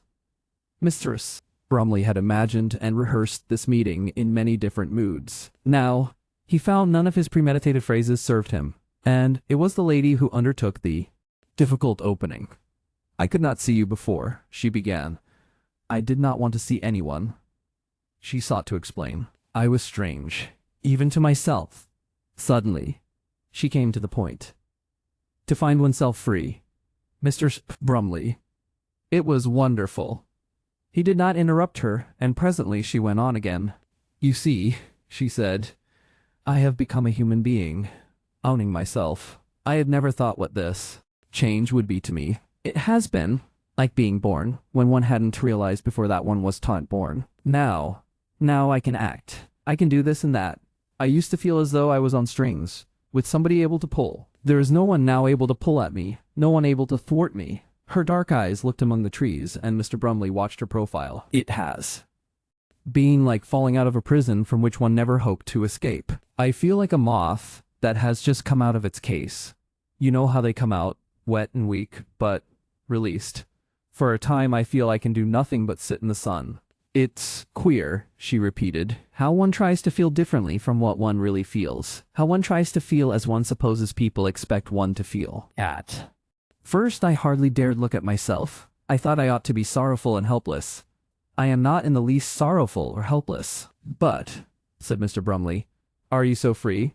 Yes, altogether. As free now, as a man. But, people are saying in London, something about a will. Her lips closed. Her brows and eyes became troubled. She seemed to gather herself together for an effort and spoke at length, without looking at him. Mr. Brumley, she said, before I knew anything of the will, on the very evening when Isaac died, I knew I would never marry again. Never. Mr. Brumley did not stir. He remained regarding her with a mournful expression. I was sure of it then, she said. I knew nothing about the will. I want you to understand that, clearly. She said no. More. The still pause lengthened. She forced herself to meet his eyes. I thought, he said after a silent scrutiny, and left her to imagine what he had thought. But, he urged to her protracted silence. You care. She turned her face away. She looked at the hand lying idle upon her crepe-covered knee. You are my dearest friend, she said very softly. You are almost my only friend. But, I can never go into marriage any more. My dear, he said. The marriage you have known? No, she said. No sort of marriage. Mr. Brumley heaved a profound sigh. Before I had been a widow 24 hours, I began to realize that I was an escaped woman. It was the particular marriage. It was any marriage. All we women are tied. Most of us are willing to be tied. Perhaps, but only as people are willing to be tied to life belts in a wreck, from fear from drowning. And now I am just one of the free women, like the women who can earn large incomes, or the women who happen to own property. You've paid my penalties, and my service is over. I knew, of course, that you would ask me this. It is that I don't care for you, that I don't love your company, and your help, and the love and the kindness only, he said. Although it is the one thing I desire, although it is the one return you can make me. But whatever I have done willingly. My dear, cried Mr. Brumley, breaking out abruptly at a fresh point. I want you to marry me. I want you to be mine, to be my dear close companion, the care of my life, the beauty in my life. I can't frame sentences, my dear. You know, since first I saw you, talk to you in this very garden. I don't forget a thing, she answered. It has been my life as well as yours. Only. The grip of her hand tightened on the back of their seat. She seemed to be examining her thumb intently. Her voice sank to a whisper. I won't marry you, she said. Mr. Brumley leant back. Then he bent forward in a desperate attitude with his hands and arms thrust between his knees. Then suddenly he recovered, stood up, and then knelt with one knee upon the seat. What are you going to do with me then? He asked. I want you to go on being my friend. No, he can't. You can tell. And then with something almost querulous in his voice, he repeated, My dear, I want you to marry me, and I want now nothing else in the world. She was silent for a moment. Brumley, she said, looking up at him, have you no thought for our hostels? Mr. Brumley, as I have said, hated dilemmas. He started to his feet, a man stung. He stood in front of her, and quivered extended hands at her. What do such things matter, he cried, when a man is in love? She shrank a little from him. But, she asked, haven't they always mattered? Yes, he expostulated. But these hostels. We've started them. Is that good enough? We've set them going. Do you know, she asked, what would happen to the hostels if I were to marry? They would go on, he said. They would go to a committee. Named. It would include Mrs. Pembrose. Don't you see what would happen? He understood the case so well. Mr. Brumley seemed suddenly shrunken. He understood too well, he said. He looked down at her soft eyes, at her drooping gracious form, and it seemed to him that indeed she was made for love, and that it was unendurable that she should be content to think of friendship and freedom as the ultimate purposes of her life. Presently these two were walking in the pine woods beyond the garden, and Mr. Brumley was discoursing lamentably of love, this great glory that was denied them. The shade of perplexity deepened in her dark eyes as she listened. Ever and again she seemed about to speak and then checked herself and let him talk on. He spoke of the closeness of love and the deep excitement of love, and how it filled the soul with pride, and the world with wonder, and of the universal right of men and women to love. He told of his dreams and his patience, and of the stormy hopes that would not be suppressed when he heard that Sir Isaac was dead. And as he pictured to himself the lost delights at which he hinted, as he called back those covert expectations, he forgot that she had declared herself resolved upon freedom at any cost. And his rage against Sir Isaac, who had possessed and wasted all that he would have cherished so tenderly, grew to nearly uncontrollable proportions. Here was your life, he said, your beautiful life opening and full of such dear seeds of delight and wonder, calling for love, ready for love, and there came this clutch that embodied all the narrow meanness of existence, and gripped and crumpled you and spoilt you. For I tell you, my dear, you don't begin to know. He disregarded her shy eyes, giving way to his gathered wrath. And he conquers, this little monster of meanness, he conquers to the end. His dead hand, his dead desires, out of the grave they hold you. Always, always, it is clutch that conquers. The master of life. I was a fool to dream, a fool to hope. I forgot. I thought only of you and I. That perhaps you and I. He did not heed her little sound of protest. He went on to a bitter denunciation of the rule of jealousy in the world, forgetting that the sufferer under that rule in this case was his own consuming jealousy. That was life. Life was jealousy. It was all made up of fierce graspings, fierce suspicions, fierce resentments. Men preyed upon one another even as the beasts they came from. Reason made its crushed way through their conflict, crippled and wounded by their blows at one another. The best men, the wisest, the best of mankind, the stars of human wisdom, were but half ineffectual angels carried on the shoulders and guided by the steps of beasts. One might dream of a better world of men, of civilizations and wisdom latent in our passion-strained minds, of calms and courage and great heroical conquests that might come, but they lay tens of thousands of years away, and we had to live, we had to die, no more than a herd of beasts tormented by gleams of knowledge we could never possess, of happiness for which we had no soul. He grew more and more eloquent as these thoughts sprang and grew in his mind. Of course I am absurd, he cried. All men are absurd. Man is the absurd animal. We have parted from primordial motives, lust and hate and hunger and fear, and from all the tragic greatness of uncontrollable fate, and we got nothing to replace them. We are comic. Comic. Ours is the stage of comedy in life's history, half lit and blinded, and we fumble, as absurd as a kitten, with its poor little head in a bag. There's your soul of man, mewing. We are all at it, the poets, the teachers. How can anyone hope to escape? Why should I escape? What am I that I should expect to be anything but a thwarted lover? A man mocked by his own attempts at service? Why should I expect to discover beauty and think that it one to be snatched away from me? All my life is comic. The story of this last absurdity, could it make anything but a comic history? And yet, within me my heart is weeping tears. The further one has gone, the deeper one wallows in the comic marsh. I am one of the newer kind of men. One of those men who cannot sit and hug their credit and their honor and their possessions and be content. I have seen the light of better things than that, and because of my vision, and for no other reason, I am the most ridiculous of men. Always I have tried to go out for myself to the world and give. Those early books of mine, those meretricious books in which I pretended all was so well with the world, I did them because I wanted to give happiness and contentment, and to be happy in the giving. And all the watchers and the grippers, the strong, silent men and the calculating possessors of things, the masters of the world, they grinned at me. How I lied to please. But I tell you, for all their grinning, in my very prostitution there was a better spirit than theirs in their successes. If I had to live over again. He left that hypothesis uncompleted. And now, he said, with a curious contrast between his voice and the exaltation of his sentiments, now that I am to be your tormented, your emasculated lover to the very end of things, emasculated by laws I hate and customs I hate and vile foresights that I despise. He paused, his thread lost for a moment. Because, he said, I'm going to do it. I'm going to do what I can. I am going to be as you wish me to be, to help you, to serve you. If you can come to meet me, I'll meet you. I can't help but love you. I can too without you. Never in my life have I subscribed willingly to the idea of renunciation. I've hated renunciation. But if there is no other course but renunciation, renunciation let it be. I'm bitter about this, bitter to the bottom of my soul, but at least I'll have you know I love you. Anyhow, his voice broke. There were tears in his eyes.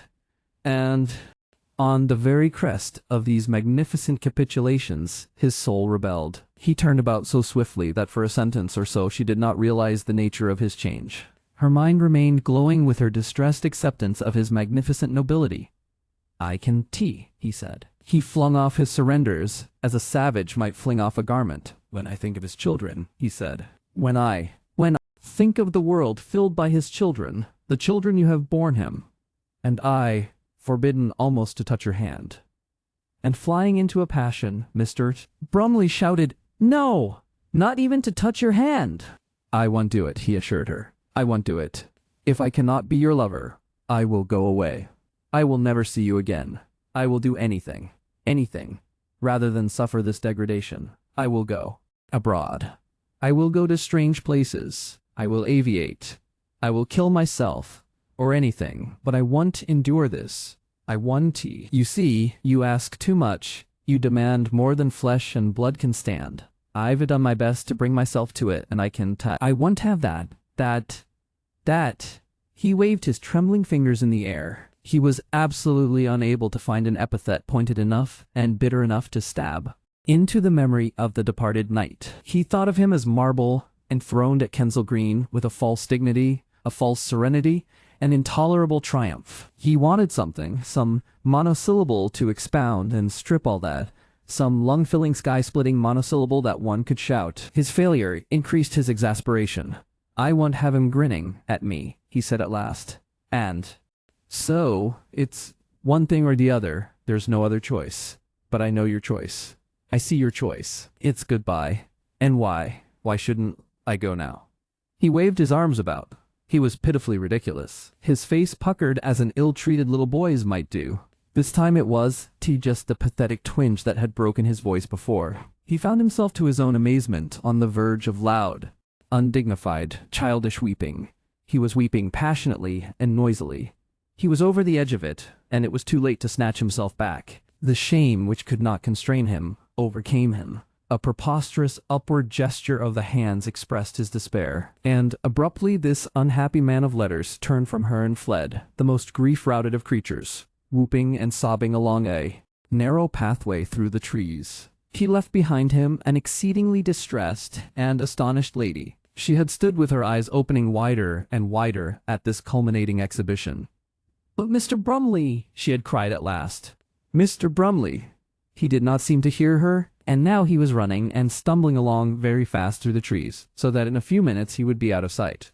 Dismay came with the thought that he might presently go out of sight altogether. For a moment she seemed to hesitate. Then, with a swift decision and a firm, large grasp of the hand, she gathered up her black skirts and set off after him along the narrow path. She ran. She ran lightly, with a soft, rhythmic fluttering of white and black. The long crape band she wore in Sir Isaac's honor streamed out behind her. "But Mr. Brumley," she panted unheard.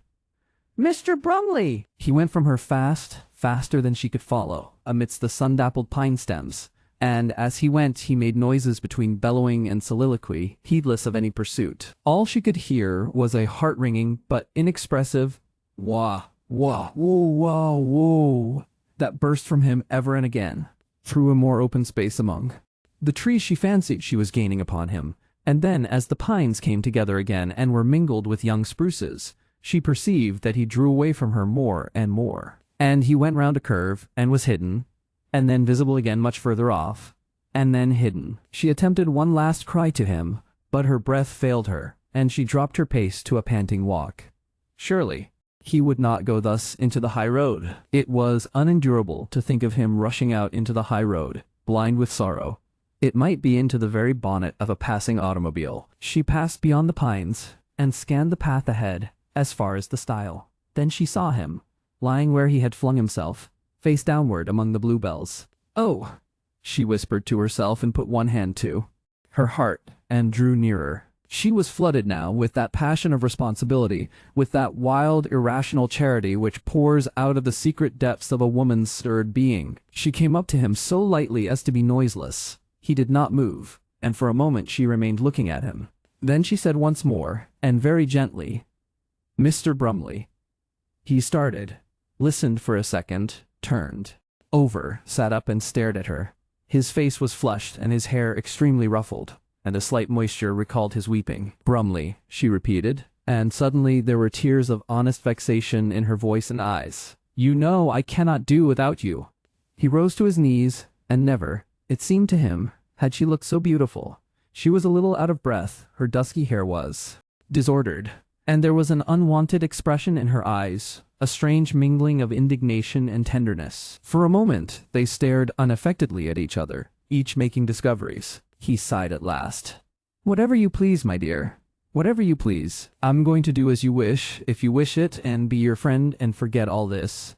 He waved an arm, loving. There were signs of a recrudescence of grief, and, inarticulate as ever, she sank to her knees close beside him. "Let us sit quietly among these hyacinths," said Mr. Brumley. "And then afterwards we will go back to the house and talk about our hostels." He sat back and she remained kneeling. "Of course," he said, "I'm yours, to do just as you will with. And we'll work. Being a bit of a stupid brute. We'll work. For all those people, it will be, oh, a big work, quite a big work, big enough for us to thank God for. Only..." The sight of her panting lips had filled him with a wild desire that set every nerve a-quivering, and yet for all that had a kind of moderation, a reasonableness. It was a sisterly thing he had in mind. He felt that if this one desire could be satisfied, then honor would be satisfied, that he would cease grudging Sir Isaac anything. But for some moments he could not force himself to speak of this desire. So great was his fear of a refusal. "There's one thing," he said, and all his being seemed to quiver. He looked hard at the trampled bluebells about their feet. "Never once," he went on, "and never once in all these years, have we two even once kissed. It is such a little thing. So much." He stopped, breathless. He could say no more because of the beating of his heart, and he dared not look at her face. There was a swift, soft rustling as she moved. She crouched down upon him and, taking his shoulder in her hand, upset him neatly backwards, and, doing nothing by halves, had kissed the astonished Mr. Brumley full upon his mouth. Here, the story comes to an end. If you enjoy quality English audiobooks uploaded regularly, be sure to subscribe to Driven to Win Audiobook. From timeless classics to modern masterpieces, you will find them all here. Thank you for listening to Driven to Win Audiobook.